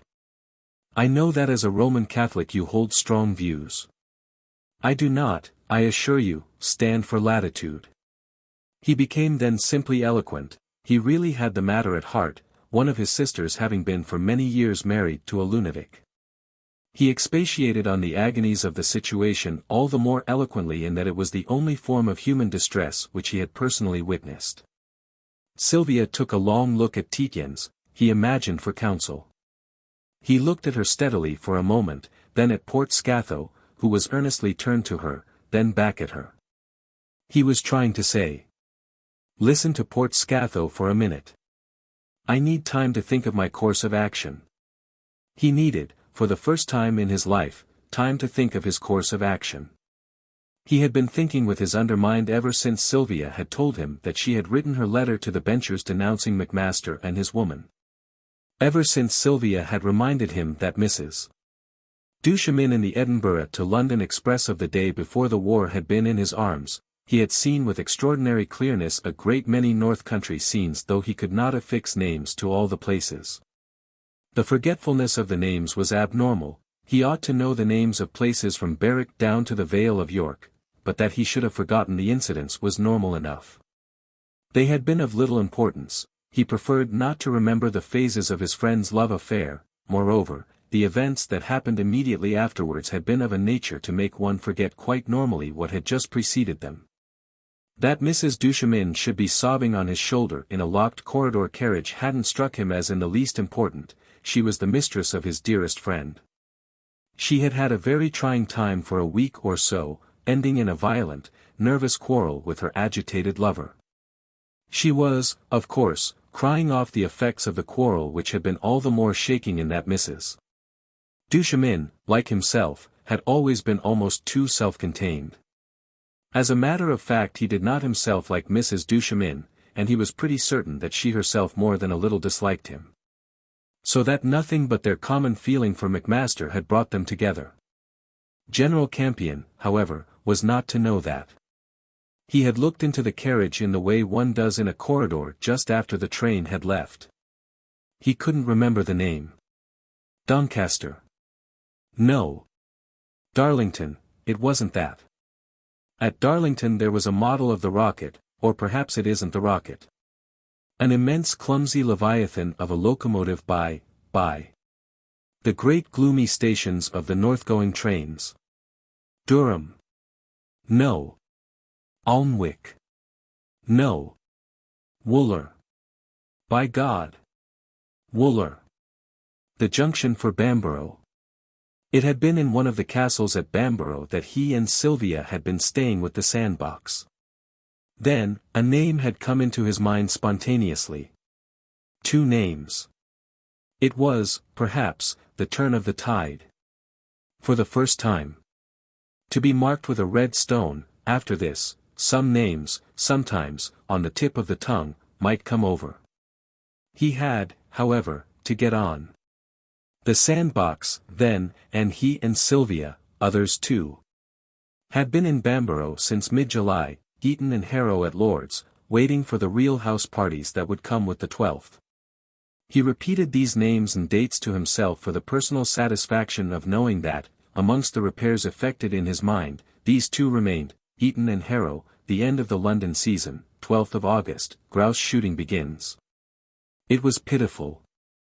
When General Campion had come up to rejoin his sister, he, Tietjens, had stopped only 2 days.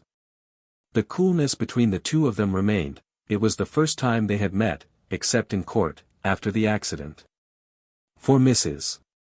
Wannop, with grim determination, had sued the general for the loss of her horse. It had lived all right, but it was only fit to draw a lawnmower for cricket pitches. Mrs. Wannop, then, had gone bald-headed for the general, partly because she wanted the money, partly because she wanted a public reason for breaking with the sandbox. The general had been equally obstinate and had undoubtedly perjured himself in court, not the best, not the most honorable. The most benevolent man in the world would not turn oppressor of the widow and orphan when his efficiency as a chauffeur was impugned or the fact brought to light that at a very dangerous turning he hadn't sounded his horn. Tietjens had sworn that he hadn't, the general that he had. There could not be any question of doubt, for the horn was a beastly thing that made a prolonged noise like that of a terrified peacock. So Tietjens had not, till the end of that July, met the general again. It had been quite a proper thing for gentlemen to quarrel over and was quite convenient, though it had cost the general £50 for the horse and, of course, a good bit over for costs. Lady Claudine had refused to interfere in the matter. She was privately of opinion that the general hadn't sounded his horn, but the general was both a passionately devoted and explosive brother. She had remained closely intimate with Sylvia, mildly cordial with Tietjens, and had continued to ask the Wannops to such of her garden parties as the general did not attend. She was also very friendly with Mrs. Duchemin. Tietjens and the general had met with the restrained cordiality of English gentlemen who had some years before accused each other of perjury in a motor accident. On the second morning a violent quarrel had broken out between them on the subject of whether the general had or hadn't sounded his horn. The general had ended up by shouting, really shouting. "By God! If I ever get you under my command." Tietjens remembered that he had quoted and given the number of a succinct paragraph in King's Regs, dealing with the fate of general or higher field officers who gave their subordinates bad confidential reports because of private quarrels. The general had exploded into noises that ended in laughter. "What a ragbag of a mind you have, Chrissy," he said. "What's King's Regs to you? And how do you know it's paragraph 66 or whatever you say it is?" "I don't." He added more seriously, "What a fellow you are for getting into obscure rows. What in the world do you do it for?" That afternoon Tietjens had gone to stop, a long way up in the moors, with his son, the nurse, his sister Effie and her children. They were the last days of happiness he was to know, and he hadn't known so many. He was then content. He played with his boy, who, thank God, was beginning to grow healthy at last. He walked about the moors with his sister Effie, a large, plain, parson's wife, who had no conversation at all, though at times they talked of their mother. The moors were like enough to those above Groby to make them happy. They lived in a bare, grim farmhouse, drank great quantities of buttermilk and ate great quantities of Wensleydale. It was the hard, frugal life of his desire, and his mind was at rest. His mind was at rest because there was going to be a war. From the first moment of his reading the paragraph about the assassination of the Archduke Franz Ferdinand he had known that, calmly and with assurance. Had he imagined that this country would come in, he would not have known a mind at rest. He loved this country for the run of its hills, the shape of its elm trees, and the way the heather, running uphill to the skyline, meets the blue of the heavens. War for this country could only mean humiliation, spreading under the sunlight, an almost invisible ball, over the elms, the hills, the heather, like the vapor that spread from, Middlesbrough. We were fitted neither for defeat nor for victory, we could be true to neither friend nor foe. Not even to ourselves. But of war for us he had no fear. He saw our ministry sitting tight till the opportune moment, and then grabbing a French Channel port or a few German colonies as the price of neutrality. And he was thankful to be out of it, for his back doorway out, his second, was the French Foreign Legion. First Sylvia, then that. Two tremendous disciplines, for the soul and for the body. The French he admired, for their tremendous efficiency, for their frugality of life, for the logic of their minds, for their admirable achievements in the arts, for their neglect of the industrial system, for their devotion, above all, to the 18th century. It would be restful to serve, if only as a slave, people who saw clearly, coldly, straight, not obliquely and with hypocrisy only such things as should deviously conduce to the standard of comfort of hogs and to lecheries winked at. He would rather sit for hours on a bench in a barrack room polishing a badge in preparation for the cruelest of route marches of immense lengths under the Algerian sun. For, as to the Foreign Legion, he had had no illusion. You were treated not as a hero, but as a whipped dog. He was aware of all the asticoteries, the cruelties, the weight of the rifle, the cells. You would have 6 months of training in the desert and then be hurtled into the line to be massacred without remorse, as foreign dirt. But the prospect seemed to him one of deep peace. He had never asked for soft living and now was done with it. The boy was healthy, Sylvia, with the economies they had made, very rich. And even at that date he was sure that, if the friction of himself, Tietjens, were removed, she would make a good mother. Obviously he might survive. But after that tremendous physical drilling what survived would not be himself, but a man with cleaned, sand-dried bones, a clear mind. His private ambition had always been for saintliness. He must be able to touch pitch and not be defiled. That he knew marked him off as belonging to the sentimental branch of humanity. He couldn't help it, Stoic or Epicurean, caliph in the harem or dervish desiccating in the sand, one or the other you must be.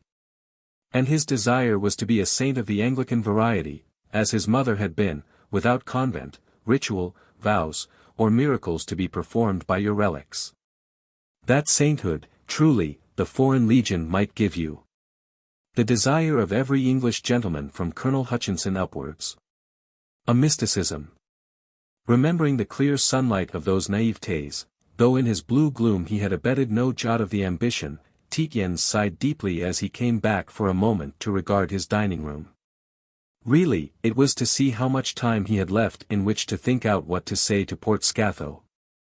Port Scatho had moved his chair over to beside Sylvia and, almost touching her, was leaning over and recounting the griefs of his sister who was married to a lunatic. Tietjens gave himself again for a moment to the luxury of self-pity. He considered that he was dull-minded, heavy, ruined, and so calumniated that at times he believed in his own infamy, for it is impossible to stand up for ever against the obloquy of your kind and remain unhurt in the mind. If you hunch your shoulders too long against a storm your shoulders will grow bowed. His mind stopped for a moment and his eyes gazed dully at Sylvia's letter which lay open on the tablecloth. His thoughts came together, converging on the loosely written words. For the last 9 months a woman.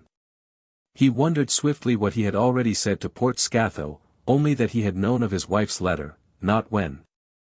And that he approved. Well, on principle. He sat up. To think that one could be brought down to thinking so slowly. He ran swiftly over what had happened in the train from Scotland and before. Macmaster had turned up one morning beside their breakfast table in the farmhouse, much agitated, looking altogether too small in a cloth cap and a new grey tweed suit. He had wanted £50 to pay his bill with, at some place up the line above. Above. Barracks suddenly flashed into Tietjens' mind. That was the geographic position. Sylvia was at Bamborough on the coast, Junction Wooler, he, himself, to the northwest, on the moors. Macmaster to the northeast of him, just over the border, in some circumspect beauty spot where you did not meet people. Both Macmaster and Mrs. Duchemin would know that country and gurgle over its beastly literary associations. The Shura. Maida. Pet Marjorie. Faw. Macmaster would, no doubt, turn an honest penny by writing articles about it and Mrs. Duchemin would hold his hand. She had become Macmaster's mistress, as far as Tietjens knew, after a dreadful scene in the rectory, Duchemin having mauled his wife like a savage dog, and Macmaster in the house. It was natural, a sadic's reaction as it were. But Tietjens rather wished they hadn't. Now it appeared they had been spending a week together, or more. Duchemin by that time was in an asylum. From what Tietjens had made out they had got out of bed early one morning to take a boat and see the sunrise on some lake and had passed an agreeable day together quoting. Since when we stand side by side only hands may meet and other poems of Gabriel Charles Dante Rossetti, no doubt to justify their sin. On coming home they had run their boat's nose into the tea-table of the Port Scathos with Mr. Brownlee, the nephew, just getting out of a motor to join them. The Port Scatho group were spending the night at the Macmaster's hotel which backed onto the lake. It was the ordinary damn sort of thing that must happen in these islands that are only a few yards across. The Macmasters appear to have lost their heads frightfully, although Lady Port Scatho had been as motherly as possible to Mrs. Duchemin. So motherly, indeed, that if they had not been unable to observe anything, they might have recognized the Port Scathos as backers rather than spies upon themselves. It was, no doubt, however, Brownlee who had upset them. He wasn't very civil to Macmaster, whom he knew as a friend of Tietjens. He had dashed up from London in his motor to consult his uncle, who was dashing down from the west of Scotland, about the policy of the bank in that moment of crisis. Macmaster, anyhow, did not spend the night in the hotel, but went to Jedburgh or Melrose or some such place, turning up again almost before it was light to have a frightful interview about 5 in the morning with Mrs. Duchemin, who, towards 3, had come to a disastrous conclusion as to her condition. They had lost their nerves for the first time in their association, and they had lost them very badly indeed, the things that Mrs. Duchemin said to Macmaster seeming almost to have passed belief. Thus, when Macmaster turned up at Tietjens' breakfast, he was almost out of his mind. He wanted Tietjens to go over in the motor he had brought, pay the bill at the hotel, and travel down to town with Mrs. Duchemin, who was certainly in no condition to travel alone. Tietjens was also to make up the quarrel with Mrs. Duchemin and to lend Macmaster £50 in cash, as it was then impossible to change cheques anywhere. Tietjens got the money from his old nurse, who, because she distrusted banks, carried great sums in £5 notes in a pocket under her underpetticoat. Macmaster, pocketing the money, had said, "That makes exactly 2,000 guineas that I owe you. I'm making arrangements to repay you next week." Tietjens remembered that he had rather stiffened and had said, "For God's sake don't. I beg you not to. Have Duchemin properly put under trustees in lunacy, and leave his capital alone. I really beg you. You don't know what you'll be letting yourselves in for. You don't owe me anything and you can always draw on me." Tietjens never knew what Mrs. Duchemin had done about her husband's estate, over which she had at that date had a power of attorney, but he had imagined that, from that time on, Macmaster had felt a certain coldness for himself and that Mrs. Duchemin had hated him. During several years Macmaster had been borrowing hundreds at a time from Tietjens. The affair with Mrs. Duchemin had cost her lover a good deal. He had weekended almost continuously in Rye at the expensive hostel. Moreover, the famous Friday parties for geniuses had been going on for several years now, and these had meant new furnishings, bindings, carpets, and loans to geniuses, at any rate before Macmaster had had the ear of the royal bounty. So the sum had grown to £2,000, and now to guineas. And, from that date, the Macmasters had not offered any repayment. Macmaster had said that he dare not travel with Mrs. Duchemin because all London would be going south by that train. All London had. It pushed in at every conceivable and inconceivable station all down the line. It was the great route of the March 8, 14.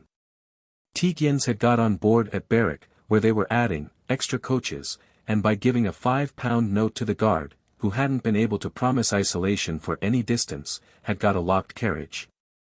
It hadn't remained locked for long enough to let Mrs. Duchemin have her cry out, but it had apparently served to make some mischief. The Sandbach party had got on, no doubt at Wooler, the Port Scatho party somewhere else. Their petrol had run out somewhere and sales were stopped, even to bankers. Macmaster, who after all had travelled by the same train, hidden beneath two bluejackets, had picked up Mrs. Duchemin at King's Cross, and that had seemed the end of it. Tietjens, back in his dining room, felt relief and also anger. He said, "Port Scatho. Time's getting short. I'd like to deal with this letter if you don't mind." Port Scatho came as if up out of a dream. He had found the process of attempting to convert Mrs. Tietjens to divorce law reform very pleasant, as he always did. He said, "Yes. Oh, yes." Tietjens said slowly, "If you can listen. Macmaster has been married to Mrs. Duchemin exactly 9 months. Have you got that?" Mrs. Tietjens did not know this till this afternoon. The period Mrs. Tietjens complains of in her letter is 9 months. She did perfectly right to write the letter. As such I approve of it. If she had known that the Macmasters were married she would not have written it. I didn't know she was going to write it. If I had known she was going to write it I should have requested her not to. If I had requested her not to she would, no doubt, have done so. I did know of the letter at the moment of your coming in. I had heard of it at lunch only 10 minutes before. I should, no doubt, have heard of it before, but this is the first time I have lunched at home in 4 months. I have today had a day's leave as being warned for foreign service. I have been doing duty at Ealing. Today is the first opportunity one have had for serious business conversation with Mrs. Tietjens. Have you got all that? Port Scatho was running towards Tietjens, his hand extended, and over his whole shining personage the air of an enraptured bridegroom. Tietjens moved his right hand a little to the right, thus eluding the pink, well-fleshed hand of Port Scatho. He went on frigidly. You had better, in addition, know as follows: the late Mr. Duchemin was a scatological, afterwards a homicidal, lunatic. He had recurrent fits, usually on a Saturday morning. That was because he fasted, not abstained merely, on Fridays. On Fridays he also drank. He had acquired the craving for drink when fasting, from finishing the sacramental wine after communion services. That is a not unknown occurrence. He behaved latterly with great physical violence to Mrs. Duchemin. Mrs. Duchemin, on the other hand, treated him with the utmost consideration and concern. She might have had him certified much earlier, but, considering the pain that confinement must cause him during his lucid intervals, she refrained. I have been an eyewitness of the most excruciating heroisms on her part. As for the behavior of Macmaster and Mrs. Duchemin, I am ready to certify, and I believe society accepts, that it has been most, circumspect and right. There has been no secret of their attachment to each other. I believe that their determination to behave with decency during their period of waiting has not been questioned. Lord Portskatho said. No. No. Never. Most, as you say. Circumspect and, yes, right. Mrs. Duchemin, Tietjens continued, has presided at Macmaster's Literary Fridays for a long time, of course since long before they were married. But, as you know, Macmaster's Fridays have been perfectly open, you might almost call them celebrated. Lord Portskatho said. Yes. Yes. Indeed. Ish'd be only too glad to have a ticket for Lady Portskatho. She's only got to walk in, Tietjens said. I'll warn them, they'll be pleased. If, perhaps, you would look in tonight. They have a special party. But Mrs. Macmaster was always attended by a young lady who saw her off by the last train to Rye. Or I very frequently saw her off myself, Macmaster being occupied by the weekly article that he wrote for one of the papers on Friday nights. They were married on the day after Mr. Duchemin's funeral. You can't blame M. Lord Portskatho proclaimed. I don't propose to, Tietjens said. The really frightful tortures Mrs. Duchemin had suffered justified, and indeed necessitated, her finding protection and sympathy at the earliest possible moment. They have deferred this announcement of their union partly out of respect for the usual period of mourning, partly because Mrs. Duchemin feels very strongly that, with all the suffering that is now abroad, wedding feasts and signs of rejoicing on the part of non-participants are eminently to be deprecated. Still, the little party of tonight is by way of being an announcement that they are married. He paused to reflect for a moment. I perfectly understand. Lord Portskatho exclaimed. I perfectly approve. Believe me, I and Lady Portskatho will do everything. Everything. Most admirable people. Tietjens, my dear fellow, your behavior, most handsome. Tietjens said. Wait a minute. There was an occasion in August, 14. In a place on the border. I can't remember the name. Lord Portskatho burst out. My dear fellow. I beg you won't. I beseech you not to. Tietjens went on. Just before then Mr. Duchemin had made an attack on his wife of an unparalleled violence. It was that caused his final incarceration.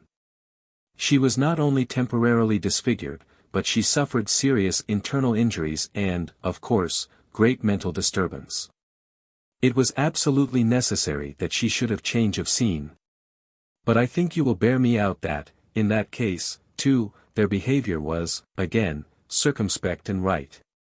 Portskatho said. I know. Lady Portskatho and I agreed, even without knowing what you have just told me, that the poor things almost exaggerated it. He slept, of course, at Jedburgh. Tietjens said. Yes. They almost exaggerated it. I had to be called in to take Mrs. Duchemin home. It caused, apparently, misunderstandings. Portskatho, full of enthusiasm at the thought that at least 2 unhappy victims of the hateful divorce laws had, with decency and circumspectness, found the haven of their desires, burst out. By God, Tietjens. If I ever hear a man say a word against you. Your splendid championship of your friend. Your unswerving devotion. Tietjens said. Wait a minute, Port Scatho, will you? He was unbuttoning the flap of his breast pocket. A man who can act so splendidly in one instance, Port Scatho said. And you're going to France. If anyone dares.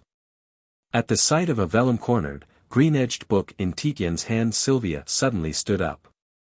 As Tietjens took from an inner flap a check that had lost its freshness, she made 3 great strides over the carpet to him. Oh, Chrissy, she cried out. He hasn't. That beast hasn't. Tietjens answered.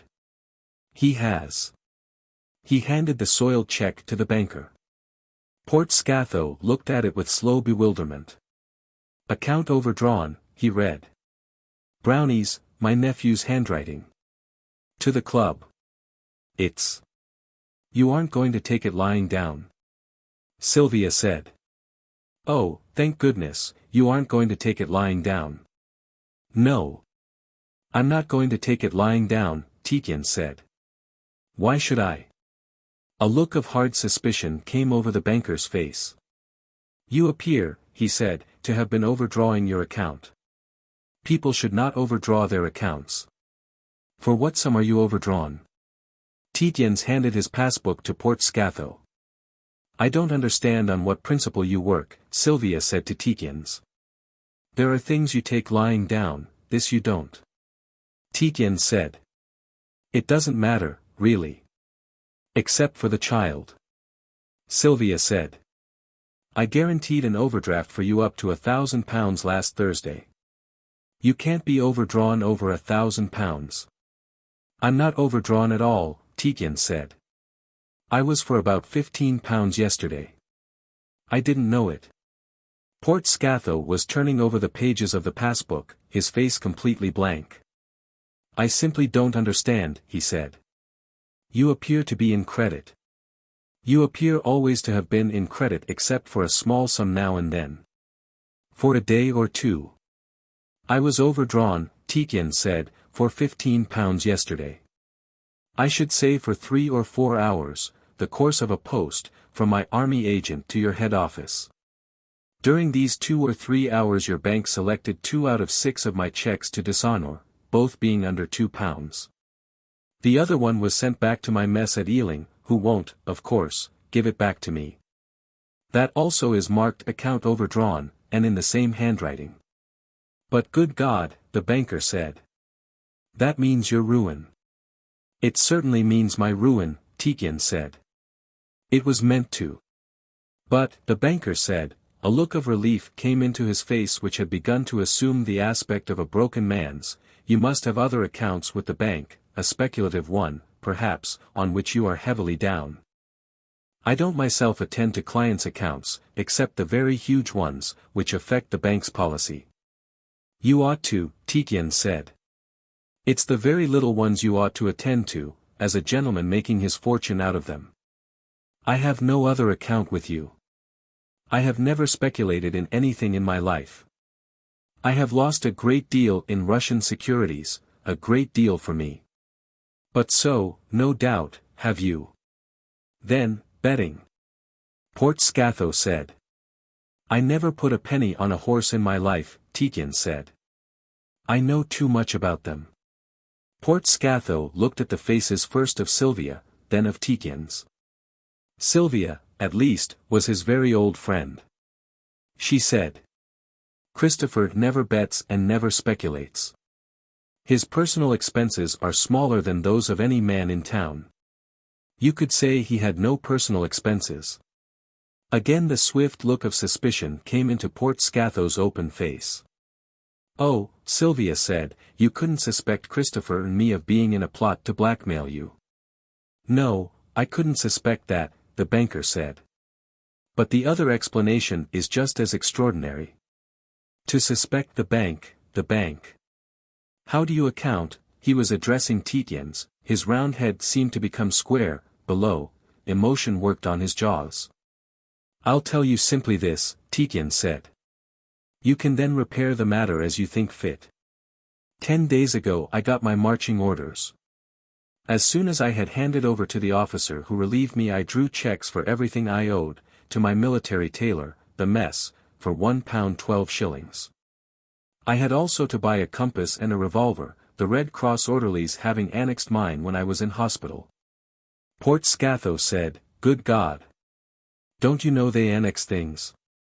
Tietjens asked. He went on, the total, in fact, amounted to an overdraft of £15, but I did not think of it as such because my army agents ought to have paid my month's army pay over to you on the 1st. As you perceive, they have only paid it over this morning, the 13th. But, as you will see from my passbook, they have always paid about the 13th, not the 1st. 2 days ago I lunched at the club and drew that cheque for £1.14 and sixpence, £1.10 for personal expenses and the 4 and 6 for lunch. You were, however, actually overdrawn, the banker said sharply. Tietjens said. Yesterday, for 2 hours. But then, Port Scatho said, what do you want done? We'll do what we can. Tietjens said. I don't know. Do what you like. You'd better make what explanation you can to the military authority. If they court-martialed me it would hurt you more than me. I assure you of that. There is an explanation. Port Scatho began suddenly to tremble. What explanation, he said. You, damn it, you draw this out. Do you dare to say my bank? He stopped, drew his hand down his face and said, but yet, you're a sensible, sound man. I've heard things against you. But I don't believe them. Your father always spoke very highly of you. I remember he said if you wanted money you could always draw on him through us for 300 or 400. That's what makes it so incomprehensible. It's, his agitation grew on him. It seems to strike at the very heart. Tietjens said. Look here, Port Scatho. I've always had a respect for you. Settle it how you like. Fix the mess up for both our sakes with any formula that's not humiliating for your bank. I've already resigned from the club. Sylvia said, oh, no, Christopher, not from the club. Port Scatho started back from beside the table. But if you're in the right, he said. You couldn't. Not resign from the club. I'm on the committee. I'll explain to them, in the fullest, in the most generous. You couldn't explain, Tietjens said. You can't get ahead of rumor. It's half over London at this moment. You know what the toothless old fellows of your committee are. Anderson. Folliot. And my brother's friend, Ruggles. Port Scatho said. Your brother's friend Ruggles. But look here. He's something about the court, isn't he? But look here. His mind stopped. He said, people shouldn't overdraw.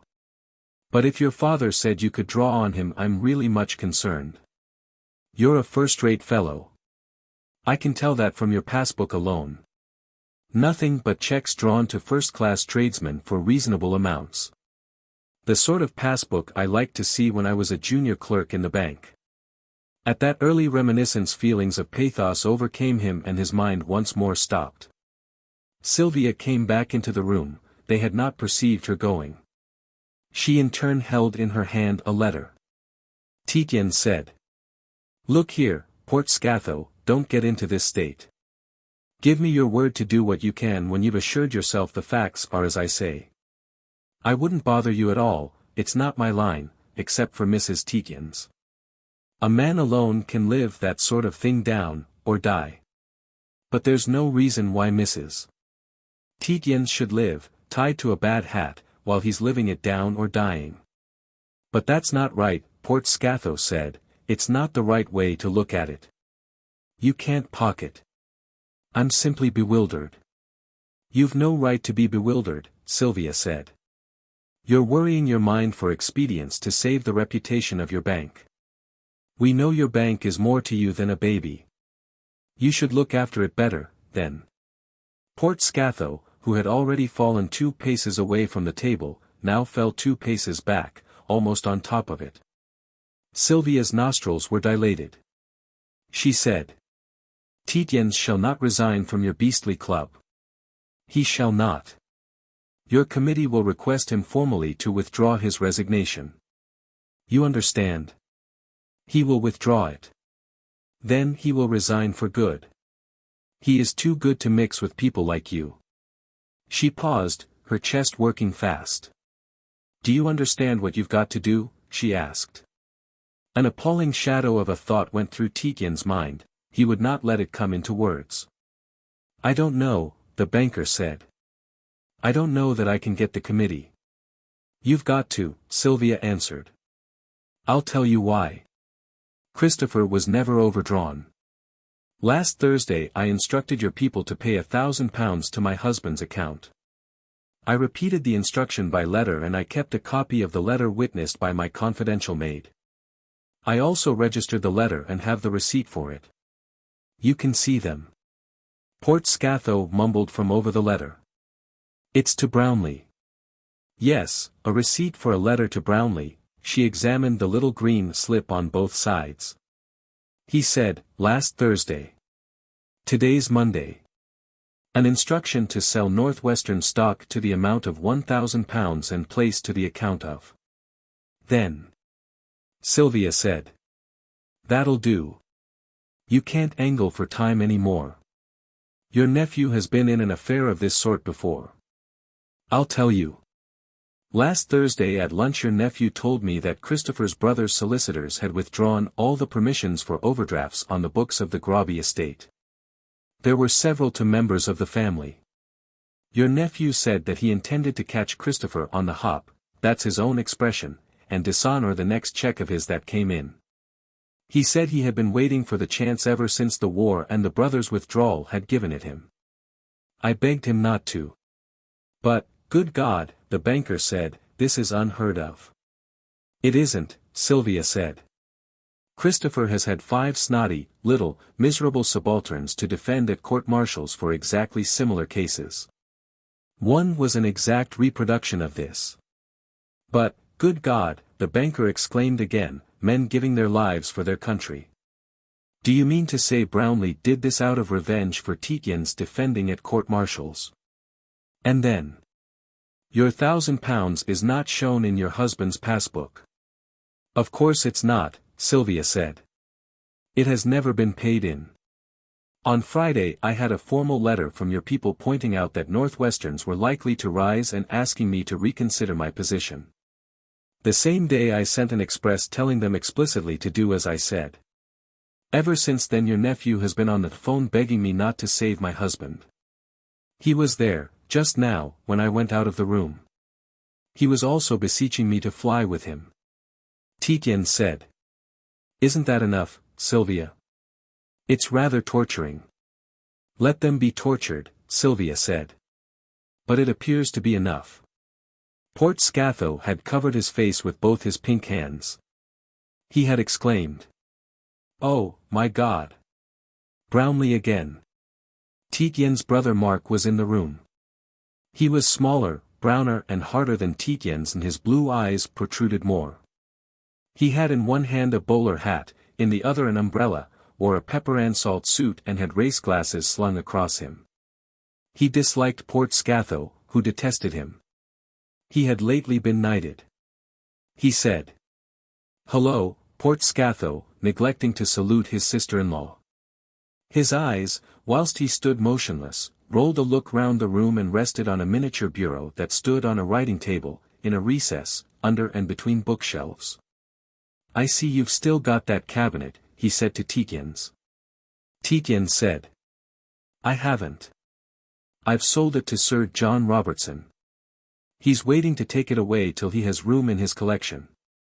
Port Scatho walked, rather unsteadily, round the lunch table and stood looking down from one of the long windows. Sylvia sat down on her chair beside the fireplace. The two brothers stood facing each other, Christopher suggesting wheat sacks, Mark, carved wood. All round them, except for the mirror that reflected bluenesses, the gilt backs of books. Hello Central was clearing the table. I hear you're going out again tomorrow, Mark said. I want to settle some things with you. I'm going at 9 from Waterloo, Christopher said. I've not much time. You can walk with me to the War Office if you like. Mark's eyes followed the black and white of the maid round the table. She went out with the tray. Christopher suddenly was reminded of Valentine Wannop clearing the table in her mother's cottage. Hello Central was no faster about it. Mark said. Port Scatho. As you're there we may as well finish one point. I have cancelled my father's security for my brother's overdraft. Port Scatho said, to the window, but loud enough. We all know it. To our cost. I wish you, however, Mark Tietjens went on, to make over from my own account 1,000 a year to my brother as he needs it. Not more than 1,000 in any 1 year. Port Scatho said. Write a letter to the bank. I don't look after clients' accounts on social occasions. I don't see why you don't, Mark Tietjens said. It's the way you make your bread and butter, isn't it?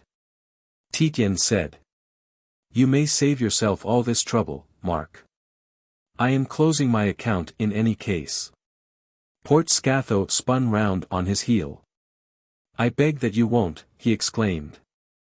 I beg that we may have the honor of continuing to have you draw upon us.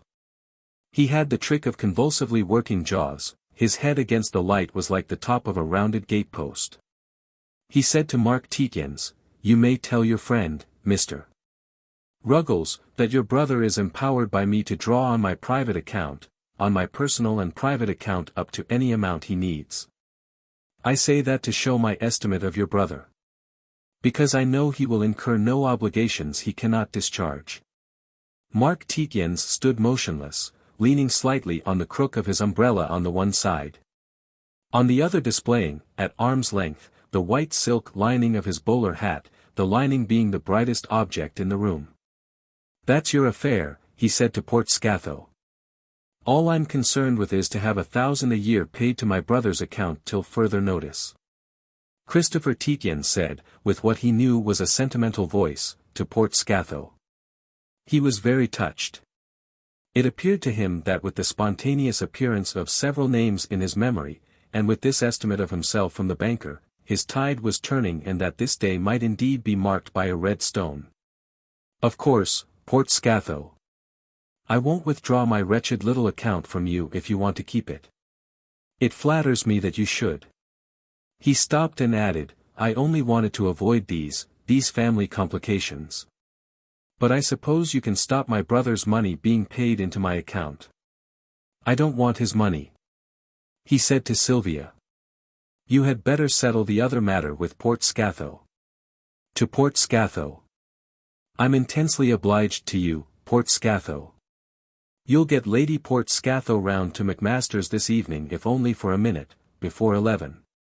And to his brother. Come along, Mark. I'm going down to the War Office. We can talk as we walk. Sylvia said very nearly with timidity, and again a dark thought went over Tietjens' mind. Do we meet again then? I know you're very busy. Tietjens said. Yes. I'll come and pick you out from Lady Jobs, if they don't keep me too long at the War Office. I'm dining, as you know, at Macmaster's. I don't suppose I shall stop late. I'd come, Sylvia said, to Macmaster's, if you thought it was appropriate. I'd bring Claudine Sandbach and General Wade. We're only going to the Russian dancers. We'd cut off early. Tietjens could settle that sort of thought very quickly. Yes, do, he said hurriedly. It would be appreciated. He got to the door, he came back, his brother was nearly through. He said to Sylvia, and for him the occasion was a very joyful one. I've worried out some of the words of that song. It runs. Somewhere or other there must surely be. The face not seen, the voice not heard. Probably it's the voice not ever heard to make up the meter. I don't know the writer's name. But I hope I'll worry it all out during the day. Sylvia had gone absolutely white. Don't, she said. Oh, don't. She added coldly, don't take the trouble, and wiped her tiny handkerchief across her lips as Tietjens went away. She had heard the song at a charity concert and had cried as she heard it. She had read, afterwards, the words in the program and had almost cried again. But she had lost the program and had never come across the words again. The echo of them remained with her like something terrible and alluring, like a knife she would some day take out and with which she would stab herself. Chapter 3. The two brothers walked 20 steps from the door along the empty pavements without speaking. Each was completely expressionless. To Christopher it seemed like Yorkshire. He had a vision of Mark, standing on the lawn at Groby, in his bowler hat and with his umbrella, whilst the shooters walked over the lawn, and up the hill to the butts. Mark probably never had done that. But it was so that his image always presented itself to his brother. Mark was considering that one of the folds of his umbrella was disarranged. He seriously debated with himself whether he should unfold it at once and refold it, which was a great deal of trouble to take, or whether he should leave it till he got to his club, where he would tell the porter to have it done at once. That would mean that he would have to walk for 1.25 miles through London with a disarranged umbrella, which was disagreeable. He said, "If I were you I wouldn't let that banker fellow go about giving you testimonials of that sort." Christopher said, "Ah." He considered that, with 1/3 of his brain in action, he was over a match for Mark, but he was tired of discussions. He supposed that some unpleasant construction would be put by his brother's friend, Ruggles, on the friendship of Port Scatho for himself. But he had no curiosity. Mark felt a vague discomfort. He said, "You had a cheque dishonoured at the club this morning?" Christopher said, "Yes." Mark waited for explanations. Christopher was pleased at the speed with which the news had travelled. It confirmed what he had said to Port Scatho. He viewed his case from outside. It was like looking at the smooth working of a mechanical model. Mark was more troubled. Used as he had been for 30 years to the vociferous South, he had forgotten that there were taciturnities still. If at his ministry he laconically accused a transport clerk of remissness, or if he accused his French mistress, just as laconically, of putting too many condiments on his nightly mutton chop, or too much salt in the water in which she boiled his potatoes, he was used to hearing a great many excuses or negations, uttered with energy and continued for long. So he had got into the habit of considering himself almost the only laconic being in the world. He suddenly remembered with discomfort, but also with satisfaction, that his brother was his brother. He knew nothing about Christopher, for himself. He had seemed to look at his little brother down avenues, from a distance, the child misbehaving himself. Not a true Tietjens, born very late, a mother's child, therefore, rather than a father's. The mother an admirable woman, but from the South Riding. Soft, therefore, and ample. The elder Tietjens children, when they had experienced failures, had been wont to blame their father for not marrying a woman of their own riding. So, for himself, he knew nothing of this boy. He was said to be brilliant, an un-Tietjens-like quality. Akin to talkativeness. Well, he wasn't talkative. Mark said, "What have you done with all the brass our mother left you?" 20,000, wasn't it? They were just passing through a narrow way between Georgian houses. In the next quadrangle Tietjens stopped and looked at his brother. Mark stood still to be looked at. Christopher said to himself, "This man has the right to ask these questions." It was as if a queer slip had taken place in a moving picture. This fellow had become the head of the house, he, Christopher, was the heir. At that moment, their father, in the grave 4 months now, was for the first time dead. Christopher remembered a queer incident. After the funeral, when they had come back from the churchyard and had lunched, Mark, and Tietjens could now see the wooden gesture, had taken out his cigar case and, selecting one cigar for himself, had passed the rest round the table. It was as if people's hearts had stopped beating. Groby had never, till that day, been smoked in, the father had had his 12 pipes filled and put in the rosebushes in the drive. It had been regarded merely as a disagreeable incident, a piece of bad taste.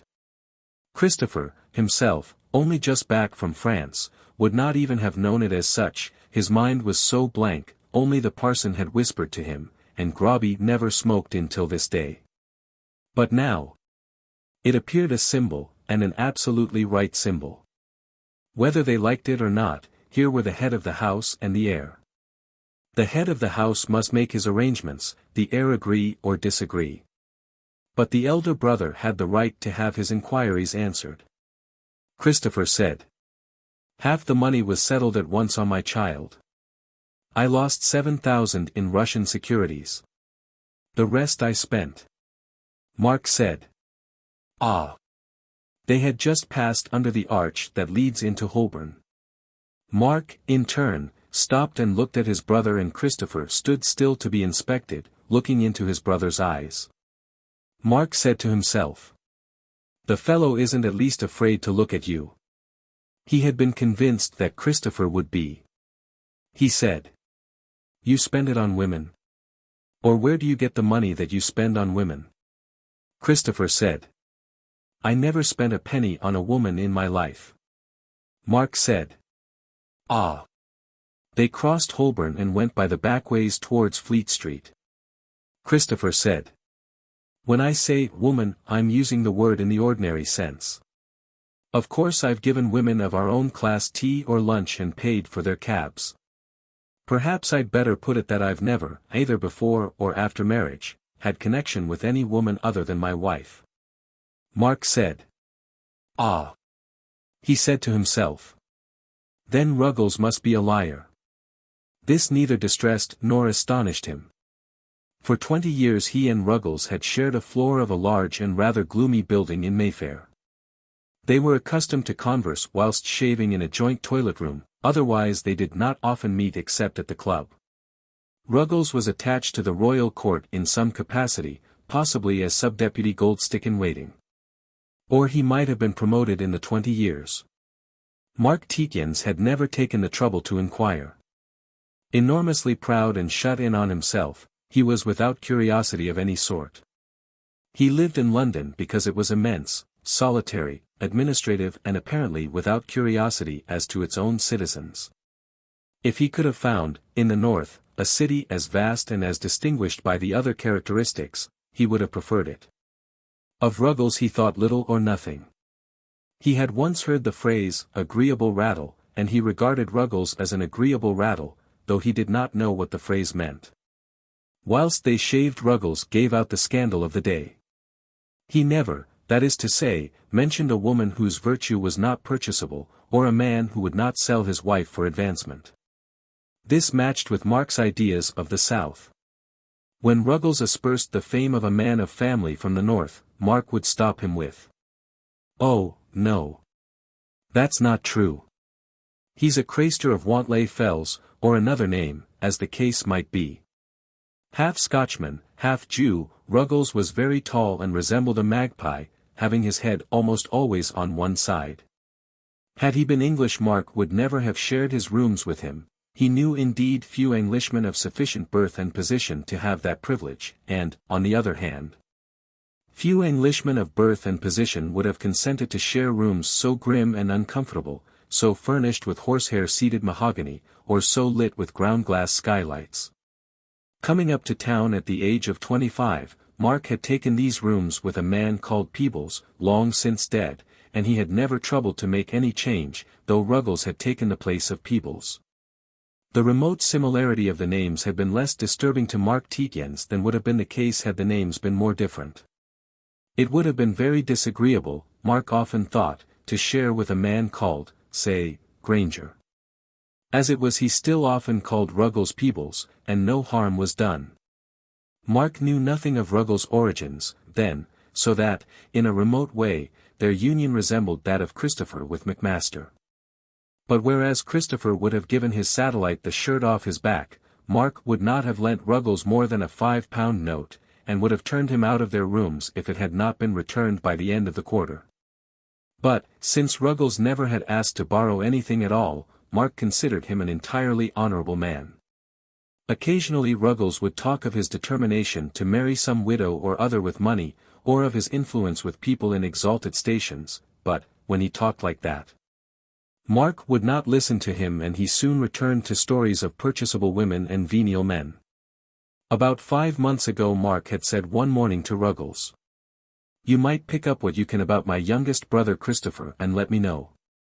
The evening before that Mark's father had called Mark to him from over the other side of the smoking room and had said, "You might find out what you can about Christopher. He may be in want of money. Has it occurred to you that he's the heir to the estate? After you, of course." Mr. Tietjens had aged a good deal after the deaths of his children.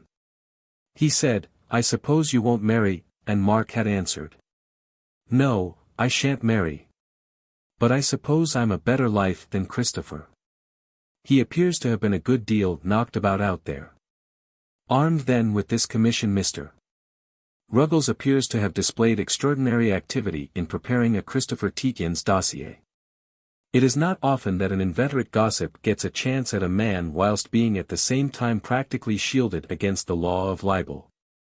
And Ruggles disliked Christopher Tietjens with the inveterate dislike of the man who revels in gossip for the man who never gossips. And Christopher Tietjens had displayed more than his usual insolence to Ruggles. So Ruggles' coattails flashed round an unusual number of doors and his top hat gleamed before an unusual number of tall portals during the next week. Amongst others he had visited the lady known as Glorvina. There is said to be a book, kept in a holy of holies, in which bad marks are set down against men of family and position in England. In this book Mark Tietjens and his father, in common with a great number of hard-headed Englishmen of county rank, implicitly believed. Christopher Tietjens didn't. He imagined that the activities of gentlemen like Ruggles were sufficient to stop the careers of people whom they disliked. On the other hand, Mark and his father looked abroad upon English society and saw fellows, apparently with every qualification for successful careers in one service or the other. And these fellows got no advancements, orders, titles or preferments of any kind. Just, rather mysteriously, they didn't make their marks. This they put down to the workings of the book. Ruggles, too, not only believed in the existence of that compilation of the suspect and doomed, but believed that his hand had a considerable influence over the inscriptions in its pages. He believed that if, with more moderation and with more grounds than usual, he uttered denegrations of certain men before certain personages, it would at least do those men a great deal of harm. And, quite steadily and with, indeed, real belief in much of what he said, Ruggles had denigrated Tietjens before these personages.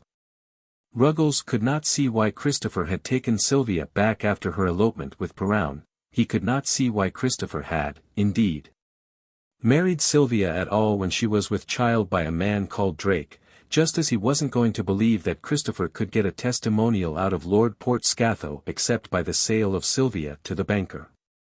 He couldn't see anything but money or jobs at the bottom of these things. He couldn't see how Tietjens otherwise got the money to support Mrs. Wannop, Miss Wannop and her child, and to maintain Mrs. Duchemin and Macmaster in the style they affected, Mrs. Duchemin being the mistress of Christopher. He simply could see no other solution. It is, in fact, asking for trouble if you are more altruist than the society that surrounds you. Ruggles, however, hadn't any pointers as to whether or no or to what degree he had really damaged his roommate's brother. He had talked in what he considered to be the right quarters, but he hadn't any evidence that what he had said had got through. It was to ascertain that he had called on the great lady, for if anybody knew, she would. He hadn't definitely ascertained anything, for the great lady was, and he knew it, a great deal cleverer than himself. The great lady, he was allowed to discover, had a real affection for Sylvia, her daughter's close friend, and she expressed real concern to hear that Christopher Tietjens wasn't getting on. Ruggles had gone to visit her quite openly to ask whether something better couldn't be done for the brother of the man with whom he lived. Christopher had, it was admitted, great abilities. Yet neither in his office, in which he would surely have remained had he been satisfied with his prospects, nor in the army did he occupy anything but a very subordinate position. Couldn't, he asked, Glorvina do anything for him? And he added, it's almost as if he had a bad mark against him. The great lady had said, with a great deal of energy, that she could not do anything at all. The energy was meant to show how absolutely her party had been downed, outed and jumped on by the party in power, so that she had no influence of any sort anywhere. That was an exaggeration. But it did Christopher Tietjens no good. Since Ruggles chose to take it to mean that Glorvina said she could do nothing because there was a black mark against Tietjens in the book of the inner circle to which, if anyone had, the great lady must have had access. Glorvina, on the other hand, had been awakened to concern for Tietjens. In the existence of a book she didn't believe, she had never seen it. But that a black mark of a metaphorical nature might have been scored against him she was perfectly ready to believe and, when occasion served, during the next 5 months, she made inquiries about Tietjens. She came upon a Major Drake, an intelligence officer, who had access to the central depot of confidential reports upon officers, and Major Drake showed her, with a great deal of readiness, as a specimen, the report on Tietjens. It was of a most discouraging sort and peppered over with hieroglyphics, the main point being Tietjens' impecuniosity and his predilection for the French, and apparently for the French royalists. There being at that date and with that government a great deal of friction with our allies, this characteristic which earlier had earned him a certain number of soft jobs had latterly done him a good deal of harm. Glorvina carried away the definite information that Tietjens had been seconded to the French artillery as a liaison officer and had remained with them some time, but, having been shell-shocked, had been sent back. After that a mark had been added against him, not to be employed as liaison officer again. On the other hand, Sylvia's visits to Austrian officer prisoners had also been noted to Tietjens' account and a final note added, not to be entrusted with any confidential work. To what extent Major Drake himself compiled these records the great lady didn't know and didn't want to know. She was acquainted with the relationships of the parties and was aware that in certain dark, full-blooded men the passion for sexual revenge is very lasting, and she let it go at that. She discovered, however, from Mr. Waterhouse, now also in retreat, that he had a very high opinion of Tietjens' character and abilities, and that just before Waterhouse's retirement he had especially recommended Tietjens for very high promotion. That alone, in the then state of ministerial friendships and enmities, Glorvina knew to be sufficient to ruin any man within range of governmental influence. She had, therefore, sent for Sylvia and had put all these matters before her, for she had too much wisdom to believe that, even supposing there should be differences between the young people of which she had no evidence at all, Sylvia could wish to do anything but promote her husband's material interests. Moreover, sincerely benevolent as the great lady was towards this couple, she also saw that here was a possibility of damaging, at least, individuals of the party in power. A person in a relatively unimportant official position can sometimes make a very nasty stink if he is unjustly used, has determination and a small amount of powerful backing. This Sylvia, at least, certainly had. And Sylvia had received the great lady's news with so much emotion that no one could have doubted that she was utterly devoted to her husband and would tell him all about it. This Sylvia had not as yet managed to do. Ruggles in the meantime had collected a very full budget of news and inferences to present to Mark Tietjens whilst shaving. Mark had been neither surprised nor indignant.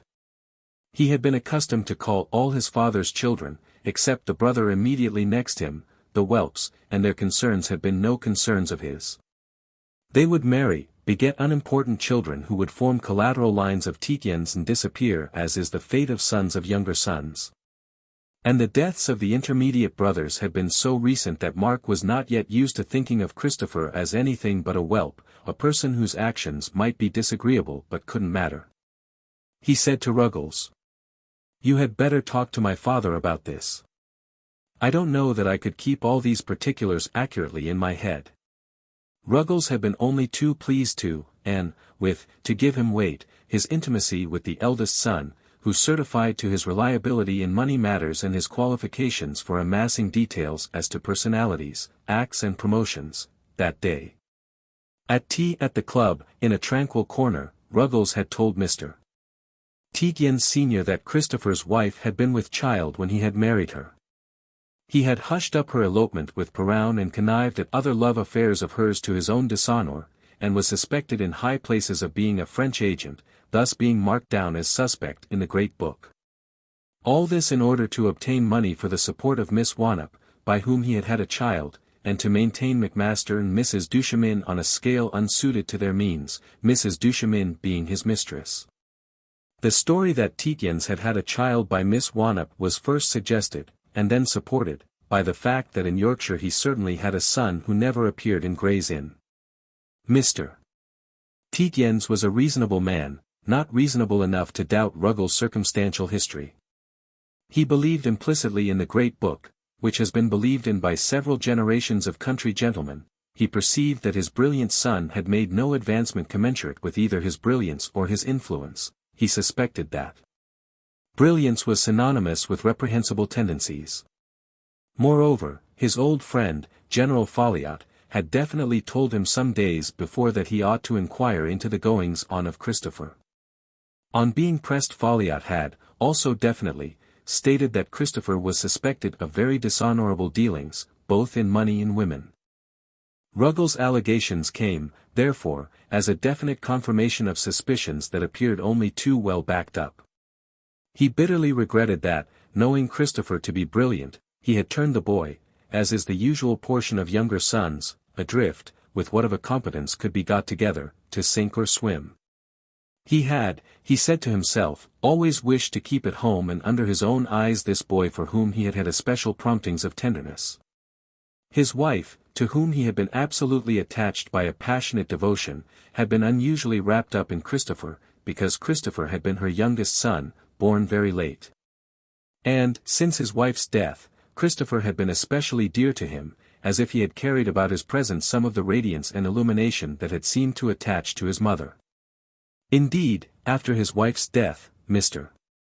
Tietjens had very nearly asked Christopher and his wife to come and keep house for him at Groby, making, of course, special testamentary provision for Christopher in order to atone for his giving up his career at the Department of Statistics. His sense of justice to his other children had prevented him doing this. What broke his heart was that Christopher should not only have seduced but should have had a child by Valentine Wannop. Very grand seigneur in his habits, Mr. Tietjens had always believed in his duty to patronize the arts and, if he had actually done little in this direction beyond purchasing some chocolate-colored pictures of the French historic school, he had for long prided himself on what he had done for the widow and children of his old friend, Professor Wannop. He considered, and with justice, that he had made Mrs. Wannop a novelist, and he considered her to be a very great novelist. And his conviction of the guilt of Christopher was strengthened by a slight tinge of jealousy of his son, a feeling that he would not have acknowledged to himself. For, since Christopher, he didn't know how, for he had given his son no introduction, had become an intimate of the Wannop household, Mrs. Wannop had completely given up asking him, Mr. Tietjens, clamorously and constantly for advice. In return she had sung the praises of Christopher in almost extravagant terms. She had, indeed, said that if Christopher had not been almost daily in the house or at any rate at the end of the phone she would hardly have been able to keep on working at full pressure. This had not overpleased Mr. Tietjens. Mr. Tietjens entertained for Valentine Wannop an affection of the very deepest, the same qualities appealing to the father as appealed to the son. He had even, in spite of his 60-odd years, seriously entertained the idea of marrying the girl. She was a lady, she would have managed Groby very well, and, although the entail on the property was very strict indeed, he would, at least, have been able to put her beyond the reach of want after his death. He had thus no doubt of his son's guilt, and he had to undergo the additional humiliation of thinking that not only had his son betrayed this radiant personality, but he had done it so clumsily as to give the girl a child and let it be known. That was unpardonable want of management in the son of a gentleman. And now this boy was his heir with a misbegotten brat to follow. Irrevocably. All his 4 tall sons, then, were down. His eldest tied for good to, a quite admirable Trollope, his 2 next dead, his youngest worse than dead, his wife dead of a broken heart. A soberly but deeply religious man, Mr. Tietjens' very religion made him believe in Christopher's guilt. He knew that it is as difficult for a rich man to go to heaven as it is for a camel to go through the gate in Jerusalem called the Needle's Eye. He humbly hoped that his Maker would receive him amongst the pardoned.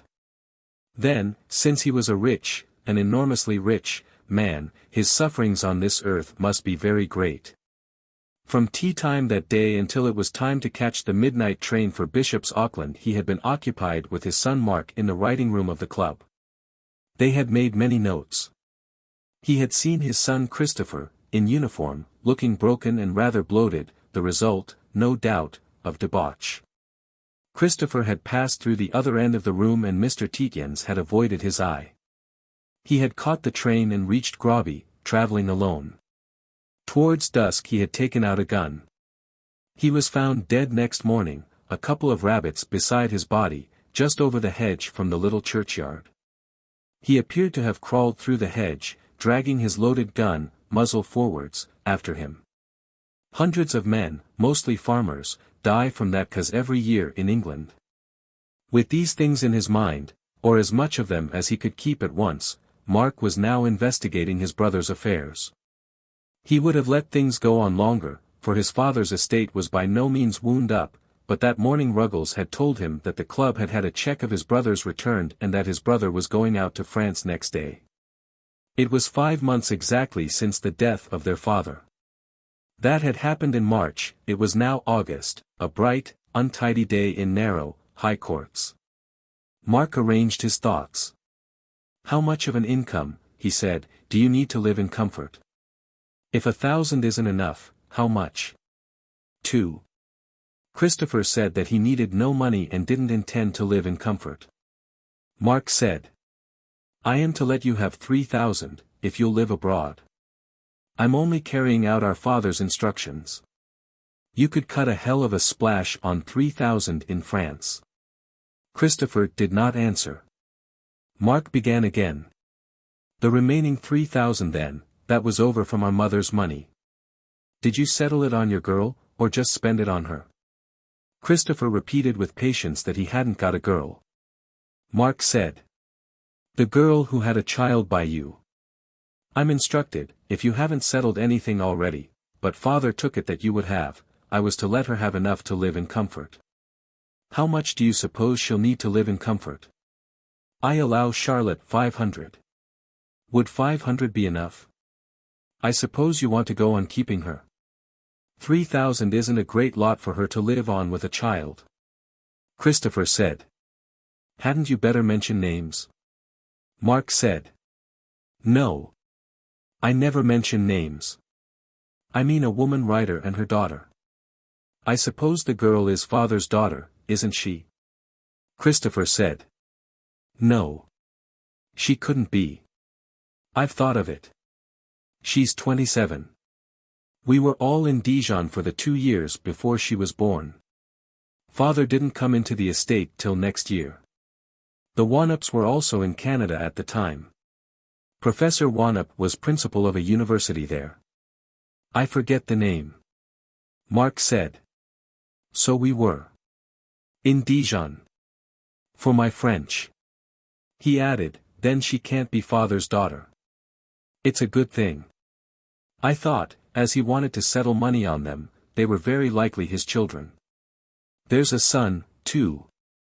He's to have 1,000. What's he doing?" "The son," Tietjens said, "is a conscientious objector.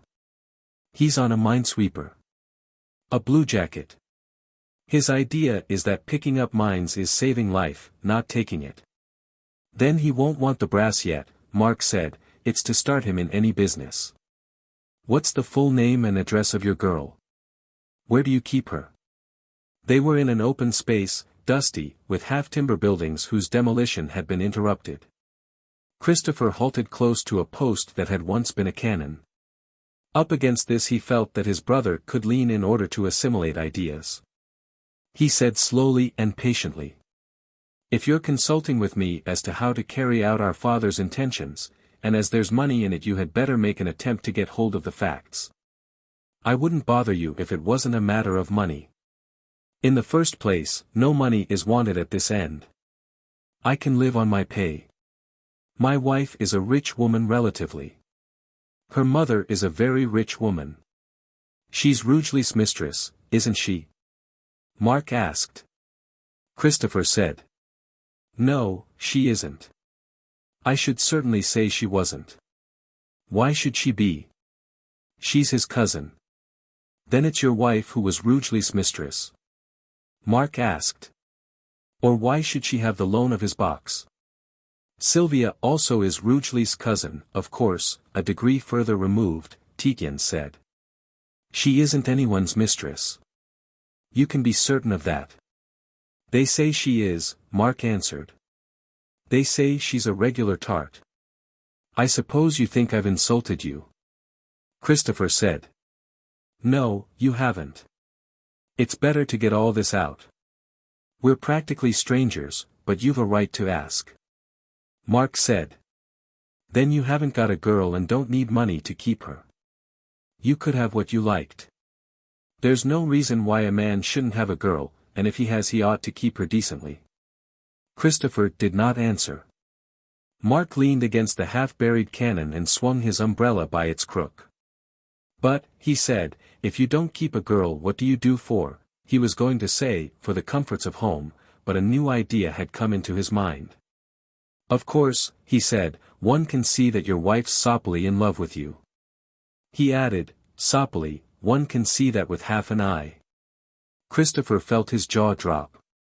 Not a second before, that very second, he had made up his mind to ask Valentine Wannock to become his mistress that night. It was no good, any more, he said to himself. She loved him, he knew, with a deep, an unshakable passion, just as his passion for her was a devouring element that covered his whole mind as the atmosphere envelopes the earth. Were they, then, to go down to death separated by years, with no word ever spoken? To what end? For whose benefit? The whole world conspired to force them together. To resist became a weariness. His brother Mark was talking on. I know all about women, he had announced. Perhaps he did. He had lived with exemplary fidelity to a quite unpresentable woman, for a number of years. Perhaps the complete study of one woman gave you a map of all the rest. Christopher said. Look here, Mark. You had better go through all my passbooks for the last 10 years. Or ever since I had an account. This discussion is no good if you don't believe what I say. Mark said. I don't want to see your passbooks. I believe you. He added, a second later. Why the devil shouldn't I believe you? It's either believing you're a gentleman or Ruggles a liar. It's only common sense to believe Ruggles a liar, in that case. I didn't before because I had no grounds to. Christopher said. I doubt if liar is the right word. He picked up things that were said against me. No doubt he reported them faithfully enough. Things are said against me. I don't know why. Because, Mark said with emphasis, you treat these South Country swine with the contempt that they deserve. They're incapable of understanding the motives of a gentleman. If you live among dogs they'll think you've the motives of a dog. What other motives can they give you? He added, I thought you'd been buried so long under their muck that you were as mucky as they. Tietjens looked at his brother with the respect one has to give to a man ignorant but shrewd. It was a discovery, that his brother was shrewd. But, of course, he would be shrewd. He was the indispensable head of a great department. He had to have some qualities. Not cultivated, not even instructed. A savage. But penetrating. We must move on, he said, or I shall have to take a cab. Mark detached himself from his half-buried cannon. What did you do with the other 3,000, he asked. 3,000 is a hell of a big sum to chuck away. For a younger son. Except for some furniture I bought for my wife's rooms, Christopher said, it went mostly in loans. Loans! Mark exclaimed. To that fellow Macmaster. Mostly to him, Christopher answered. But about 700 to Dicky Swipes, of color coats. Good God! Why to him? Mark ejaculated. Oh, because he was Swipes, of color coats, Christopher said, and asked for it. He'd have had more, only that was enough for him to drink himself to death on. Mark said. I suppose you don't give money to every fellow that asks for it? Christopher said. I do. It's a matter of principle.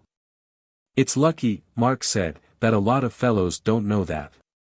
You wouldn't have much brass left for long. I didn't have it for long, Christopher said. You know, Mark said, you couldn't expect to do the princely patron on a youngest son's portion. It's a matter of taste. I never gave a ha'penny to a beggar myself. But a lot of the Tietjens were princely. One generation to addle brass, one to keep, one to spend. That's all right. I suppose Macmaster's wife is your mistress. That'll account for it not being the girl. They keep an armchair for you. Christopher said. No. I just backed Macmaster for the sake of backing him. Father lent him money to begin with. So he did, Mark exclaimed. His wife, Christopher said, was the widow of Breakfast du Chemin. You knew Breakfast du Chemin? Oh, I knew Breakfast du Chemin, Mark said. I suppose Macmaster's a pretty warm man now. Done himself proud with du Chemin's money. Pretty proud. Christopher said. They won't be knowing me long now. But damn it all. Mark said. You've grobby to all intents and purposes. I'm not going to marry and beget children to hinder you. Christopher said. Thanks. I don't want it. Got your knife into me? Mark asked. Yes. I've got my knife into you, Christopher answered. Into the whole bloody lot of you, and Ruggles and Folliot and our father. Mark said, Ah. You don't suppose I wouldn't have? Christopher asked. Oh, I don't suppose you wouldn't have, Mark answered. I thought you were a soft sort of bloke. I see you aren't. I'm as north riding as yourself. Christopher answered. They were in the tide of Fleet Street, pushed apart by foot passengers and separated by traffic. With some of the imperiousness of the officer of those days, Christopher barged across through motorbuses and paper lorries. With the imperiousness of the head of a department, Mark said. Here, policeman, stop these damn things and let me get over. But Christopher was over much the sooner and waited for his brother in the gateway of the Middle Temple. His mind was completely swallowed up in the endeavor to imagine the embraces of Valentine Wannop. He said to himself that he had burnt his boats. Mark, coming alongside him, said. You'd better know what our father wanted. Christopher said. Be quick then. I must get on. He had to rush through his War Office interview to get to Valentine Wannop. They would have only a few hours in which to recount the loves of 2 lifetimes. He saw her golden head and her enraptured face. He wondered how her face would look, enraptured. He had seen on it humor, dismay, tenderness, in the eyes, and fierce anger and contempt for his, Christopher's, political opinions. His militarism. Nevertheless they halted by the temple fountain. That respect was due to their dead father. Mark had been explaining. Christopher had caught some of his words and divined the links. Mr. Tietjens had left no will, confident that his desires as to the disposal of his immense fortune would be carried out meticulously by his eldest son.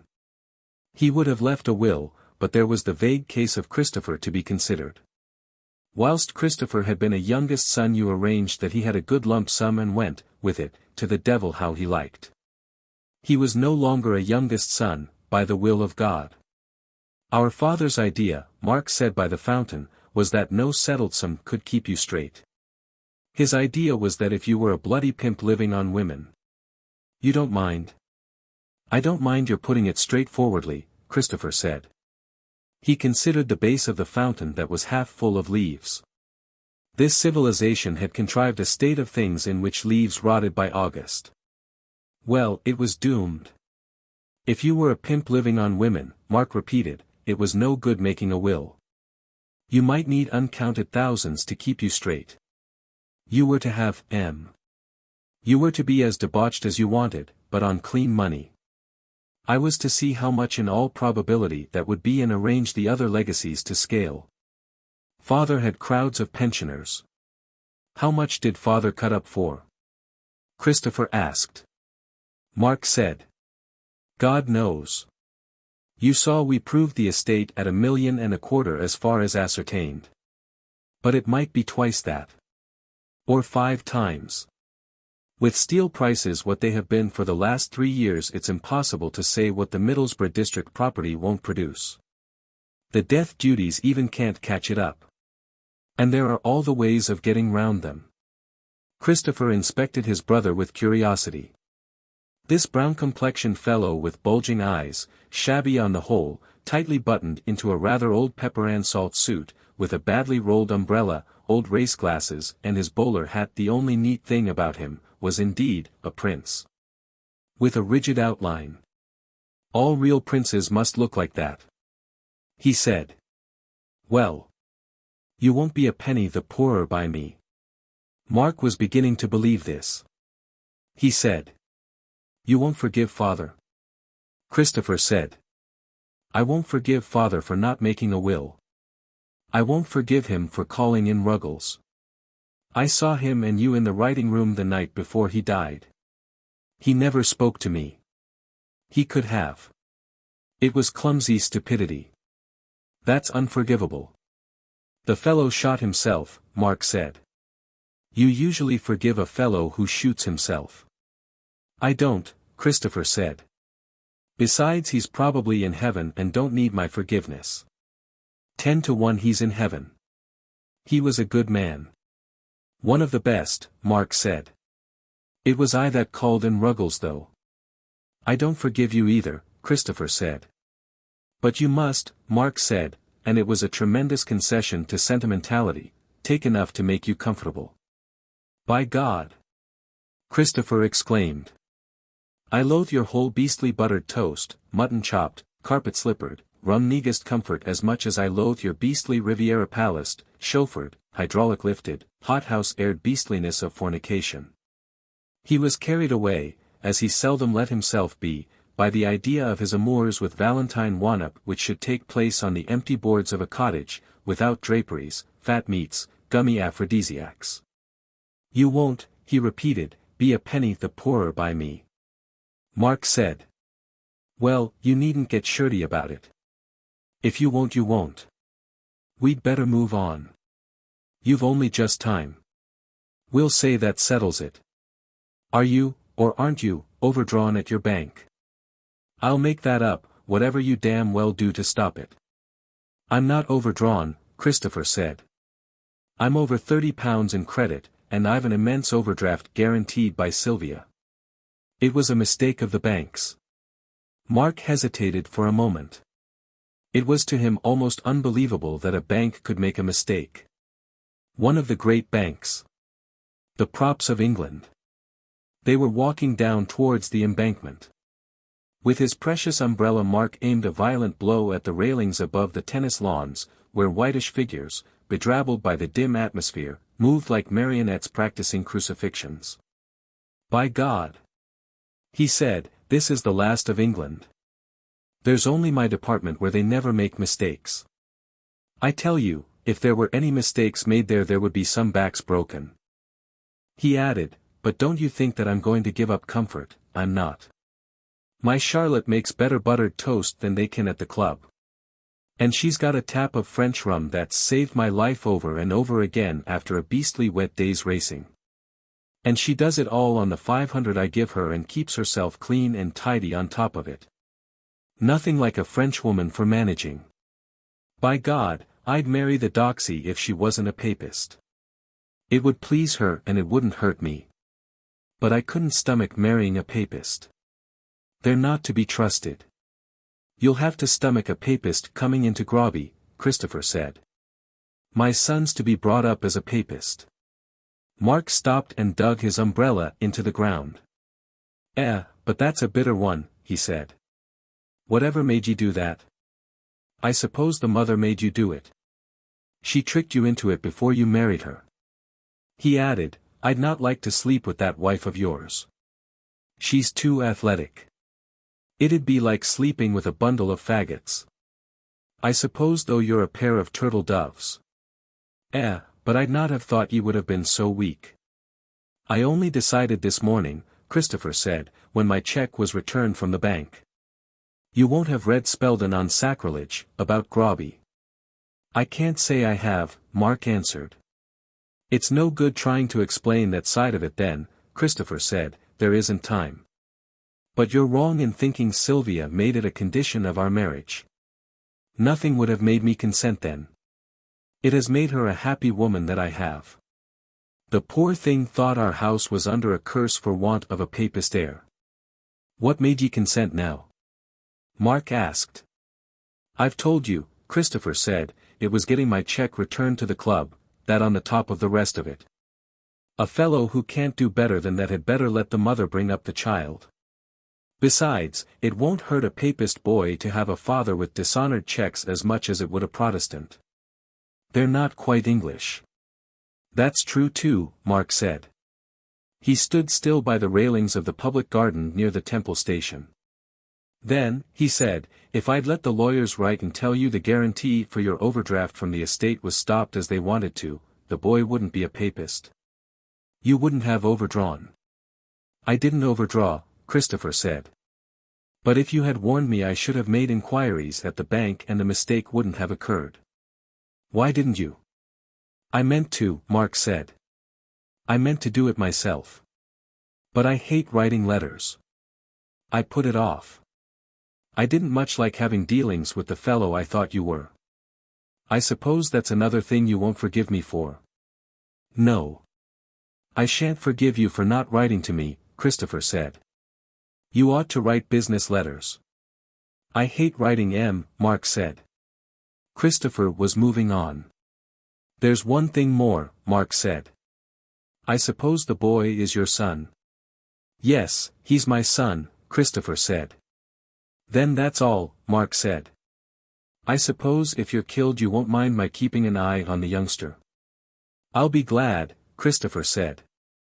They strolled along the embankment side by side, walking rather slowly, their backs erected and their shoulders squared because of their satisfaction of walking together, desiring to lengthen the walk by going slow. Once or twice they stopped to look at the dirty silver of the river, for both liked grim effects of landscape. They felt very strong, as if they owned the land. Once Mark chuckled and said, It's too damn funny. To think of our both being. What is it, monogamists? Well, it's a good thing to stick to one woman, you can't say it isn't. It saves trouble. And you know where you are. Under the lugubrious arch that leads into the War Office quadrangle. Christopher halted. No. I'm coming in, Mark said. I want to speak to Hogarth. I haven't spoken to Hogarth for some time. About the transport wagon parks in Regent's Park. I manage all those beastly things and a lot more. They say you do it damn well, Christopher said. They say you're indispensable. He was aware that his brother desired to stay with him as long as possible. He desired it himself. I damn well am. Mark said. He added, I suppose you couldn't do that sort of job in France. Look after transport and horses. I could, Christopher said, but I suppose I shall go back to liaison work. I don't think you will, Mark said. I could put in a word for you with the transport people. I wish you would, Christopher said. I'm not fit to go back into the front line. Besides, I'm no beastly hero. And I'm a rotten infantry officer. No Tietjens was ever a soldier worth talking of. They turned the corner of the arch. Like something fitting in, exact and expected, Valentine Wanop stood looking at the lists of casualties that hung beneath a cheaply green-stained deal shelter against the wall. A tribute at once to the weaker art movements of the day and the desire to save the ratepayers' money. With the same air of finding Christopher Tietjens fit in exactly to an expected landscape, she turned on him. Her face was blue-white and distorted. She ran upon him and exclaimed. "Look at this horror! And you in that foul uniform can support it." The sheets of paper beneath the green roof were laterally striped with little serrated lines, each line meant the death of a man, for the day. Tietjens had fallen a step back off the curb of the pavement that ran round the quadrangle. He said. "I support it because I have to. Just as you decry it because you have to. They're two different patterns that we see." He added, "This is my brother Mark." She turned her head stiffly upon Mark, her face was perfectly waxen. It was as if the head of a shopkeeper's lay figure had been turned. She said to Mark. "I didn't know Mr. Tietjens had a brother." "Or hardly. I've never heard him speak of you." Mark grinned feebly, exhibiting to the lady the brilliant lining of his hat. "I don't suppose anyone has ever heard me speak of him," he said, "but he's my brother all right." She stepped on to the asphalt carriageway and caught between her fingers and thumb a fold of Christopher's khaki sleeve. "I must speak to you," she said, "I'm going then." She drew Christopher into the center of the enclosed, hard and ungracious space, holding him still by the stuff of his tunic. She pushed him round until he was facing her. She swallowed hard, it was as if the motion of her throat took an immense time. Christopher looked round the skyline of the buildings of sordid and besmirched stone. He had often wondered what would happen if an air bomb of some size dropped into the mean, grey stoniness of that cold heart of an embattled world. The girl was devouring his face with her eyes, to see him flinch. Her voice was hard between her little teeth. She said. "Were you the father of the child Ethel was going to have?" "Your wife says you were." Christopher considered the dimensions of the quadrangle. He said vaguely. "Ethel? Who's she?" In pursuance of the habits of the painter-poet, Mr. and Mrs. Macmaster called each other always Guggums. Christopher had in all probability never heard Mrs. Duchemin's Christian names. Certainly he had never heard them since his disaster had swept all names out of his head. He came to the conclusion that the quadrangle was not a space sufficiently confined to afford much bursting resistance to a bomb. The girl said. "Edith Ethel Duchemin. Mrs. Macmaster, that is." She was obviously waiting intensely. Christopher said with vagueness. "No. Certainly not." What was said? Mark Tietjens was leaning forward over the curb in front of the green-stained shelter, like a child over a brookside. He was obviously waiting, quite patient, swinging his umbrella by the hook. He appeared to have no other means of self-expression. The girl was saying that when she had rung up Christopher that morning a voice had said, "Without any preparation at all," the girl repeated, "Without any preparation at all. You'd better keep off the grass if you're the one-up girl. Mrs. Duchemin is my husband's mistress already. You keep off." Christopher said. She said that, did she? He was wondering how Mark kept his balance, really. The girl said nothing more. She was waiting. With an insistence that seemed to draw him, a sort of sucking in of his personality. It was unbearable. He made his last effort of that afternoon. He said. "Damn it all. How could you ask such a tomfool question? You. I took you to be an intelligent person. The only intelligent person I know. Don't you know me?" She made an effort to retain her stiffening. "Isn't Mrs. Tietjens a truthful person?" she asked. "I thought she looked truthful when I saw her at Vincent and Ethel's." He said. "What she says she believes. But she only believes what she wants to, for the moment. If you call that truthful, she's truthful. I've nothing against her." He said to himself, "I'm not going to appeal to her by damning my wife." She seemed to go all of a piece, as the hard outline goes suddenly out of a piece of lumped sugar upon which you drop water. "Oh," she said, "it isn't true. I knew it wasn't true." She began to cry. Christopher said. "Come along. I've been answering tomfool questions all day. I've got another tomfool to see here," then I'm through. She said. I can't come with you, crying like this. He answered. Oh, yes, you can. This is the place where women cry. He added, besides there's Mark. He's a comforting ass. He delivered her over to Mark. Here, look after Miss Wannop, he said. You want to talk to her anyhow, don't you? And he hurried ahead of them like a fussy shop walker into the lugubrious hall. He felt that, if he didn't come soon to an unemotional ass in red, green, blue or pink tabs, who would have fish-like eyes and would ask the sort of questions that fishes ask in tanks, he, too, must break down and cry. With relief. However, that was a place where men cried, too. He got through at once by sheer weight of personality, down miles of corridors, into the presence of a quite intelligent, thin, dark person with scarlet tabs. That meant a superior staff affair, not dustbins. The dark man said to him at once. Look here. What's the matter with the command depots? You've been lecturing a lot of them. In economy. What are all these damn mutinies about? Is it the rotten old colonels in command? Tietjens said amiably. Look here. I'm not a beastly spy, you know. I've had hospitality from the rotten old colonels. The dark man said. I dare say you have. But that's what you were sent round for. General Campion said you were the brainiest chap in his command. He's gone out now, worse luck. What's the matter with the command depots? Is it the men? Or is it the officers? You needn't mention names. Tietjens said. Kind of Campion. It isn't the officers and it isn't the men. It's the foul system. You get men who think they've deserved well of their country, and they damn well have, and you crop their heads. That's the MOs, the dark man said. They don't want lice. If they prefer mutinies, Tietjens said. A man wants to walk with his girl and have a properly oiled quiff. They don't like being regarded as convicts. That's how they are regarded. The dark man said. All right.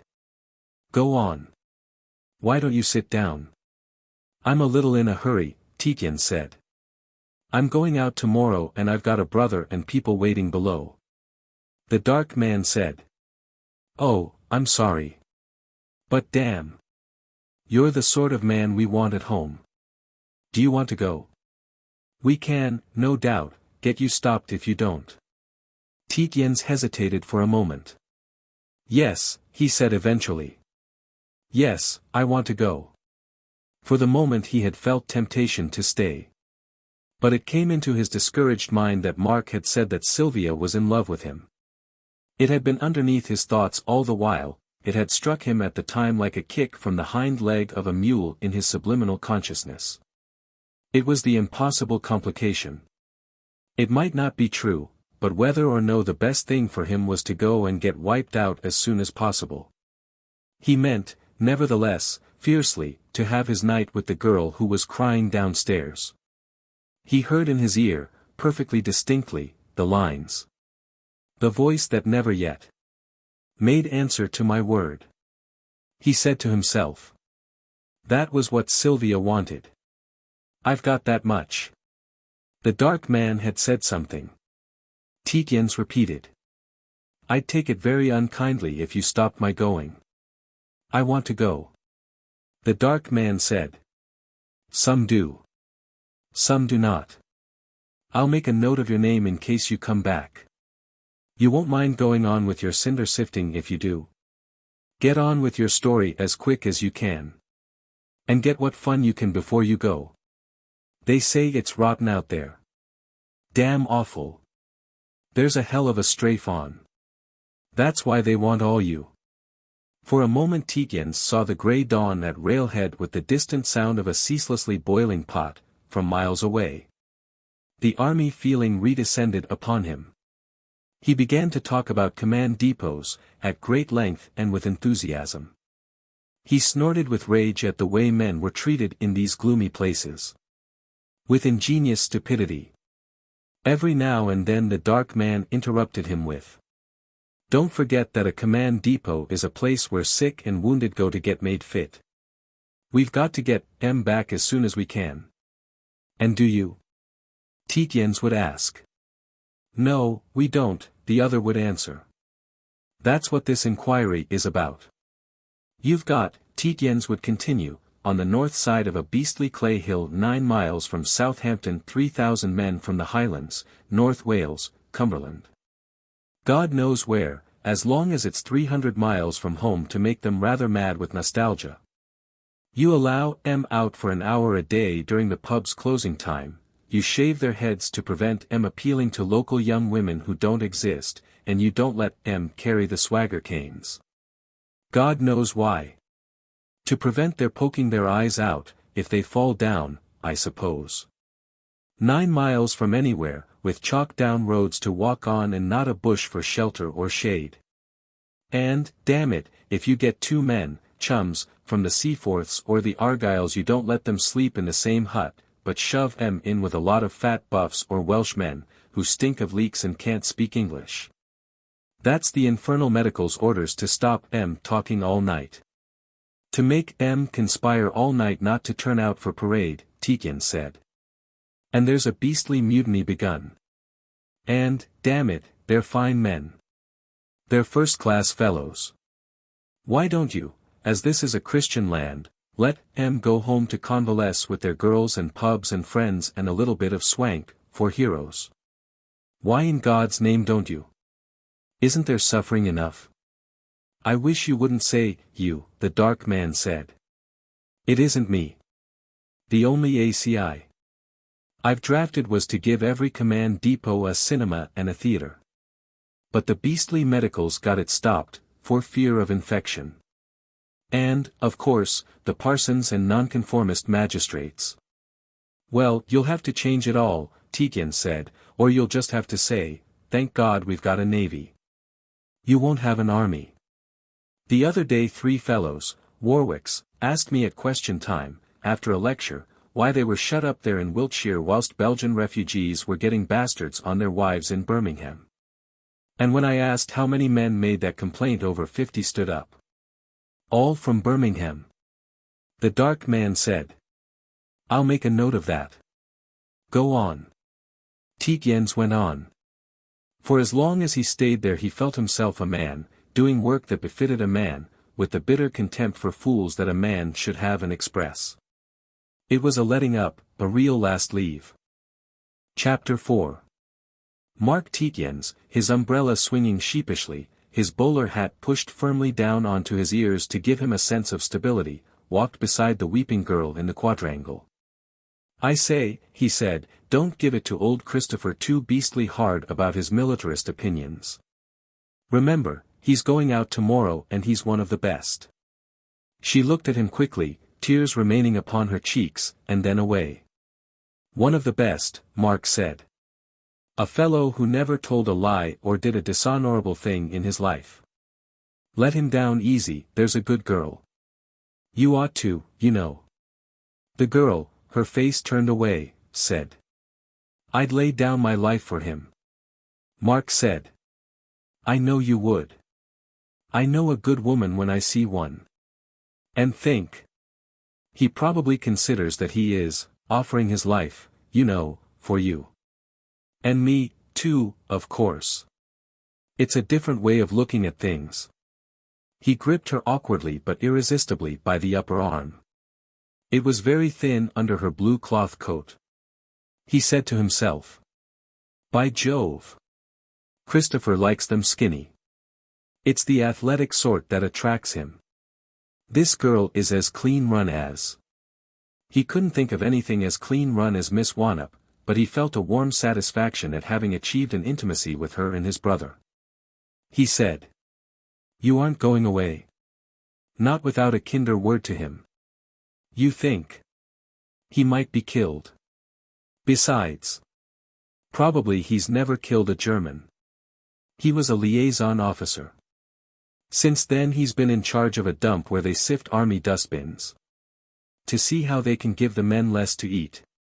That means that the civilians get more. You don't object to his giving civilians more meat? It isn't even helping to kill Germans. He felt her arm press his hand against her warm side. What's he going to do now? She asked. Her voice wavered. That's what I'm here about, Mark said. I'm going in to see old Hogarth. You don't know Hogarth? Old General Hogarth? I think I can get him to give Christopher a job with the transport. A safe job. Safe-ish. No beastly glory business about it. No killing beastly Germans either. I beg your pardon, if you like Germans. She drew her arm from his hand in order to look him in the face. Oh, she said, you don't want him to have any beastly military glory. The color came back into her face, she looked at him open-eyed. He said. No. Why the devil should he?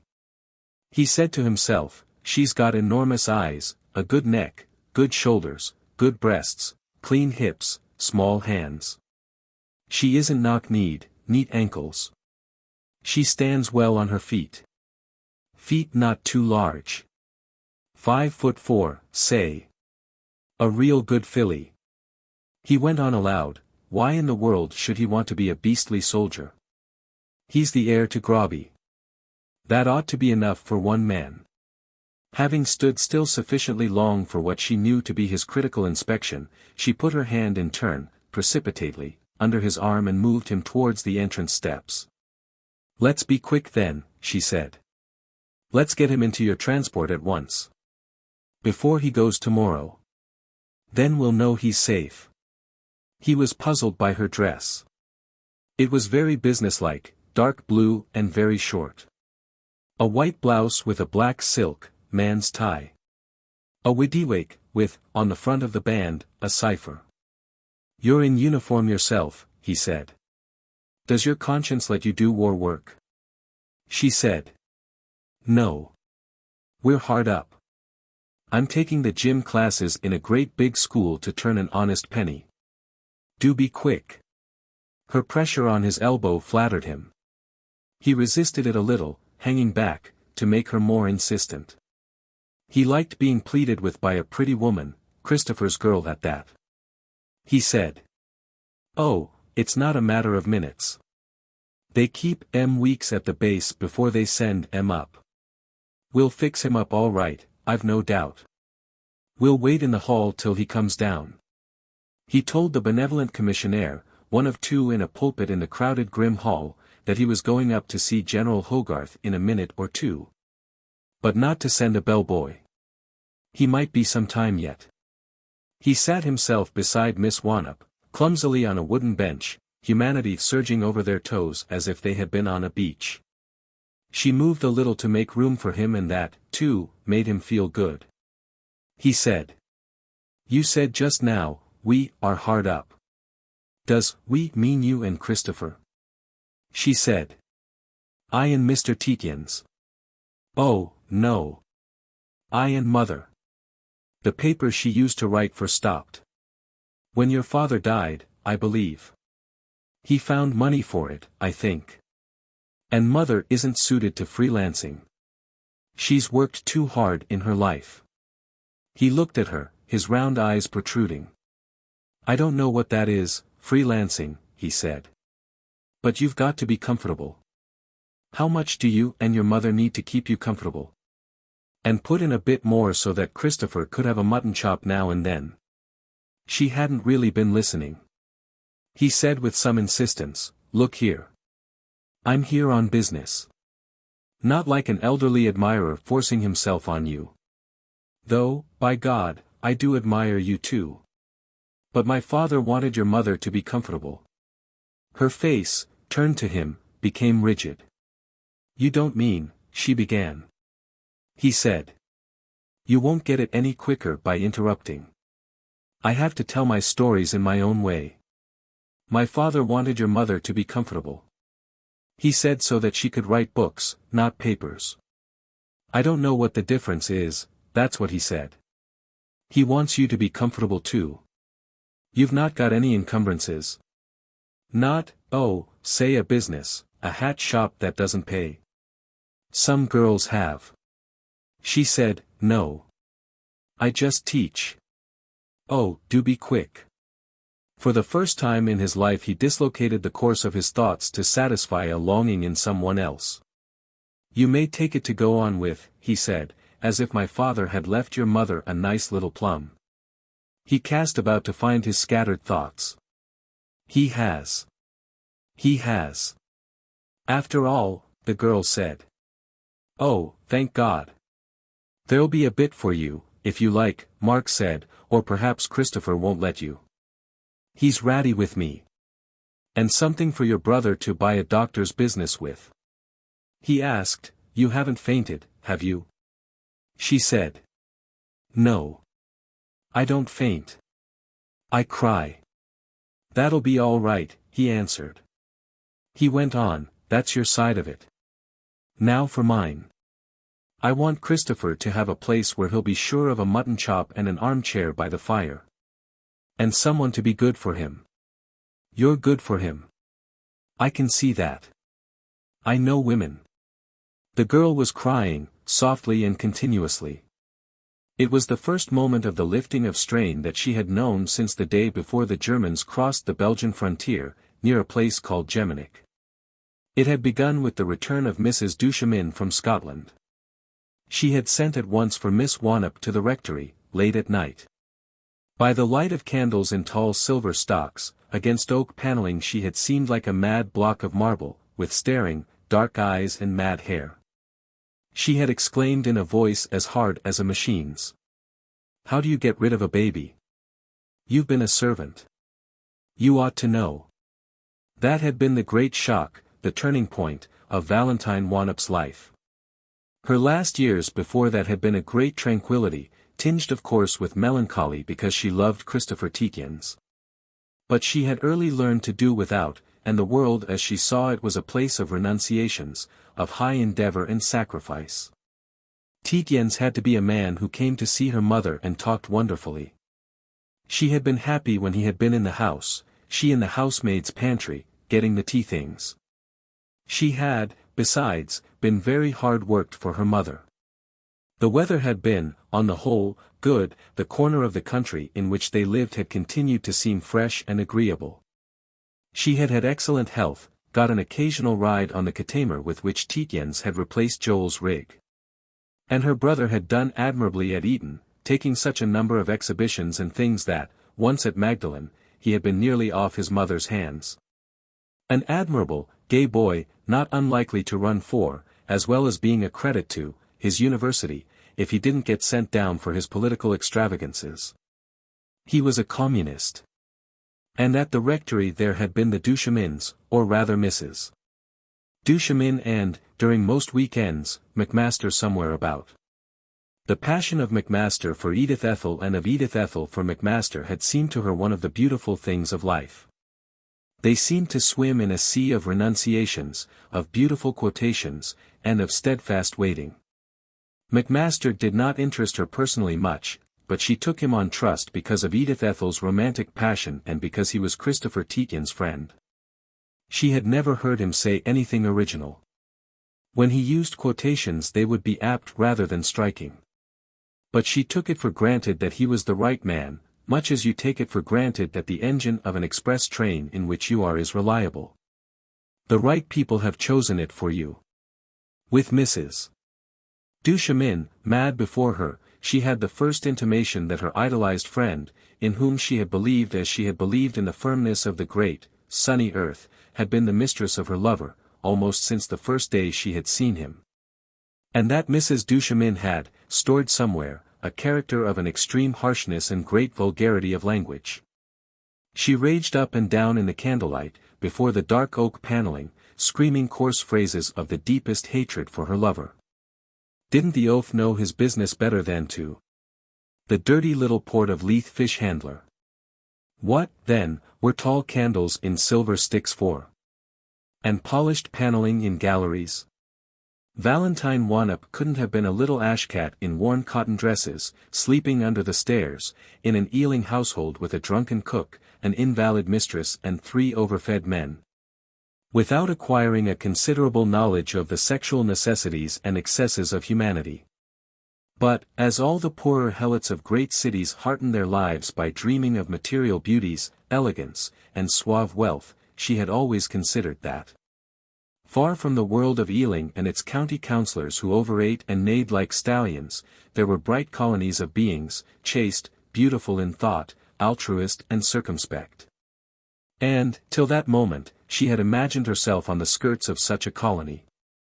She presupposed a society of beautiful intellects centering in London round her friends. Ealing she just put out of her mind.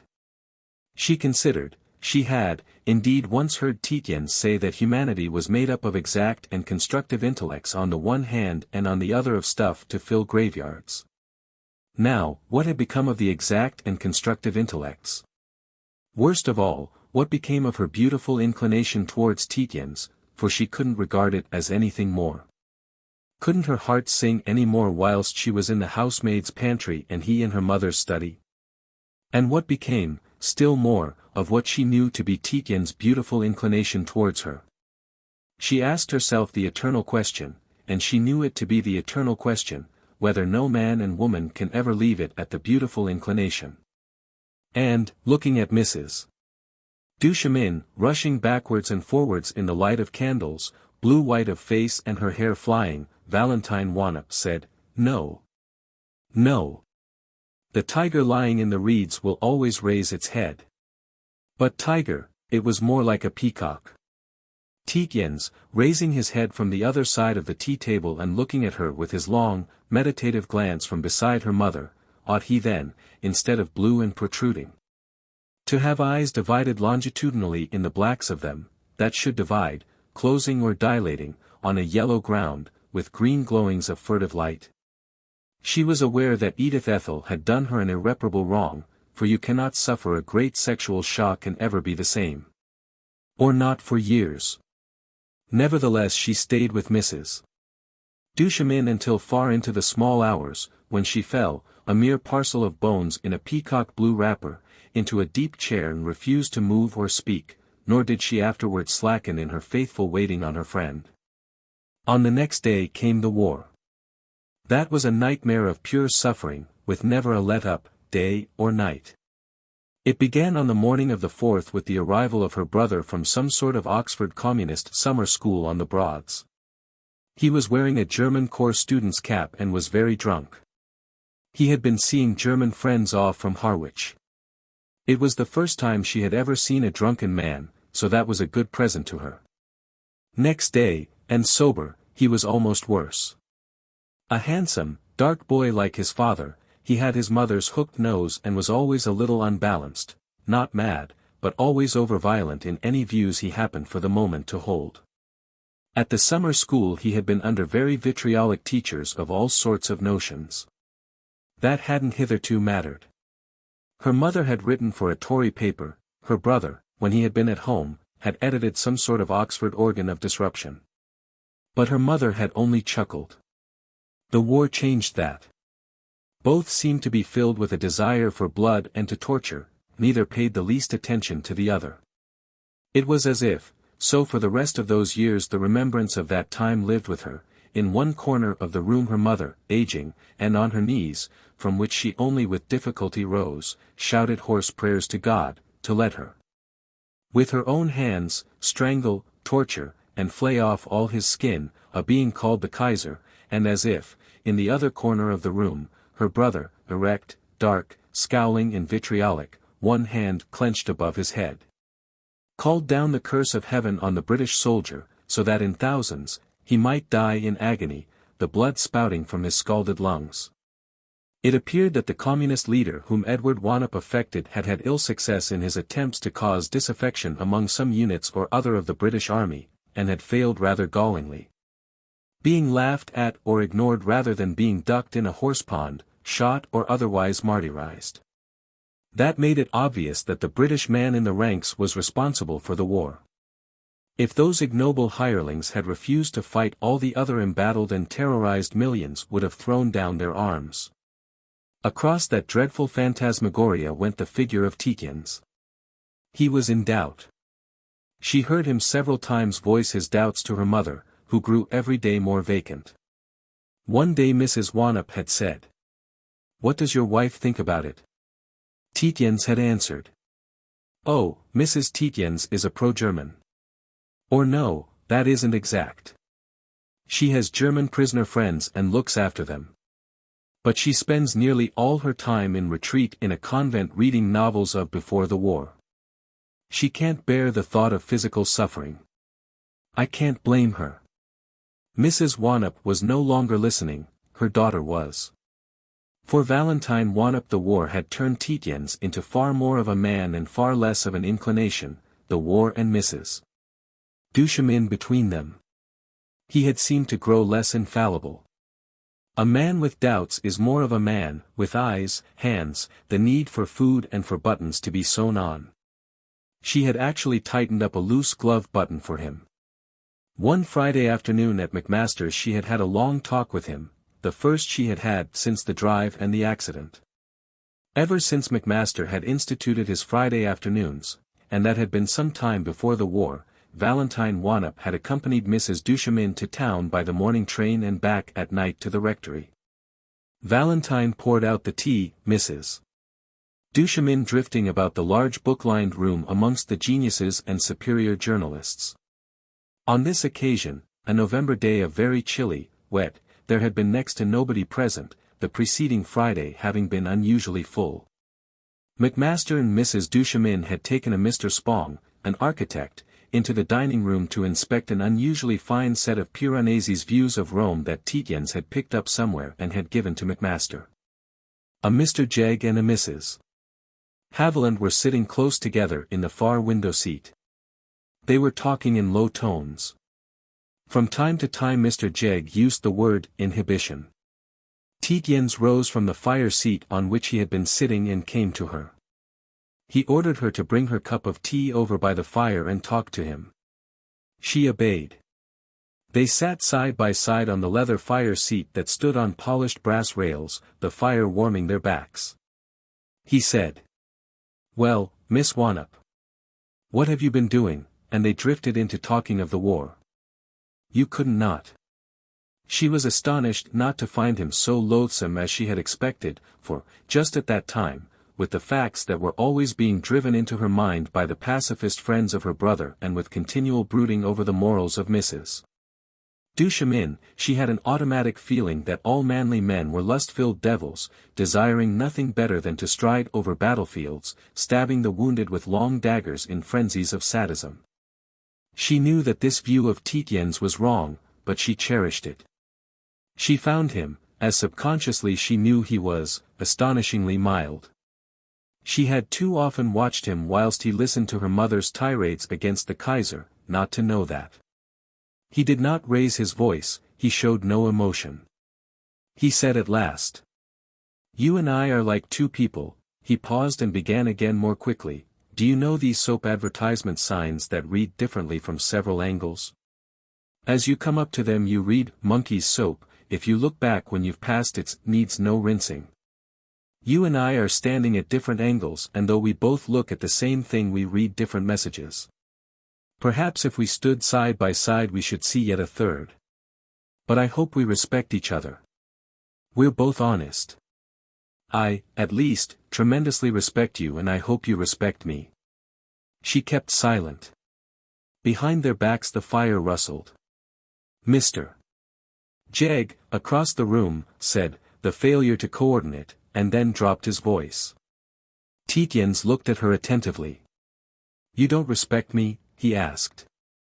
She kept obstinately silent. "I'd have liked you to have said it," he repeated. "Oh," she cried out, "how can I respect you when there is all this suffering? So much pain. Such torture. I can't sleep. Never. I haven't slept a whole night since. Think of the immense spaces, stretching out under the night.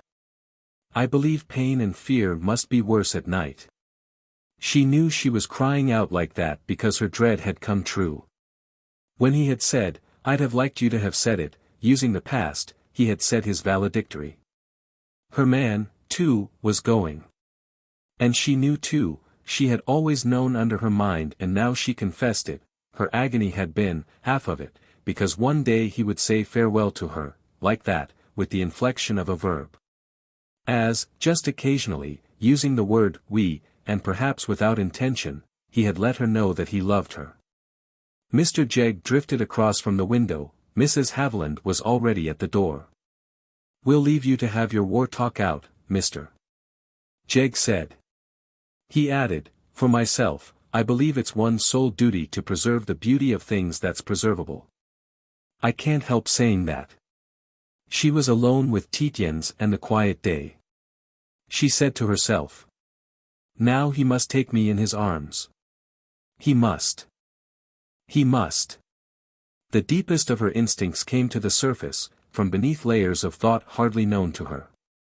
She could feel his arms around her, she had in her nostrils the peculiar scent of his hair, like the scent of the skin of an apple, but very faint.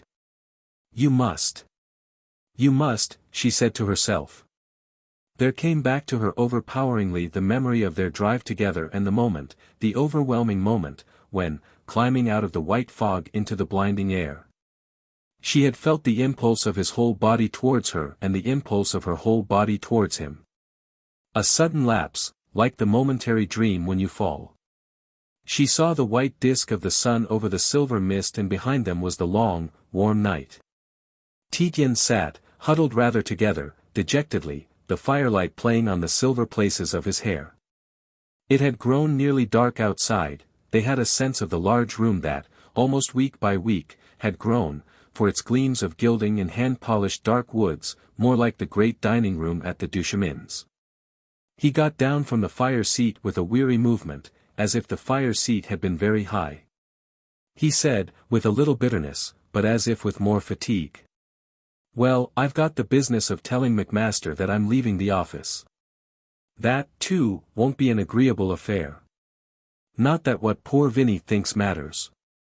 He added, "It's queer, dear." In the tumult of her emotions she was almost certain that he had said, "dear." "Not 3 hours ago my wife used to me almost the exact words you have just used. Almost the exact words. She talked of her inability to sleep at night for thinking of immense spaces full of pain that was worse at night. And she, too, said that she could not respect me." She sprang up. "Oh," she said, "she didn't mean it. I didn't mean it. Almost every man who is a man must do as you are doing. But don't you see it's a desperate attempt to get you to stay, an attempt on moral lines? How can we leave any stone unturned that could keep us from losing our men?" She added, "And it was another stone that she didn't leave unturned. Besides, how can you reconcile it with your sense of duty, even from your point of view? You're more useful, you know you're more useful to your country here than." He stood over her, stooping a little, somehow suggesting great gentleness and concern. "I can't reconcile it with my conscience," he said. "In this affair there is nothing that any man can reconcile with his conscience. I don't mean that we oughtn't to be in this affair and on the side we're on. We ought. But I'll put to you things I have put to no other soul." The simplicity of his revelation seemed to her to put to shame any of the glibnesses she had heard. It appeared to her as if a child were speaking. He described the disillusionment it had cost him personally as soon as this country had come into the war. He even described the sunlit heather landscape of the north, where naively he had made his tranquil resolution to join the French Foreign Legion as a common soldier, and his conviction that that would give him, as he called it, clean bones again. That, he said, had been straightforward. Now there was nothing straightforward, for him or for any man. One could have fought with a clean heart for a civilization, if you like for the 18th century against the 20th, since that was what fighting for France against the enemy countries meant. But our coming in had changed the aspect at once. It was one part of the 20th century using the 18th as a catspaw to bash the other half of the 20th. It was true there was nothing else for it. And as long as we did it in a decent spirit it was just bearable. One could keep at one's job, which was faking statistics against the other fellow, until you were sick and tired of faking and your brain reeled. And then some. It was probably impolitic to fake, to overstate, a case against enemy nations. The chickens would come home to roost in one way or another, probably. Perhaps they wouldn't. That was a matter for one's superiors. Obviously. And the first gang had been simple, honest fellows. Stupid, but relatively disinterested. But now, what was one to do? He went on, almost mumbling. She had suddenly a clear view of him as a man extraordinarily clear-sighted in the affairs of others, in great affairs, but in his own so simple as to be almost a baby. And gentle. And extraordinarily unselfish. He didn't betray one thought of self-interest, not one. He was saying. But now, with this crowd of boodlers. Supposing one's asked to manipulate the figures of millions of pairs of boots in order to force someone else to send some miserable general and his troops to, say, Salonika, when they and you and common sense and everyone and everything else. No, it's disastrous. And from that to monkeying with our own forces. Starving particular units for political, he was talking to himself, not to her. And indeed he said. I can't, you see, talk really before you. For all I know your sympathies, perhaps your activities, are with the enemy nations. She said passionately. They're not. They're not. How dare you say such a thing? He answered. It doesn't matter. No. I'm sure you're not. But, anyhow, these things are official. One can't, if one's scrupulous, even talk about them. And then. You see, it means such infinite deaths of men, such an infinite prolongation, all this interference for side ends. I seem to see these fellows with clouds of blood over their heads. And then. I'm to carry out their orders because they're my superiors. But helping them means unnumbered deaths. He looked at her with a faint, almost humorous smile. You see, he said, we're perhaps not so very far apart. You mustn't think you're the only one that sees all the deaths and all the sufferings. You see, I, too, am a conscientious objector. My conscience won't let me continue any longer with these fellows. She said. But isn't there any other? He interrupted. No. There's no other course. One is either a body or a brain in these affairs. I suppose I'm more brain than body. I suppose so. Perhaps I'm not. But my conscience won't let me use my brain in this service. So I've a great, hulking body. I'll admit I'm probably not much good. But I've nothing to live for, what I stand for isn't any more in this world. What I want, as you know, I can't have. So. She exclaimed bitterly. Oh, say it. Say it. Say that your large hulking body will stop 2 bullets in front of 2 small anemic fellows. And how can you say you'll have nothing to live for? You'll come back. You'll do your good work again. You know you did good work. He said. Yes. I believe I did. I used to despise it, but I've come to believe I did. But no. They'll never let me back. They've got me out, with all sorts of bad marks against me. They'll pursue me, systematically. You see, in such a world as this, an idealist, or perhaps it's only a sentimentalist, must be stoned to death. He makes the others so uncomfortable. He haunts them at their golf. No, they'll get me, one way or the other. And some fellow, Macmaster here, will do my jobs. He won't do them so well, but he'll do them more dishonestly. Or no. I oughtn't to say dishonestly. He'll do them with enthusiasm and righteousness. He'll fulfill the order of his superiors with an immense docility and unction. He'll fake figures against our allies with the black enthusiasm of a Calvin and, when that war comes, he'll do the requisite faking with the righteous wrath of Jehovah smiting the priests of Baal. And he'll be right. It's all we're fitted for. We ought never to have come into this war. We ought to have snaffled other people's colonies as the price of neutrality. Oh. Valentine Wanop said, how can you so hate your country? He said with great earnestness. Don't say it. Don't believe it. Don't even for a moment think it. I love every inch of its fields and every plant in the hedgerows, comfrey, mullein, pagels, long red purples, that liberal shepherds give a grosser name. And all the rest of the rubbish. You remember the field between the Duchamins and your mother's, and we have always been boodlers and robbers and reivers and pirates and cattle thieves, and so we've built up the great tradition that we love. But, for the moment, it's painful. Our present crowd is not more corrupt than Walpole's. But one's too near them. One sees of Walpole that he consolidated the nation by building up the national debt, one doesn't see his methods. My son, or his son, will only see the glory of the boodle we make out of this show. Or rather out of the next. He won't know about the methods. They'll teach him at school that across the counties went the sound of bugles that his father knew. Though that was another discreditable affair. But you! Valentine Wannop exclaimed. You! What will you do? After the war? He said rather bewilderedly. Oh, I shall go into the old furniture business. I've been offered a job. She didn't believe he was serious. He hadn't, she knew, ever thought about his future. But suddenly she had a vision of his white head and pale face in the back glooms of a shop full of dusty things. He would come out, get heavily onto a dusty bicycle and ride off to a cottage sale. She cried out. Why don't you do it at once? Why don't you take the job at once? For in the back of the dark shop he would at least be safe. He said. Oh, no. Not at this time. Besides, the old furniture trade's probably not itself for the minute. He was obviously thinking of something else.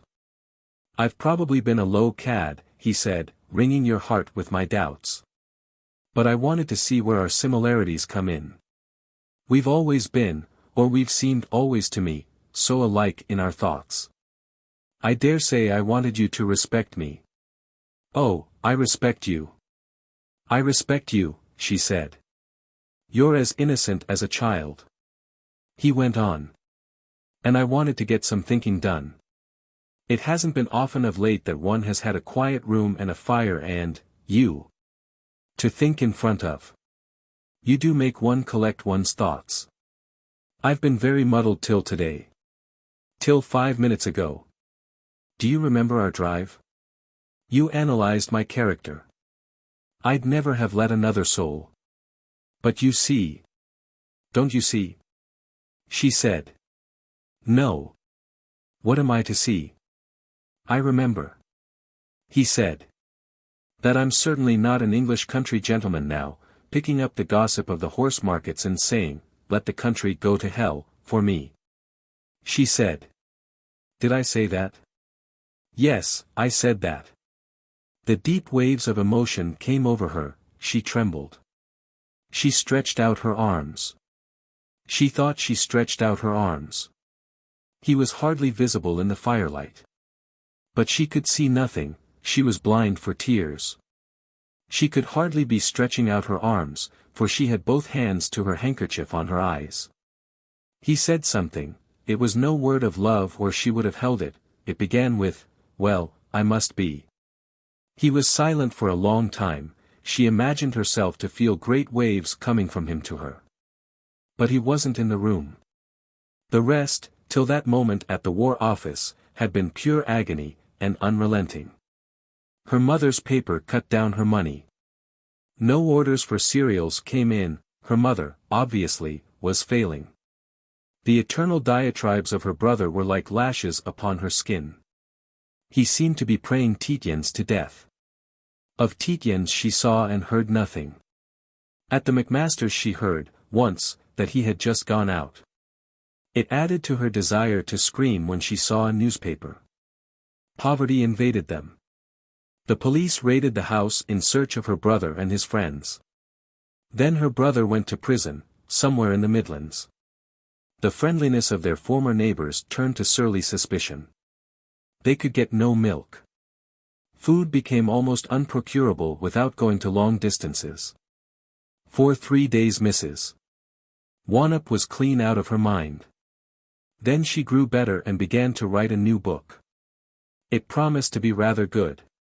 But there was no publisher. Edward came out of prison, full of good humor and boisterousness. They seemed to have had a great deal to drink in prison. But, hearing that his mother had gone mad over that disgrace, after a terrible scene with Valentine, in which he accused her of being the mistress of Tietjens and therefore militarist, he consented to let his mother use her influence, of which she had still some, to get him appointed as an A.B. on a minesweeper. Great winds became an agony to Valentine Wanop in addition to the unbearable sounds of firing that came continuously over the sea. Her mother grew much better, she took pride in having a son in a service. She was then the more able to appreciate the fact that her paper stopped payment altogether. A small mob on the 5th of November burned Mrs. Wanop in effigy in front of their cottage and broke their lower windows. Mrs. Wanop ran out and in the illumination of the fire knocked down 2 farm labor hobbledehoys. It was terrible to see Mrs. Wanop's grey hair in the firelight. After that the butcher refused them meat altogether, ration card or no ration card. It was imperative that they should move to London. The marsh horizon became obscured with giant stilts, the air above it filled with aeroplanes, the roads covered with military cars. There was then no getting away from the sounds of the war. Just as they had decided to move, Tietjens came back. It was for a moment heaven to have him in this country. But when, a month later, Valentine Wanop saw him for a minute, he seemed very heavy, aged and dull. It was then almost as bad as before, for it seemed to Valentine as if he hardly had his reason. On hearing that Tietjens was to be quartered, or, at any rate, occupied, in the neighborhood of Ealing, Mrs. Wanop at once took a small house in Bedford Park, whilst, to make ends meet, for her mother made terribly little, Valentine Wanop took a post as athletic mistress in a great school in a not very near suburb. Thus, though Tietjens came in for a cup of tea almost every afternoon with Mrs. Wanop in the dilapidated little suburban house, Valentine Wanop hardly ever saw him. The only free afternoon she had was the Friday, and on that day she still regularly chaperoned Mrs. Duchemin, meeting her at Charing Cross towards noon and taking her back to the same station in time to catch the last train to Rye.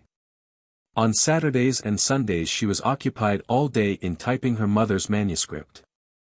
Of Tietjens, then, she saw almost nothing.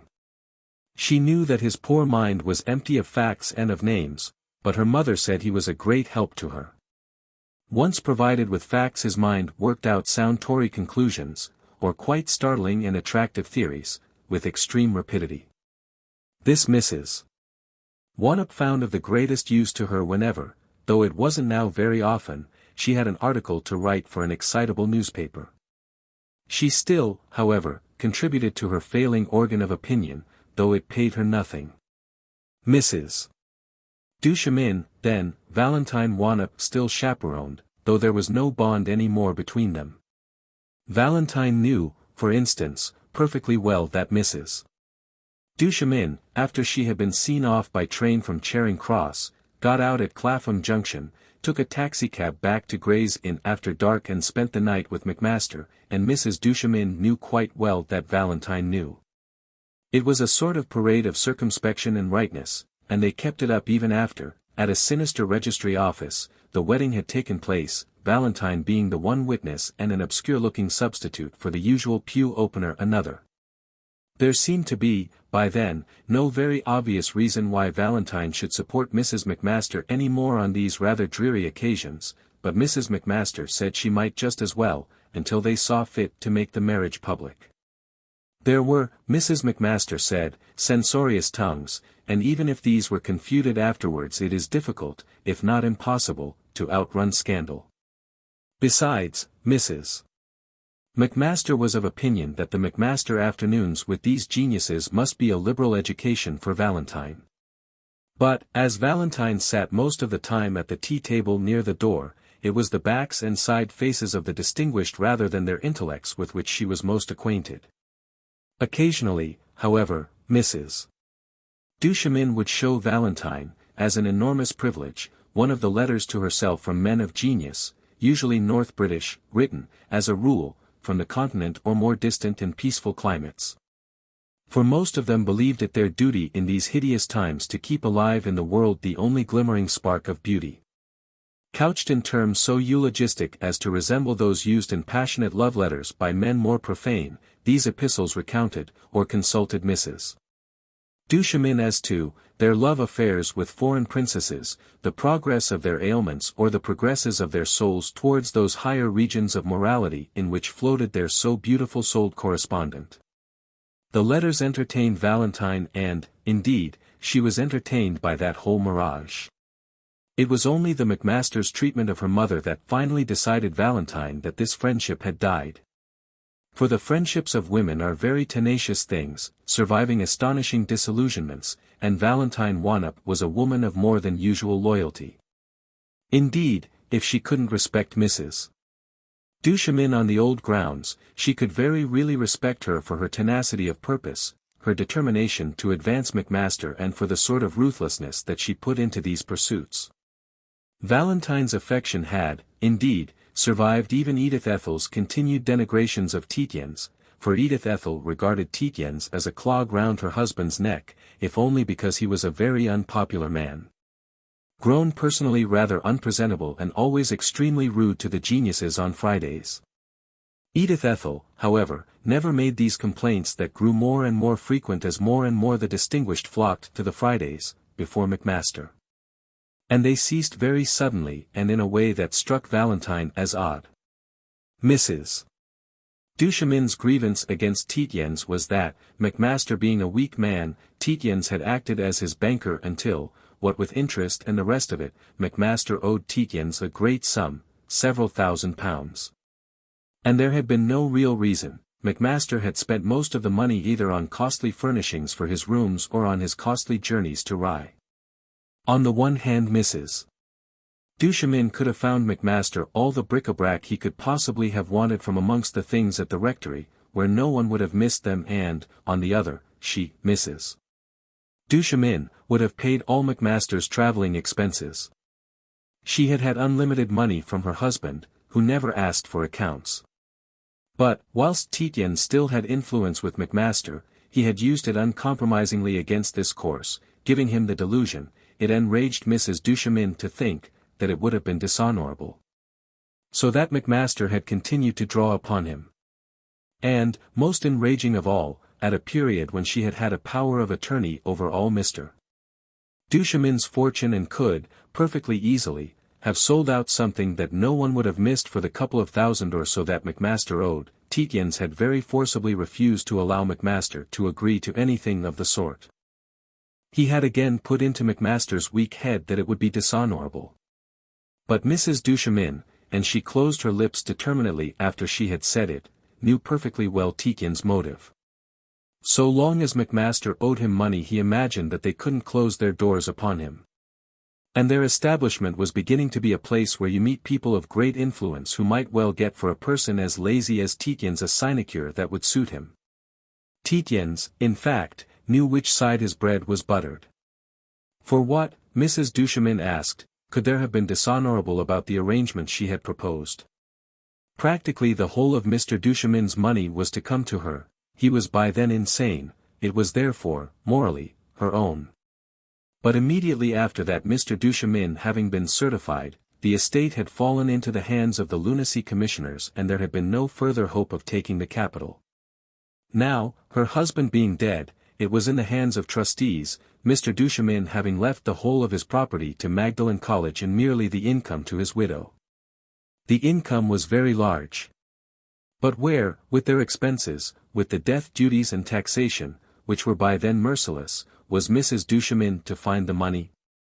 She was to be allowed, under her husband's will, enough capital to buy a pleasant little place in Surrey, with rather a nice lot of land, enough to let Macmaster know some of the leisures of a country gentleman's lot. They were going in for shorthorns, and there was enough land to give them a small golf course and, in the autumn, a little, mostly rough, shooting for Macmaster to bring his friends down to. It would just run to that. Oh, no ostentation. Merely a nice little place. As an amusing detail, the villagers there already called Macmaster Squire, and the women curtsied to him. But Valentine Wanop would understand that, with all these expenses, they couldn't find the money to pay off Tietjens. Besides, Mrs. Macmaster said she wasn't going to pay off Tietjens. He had had his chance once, now he could go without, for her. Macmaster would have to pay it himself, and he would never be able to, his contribution to their housekeeping being what it was. And there were going to be complications. Macmaster wondered about their little place in Surrey, saying that he would consult Tietjens about this and that alteration. But over the doorsill of that place the foot of Tietjens was never going to go. Never. It would mean a good deal of unpleasantness, or rather it would mean one sharp, crr unchanged. And then, Napo Fini.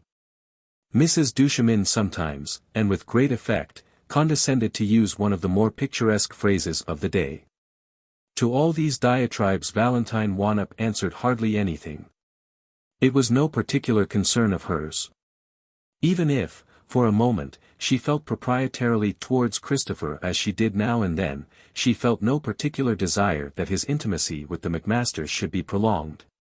Because she knew he could have no particular desire for its prolongation. She imagined him turning them down with an unspoken and good-humoured jibe. And, indeed, she agreed on the whole with Edith Ethel. It was demoralizing for a weak little man like Vincent to have a friend with an ever-open purse beside him.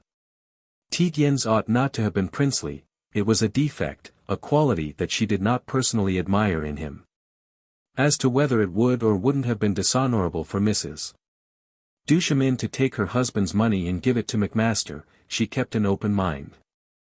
To all intents and purposes the money was Mrs. Duchemin's, and if Mrs. Duchemin had then paid Christopher off it would have been sensible. She could see that later it had become very inconvenient. There were, however, male standards to be considered, and Macmaster, at least, passed for a man. Tietjens, who was wise enough in the affairs of others, had, in that, probably been wise. For there might have been great disagreeablenesses with trustees and heirs-at-law had Mrs. Duchemin's subtraction of a couple of £1,000 from the Duchemin estate afterwards come to light. The Wanops had never been large property owners as a family, but Valentine had heard enough of collateral wranglings over small family dishonesties to know how very disagreeable these could be. So she had made little or no comment. Sometimes she had even faintly agreed as to the demoralization of Macmaster, and that had sufficed. For Mrs. Duchemin had been certain of her rightness and cared nothing at all for the opinion of Valentine Wanop, or else took it for granted. And when Tietjens had been gone to France for a little time Mrs. Duchemin seemed to forget the matter, contenting herself with saying that he might very likely not come back. He was the sort of clumsy man who generally got killed. In that case, since no I.O.U.S. or paper had passed, Mrs. Tietjens would have no claim. So that would be all right. But 2 days after the return of Christopher, and that was how Valentine knew he had come back, Mrs. Duchemin with a lowering brow exclaimed. "That oaf, Tietjens, is in England, perfectly safe and sound.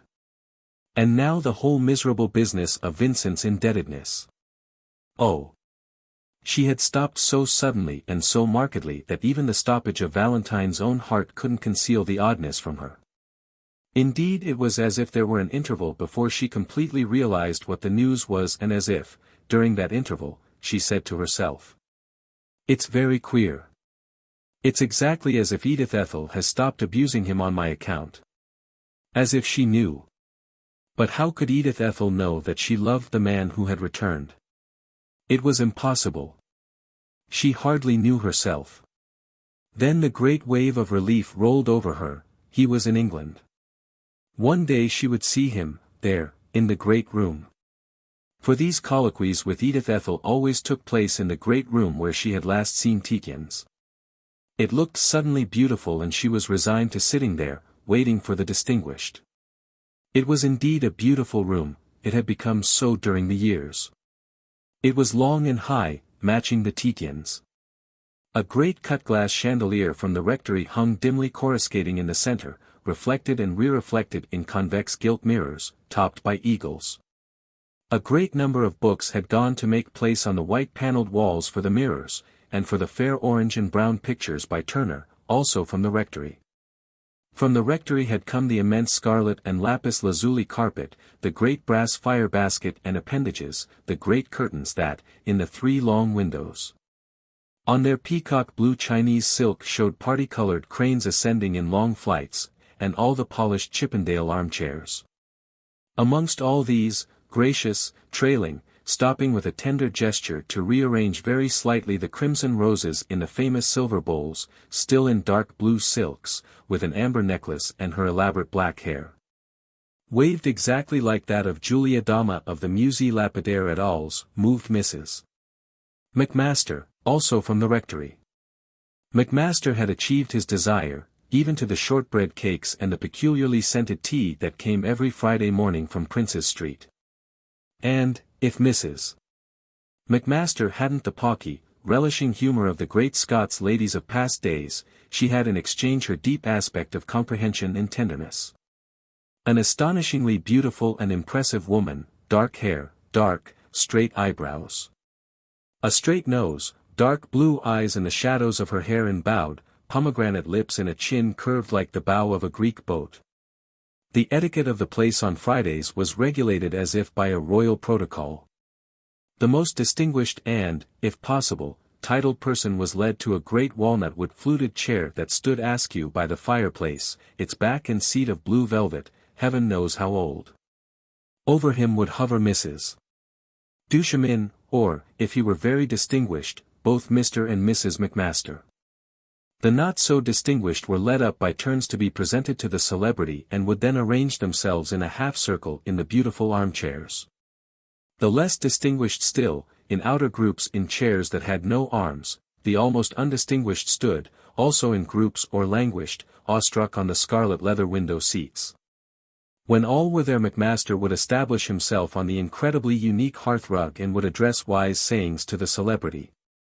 Occasionally, however, saying a kind thing to the youngest man present, to give him a chance of distinguishing himself. Macmaster's hair, at that date, was still black, but not quite so stiff or so well brushed. His beard had in it greyish streaks and his teeth, not being quite so white, looked less strong. He wore also a single eyeglass, the retaining of which in his right eye gave him a slightly agonized expression. It gave him, however, the privilege of putting his face very close to the face of anyone upon whom he wished to make a deep impression. He had lately become much interested in the drama, so that there were usually several large, and, of course, very reputable and serious actresses in the room. On rare occasions Mrs. Duchemin would say across the room in her deep voice, "Valentine, a cup of tea for His Highness," or "Sir Thomas," as the case might be, and when Valentine had threaded her way through the chairs with a cup of tea Mrs. Duchemin, with a kind, aloof smile, would say, "Your Highness, this is my little brown bird."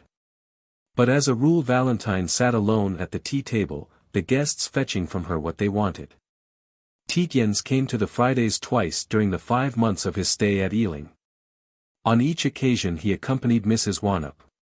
In earlier days, during the earliest Fridays, Mrs.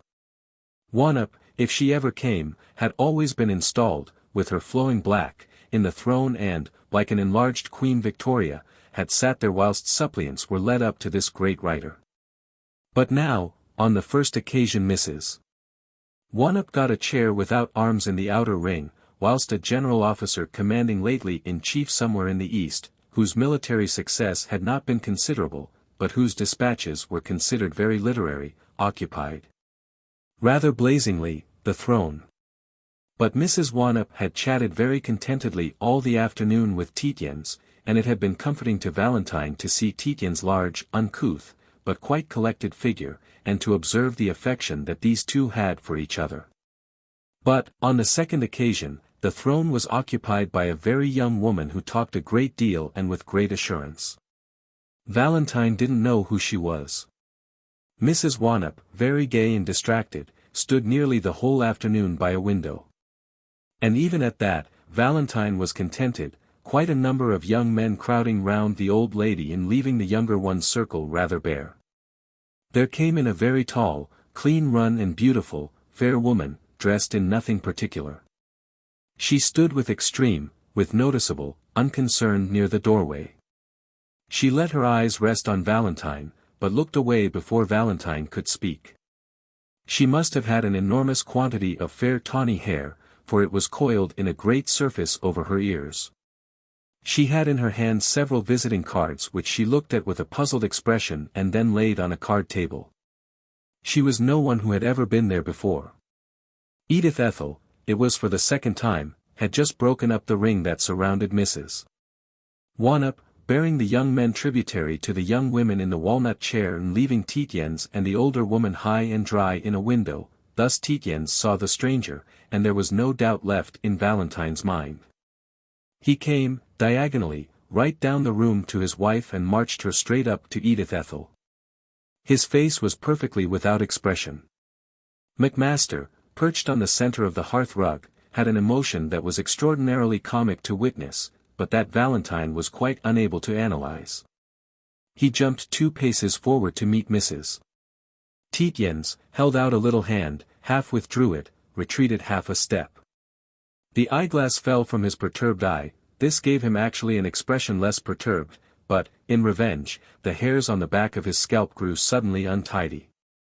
Sylvia, wavering along beside her husband, held out her long arm and careless hand. Macmaster winced almost at the contact, as if his fingers had been pinched in a vice. Sylvia wavered desultorily towards Edith Ethel, who was suddenly small, insignificant and relatively coarse. As for the young woman celebrity in the armchair, she appeared to be about the size of a white rabbit. A complete silence had fallen on the room. Every woman in it was counting the pleats of Sylvia's skirt and the amount of material in it. Valentine Wannop knew that because she was doing it herself. If one had that amount of material and that number of pleats, one's skirt might hang like that. For it was extraordinary, it fitted close round the hips, and gave an effect of length and swing, yet it did not descend as low as the ankles. It was, no doubt, the amount of material that did that, like the Highlander's kilt that takes 12 yards to make. And from the silence Valentine could tell that every woman and most of the men, if they didn't know that this was Mrs. Christopher Tietjens, knew that this was a personage of Illustrated Weekly, as who should say of county family, rank. Little Mrs. Swan, lately married, actually got up, crossed the room and sat down beside her bridegroom. It was a movement with which Valentine could sympathize. And Sylvia, having just faintly greeted Mrs. Duchemin, and completely ignored the celebrity in the armchair, in spite of the fact that Mrs. Duchemin had tried half-heartedly to effect an introduction, stood still, looking round her. She gave the effect of a lady in a nurseryman's hothouse considering what flowers should interest her, collectively ignoring the nurserymen who bowed round her. She had just dropped her eyelashes, twice, in recognition of 2 staff officers with a good deal of scarlet streak about them who were tentatively rising from their chairs. The staff officers who came to the Tietjens were not of the first vintages. Still they had the labels and passed as such. Valentine was by that time beside her mother, who had been standing all alone between 2 windows. She had dispossessed, in hot indignation, a stout musical critic of his chair and had sat her mother in it. And, just as Mrs. Duchemin's deep voice sounded, yet a little waveringly, "Valentine, a cup of tea for." Valentine was carrying a cup of tea to her mother. Her indignation had conquered her despairing jealousy, if you could call it jealousy.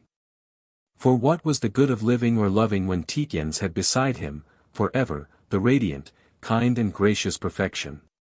On the other hand, of her 2 deep passions, the second was for her mother. Rightly or wrongly, Valentine regarded Mrs. Wannop as a great, an august figure, a great brain, a high and generous intelligence. She had written, at least, 1 great book, and if the rest of her time had been frittered away in the desperate struggle to live that had taken both their lives, that could not detract from that one achievement that should last and forever take her mother's name down time. That this greatness should not weigh with the Macmasters had hitherto neither astonished nor irritated Valentine. The Macmasters had their game to play and, for the matter of that, they had their predilections. Their game kept them amongst the officially influential, the semi-official and the officially accredited. They moved with such C.B.'s, knights, presidents, and the rest as dabbled in writing or the arts. They went upwards with such reviewers, art critics, musical writers and archaeologists as had posts in, if possible, first-class public offices or permanent positions on the more august periodicals. If an imaginative author seemed assured of position and lasting popularity, Macmaster would send out feelers towards him, would make himself humbly useful, and sooner or later either Mrs. Duchemin would be carrying on with him one of her high-souled correspondences, or she wouldn't. Mrs. Wannop they had formerly accepted as permanent leader writer and chief critic of a great organ, but the great organ having dwindled and now disappeared, the Macmasters no longer wanted her at their parties. That was the game, and Valentine accepted it. But that it should have been done with such insolence, so obviously meant to be noted, for in twice breaking up Mrs. Wannop's little circle Mrs. Duchemin had not even once so much as said, "How d'ye do?"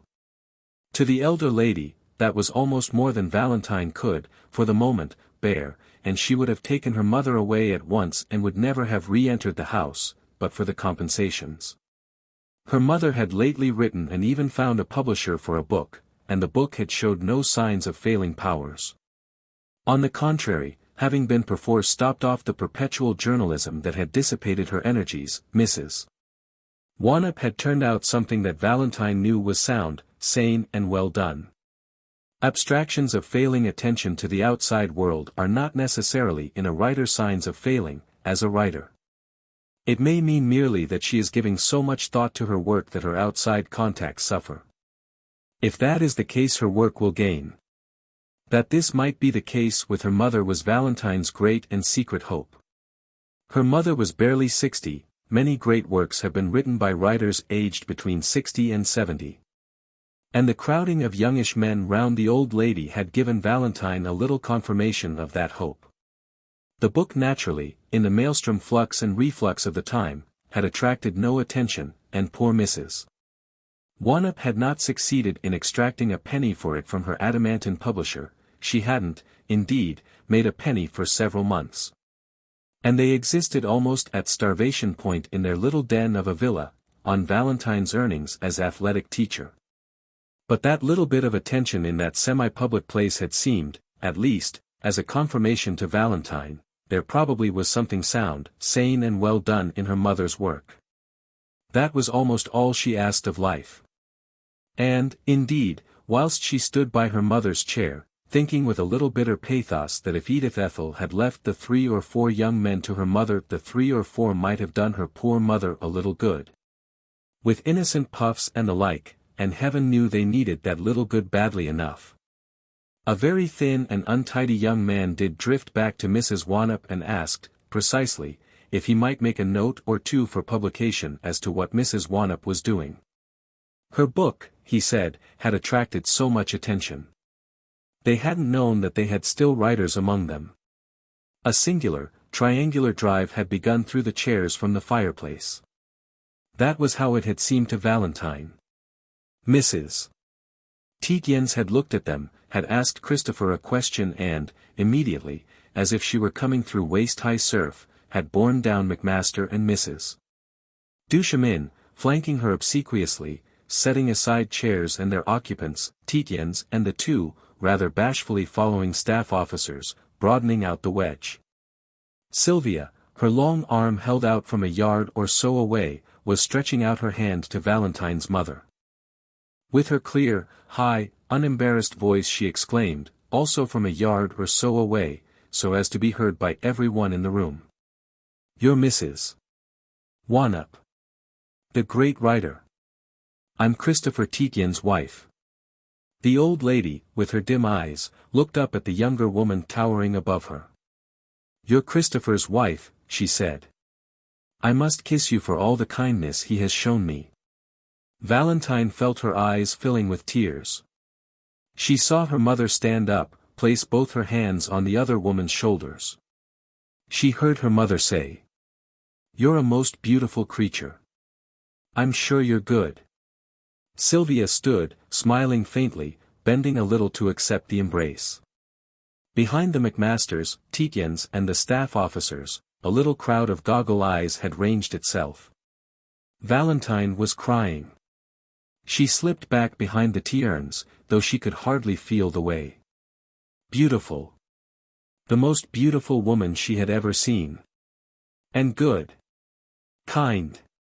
You could see it in the lovely way she had given her cheek to that poor old woman's lips. And to live all day, forever, beside him, she, Valentine, ought to be ready to lay down her life for Sylvia Tietjens. The voice of Tietjens said, just above her head. Your mother seems to be having a regular triumph, and, with his good-natured cynicism, he added, it seems to have upset some apple carts. They were confronted with the spectacle of Macmaster conducting the young celebrity from her deserted armchair across the room to be lost in the horseshoe of crowd that surrounded Mrs. Wannop. Valentine said.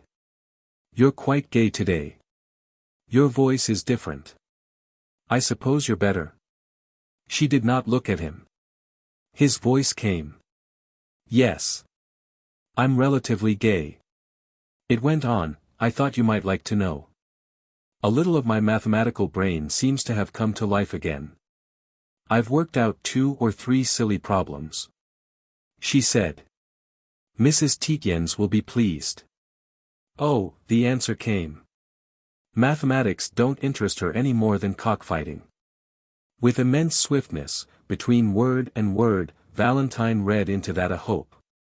This splendid creature did not sympathize with her husband's activities. But he crushed it heavily by saying, why should she? She's so many occupations of her own that she's unrivaled at. He began to tell her, rather minutely, of a calculation he had made only that day at lunch. He had gone into the Department of Statistics and had had rather a row with Lord Ingleby of Lincoln. A pretty title the fellow had taken.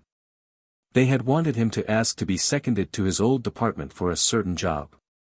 But he had said he'd be damned if he would. He detested and despised the work they were doing. Valentine, for the first time in her life, hardly listened to what he said. Did the fact that Sylvia Tietjens had so many occupations of her own mean that Tietjens found her unsympathetic? Of their relationships she knew nothing. Sylvia had been so much of a mystery as hardly to exist as a problem hitherto. Macmaster, Valentine knew, hated her. She knew that through Mrs. Duchemin, she had heard it ages ago, but she didn't know why. She had never come to the Macmaster afternoons, but that was natural. Macmaster passed for a bachelor, and it was excusable for a young woman of the highest fashion not to come to bachelor teas of literary and artistic people. On the other hand, Macmaster dined at the Tietjens quite often enough to make it public that he was a friend of that family. Sylvia, too, had never come down to see Mrs. Wannop. But then it would, in the old days, have been a long way to come for a lady of fashion with no especial literary interests. And no one, in mercy, could have been expected to call on poor them in their dog kennel in an outer suburb. They had had to sell almost all their pretty things. Tietjens was saying that after his tempestuous interview with Lord Ingleby of Lincoln, she wished he would not be so rude to powerful people. He had dropped in on Macmaster in his private room, and finding him puzzled over a lot of figures had, in the merest spirit of bravado, taken Macmaster and his papers out to lunch. And, he said, chancing to look, without any hope at all, at the figures, he had suddenly worked out an ingenious mystification. It had just come. His voice had been so gay and triumphant that she hadn't been able to resist looking up at him. His cheeks were fresh-colored, his hair shining, his blue eyes had a little of their old arrogance and tenderness. Her heart seemed to sing with joy. He was, she felt, her man. She imagined the arms of his mind stretching out to enfold her. He went on explaining.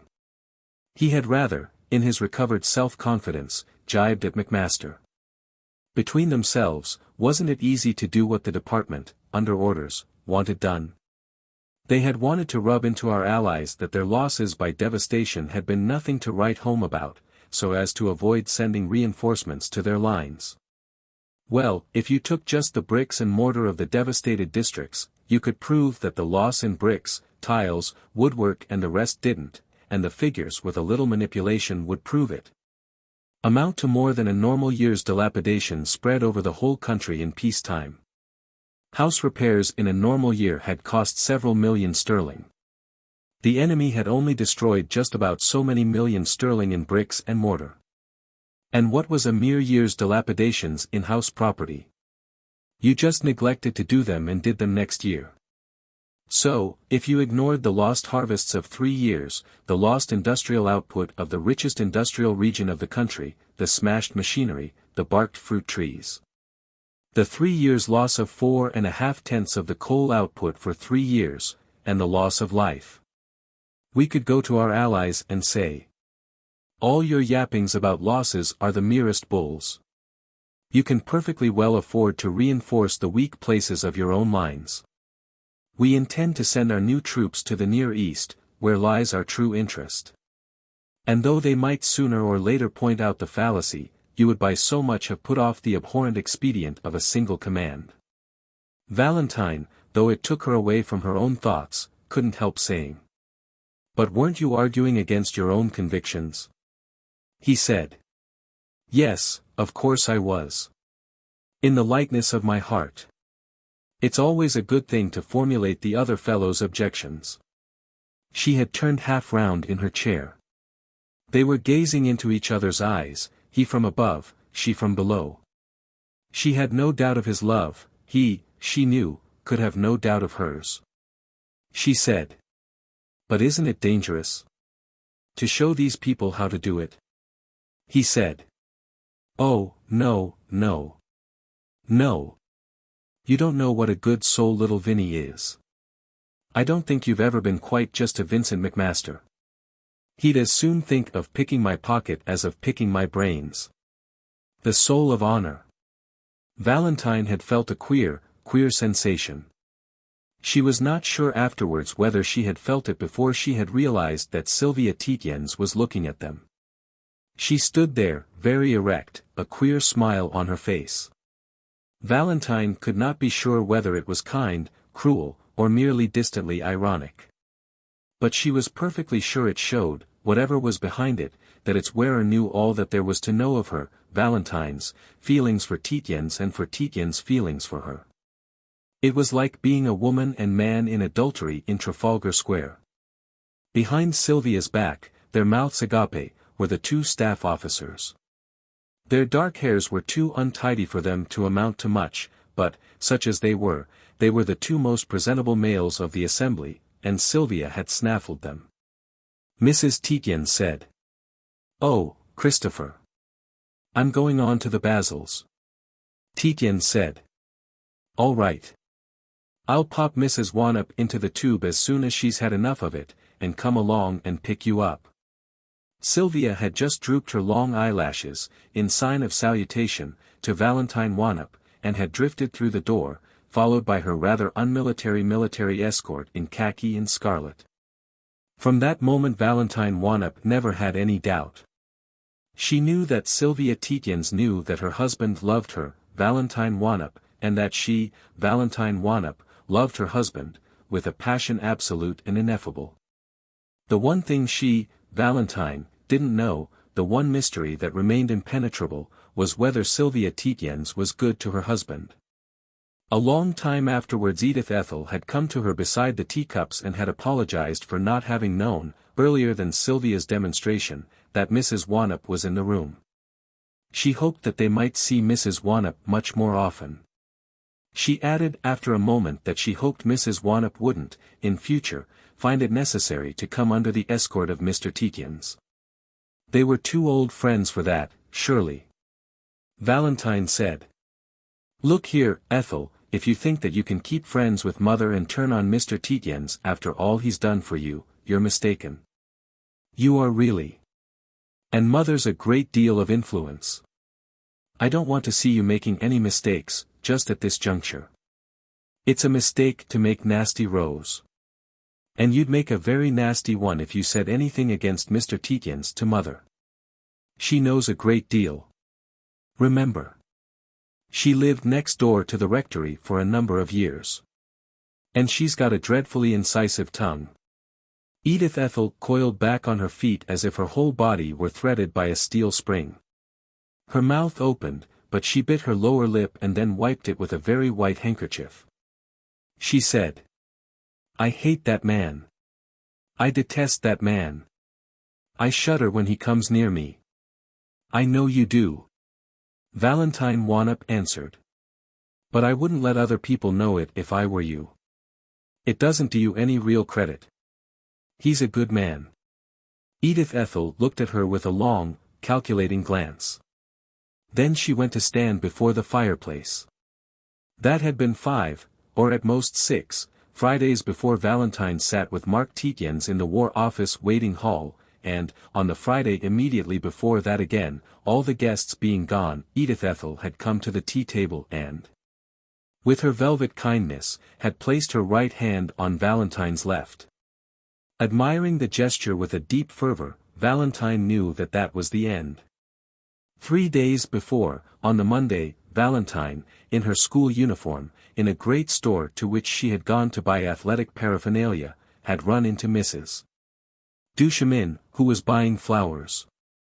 Mrs. Duchemin had been horribly distressed to observe the costume. She had said, "But do you go about in that? It's really dreadful." Valentine had answered, "Oh, yes. When I'm doing business for the school in school hours I'm expected to wear it.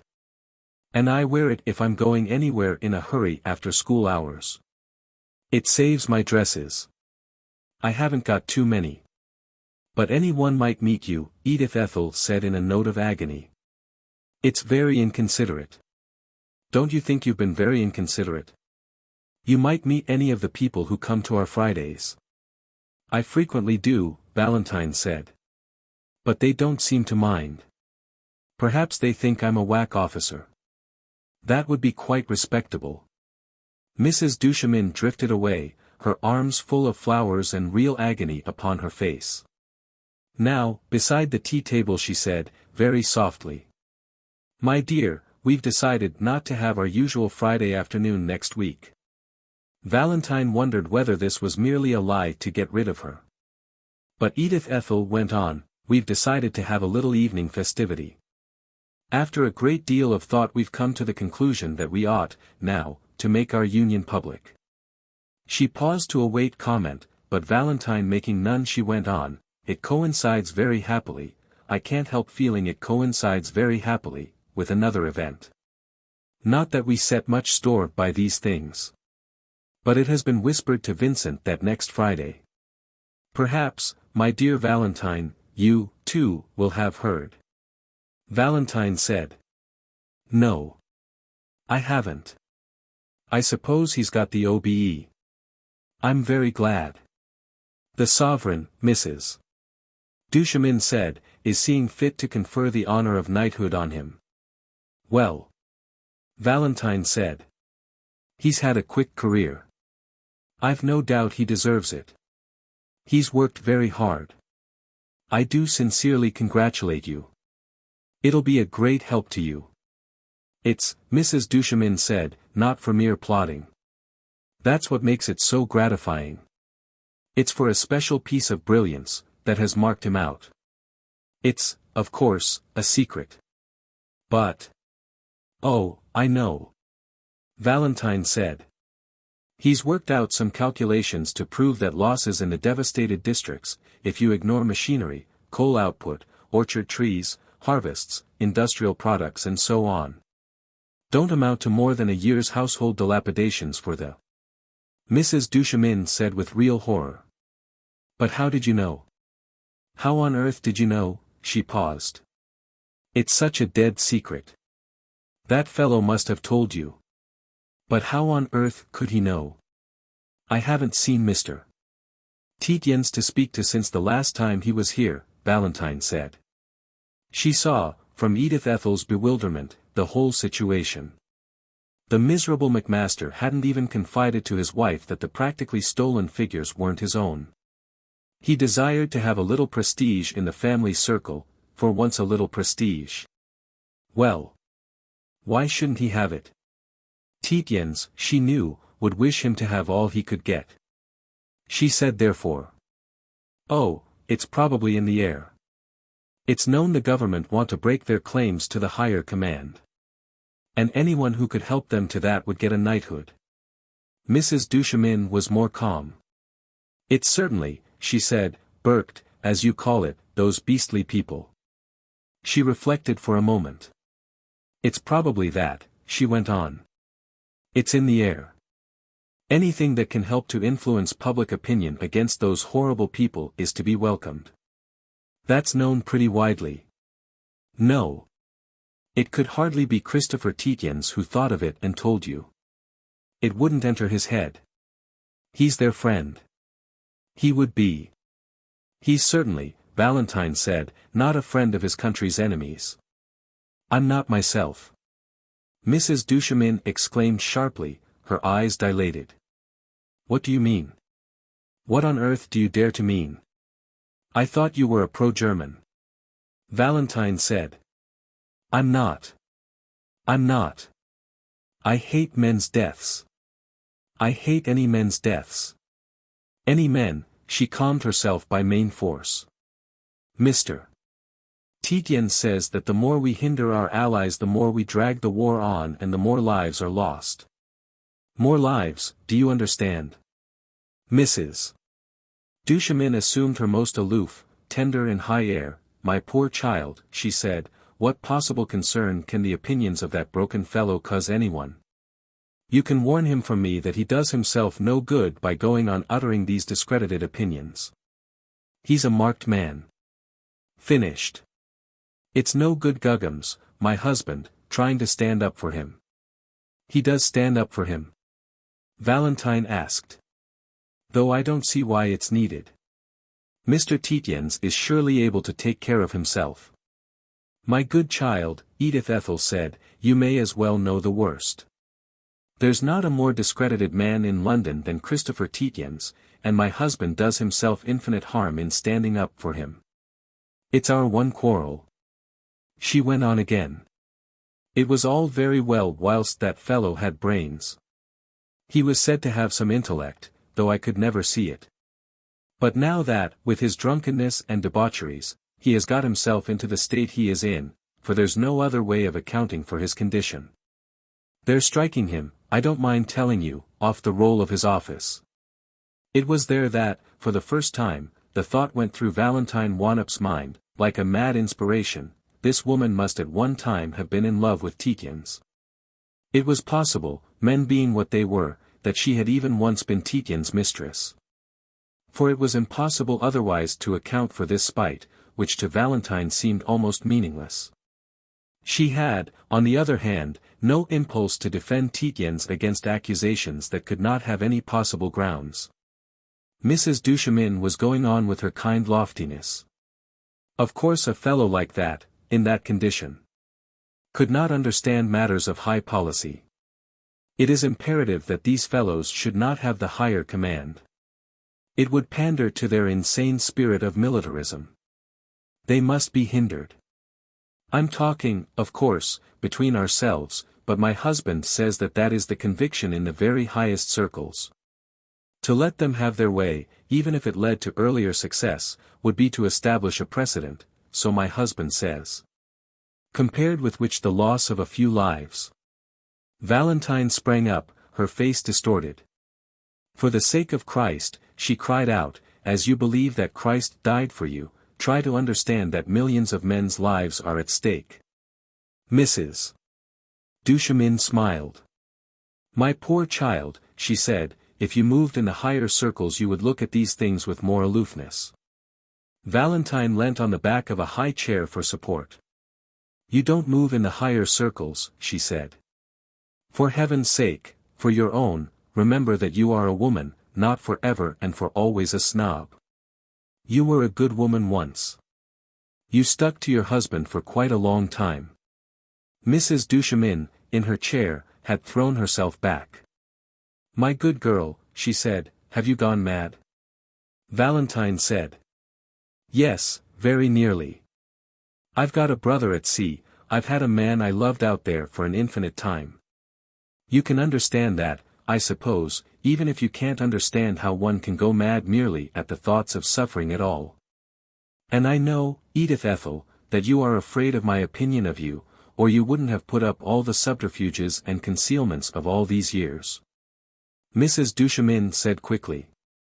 Oh, my good girl. If you've got personal interests at stake, you can't be expected to take abstract views of the higher matters. We had better change the subject. Valentine said. Yes, do. Get on with your excuses for not asking me and mother to your knighthood party. Mrs. Duchemin, too, rose at that. She felt at her amber beads with long fingers that turned very slightly at the tips. She had behind her all her mirrors, the drops of her lustres, shining points of gilt and of the polish of dark woods. Valentine thought that she had never seen anyone so absolutely impersonate kindness, tenderness and dignity. She said. My dear, I was going to suggest that it was the sort of party to which you might not care to come. The people will be stiff and formal and you probably haven't got a frock. Valentine said. Oh, I've got a frock all right. But there's a Jacob's ladder in my party stockings and that's the sort of ladder you can't kick down. She couldn't help saying that. Mrs. Duchemin stood motionless and very slowly redness mounted into her face. It was most curious to see against that scarlet background the vivid white of the eyes and the dark, straight eyebrows that nearly met. And, slowly again her face went perfectly white, then her dark blue eyes became marked. She seemed to wipe her long, white hands one in the other, inserting her right hand into her left, drawing it out again. I'm sorry, she said in a dead voice. We had hoped that, if that man went to France, or if other things happened, we might have continued on the old friendly footing. But you yourself must see that, with our official position, we can't be expected to connive. Valentine said. I don't understand. Perhaps you'd rather I didn't go on. Mrs. Duchemin retorted. I'd much rather not go on. You'd probably better, Valentine answered. We had meant, the elder woman said, to have a quiet little dinner, we two and you, before the party, for auld lang syne. But that fellow has forced himself in, and you see for yourself that we can't have you as well. Valentine said. I don't see why not. I always like to see Mr. Tietjens. Mrs. Duchemin looked hard at her. I don't see the use, she said, of your keeping on that mask. It is surely bad enough that your mother should go about with that man and that terrible scenes like that of the other Friday should occur. Mrs. Tietjens was heroic, nothing less than heroic. But you have no right to subject us, your friends, to such ordeals. Valentine said. You mean? Mrs. Christopher Tietjens. Mrs. Duchemin went on. My husband insists that I should ask you. But I will not. I simply will not. I invented for you the excuse of the frock. Of course we could have given you a frock if that man is so mean or so penniless as not to keep you decent. But I repeat, with our official position we cannot, it would be madness. Connive at this intrigue. And all the more as the wife appears likely to be friendly with us.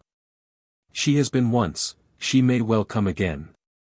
She paused and went on solemnly, and I warn you, if the split comes, as it must, for what woman could stand it, it is Mrs. Tietjens we shall support. She will always find a home here.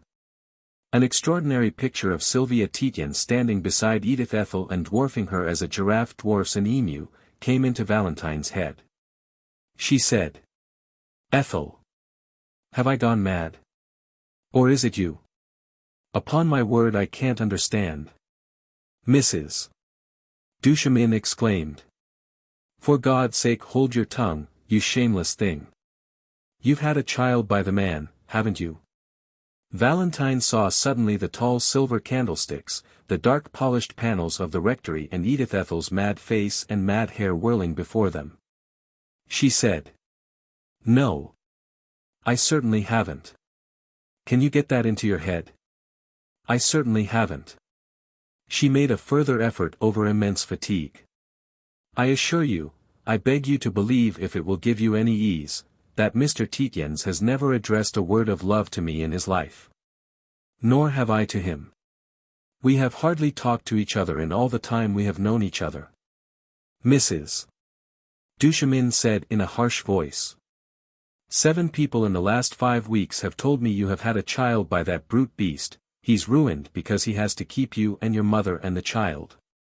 You won't deny that he has a child somewhere hidden away? Valentine exclaimed suddenly. Oh, Ethel, you mustn't be jealous of me. If you only knew, you wouldn't be jealous of me. I suppose the child you were going to have was by Christopher. Men are like that. But not of me. You need never. I've been the best friend you can ever have had. Mrs. Duchemin exclaimed harshly, as if she were being strangled. A sort of blackmail. I knew it would come to that. It always does with your sort. Then do your damnedest, you harlot. You never set foot in this house again. Go you and rot. Her face suddenly expressed extreme fear, and with great swiftness she ran up the room. Immediately afterward she was tenderly bending over a great bowl of roses beneath the lustre. The voice of Vincent Macmaster from the door had said, "Come in, old man. Of course I've got 10 minutes. The book's in here somewhere." Macmaster was beside her, rubbing his hands, bending with his curious, rather abject manner, and surveying her agonizedly with his eyeglass, which enormously magnified his lashes, his red lower lid and the veins on his cornea. "Valentine," he said, "my dear Valentine. You've heard? We've decided to make it public. Guggums will have invited you to our little feast. And there will be a surprise, I believe." Edith Ethel looked, as she bent, lamentably and sharply, over her shoulder at Valentine. "Yes," she said bravely, aiming her voice at Edith Ethel, "Ethel has invited me. I'll try to come." "Oh, but you must," Macmaster said, "just you and Christopher, who've been so kind to us. For old time's sake.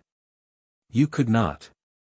Christopher Tietjens was ballooning slowly from the door, his hand tentatively held out to her. As they practically never shook hands at home, it was easy to avoid his hand. She said to herself, "Oh! How is it possible? How could he have?" And the terrible situation poured itself over her mind, the miserable little husband, the desperately nonchalant lover, and Edith Ethel mad with jealousy. A doomed household.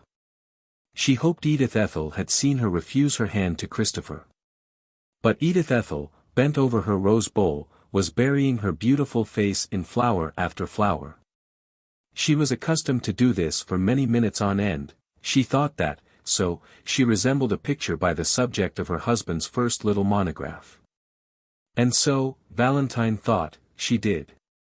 She was trying to tell Macmaster that Friday evenings were difficult times for her to get away.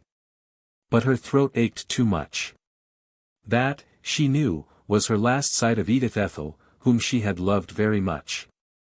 That also, she hoped, would be her last sight of Christopher Tietjens, whom also she had loved very much.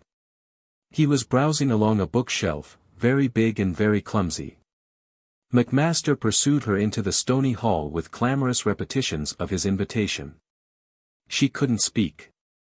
At the great iron-lined door he held her hand for an eternity, gazing lamentably, his face close up against hers. He exclaimed in accents of great fear. "Has Guggums?" "She hasn't." His face, which when you saw it so closely was a little blotched, distorted itself with anxiety. He glanced aside with panic at the drawing-room door. Valentine burst a voice through her agonized throat. "Ethel," she said, "has told me she's to be Lady Macmaster. I'm so glad. I'm so truly glad for you. You've got what you wanted, haven't you?" His relief let him get out distractedly, yet as if he were too tired to be any more agitated. "Yes. Yes. It's, of course, a secret. I don't want him told till Friday next, so as to be a sort of bonne bouche. He's practically certain to go out again on Saturday. They're sending out a great batch of them, for the big push, at that she tried to draw her hand from his, she missed what he was saying. It was something to the effect that he would give it all for a happy little party. She caught the rather astonishing words, wie in alter schenen Zeit. She couldn't tell whether it was his or her eyes that were full of tears. She said, I believe you're a kind man. In the great stone hall, hung with long Japanese paintings on silk, the electric light suddenly jumped. It was at best a sad, brown place. He exclaimed, I, too, beg you to believe that I will never abandon. He glanced again at the inner door and added, you both. I will never abandon, you both, he repeated. He let go her hand. She was on the stone stairs in the damp air. The great door closed irresistibly behind her, sending a whisper of air downwards.